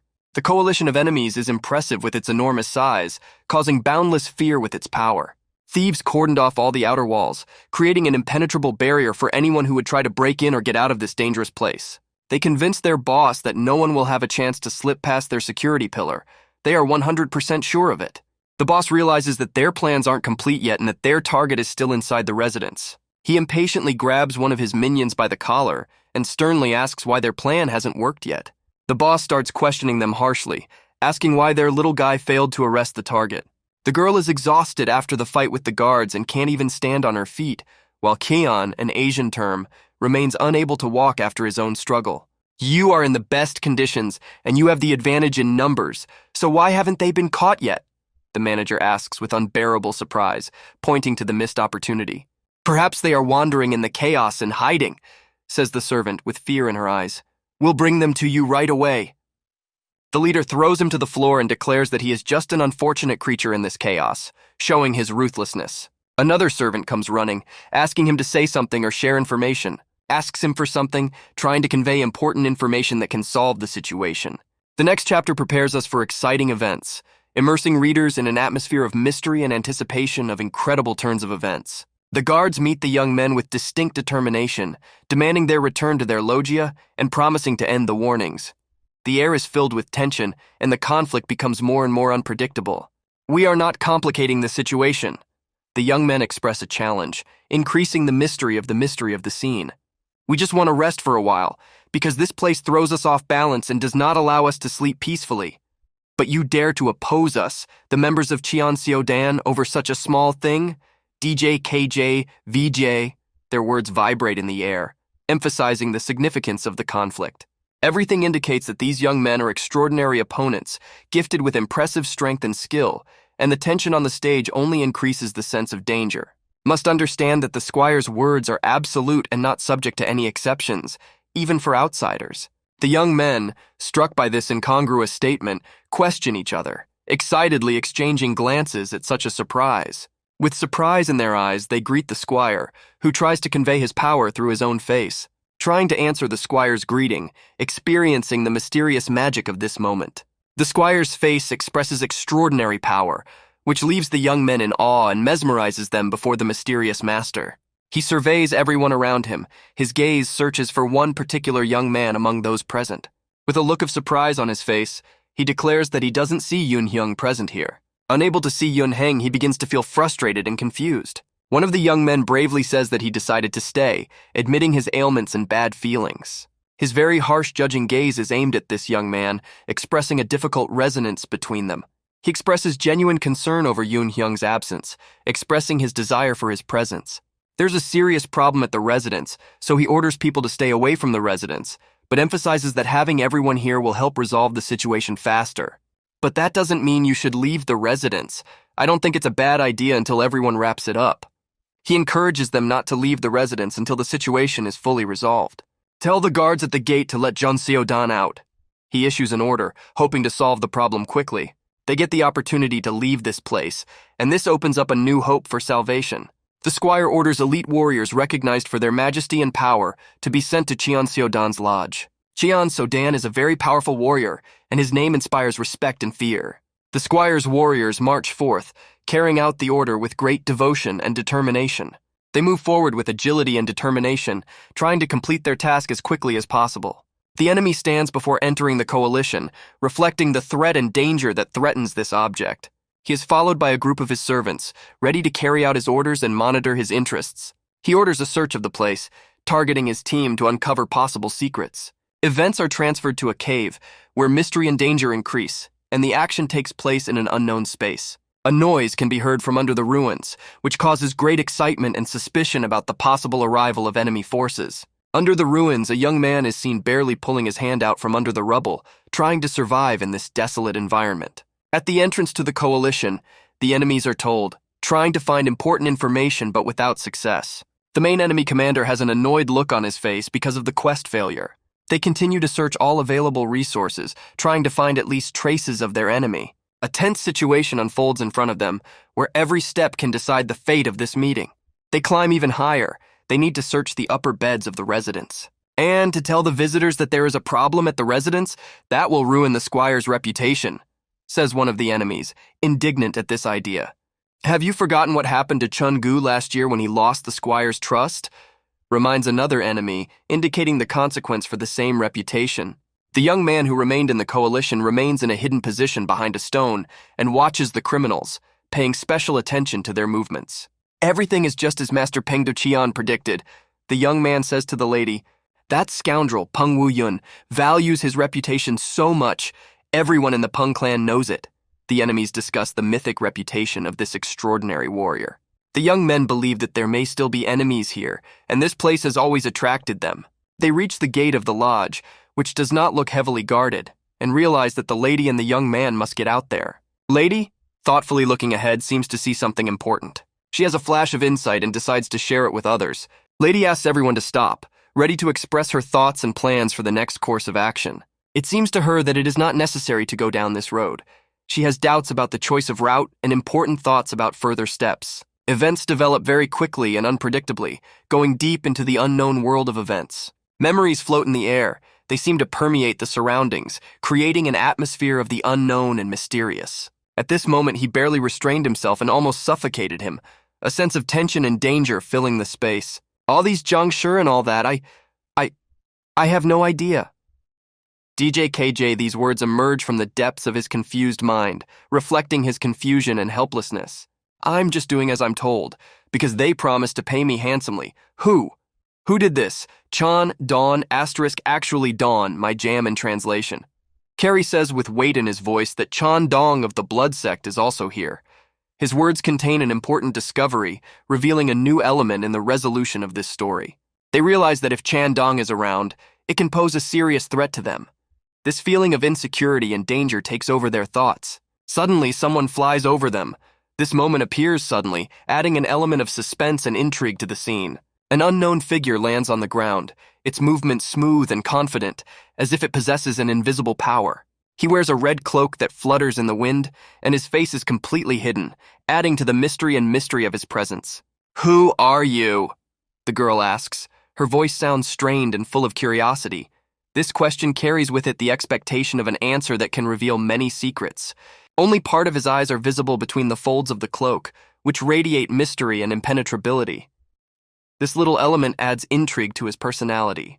Despite the uncertainty of the situation, one thing is clear. He represents a threat to them.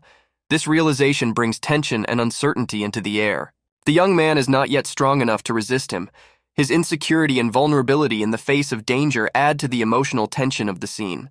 He is enveloped by a red energy, a magical glow that raises the question, what is this power? What is this Lila? This moment adds mystery and mysticism to the situation. The girl feels despair. Her emotions heighten the intensity of the situation, making the moment more dramatic and moving.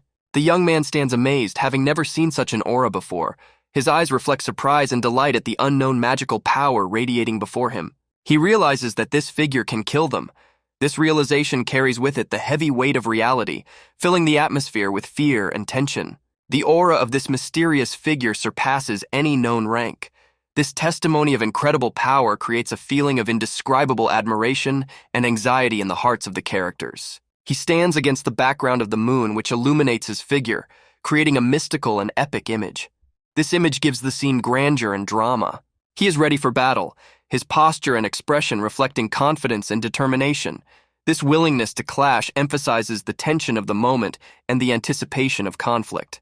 The girl, clutching the hilt of the sword, stands in front of him, ready to meet the unknown.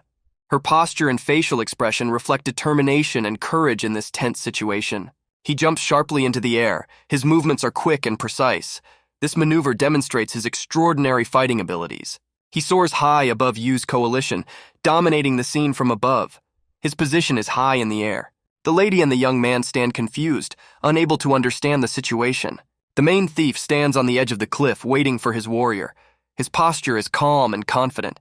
He seems to be waiting for an explanation from him. There is tense silence all around. Waiting for an answer hangs in the air like a thick fog. The man who almost attacked the young men demands to find out. What was it for? His voice sounds demanding and persistent. He's looking for answers to his questions. They knew your name, and the person with them was undoubtedly Peng Doqian. He continues, revealing critical information that could change the course of events. If you keep them alive, it will only be a matter of time before the cult involvement is revealed. So what? His words carry a warning and emphasize the importance of this situation. Un Hyung of the Zhongxiong clan, he is a person that Swordmaster Xiong Wall appreciates. He concludes by revealing the identity of a key figure. This information adds weight to his words and opens a new dimension in understanding the situation. If it turns out there's a cult involved, we just need to hold them off until things die down. He muses as he ponders a strategy.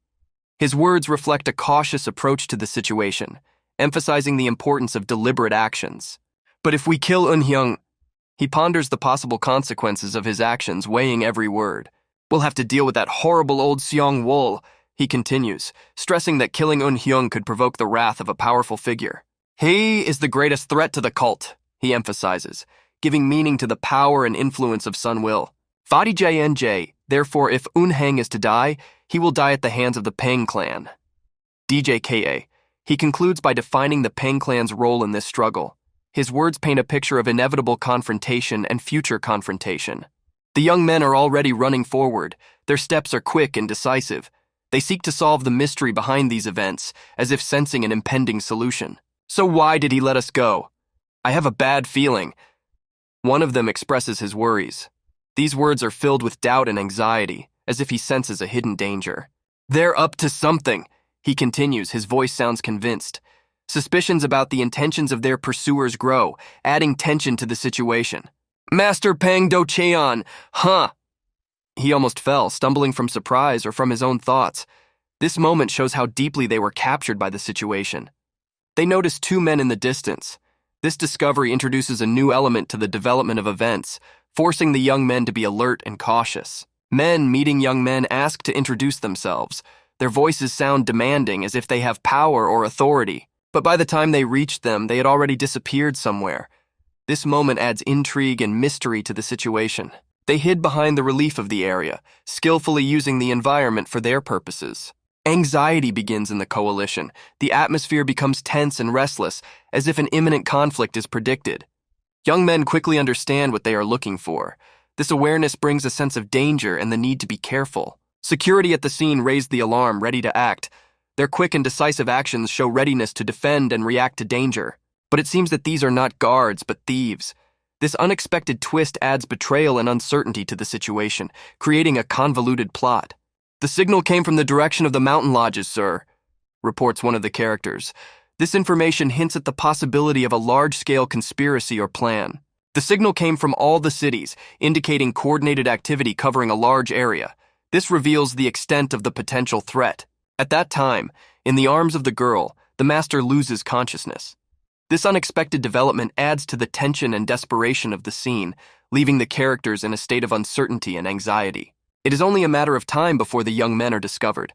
This awareness of risk and the inevitability of detention hangs over them, creating tension and anticipation.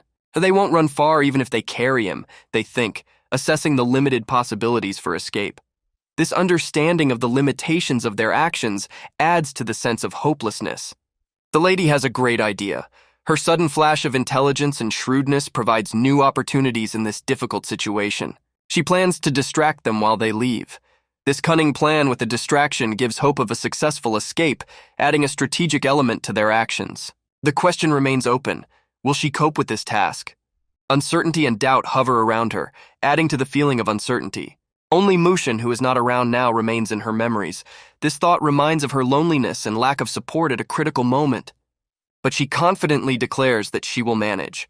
Her determination and courage strengthen hope and courage in this situation. Meanwhile, criminals have already cordoned off the entire perimeter. Their organized and effective actions create a sense of threat and tension. Footsteps sound loudly on the ground, as if each step is counting down the time until the inevitable meeting. The enemy returns. His movements indicate determination and readiness for action. He only notices a foot near his face.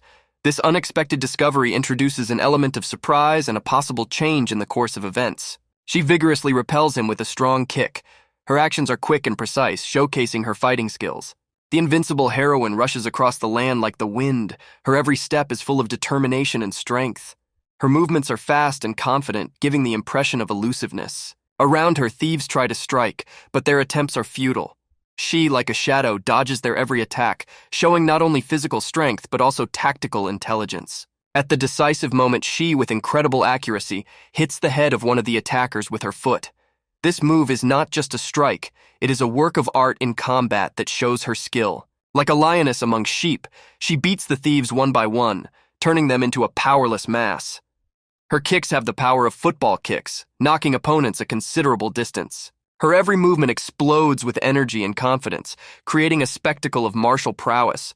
Her struggle is not just physical strength, but a real dance of victory that takes your breath away. The desperate enemy, in response to the attack, makes a bold somersault. This is a demonstration of his dexterity and readiness to accept a challenge, the ability to surprise and defend his positions. This struggle becomes a symbol of a new chapter in this story. This is the moment when the plot gathers momentum, promising new challenges and unexpected turns. Suddenly, in the dark of the night, the thief is hit on the head with a torch. This moment marks not only a literal, but also a symbolic blow, illuminating the scene of the battle and revealing new aspects of the conflict. Around the heroes, in a dance of fire and sparks, a whirlwind of battle unfolds. Sparks fly into the air, creating an atmosphere of tension and unpredictability. In this night darkness, where every movement stands out more brightly, the battle is only gaining momentum. This night witnesses an epic clash where every next move can decide the fate of the heroes. Standing steadfastly against her enemies, the lady demonstrates not only physical strength, but also moral superiority. She is the embodiment of courage and confidence, like an immovable rock in a sea of challenges. With irony in her voice, she mocks her formidable opponents, calling them pitiful. Her words are not just a mockery, but also a psychological attack, which reveals her understanding of combat not only as a physical, but also a mental struggle. Her words only increase the anger of the enemies. Each of them seeks to destroy her, combining their efforts to overcome this unruly heroine. At the critical moment when the enemies attack, the lady jumps spectacularly, avoiding the torment flying from below. This move reveals her incredible dexterity and ability to predict the enemy's actions. Avoiding the attack, she gracefully pushes off the back of one of the enemies, using it as support for an elegant move. This maneuver not only saved her from danger, but also showed her fighting prowess. Lady, like a whirlwind, crushes all opponents around her. Her every move is filled with power and skill, forcing enemies to retreat. This is not just a fight, it is a demonstration of superiority and mastery of the art of combat. Suddenly, she easily jumps onto the roof, finding a strategic advantage. This movement not only distances her from immediate danger, but also gives her the opportunity to control the situation. Looking at the enemies left behind, she just smiles. This smile is not just an expression of satisfaction with victory, but also a symbol of confidence in one's invincibility. The lady addresses her enemies with a defiant statement, "You can't even touch my clothes, let alone kill." These words reflect her immense self-confidence and fearlessness in the face of danger. Despite her superiority, the enemies do not lose their desire to capture her. Their desire is heightened by her challenge, making the situation even more tense. Without losing a single moment, the enemies rush after her on the roof, trying to catch up with the recalcitrant lady. Their footsteps echo loudly across the roof, creating an atmosphere of intense pursuit. Meanwhile, somewhere in the shadows, a young warrior and his master carefully hide from their enemies. They carefully follow the events, avoiding unnecessary attention and preparing for the next step. Seeing that the enemies are distracted from chasing the lady, they realize that it is time to come out of cover. This opens up new possibilities for actions and maneuvers in the future conflict. At this time, the girl who is being chased continues on her way, despite the tireless enemies. Her speed and resourcefulness only add to her advantage in this pursuit. Despite the complexity of the situation, she demonstrates impressive skill. Her every move, every jump or rebound is a work of art, demonstrating her high training and ability to adapt to any situation. Despite her small stature, power is clearly visible in the lady's eyes. Her gaze radiates confidence and strength, demonstrating that true power is not dependent on physical size. She runs across rooftops with such force and speed that the slate beneath her feet seems to fly into the air. This moment highlights her energy and dynamism, striking with her strength and endurance. Even when the slate takes off, she uses it as a weapon, knocking it away with her legs. This unusual technique not only protects her, but also shows her resourcefulness and adaptability. Shards of slate that she deflects fly straight in the direction of her enemies. It turns ordinary building materials into unexpected and effective weapons. And as a result, the slate hits the thieves, catching them off guard. This not only stops them physically, but also psychologically demoralizes them, showing their vulnerability to the lady's unpredictability and shrewdness. Unwilling to give up, the enemies use their swords to cut through the flying slate. Their swift and precise strikes show their skill and determination in this battle. In this chaos, she meets a ninja face to face. It's a moment of tension and intrigue as she confronts a cunning and dangerous adversary. The ninja has no intention of letting her go just like that. He is ready to fight to the end, using all his skills and knowledge to defeat or delay her. At a crucial moment, she demonstrates her agility by impaling the ninja between the legs. This maneuver not only allows her to avoid a direct collision, but also confuses him. After that, she flies beautifully from the roof, like a bird flying freely in the air. This jump symbolizes not only physical freedom, but also the indomitable spirit that allows her to overcome any obstacles. As she lands on the roof, she has a look of surprise on her face. This moment shows the unpredictability of the situation, even for such an experienced warrior. On this roof where she had just landed, the other ninjas were already waiting for her. This heightens the tension of the scene, showing that danger can be waiting at every turn. As she falls onto the roof, she immediately engages in a sword fight with new enemies. Her reactions are instant and precise, showing her readiness for any challenge. All the ninjas on the roof unite with one goal: to overcome her. Their collective offensive underscores the seriousness of the threat she faces. Despite the complexity of the situation, it becomes clear that it is much stronger than it seemed at first glance. Her endurance, skill, and courage are impressive, and her ability to hold her own in this unequal struggle is a testament to her incredible inner strength. In the heart of the fight, she uses her leg as a powerful weapon, delivering a powerful blow to the beard of one of the ninjas. This moment highlights her physical strength and ability to use a variety of techniques in combat. With one of her blows, two enemies lose their balance and are knocked off their feet. This demonstrates not only her strength, but also the precision and efficiency of each movement. After this powerful blow, enemies fall from the roof, which shows her dominance in this fight. This moment emphasizes her superiority and ability to control the flow of the battle. Soon, another enemy rushes at her. This is the continuation of a chain of challenges that she bravely accepts, showing her willingness to fight to the end. In this fight, her blow causes a spectacular effect. The opponent's teeth fly out of the mouth. This moment symbolizes her overwhelming strength and skill, stunning even the strongest of enemies. After an intense battle, she finally finds a moment of peace, breathing a sigh of relief. This sigh symbolizes not only physical, but also emotional recovery after a tense confrontation. Despite her bright presence in battle, she is now invisible to enemies. Her ability to disappear from the sight of her opponents shows her cunning and ability to disguise herself. She stands around the corner, literally a few steps away from the enemies, who do not even suspect her presence.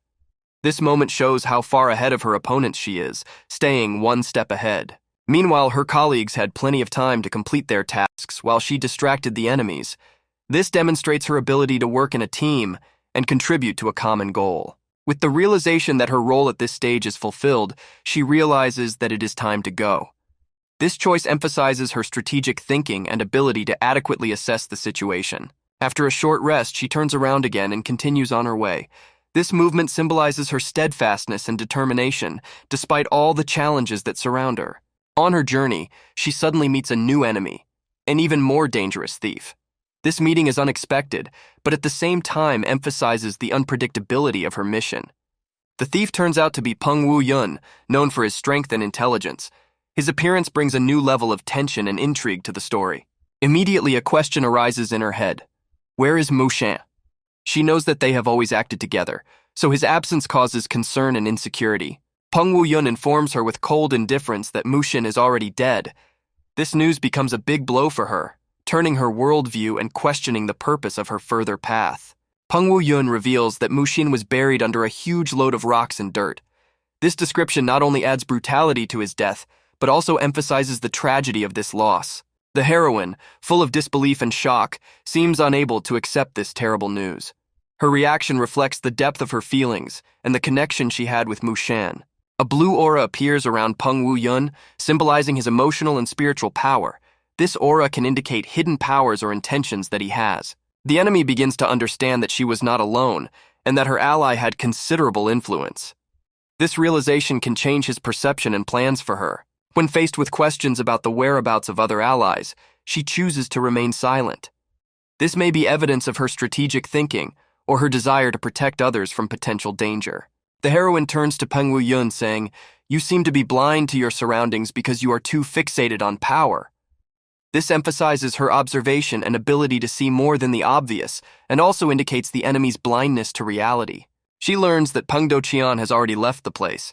This can be both a disappointment and a relief, but in any case it changes her plans and calculations. The heroine cannot believe that Mushin could have been killed. She knows him as a person who is not an easy target for enemies. This shows her deep knowledge of Mushin and her belief in his power. She is convinced that Mushin could not have died even under the rocks. This moment demonstrates her confidence in his survival and perhaps even hints at some unknown aspects of his character or abilities. She is completely confident in her beliefs, which shows her strength of spirit and indomitability. This confidence can inspire her to further actions and influence her decisions in further struggles. Mushin's hand reaching up suddenly appears under the huge stones. She looks like a last plea for help stuck in the ruins. Despite the difficult circumstances, Mushin's hand radiates unstoppable strength. She stubbornly holds on, not giving up in the face of the unknown fate that awaits under the stones. Hidden under the rubble, his eyes still remain closed, because it is not so easy to be in this darkness. His face reflects an irreconcilable struggle against circumstances. In this silence, his thoughts return to his distant childhood, when he first set foot on the path of a ninja. These memories are like a beacon in the dark, reminding of past trials and learning. Overcoming pain and fear, he tries to gather all his strength to break free. Every muscle, every cell of his body is focused on the goal of getting out from under these stones. In his memories, he sees himself as a little boy with small but determined hands, learning the art of ninja for the first time. These years of endless training and perfecting the ninja's skills lead to this moment. He knows that everything he has learned will now decide his fate. Mushin's path was not always easy and smooth. There were times when everything seemed lost and every step forward was worth incredible effort. He often fell when faced with challenges that seemed insurmountable. Each fall was like a lesson that required strength and endurance. In these moments of trouble, So-wol, his mentor and friend, was always there. He was the one who supported Mushin, helping him up after every fall. So-wol has always stressed the importance of rest, telling Mushin that even in the most rigorous training, you need to find time for recovery. Despite this, mediocrity in training has always been everything to Mushin. He devoted himself to them unreservedly, striving to reach the pinnacle of mastery. His wounds always healed amazingly quickly, as if his body knew it had to withstand any challenge. It was part of his steadfastness and dedication to the ninja way. If Mushin had been weaker, he would have been gone a long time ago. In a world where every moment can be the last, only the strongest can survive. At a young age, when most children are afraid of the dark or being alone, he was too young to fear death. His young mind was focused on learning and improvement.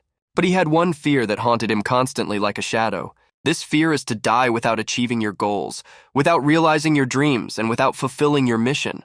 This fear was the strongest motivator for him, driving him forward despite all the difficulties.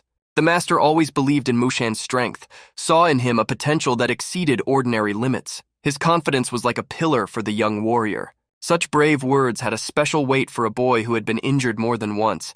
They were not just a support, but a reminder of the inner strength he possessed.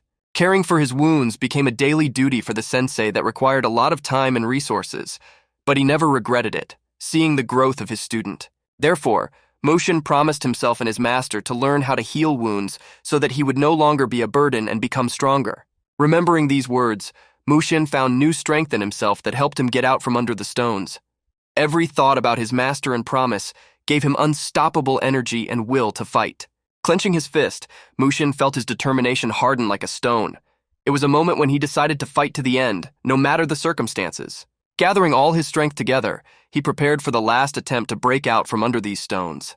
It was like a gathering of inner energy that gave him the power to act. An aura began to wake up around him, an invisible but tangible force that testified to his unshakable will and inner strength. At the same time, the events are transferred to the battlefield between Squire Penn and the killer. The tension between them grows, foreshadowing an imminent clash. In this battle, the assassin will leave a visible mark in the history of the Peng clan. His name will be etched in memory as a symbol of recklessness and bravery, while at the same time portraying him as a fool who chose to resist an overwhelming force. These words ignited in Mushin's heart like a spark that ignites the fire of indignation. He could not remain indifferent to such a challenge. He rushes at the girl, moving with incredible speed. His movements were like sudden flashes which few could have predicted. His sword hits the girl's sword with great force. The clash of steel produces sparks and a loud clang that echoes through the air. The force of the blow sends the girl flying back, losing her balance. This moment shows how powerful Mushin was in his anger. An incredible power was awakening in him, a real storm of emotions and physical strength.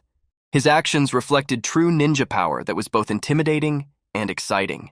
Throughout the meeting, he repeatedly stated his need for respect, emphasizing his strength and skill.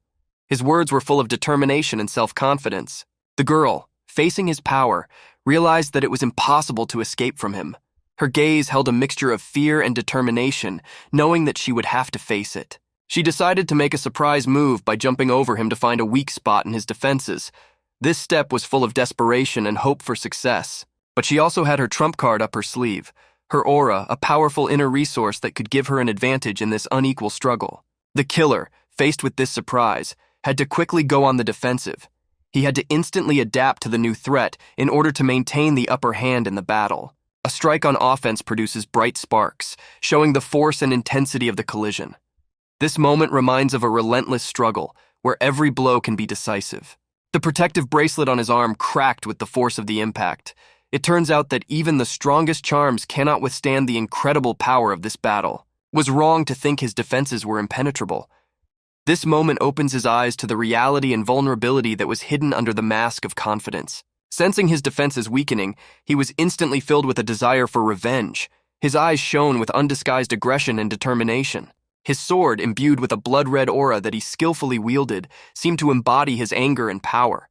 This sword became a symbol of his indomitable will to victory and unwavering determination.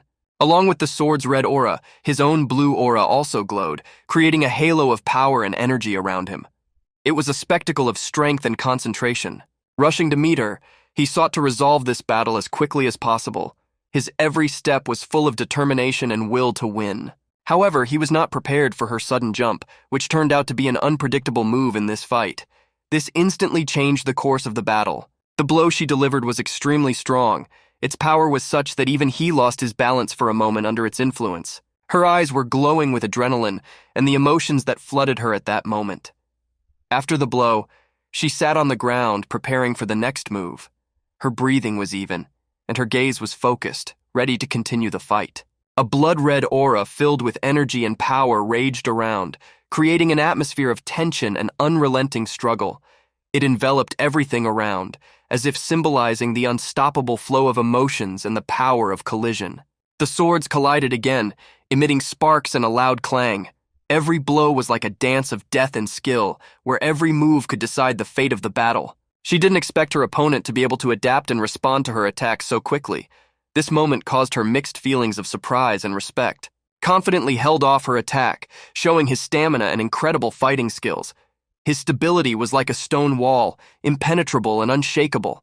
The assassin's blade was full of audacity and determination. He is not just a sword, but the embodiment of his character and will. Every movement he made with his sword was precise and sharp, like an expression of his irrepressible spirit. "Don't you dare think I'm on the same level as the others you killed before," thundered the man, his voice echoing off the walls, filled with anger and determination. He expressed his uniqueness and strength, emphasizing that he was not just another victim. Using agility and skill, he managed to disarm her, placing her on the ground with unexpected ease. This maneuver reflected his high level of fighting skills. Pain engulfed her, spreading through her body. She lay on the ground in a sense of defeat and physical pain in response to her sudden loss of advantage. "Know your place!" shouted the enemy, demanding recognition of his superiority. His cry was like an announcement of his dominance in this battle. The blade of his sword was near her face, barely touching her skin. That moment was like an eternity, where she felt the coldness of the metal and was aware of her helplessness in the face of his power. "Speak if you want to die painlessly," shouted loudly, holding the sword at her throat. His words echoed through the air, filled with cold determination. He was giving her a chance, even though his look showed that he was ready to act without hesitation. "Go to hell," she answered, radiating an indomitable spirit. A group of heroes rush forward with desperate determination. Their steps are sharp, filled with anxiety and the inevitability of the moment. Shouts are heard in the distance. This is the sound of battle. They stop and listen. Everyone's eyes are tense. They need to do something, and it needs to happen immediately. Turning around the corner of the building, a terrible picture opens before them, which changes everything. This is something that cannot be fixed anymore. On the floor, amidst the chaos, lies an unconscious squire. His lifeless body causes a wave of emotions in each of the characters. This is the moment of realizing the full depth of the situation. Lady stands, sword pressed to her throat. The tension in the air is felt almost physically. Every move can be decisive. In the eyes of the attacker, only thoughts of murder can be read. His gaze is focused, ruthless, full of intentions to fulfill his sinister desire. She, with her sword, barely restrains him from a decisive blow. Her hands are shaking, but she perseveres, defending not only herself but also the principles for which she fights. Above the trees, from the echo of an unknown sound, a flock of birds rises. Their unexpected flight adds a sense of uncertainty and anticipation to the scene. Meanwhile, someone is rushing to the coalition. This figure, full of determination and urgency, brings with him news that can change the course of events. The noise, which reached the ears of all those present, immediately causes them to understand. They know who it could be. This is a familiar sound that causes anxiety and curiosity in everyone. Some of them even think it could be an earthquake. This vague hum is so powerful that its nature evokes mixed feelings and conjectures. Thoughts begin to run through the killer's head. Who could it be? He pauses, trying to figure out if it's friend or foe, and if he should prepare for another conflict. He quickly realized who it was. His reaction betrays a mixture of calculation and strategic planning. Now he knows how to proceed. These events are starting to get more and more interesting. Every action, every word can now change the course of history, and everyone is closely watching the development of the situation. A man from the second coalition stands staring intently into the distance. His gaze is focused. He is clearly expecting something significant. He suddenly stops. He seems to have heard some noise from the mountains. It was a faint sound, but intriguing enough to catch his attention. Thought what he might have thought. Was it really a real sound or just a play of his own imagination? He remembers how he used to feel a tremor in the ground, as if something was collapsing under the ground. That feeling was so real and deep that it caused alarm. But this time, the situation looks different. He feels that something has changed. Something new and unknown is happening, and this causes him not only anxiety, but also concern about the future. A figure in a red cape suddenly appears from behind the man, stepping out of the shadows with unwavering confidence. Ninjas, dressed in red, descend on the slopes of the mountain. Their movement resembles a shadow gliding in the dark. There were an incredible number of them, like a red stream filling the mountain path. They approach the man, maintaining the ninja aura of silence and invisibility. He, without losing his composure, orders his servant, "Kill them all!" His voice is cold and unwavering, like a sentence. At this critical moment, the lady was on the verge of death, feeling the inevitability of her fate. Suddenly, she grabs a piece of earth that was lying under her feet, gathering all her strength. With sudden determination, she throws the pebble into the killer's eyes, creating a moment of distraction. Then quickly and deftly, she kicks him in the back, trying to shift the balance of power in her favor. She barely manages to throw him off her, breaking free from the deadly embrace, finding a chance for survival. The killer, despite the incredible somersault made by Izzy's blow, deftly lands on his feet like a cat. The lady understands that the only chance is to escape. She can't let him catch up with her again. She is back on the roof, running, trying to get away from her pursuer. Her movements are fast and desperate. Meanwhile, a man stands alone against a whole pack of ninjas. A difficult battle awaits him. There is only confidence on his face. He knows what he has to do and is ready to do it. For him, this situation is not a threat, but rather a test that he is ready to accept. His strength and skill make fear retreat. He is not only ready for battle, but also confident in his victory. There is tense silence in front of the coalition. All attention is focused on waiting for future events. People stand looking into the darkness that surrounds them. Among the dense forest, where the trees create mysterious corridors between themselves, only shimmering shadows are visible. They move imperceptibly, as if part of the night veil. Young guard coalitions pay attention to two shadows appearing in the distance. Their eyes strain, trying to make out every movement. A student brings in Wong Hyung, causing surprise in the group. His appearance is a surprise that brings both joy and concern at the same time. He exclaims, "It's Yoon Hyung, you made it out safe and sound." His words, filled with relief, are immediately interrupted by concern for Master Pung Do-chon. "Take care of the master, he needs rest," sounds both an order and a call for compassion. The old man is carefully placed under a tree, providing him with comfort and shade. His tired eyes watch those around him. One of the young men dares to ask if the old man has met Squire Pan. Curiosity and anxiety mingle in his voice. Yes, he appeared out of nowhere and was looking for you as if he knew everything. I thought Deputy Commander Yen Cheong-dan was supposed to meet him in person, exclaims the old man with an emotional onslaught, obviously remembering a strange event. If the squire came to him, then Deputy Commander Yen Cheong-dan... The words trail off, leaving an unspoken thought in the air. Everyone present mentally weighs this information, but it is hard to believe in such a turn of events. They sense that something is wrong. Knowing that Yen Cheong-dan is not one to be easily defeated, they begin to doubt the possibility of such a scenario. Suddenly, the expressions on the young men's faces change dramatically. They realize that they are facing a situation that can have unpredictable and far-reaching consequences. Suddenly, a voice shouts from behind, "Hey!" The tone sounds familiar but unexpected for everyone. Everyone turns around, not believing their eyes. In front of them are persons with whom it seemed impossible to meet. These are their colleagues from the coalition, those whom they have not seen for a long time. Their presence causes surprise and joy. Among them there is a mentor and a teacher, whose faces radiate calmness and wisdom. They were all together, their colleagues, friends, mentors. This gathering seemed almost unreal. The meeting was unexpected for everyone. Neither of them imagined that they could see each other in such circumstances. "It's good that everyone is alive," sounds the expression of relief. These words reflect the general mood, the joy of the fact that, despite all the trials, they are all here, together and unharmed. In an atmosphere of surprise and joy, they exchange greetings. This moment of meeting is filled with warmth and mutual support. The mentor, among all, is in a state of shock. He cannot believe what he sees in front of him. His attention was drawn to an old man sitting under a tree.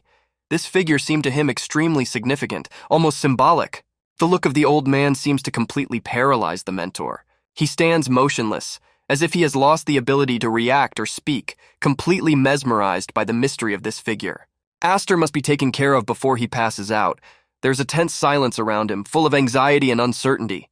The martial arts teacher, standing nearby, watches Aster with compassion. His gaze expresses deep pity and indecision. Aster sits under a tree, barely conscious. Fatigue and exhaustion can be seen in every line of his face. The atmosphere around is so tense that it seems as if the air vibrates with tension, preserving every whisper, every movement. "Pai do cheon, is what he said true?" A question that hangs in the air, filled with doubt and at the same time despair. Yes, Squire Piengwu-yun conspired with the blood cult in an attempt to take full control of Zhongyuan, a stunning answer that opens up new horizons of betrayal and intrigue. But it was just a false promise by the blood cult used to manipulate Piengwu-yun. The words that weave a web of deceit open a new page of betrayal. It turns out that the cult of blood is pursuing another goal.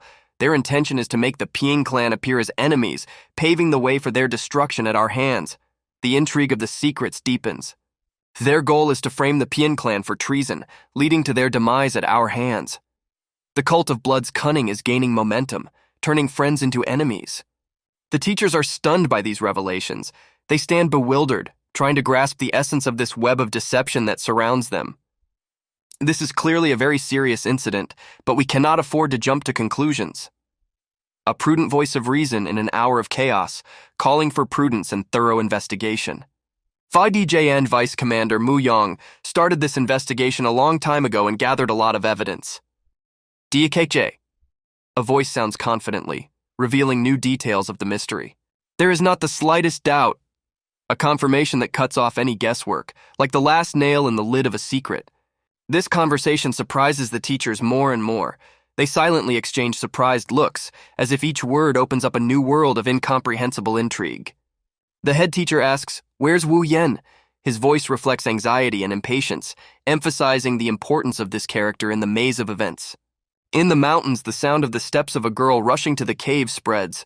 Her speed and determination are felt in every movement, every breath.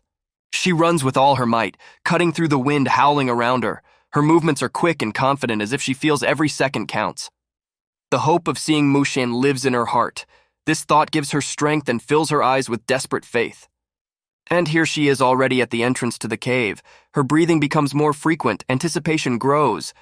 Only she was going to enter the cave, focused on her goal, full of determination. But suddenly an unknown man appears behind her, directing his aura into her back. The tension of the moment becomes almost palpable, and the mystery of the stranger adds to the intrigue. Preparing to fight back, she stands. Her posture reflects a readiness to fight, her eyes blazing with determination. If Do-cheon has already left, then nothing should keep her here. The man's words sound important and mysterious. So why did she come back?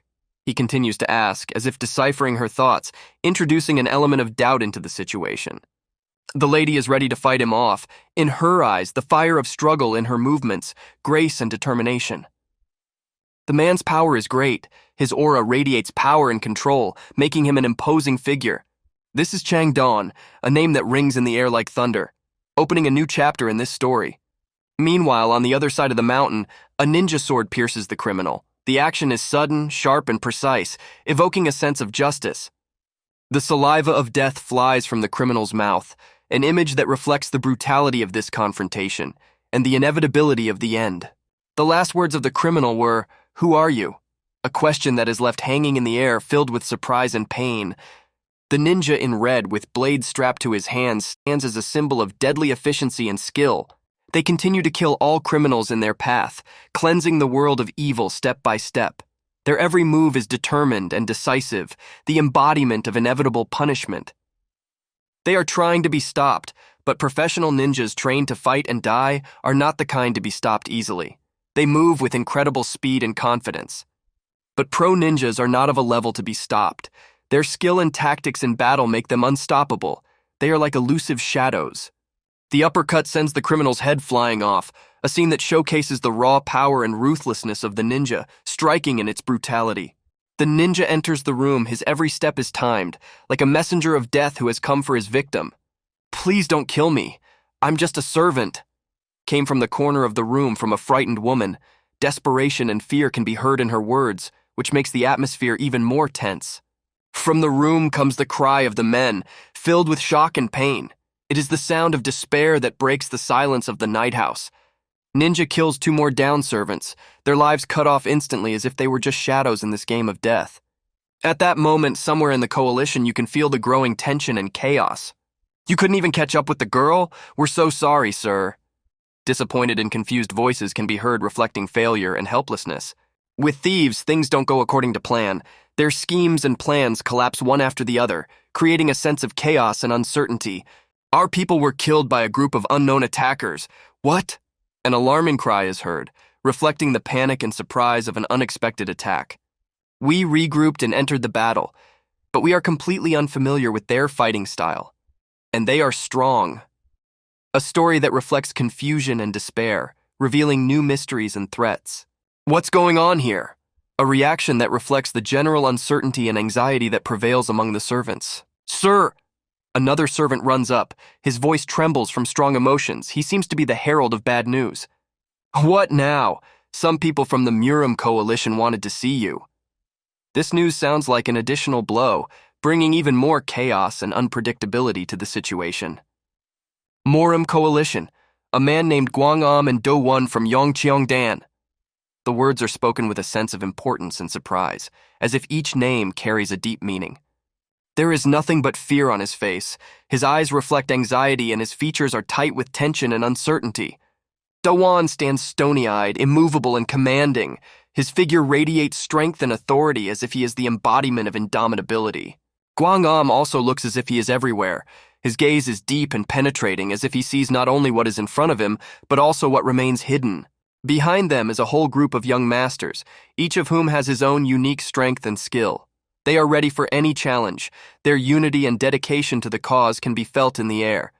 It won't be a problem for them to kill all the thieves.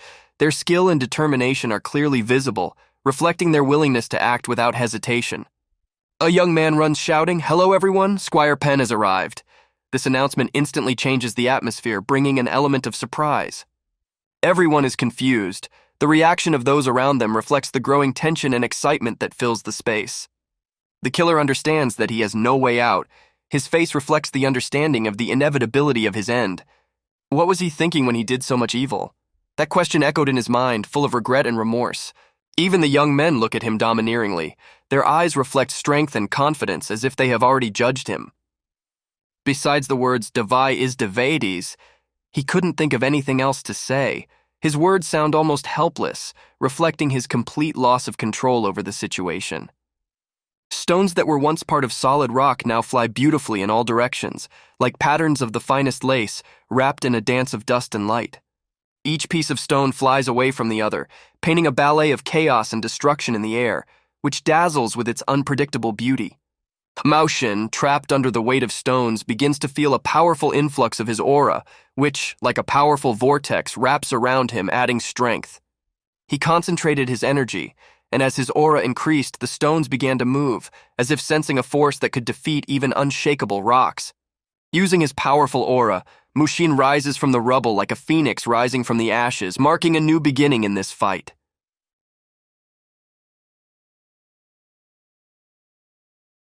A young man runs up to the criminal and his eyes burn with determination. He is tired of the endless questions, but he says that some people from the coalition have demanded a meeting with him. At the time when Wang Hyun fled with Peng to John, Shen Dan suddenly appears, accompanying him more miserable than any fist. This is definitely not a purely accidental encounter. It must have been planned. This may indicate that the coalition knew about this meeting of the criminal. If Peng Duqian knows about it, then there is no justification for just walking away and not acting. In this case, the criminal does not know what to do and is forced to doubt. A new chapter begins and the whole world turns upside down. The young man goes to meet with the words that he is thinking very deeply. It would seem that the criminal did not foresee these events, and now he found himself in an awkward position. The teacher, with a sense of rejection, thought it was just the young man's fear, but now he is beginning to reevaluate the situation. Judging from his reaction, he realizes that this is not just panic. The mentor begins to carefully analyze every gesture and word, trying to reveal the real motive of the criminal. When a criminal loses his temper, trying to get back from what he has done, he feels an excess of adrenaline that drives him to action. The criminal continues to play the role of a fool in the distance and evades the questions, but his voice is slightly dozing from the tension. Now that the tension is at its peak, he's in no position to pretend to be a fool anymore, and his face shows despair and desperation. The mentor feels the importance of the moment and gives the criminal one last chance, expecting him to make the right choice. At this moment, the criminal has only one way out, to obey without resistance, and his heart beats from non-recognition and fear of the future. But can everything end so easily? The question is put out in the open, and the mentor begins to think about what might happen next. Both men prove to be extremely strong, and the situation becomes so tense that they can barely withstand the slightest breakthrough. The criminal calls out the commander's name, Yan Qiangdan, in a last-ditch effort, hoping that it will help him solve this difficult situation. From the crowd, the commander shouts, "I'm the commander of the Dan Coalition, let's go!" His voice sounds powerful and decisive, calling everyone in the mood. People's shocking act of disobedience to Yang Chuangdan, realizing that he is responsible for his actions, openly threatens him with serious consequences. Everyone in the crowd is surprised when they hear the word betrayal. People's faces show surprise and fear, and they begin to ask what this means. Commander Dan of the coalition issues the order. "Squire, unload immediately and join us in the coalition." His voice remains steadfast and authoritarian. But the squire refuses to obey, and his body begins to glow with a blue aura, indicating his independence and determination. With a look of anger on his face, he exclaims, "I'm a squire, Pen Pen Uyuna, you won't get me out of here that easily." His sword light also glowed with blue fire. He seems to gain incredible power, and his actions excite everyone around him. Dan's coalition commander squints one eye, trying to make out the squire's strong aura and understand what's going on. Both men are so powerful that the fight between them promises to be incredible and impressive. He calls out the name of Commander Yang Changdan, addressing the main authority in this situation, trying to get the upper hand on the difficult situation. The young men dodge, seeing how the aura of force flight and stones fly away from its influence. It seems that this aura of unreal power may herald the beginning of a new battle, a battle between the forces of good and evil. This battle promises to be unexpected, and its results can determine the future of the whole world. At the same time, deep in the forest, Lady is fighting another criminal whose motives remain mysterious. The criminal asks why the coalition is unable to unite all Miram factions, and why he thinks Peng is entitled to the spotlight. He continues, "If they didn't make an effort, it wouldn't make a difference, but it can only push them toward their doomsday." Lady believes that even at this point everything can be settled, and replies, "This is only the beginning." But can it end so easily? The situation is complex and unexpected, and it is possible that what awaits us in the future. But can it end so easily? The situation is complex and unexpected, and it is possible that what awaits us in the future. He calls out the name of Commander Yong Cheong-dan, addressing the main authority in this situation, trying to get the upper hand on the difficult situation. At that moment, the aura ignites on her body with a red fire, indicating her readiness and determination to go further in her mission. Launching a wave of fire from her sword, she raises a large cloud of dust that descends on the criminal, expressing her strength and determination. Running away from him, she feels like she needs to spend a lot of strength, but she knows that she can't face him directly right now. The criminal appears through the dust, saying the words, "Magio sword style." This interesting statement arouses her strangeness and curiosity. This statement makes her very surprised, and she begins to look at the criminal with a new interest. He grabs her hand, squeezing it too hard, and she feels his silhouette and brutality. With a slight hint of sarcasm, he says the coalition leader is in too much of a hurry to express his derision and contempt. He is filled with ruthlessness, and his intent to kill her is clear. Lady's vulnerability is heightened. Gripping her hand even tighter, he tries to use his manhood, and she can barely withstand the force. She barely resists the strong male power, and grief and tension are reflected on her face. Anyone can hit a girl, but not everyone can answer for it. The impact was extremely strong, and she falls to the ground, feeling pain and weakness. The criminal offers to impale her, along with her Miram form, on the highest mountain known as the 100,000 High Mountains of Magic, showing his cruelty and ruthlessness. Blood flows from her mouth from pain and a strong impact on the ground, and this moment becomes a witness to the ruthlessness of the criminal. Criminals have never felt sorry for the suffering of victims, and this situation is no exception. "What if I cut your head off?" he says, expressing menace and cruelty, and hangs her head on the training grounds of the Miram coalition. Mushin, who came out of the cave and got out from under the rubble of stones, is surprised by this act of cruelty. It seems that now he has to answer for everything he did with the girl, and it could have serious consequences. I wonder what he will do with it. Perhaps they will kill him or put him on the stake, but it is known that the cruelty of the criminal knows no bounds. An assassin's aura may be very powerful, but it will never match Mushin's aura, which is even more powerful and mysterious. It seems that he recognizes Mushin, and this could create a difficult situation. But now it makes no difference whether he recognizes Mushin or not, because the situation has become so tense that little depends on who he is. The coalition is starting its own skirmish, and this could complicate efforts to extract Squire from the Peng clan in Yun. Perhaps it is not so easy to choose a Squire from this clan, because his sword has great power and experience. Squire's sword is very powerful, and he knows how to use it effectively. The aura around him spreads over a great distance, emphasizing his power and authority. On the tip of the sword, and on the entire blade in general, the energy of all the people and ninjas it killed is stored, which makes it a weapon with impressive potential. "Everyone back off," says the coalition manager, and turns on his aura, preparing for an emergency. This skirmish promises to be an event of maddening intensity, and the Squire flies at him, trying to strike him with his sword. Not everyone can skillfully grasp a sword, but both fighters show impressive skill in their art. All around them, rocks bounce up and the ground cracks with the force of their battle, creating a spectacular sight. Both fighters shout loudly, giving the battle even more tension and emotion. Their energies simply capture everything around them, creating an impressive aura of power. They barely stand on the ground as each blow knocks them back, creating powerful blows that shock everyone around them. The thrust of the sword is extremely strong, and its wielder can easily pass the sword through any resistance, cut a head in two, or destroy anything. Showing his skill, he kicks the Squire in the ear, and the latter flies off to the side, having covered a great distance. Squire didn't expect this turn of events, and the blow sends shock and pain all over his body, leaving him defenseless against his opponent. Lady, holding on in this life, resists with only one hand, investing all her will and strength in the struggle. The kick was extremely strong and unconditional, striking in its power and ferocity. The master is ready to continue beating him, and seems to take great pleasure in it, deepening his mischief. All of Squire's wards want to help, but the situation is so tense that they are powerless in the face of this brutal confrontation. The commander reminds them of the importance of submission and obedience in the command structure, emphasizing the importance of loyalty and discipline. The entire group of his coalition is also eager to help, ready to join the fight and support their leader. At the entrance to the coalition, new events unfold that can play a key role in a decisive situation. The commander orders to kill anyone who draws their sword, and all agree without question to carry out this order, showing their loyalty. This can become the foundation of a new important battle, where the team is an important element of success. Meanwhile, Squire feels that he has become very slow, which leaves him defenseless and vulnerable to his opponent. He lost his temper when he began to believe in other people's beliefs and ideas.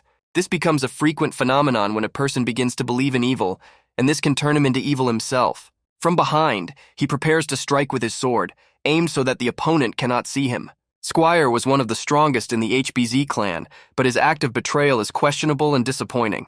But the question of how he could fall so low and betray his own remains unanswered. Apart from his death, he deserves nothing more, thus completing his fate. The wind from the blow blows in all directions, creating a spectacular effect from the battle. In the meantime, Moyon has yet to continue the fight, facing an incredibly strong opponent. The man who infiltrated the Blood Serpent sect and killed their leader single-handedly turns out to be an extremely strong young man indeed. His aura is blue in color, making him dangerous to any ninja, signifying extreme power. He is also faced with a man with a red aura who can become a worthy competitor for him. The question is whether evil can conquer good. The blade falls from his hand, showing the assassin's inability to continue his attack. There is surprise in the killer's eyes as Mushin doesn't lunge at him like he expected. He first approaches the lady to lift her off the ground, showing his dignity and scrupulousness. This angered the thief, and now he wants to attack Mushin himself, moving in the direction of the enemy. Controlling his aura, he intends to channel all the energy into his fist and arm, ready to strike with incredible force. He believes that Mushin cannot ignore Changdan, and this becomes the motivation for his next action. As soon as it hits, the impact is very strong and everything around it glows purple, showing an impressive power. Rocks fly around and it shows how strong the blow was. The energy in the impact creates the impression of a hurricane within, making him extremely vulnerable to this powerful blow. He still has strength left, and he is ready to continue his fight and get on the path of fighting Mushina and the girl. The impact left only a deep pit over which he stands, testifying to the impressive destructive power of the impact. Unexpectedly, the killer heard the words about Pendokian, who was supposed to get out with Unhyung. These words came from Lady and Maloshin, who survived his blow and did not suffer any damage. Then, as possible, they should be together with Yancheongdan, and it begs the question of how they could have avoided this powerful blow.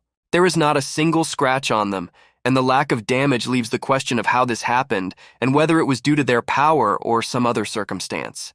The girl was badly injured from the battle before Mushin appeared and needed help and treatment.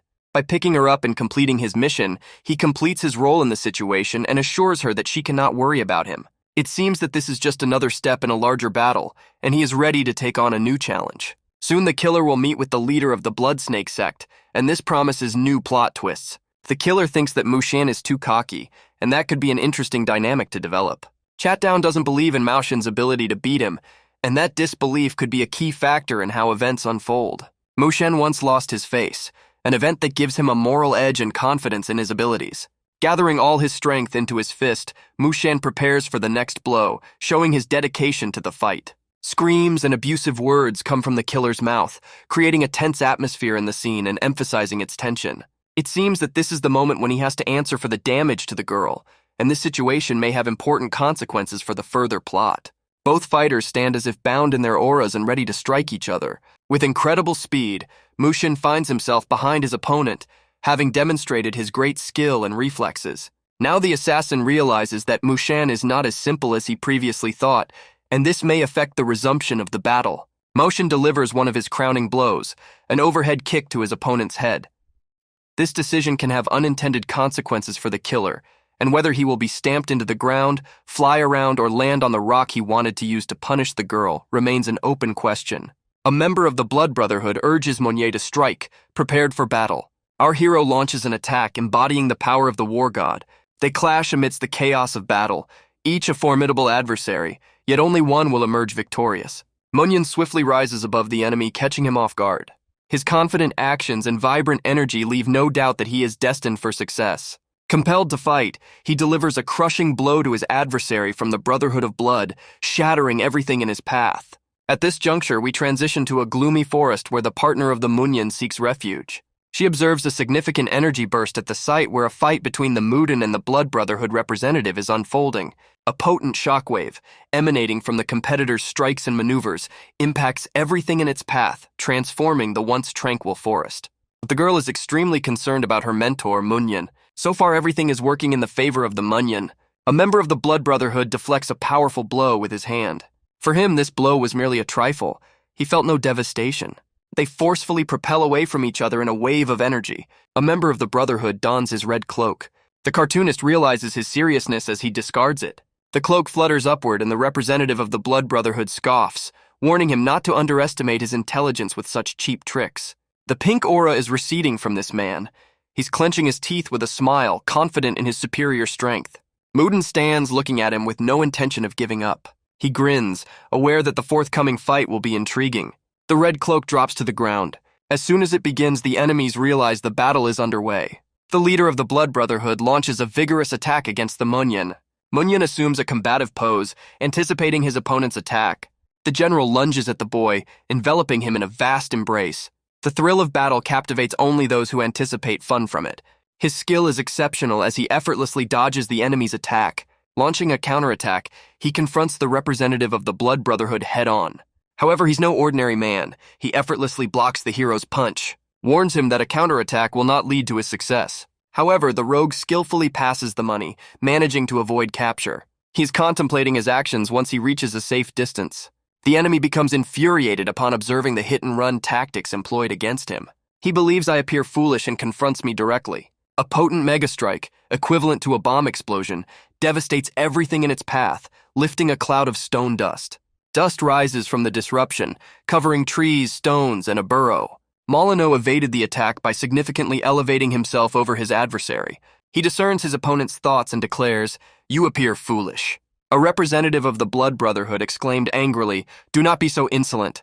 Propelling himself from the ground, he soars upward, intent on vanquishing his adversary. He becomes angry and attempts to capture the creature, which proves to be elusive. He perceives it as a freak. After enduring the battle at the top, they finally succumb and fall to the ground. Attack and strike even when they are defeated. Munyan lands on the ground, his hand glowing from the accumulation of energy. They stand facing one another, representing two distinct forces and energies. The representative of the Blood Brotherhood looks on with eyes burning red, alight with unified vigor and power. With an impassioned promise, he commits to annihilating the Munyan ruthlessly. Munyan persistently aggravates his opponent by treating the fight as a game. Holding a trump card up his sleeve, he contemptuously asks his adversary if he can't even land a blow on him. Standing before him and jesting in his sight, he is courting danger. He is akin to the leader of the Dead Snake sect. The only distinction is that you're considerably more unpleasant. Rage engulfs the general's entire being, his desire for revenge radiating beyond his control. The earth shatters beneath him due to his formidable energy. He vows to make Munyan rue those words. He is gathering energy in his hand, preparing to strike. Instead of using one hand, he now gathers energy in both hands. His terrifying appearance, energy, posture, and power have the potential to incite fear in anyone. He proves himself as a formidable general of the Blood Brotherhood, carrying with him an array of intriguing traits. Neither his death nor any apology can ever absolve him from his bizarre statements. With his arms crossed, he generates lightning in his hands. He activates the superpower, Blood Tribal Fist. Our hero is struck by a powerful energy blast. However, he remains unperturbed by whatever this fraternity member has concocted. He assumes his position and commands, "Attack!" The blow strikes the moon, illuminating it in a flash of light. The energy emitted from the general's peak is significantly destructive, obliterating everything in its path. This blow, far from a joke, could be too powerful for our hero to withstand. The concept of a representative from the Blood Brotherhood is strictly about one member dying. A burrow appears above the impact site as lightning energy trembles through the ground of the Pacific Forest. The confrontation between the Academy Director and the Pain Clan's chief intensifies. The Director bellows, deploying an impressive wave of energy towards the Henbei. How could you sink so low as to permit such a reprobate to join the dance of conflict? The Squire's sword whirls towards the Director, but is effortlessly deflected by powerful hands. The Academy Director's strike was incredibly fast, resulting in an accidental hit on someone along the way. The Squire's sword soared, symbolizing his defeat. The soldiers inspected it, their faces hardening. Academy representatives were also examining this incident, curious about the events that transpired during the attack. The sword ricocheted off the paving stones like a pebble skimming water. The Director struck the Squire in the chest, causing him to freeze with a pale, sweaty expression.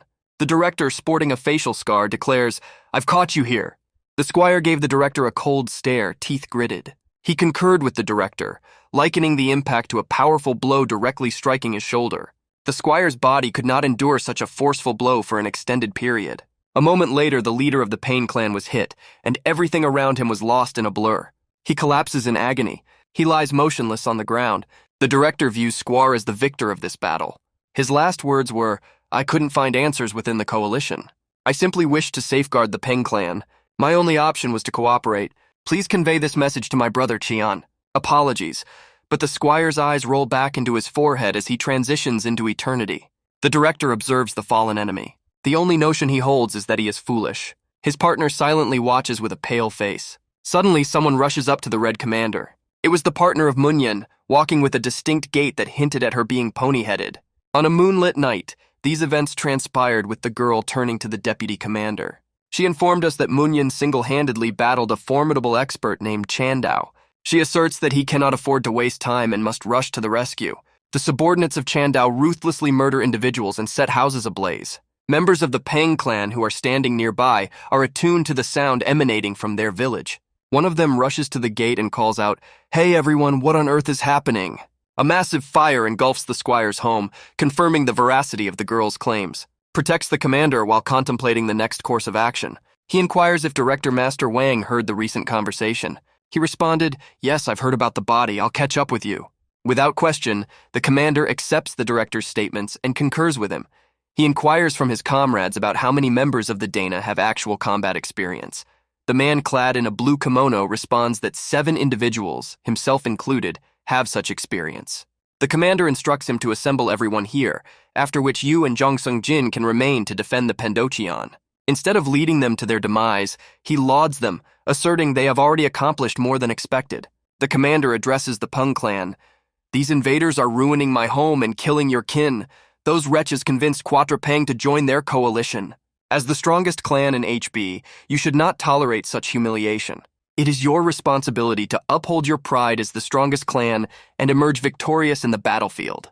Those who will join me in the city's battle shall be my strength," said the commander. All the representatives unanimously brandished their swords, signaling their readiness to defend their honor. The squire's residence is engulfed in red flames.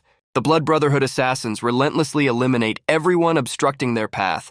Nobody opposes them because such a turn of events was unexpected. Here, the murderers detect resistance or opposition along their path. They were men from the Stump clan, armed with swords, prepared to confront their assailants. The assailants noticed these vulnerable individuals and quickly aimed to annihilate them. The impoverished warriors of the Pain clan were fearful of the impending attack and lacked the confidence to face it. Hearing the commander's voice, they were told not to let themselves be pushed back. With confidence, he soared above the soldiers and directed himself towards the assailants. The assassins from the Blood Brotherhood did not anticipate such strong resistance. With his sword drawn, the commander swiftly descended upon them. He continually shouted, emitting sounds of battle, signaling his readiness to attack. One of the assailants parried the commander's sword with his own blade. As soon as the commander activated his force, alongside the assassins, he bisected the unfortunate victim with their blades. The second assailant observed, awestruck by the powerful force that abruptly emerged on the battlefield. Additionally, members of the Peng clan encircled the killer from behind. He was distraught to discover that he had been ambushed and his friend had been killed. The commander regarded the rogue with an icy stare and directed his men to execute him. We return to the epic struggle between the Brotherhood of Blood representative and Munyan, following his powerful smoke-filled blood flame attack. The item you dispatched to the museum. It was a devastating force capable of annihilating everything in its path. The fire, following the impact, engulfed the tranquil forest. After the strike, an eerie silence prevailed, which led the enemy to assume triumph. After the strike, only thick smoke billowed from the ground, suggesting it had been scorched. The Blood Brotherhood's Grand Master, possessing boundless strength, stood solemnly. Exhaling thick clouds of smoke from his gateway, his glowing eyes dealt a crushing blow. At the impact site, there was a large ditch filled with earth, yet a hole formed in it, leading to a miraculous event. It appeared as though everything had ended, and survival seemed impossible after such a devastating blow. The general smiled, fully aware that confronting this enemy would not be any easier. However, a silhouette emerged from the smoke. This turn of events surprised the general, who had not anticipated it. Through the dense smoke, the unscathed Munyan's eyes gleamed with a blue fire. An aura shielded him, preventing even the slightest injury from this devastating blow. The general was astounded, wondering how such a seemingly ordinary man could withstand such a powerful blow. However, he didn't position himself on the other side of the ball. Instead, he stood with an aura of confidence and energy. This moment left the general restless, his powerful blood-soaked fist capable of cleaving a 5-ton stone. Ian rose, studying his clenched fist. A long-forgotten energy surged through him. This incredible energy flows through his veins. He smiled, realizing it had been a long time since he last experienced such a pleasant feeling. Emerging solo from this intense challenge, Munyan conveys to the leader, "You are more powerful than the Blood Serpent sect's evil eye." With a smile, he informs the captain that he is a jerk nonetheless. For a moment, he vanished from the general's view. This is already behind him. A moment later, he was to his left. Like a hurricane, he swiftly circled the general, sowing confusion. This perplexed the general. He noticed that the boy had permitted himself to engage in play with him. He stomps the ground, causing a powerful wave that splinters the soil, carrying shards of stone to shatter the game circle of the Munyan. Fragments of stones and dust fly into the eyes of a mule. However, this doesn't significantly affect him. He's already launching a side attack on the general. The general observes the attack and intercepts the enemy. A powerful blow strikes the face of Munyan, accompanied by a disruptive flash of light as usual. However, the agile Munyan skillfully sidesteps him, pushing off the ground with your opposite foot. He stealthily approaches from behind, invoking his forbidden powers, initiating the first phase of the war god's strategy. Unexpectedly, he stabs the representative of the Blood Brotherhood in the stomach. Fear and pain are evident in the general's eyes. The blow was so potent that it sent the general flying away from him. The general was departing by air. The nimble hero, already trailing, intended to catch the general off guard. He swiftly took a position. Upon activating the second step of the God of War, his palm was ablaze with a glow of blue flames. Unexpectedly moving to his opponent's rear, he delivers a lethal blow to the villain's spine. This blow shatters the general's spine. The general groans and screams in pain. But Munyan persists, maintaining an air of confidence. Swinging over the enemy, he strikes at the third step. Who is following the general? He delivers a swift punch, sending the general flying a kilometer away and unleashing a powerful blow. The forest towers over the surrounding landscape. The blow was truly delivered by the God of War. Simply stands there, breathing. Thick smoke ascends above the scene as he confidently stands, examining his opponent's condition. The general is feigning to be a stone by lying motionless on the ground. His joint is dislocated, his body severely injured, and he displays no signs of life. He gazes intensely at his opponent.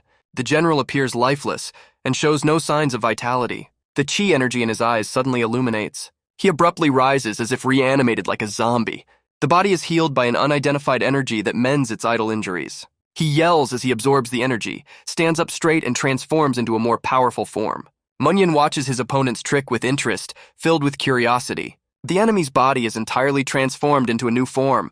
The renowned general, having cheated death using his forbidden power, became a bow, unwilling to permit an easy victory for the Moonin. How can he refer to me as a source of negativity? Moon glanced at his opponent, smiled, and said, "I would be disappointed if you didn't survive this." He warned his adversary that he would turn him into a straw man and decisively defeat him. This effigy will symbolize the individuals who may one day obstruct my path. The general admired his ambitious statement, but he wasn't ready to surrender so readily. The general's body underwent a complete transformation. The unprecedented power energizing him was so intense it caused the air to stir. He assured Monyan that he wouldn't get a second chance before this decisive round. The locks on the general's hands, particularly his left one, began to unlock. The correct lock was opened. With crossed arms and closed eyes, he activated his superpower, blood fusion, his black eyes shining with a singular drop of blood within.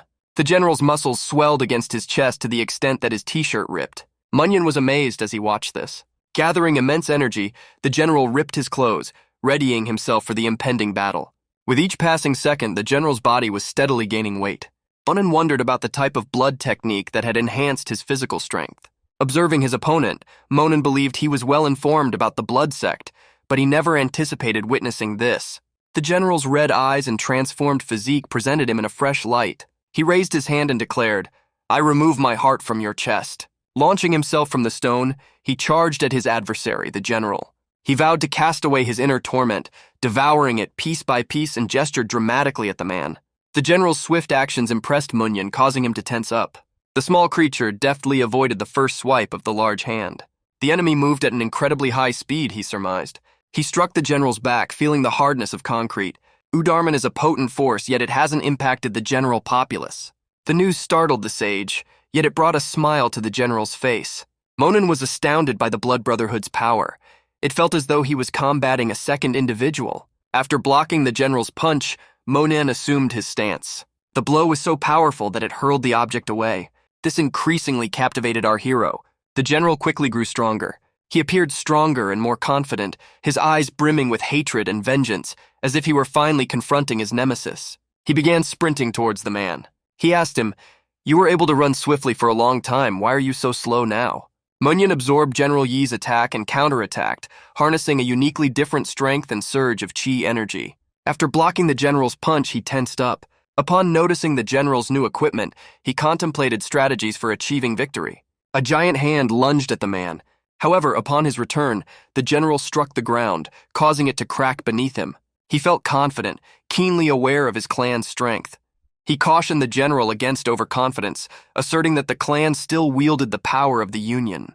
Informing the general about the minion's opinion of him, the minion perceives him as nothing more than a desperate animal in a fight. The general, increasingly frustrated by the monotonous and deadly scene before him, launched an attack with all his strength. On the battlefield, the air is thick with smoke.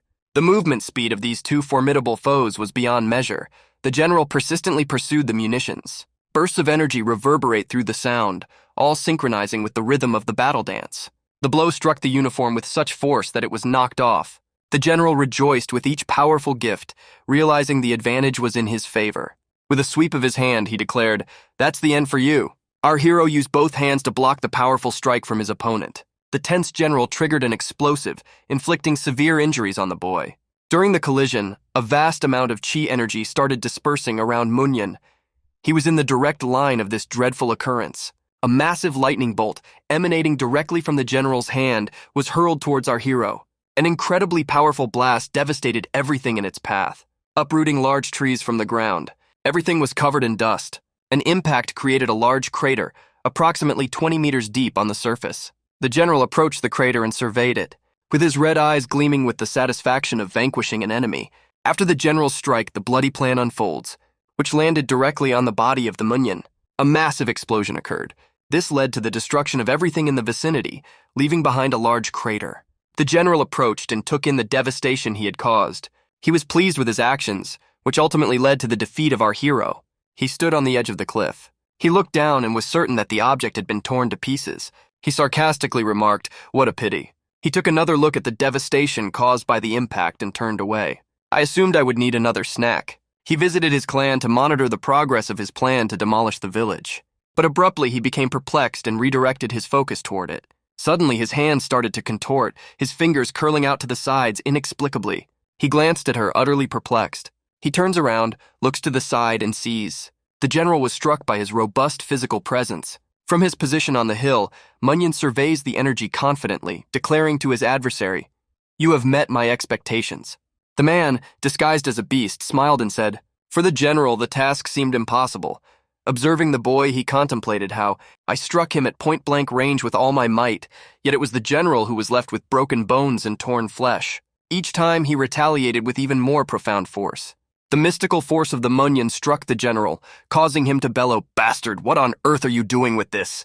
Our hero smiled as he inhaled and exhaled. He conveyed that the words spoken to him 20 hours earlier were still clearly resonating with him. "Today I will ascend to godhood with the blood of the war god." These words struck the general, instilling a deep-seated fear in his soul. He embodied the image of the war god, promising that no one would survive to see tomorrow. The general was so impressed that he couldn't believe his eyes. They had taken Musi's life against his will, but he came back to life. Quickly capturing the general's attention, they were promptly removed from his sight. He began anew, invoking his might as the god of war. Dozens of blows struck the general's body at each of his vulnerable points.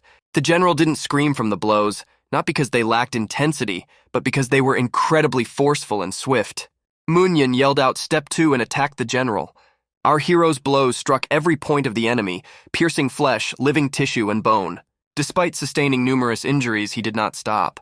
The general merely clenched his teeth, powerless to alter the situation. Monin victoriously pumped his fist as he reached the third step. He delivered powerful blows to his opponent's lower legs and knees. The general was writhing in pain, clenching his teeth, unsure of how to alleviate it.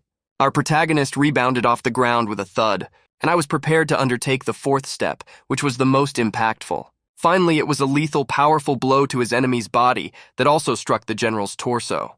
He forcefully struck the general, pushing him away. He stumbled and fell onto a pile of rocks and mud, creating a cloud of smoke, lifting stones from the ground and causing damage from their descent. Monin appeared as a true god of war, overpowering his enemy at every turn.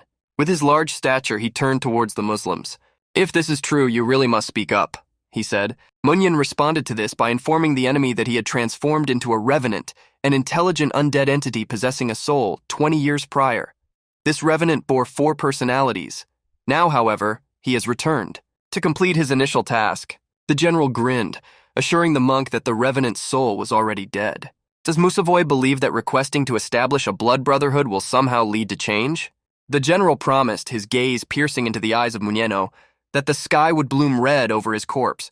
All his blood will transform into fertile soil and morph into a flowing river. Revisiting Musavoya, I've expressed several times my regret at being unable to witness his will. Continue to pursue the objectives of the sleeping blood cult. The general was gravely wounded from Musavol's blows, with blood spurting from numerous points on his body. He collapsed to his knees, uttering a fateful phrase on his final day. He silently stared at his enemy's falling corpse. He stated that he would uphold his words. He turned and continued walking, leaving the general's body on the ground. Thus concluded the battle, with Munyin emerging victorious. However, this was merely a minor triumph in the grand scheme of the war. A fire persisted, engulfing the city of the Pain Clan. Members of the Blood Brotherhood moved systematically from one house to another in pursuit of their targets. Before they realized it, they transformed from hunters into victims. The murderer realizes he is being pursued by members of the Pain Clan. Suddenly, a young man lunges towards him, ready to attack. He draws his sword, crossing blades with his adversary.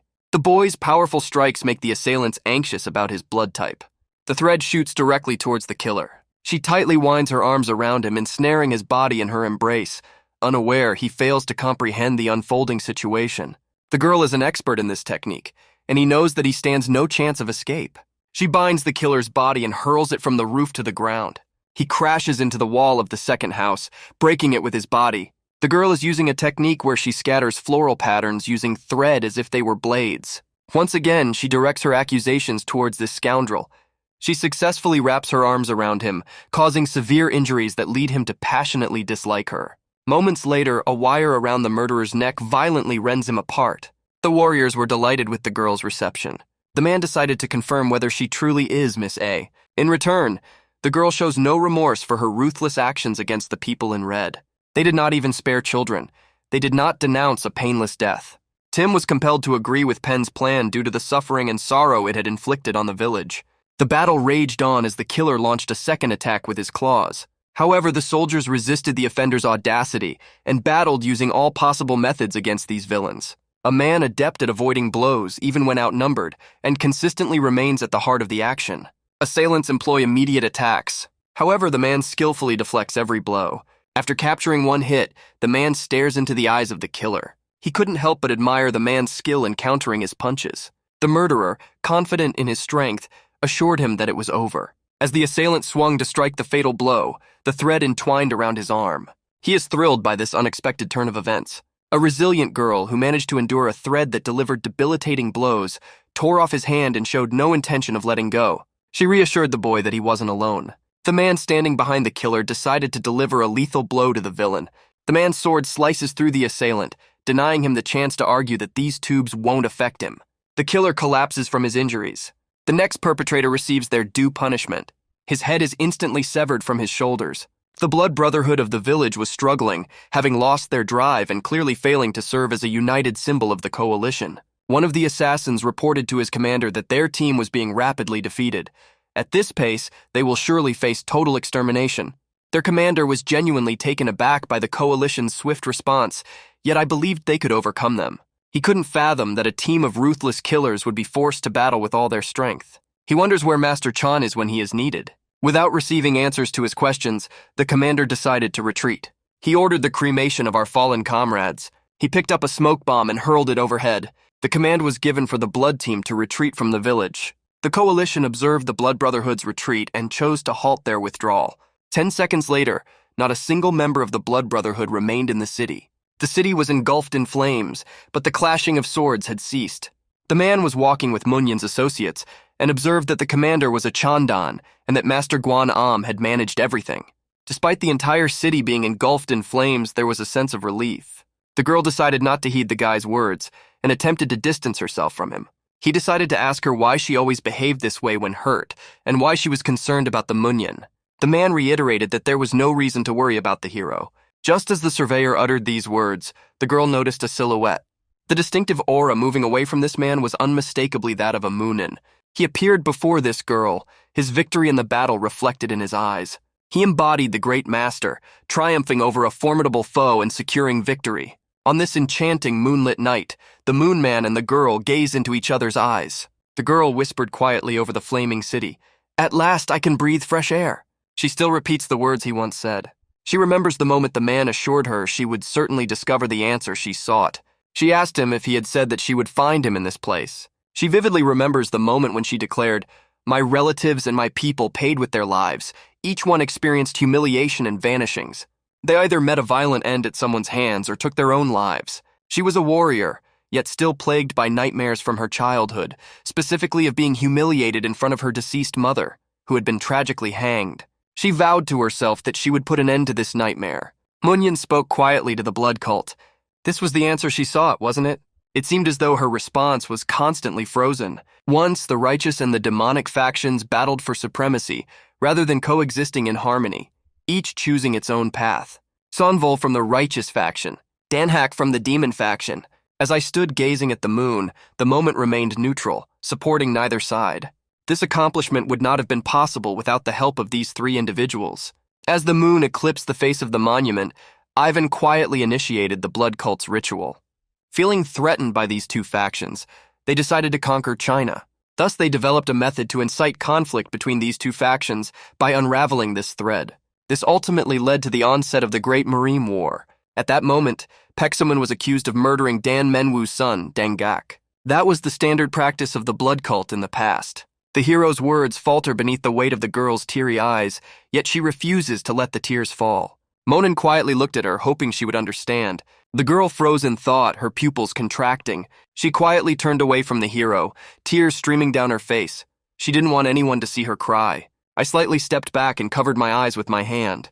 Monjean's revelation profoundly shocked her. Monien carried on with his tale, intent on making the girl understand that at that time, only one person truly knew what had transpired. He believed that the blood cult was behind these events, so instead of leaving China gradually, he infiltrated the territory of the blood cult. After discovering the truth, he decided to return to China to resolve the conflict. However, by that time, the blood cult had already amassed a substantial army for the war and dispatched it to the battlefield. Although he desired to return to China and prepare to combat the cult, he realized there wasn't sufficient time. So he resolved to intercept them before reaching the battlefield. Demonstrating immense bravery, he single-handedly battled the entire cult army. However, as with all beautiful stories, he single-handedly vanquished an entire army, vanishing like the wind. Along with him disappeared the truth that could have averted the Great Murmansk War. The girl turned to the hero and asked a question. I often heard the girl discuss him extensively, so she was well acquainted with his story. However, Monin's account did not align with her knowledge. She had never heard this, even from those intimately acquainted with him. The girl puzzled over how this man could possibly know information that only the Munyan himself was privy to. She didn't conceal her emotions and probed him on how he could possibly know all of this. Monin regarded the girl with an icy stare. Deep down, he realized that he had to volunteer. It was his duty. However, he managed to catch a fleeting glimpse of the moment when Musaval handed the sword over to his granddaughter. This sword was crafted with superior skill than the master in China. It was excellent, incredibly light and balanced. Musaval once said, "You are like a strong diamond that can cut anything." The value of this sword will be further recognized when you master the art of handling it skillfully. He hoped that the sword would be used for good deeds for many years to come. However, he was warned to be cautious with his hopes. Musival turned to his friend and suggested, "Why don't you ensure it happens?" Contemplating this, his friend gave it some thought. He told him, "Rise for my granddaughter and wield this sword in her name for the benefit of the council." However, the master wasn't entirely certain about it. "If she shares your stubbornness, she might ignore the master entirely," he said, but the god of war merely laughed at these words. Munyan shared these memories from the past with the girl. He informed her that Musevol was still alive. The girl calmed down and looked at him. Munyan stated that he gave everything to him, and he is continuing to fulfill his wishes. He was the sole student of this master. The girl was even more shocked by those words. She forgot about her wounds and her pain. The shocking comments about Volya conveyed to my girlfriend were unexpected. The girl was startled when she unexpectedly divulged this information. Since the sage transferred all his knowledge to this individual, he continues to carry out his will. The moonlit night holds its own secrets. Despite having to falsify being a disciple of the master, He definitely understood because he possessed knowledge that was completely unknown to others. Remaining steady and courageous, you demonstrated that he was not jesting. The girl was profoundly moved by his words and prepared to follow him anywhere. His answers to her questions and beyond had cemented her decision. The night persisted in its mystery. The girl distanced herself from everyone and sat alone, gazing at the stones. Despite her injuries, she pondered deeply over the couple's words. The men were observing the woman carefully. She could have either concealed her identity out of shock and joined them, or fabricated such a story for herself. She perhaps longed to meet the mythical god of war most of all. She feared the truth and harbored resentment towards him. The man was taken aback by her answer, as it was apparent that she had manipulated him. However, her second query was regarding the secrets he kept from her, to which he simply replied, "When the time comes, we will be helpless." However, until then, refrain from saying anything to her that could disclose the hero's identity. Don't reveal this to the person you know until my identity is disclosed. He fully agreed with the hero. He observed the girl and realized that his granddaughter inherited traits traceable to her paternal lineage. The arrangement of this work is quite peculiar. You chose not to approach her but instead shouted her name. This action got Miss Khan's attention, who was busy scolding a boy. He informed Miss Khan about the presence of tigers in the area and suggested that she descend. The girl sighed deeply, finding no peace here either. Upon returning to the town, they found the houses had been reduced to ashes. One of the commanders instructed to disregard the already incinerated cities and continue dousing water to stop the fire from being carried by the wind. The commander instructed the clan to light a fire and repent. After doing so, they were to journey to the town described by Ben and deliver the documents there. As a result, they had to be removed. Simultaneously, the commander was distracted from his duties. A humanoid emerged from the forest and approached the commander. Emerging from the shadows, he declared that upon their return to the coalition, he would face punishment for desertion. The commander was pleased to see him, as his victory in the battle signified a great deal and shifted the momentum. A man was observing from behind the wall. He listened attentively, focusing on the necessary details. He documented all he learned from the conversations and events in the city, and affixed a note to the pigeon. He climbed a mountain and embarked on a journey. Through the foggy night sky, the objective was to deliver a message to its intended recipient. As time passed, the night transitioned. It was a clear, sunny morning. The dove carrying the message nearly reached its destination. He traveled to a certain village or city. He went to the person to whom he was supposed to deliver the message. The dragon icon represents the dragon plan. A monk, dressed in a yellow kimono, stood on the ground, gazing into the distance. People approached him, informing him that they had received a message confirming the safety of the Hebei Pen clan. Everything within the Echo Kondo is safe as well. This information indicates that there will soon be a significant amount of noise, regardless of the circumstances. He asked his father if it was true. And with that, we transition to the enigmatic city, home to the Brotherhood of Blood's solemn vows. A small hole served as the entrance to the cave. The assassins returned to their rendezvous point after the mission, not empty-handed, but bearing the body of their commander. Caught off guard by the unexpected coalition invasion, they tragically learned of Sir Chan's death too late. They informed their boss, who has a formidable reputation, that they are uncertain about the individual responsible for the recent death. The suspect is most likely a recent honoree at the academy. The second-in-command of the Redcoat states his disinterest. He is solely concerned with whether they have successfully accomplished their task for the cult leader. The leader of the sect responded regretfully to these words. Suddenly, a chained dagger slices his head and pierces through it. The commander retrieves the sword and brandishes it once again, the sound of a body hitting the ground. In an instant, he's already on the ground. His story has ended. The commanding general of the assassins instructs two of you to bring the Tio Chandown to the Golden Heavenly Field. Only these two will survive. Upon hearing these words, the killer understood that they had to fight for their survival. The commander emerged from the cave, finding solace solely in the clamor of combat and the news of Chandoon's demise. They didn't allow him to live in peace. The narrative proceeds in the Valley of the Golden Heavenly Field, where the doctor reveals that the spine's center is severely damaged. The fallen warrior lies on the table. The master observes him and solemnly declares, "There's complete exsanguination. His internal organs are devastated, reduced to mush." The veins in his limbs were swollen, he informed a representative from the Blood Brotherhood. In other words, he effectively communicates that he is undoubtedly dead.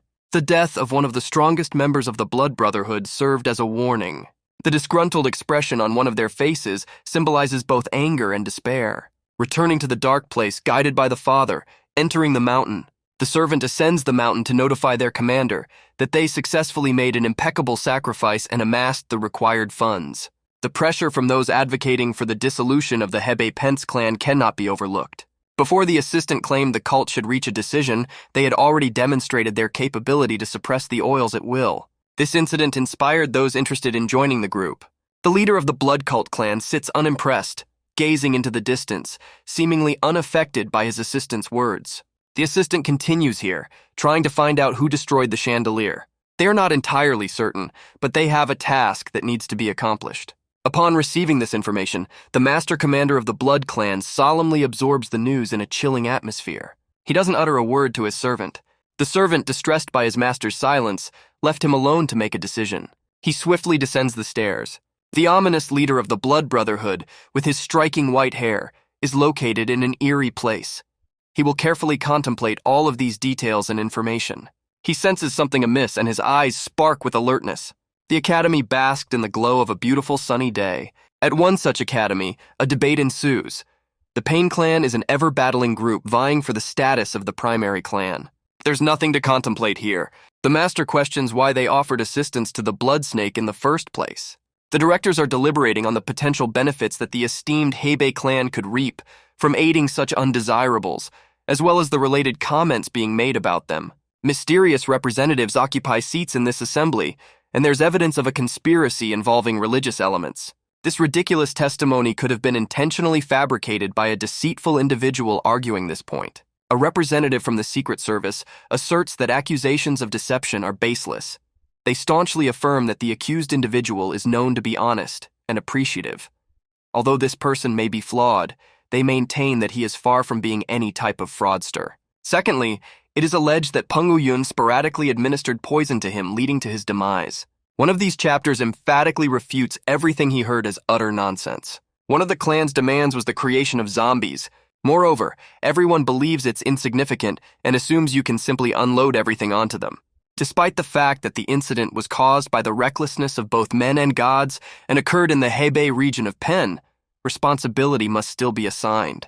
The elders need to debate further regarding the appropriate punishment for him. The academy director returned with this information and reported it to the commander. Upon hearing this, the commander inquired about the rationale behind the liquidation proposal written for the Hebei Peng clan. The director, returning from Denmark, reports that due to Pen Dalcon's testimony, half of the elders refused to sign the document. The attempt to produce zombies is reminiscent of the majority decision supporting legally sanctioned punishment. He responded, stating that he didn't. However, if a prevailing opinion advocates for destruction to secure support as the ultimate decision-maker, the coalition leader will have no alternative. This information abruptly jogged the commander's memory of Mullion's words. He stated that, as you're already aware, producing zombies is forbidden. Due to this incident, our efforts to prevent the downfall of the Hebei clan must not be in vain. The commander assured the man not to fret about the elderly individuals initiating the discussion. He emphasized that even if they chose destruction, or if the coalition ultimately decided against support, everything would still be all right. However, the man held a different perspective on the situation. He questioned, how long can the coalition leader endure the pressure from the elders? This reminded the commander of the event. Returning to reality, the director asked, in any case, where is Muen? He warned me that I needed to meet him. Our protagonist was confined within the Great Stone Prison. He wasn't there alone.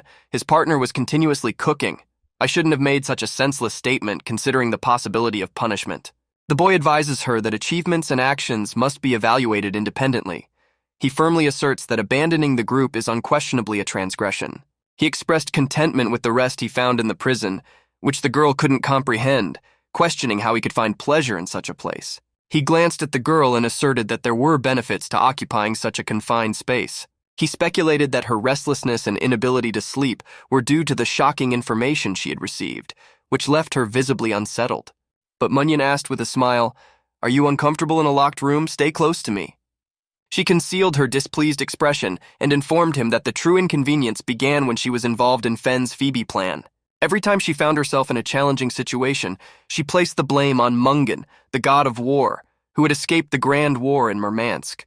As I am her teacher, I provided the answer she had been eagerly waiting for. She stiffened, saying, "I simply don't feel comfortable sleeping here." Though a wooden bed seemed far more comfortable than her current makeshift bed of grass and stone, the girl felt otherwise. Inside, she harbored feelings of resentment and harbored a desire to harm him. But Munyon comprehended everything and merely smiled to himself. He heard footsteps echoing down the hall. Pay attention to who it is and where they are. You're slightly late. A noise was heard. Guests are expected to arrive later than anticipated. They informed him about the plan, and the situation subsequently escalated in seriousness. Prepare this liquidation proposal. Naturally, some elders disagree, and it also appears that the coalition leaders are unwilling to comply. They have time before making the final decision. The director looked intently at the muralist with a scar. He asked him if he had anticipated this outcome. I didn't assert that the decision was made by rigid, old-fashioned individuals. Instead, it was made by an indecisive person who didn't take long to decide. It was a blatant insult towards the deputy commander. However, the monk claimed that they were the ones who began to disparage our efforts to protect the Pen Hebrew clan. This alarmed the academy's leaders. He further explained that the cult lured many into the Hebe Pen Zombie clan, a mere decoy designed to obstruct the colony's peaceful resolution. They have now grown accustomed to paying even more attention to the decisions made by the coalition. If the Hybesian Peng clan disbands, the coalition will inadvertently arm them, leaving them vulnerable to the enemy. However, if they choose not to disband the clan and continue to share their views with the municipality, they will establish a precedent for the coalition to disregard the law for their own advantage. The coalition's position will significantly decline.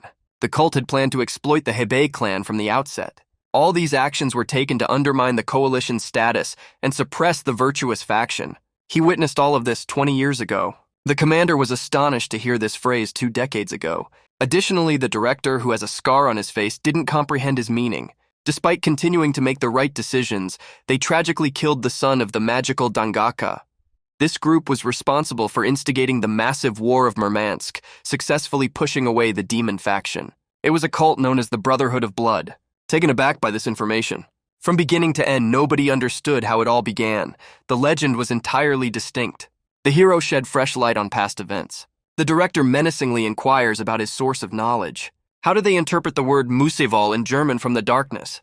The girl approached her superiors and informed them that the deputy commanders had enlisted her as a student in all Volya matters. The commanders were stunned by the information, given that the muskox was revered as the god of war. The impish creature sitting near the stone smirked. He had instructed the girl to keep their meeting a secret. The commander turned to the man and confirmed the truth of Miss Khan's statement. The principal, in shock, declares himself to be a student of the man.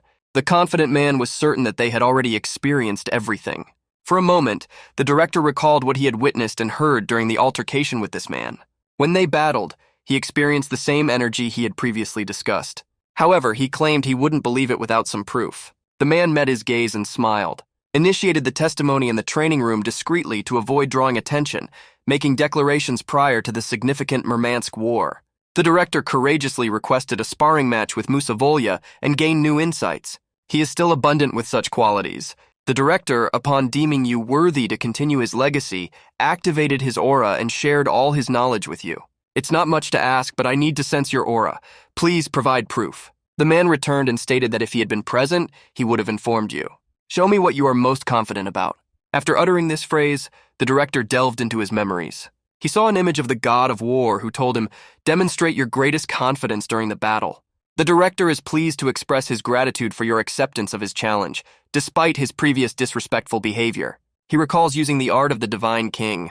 The man directs his palms towards him, compelling him to attack. The young director is confronting us and challenging the god of war. He was a robust young man.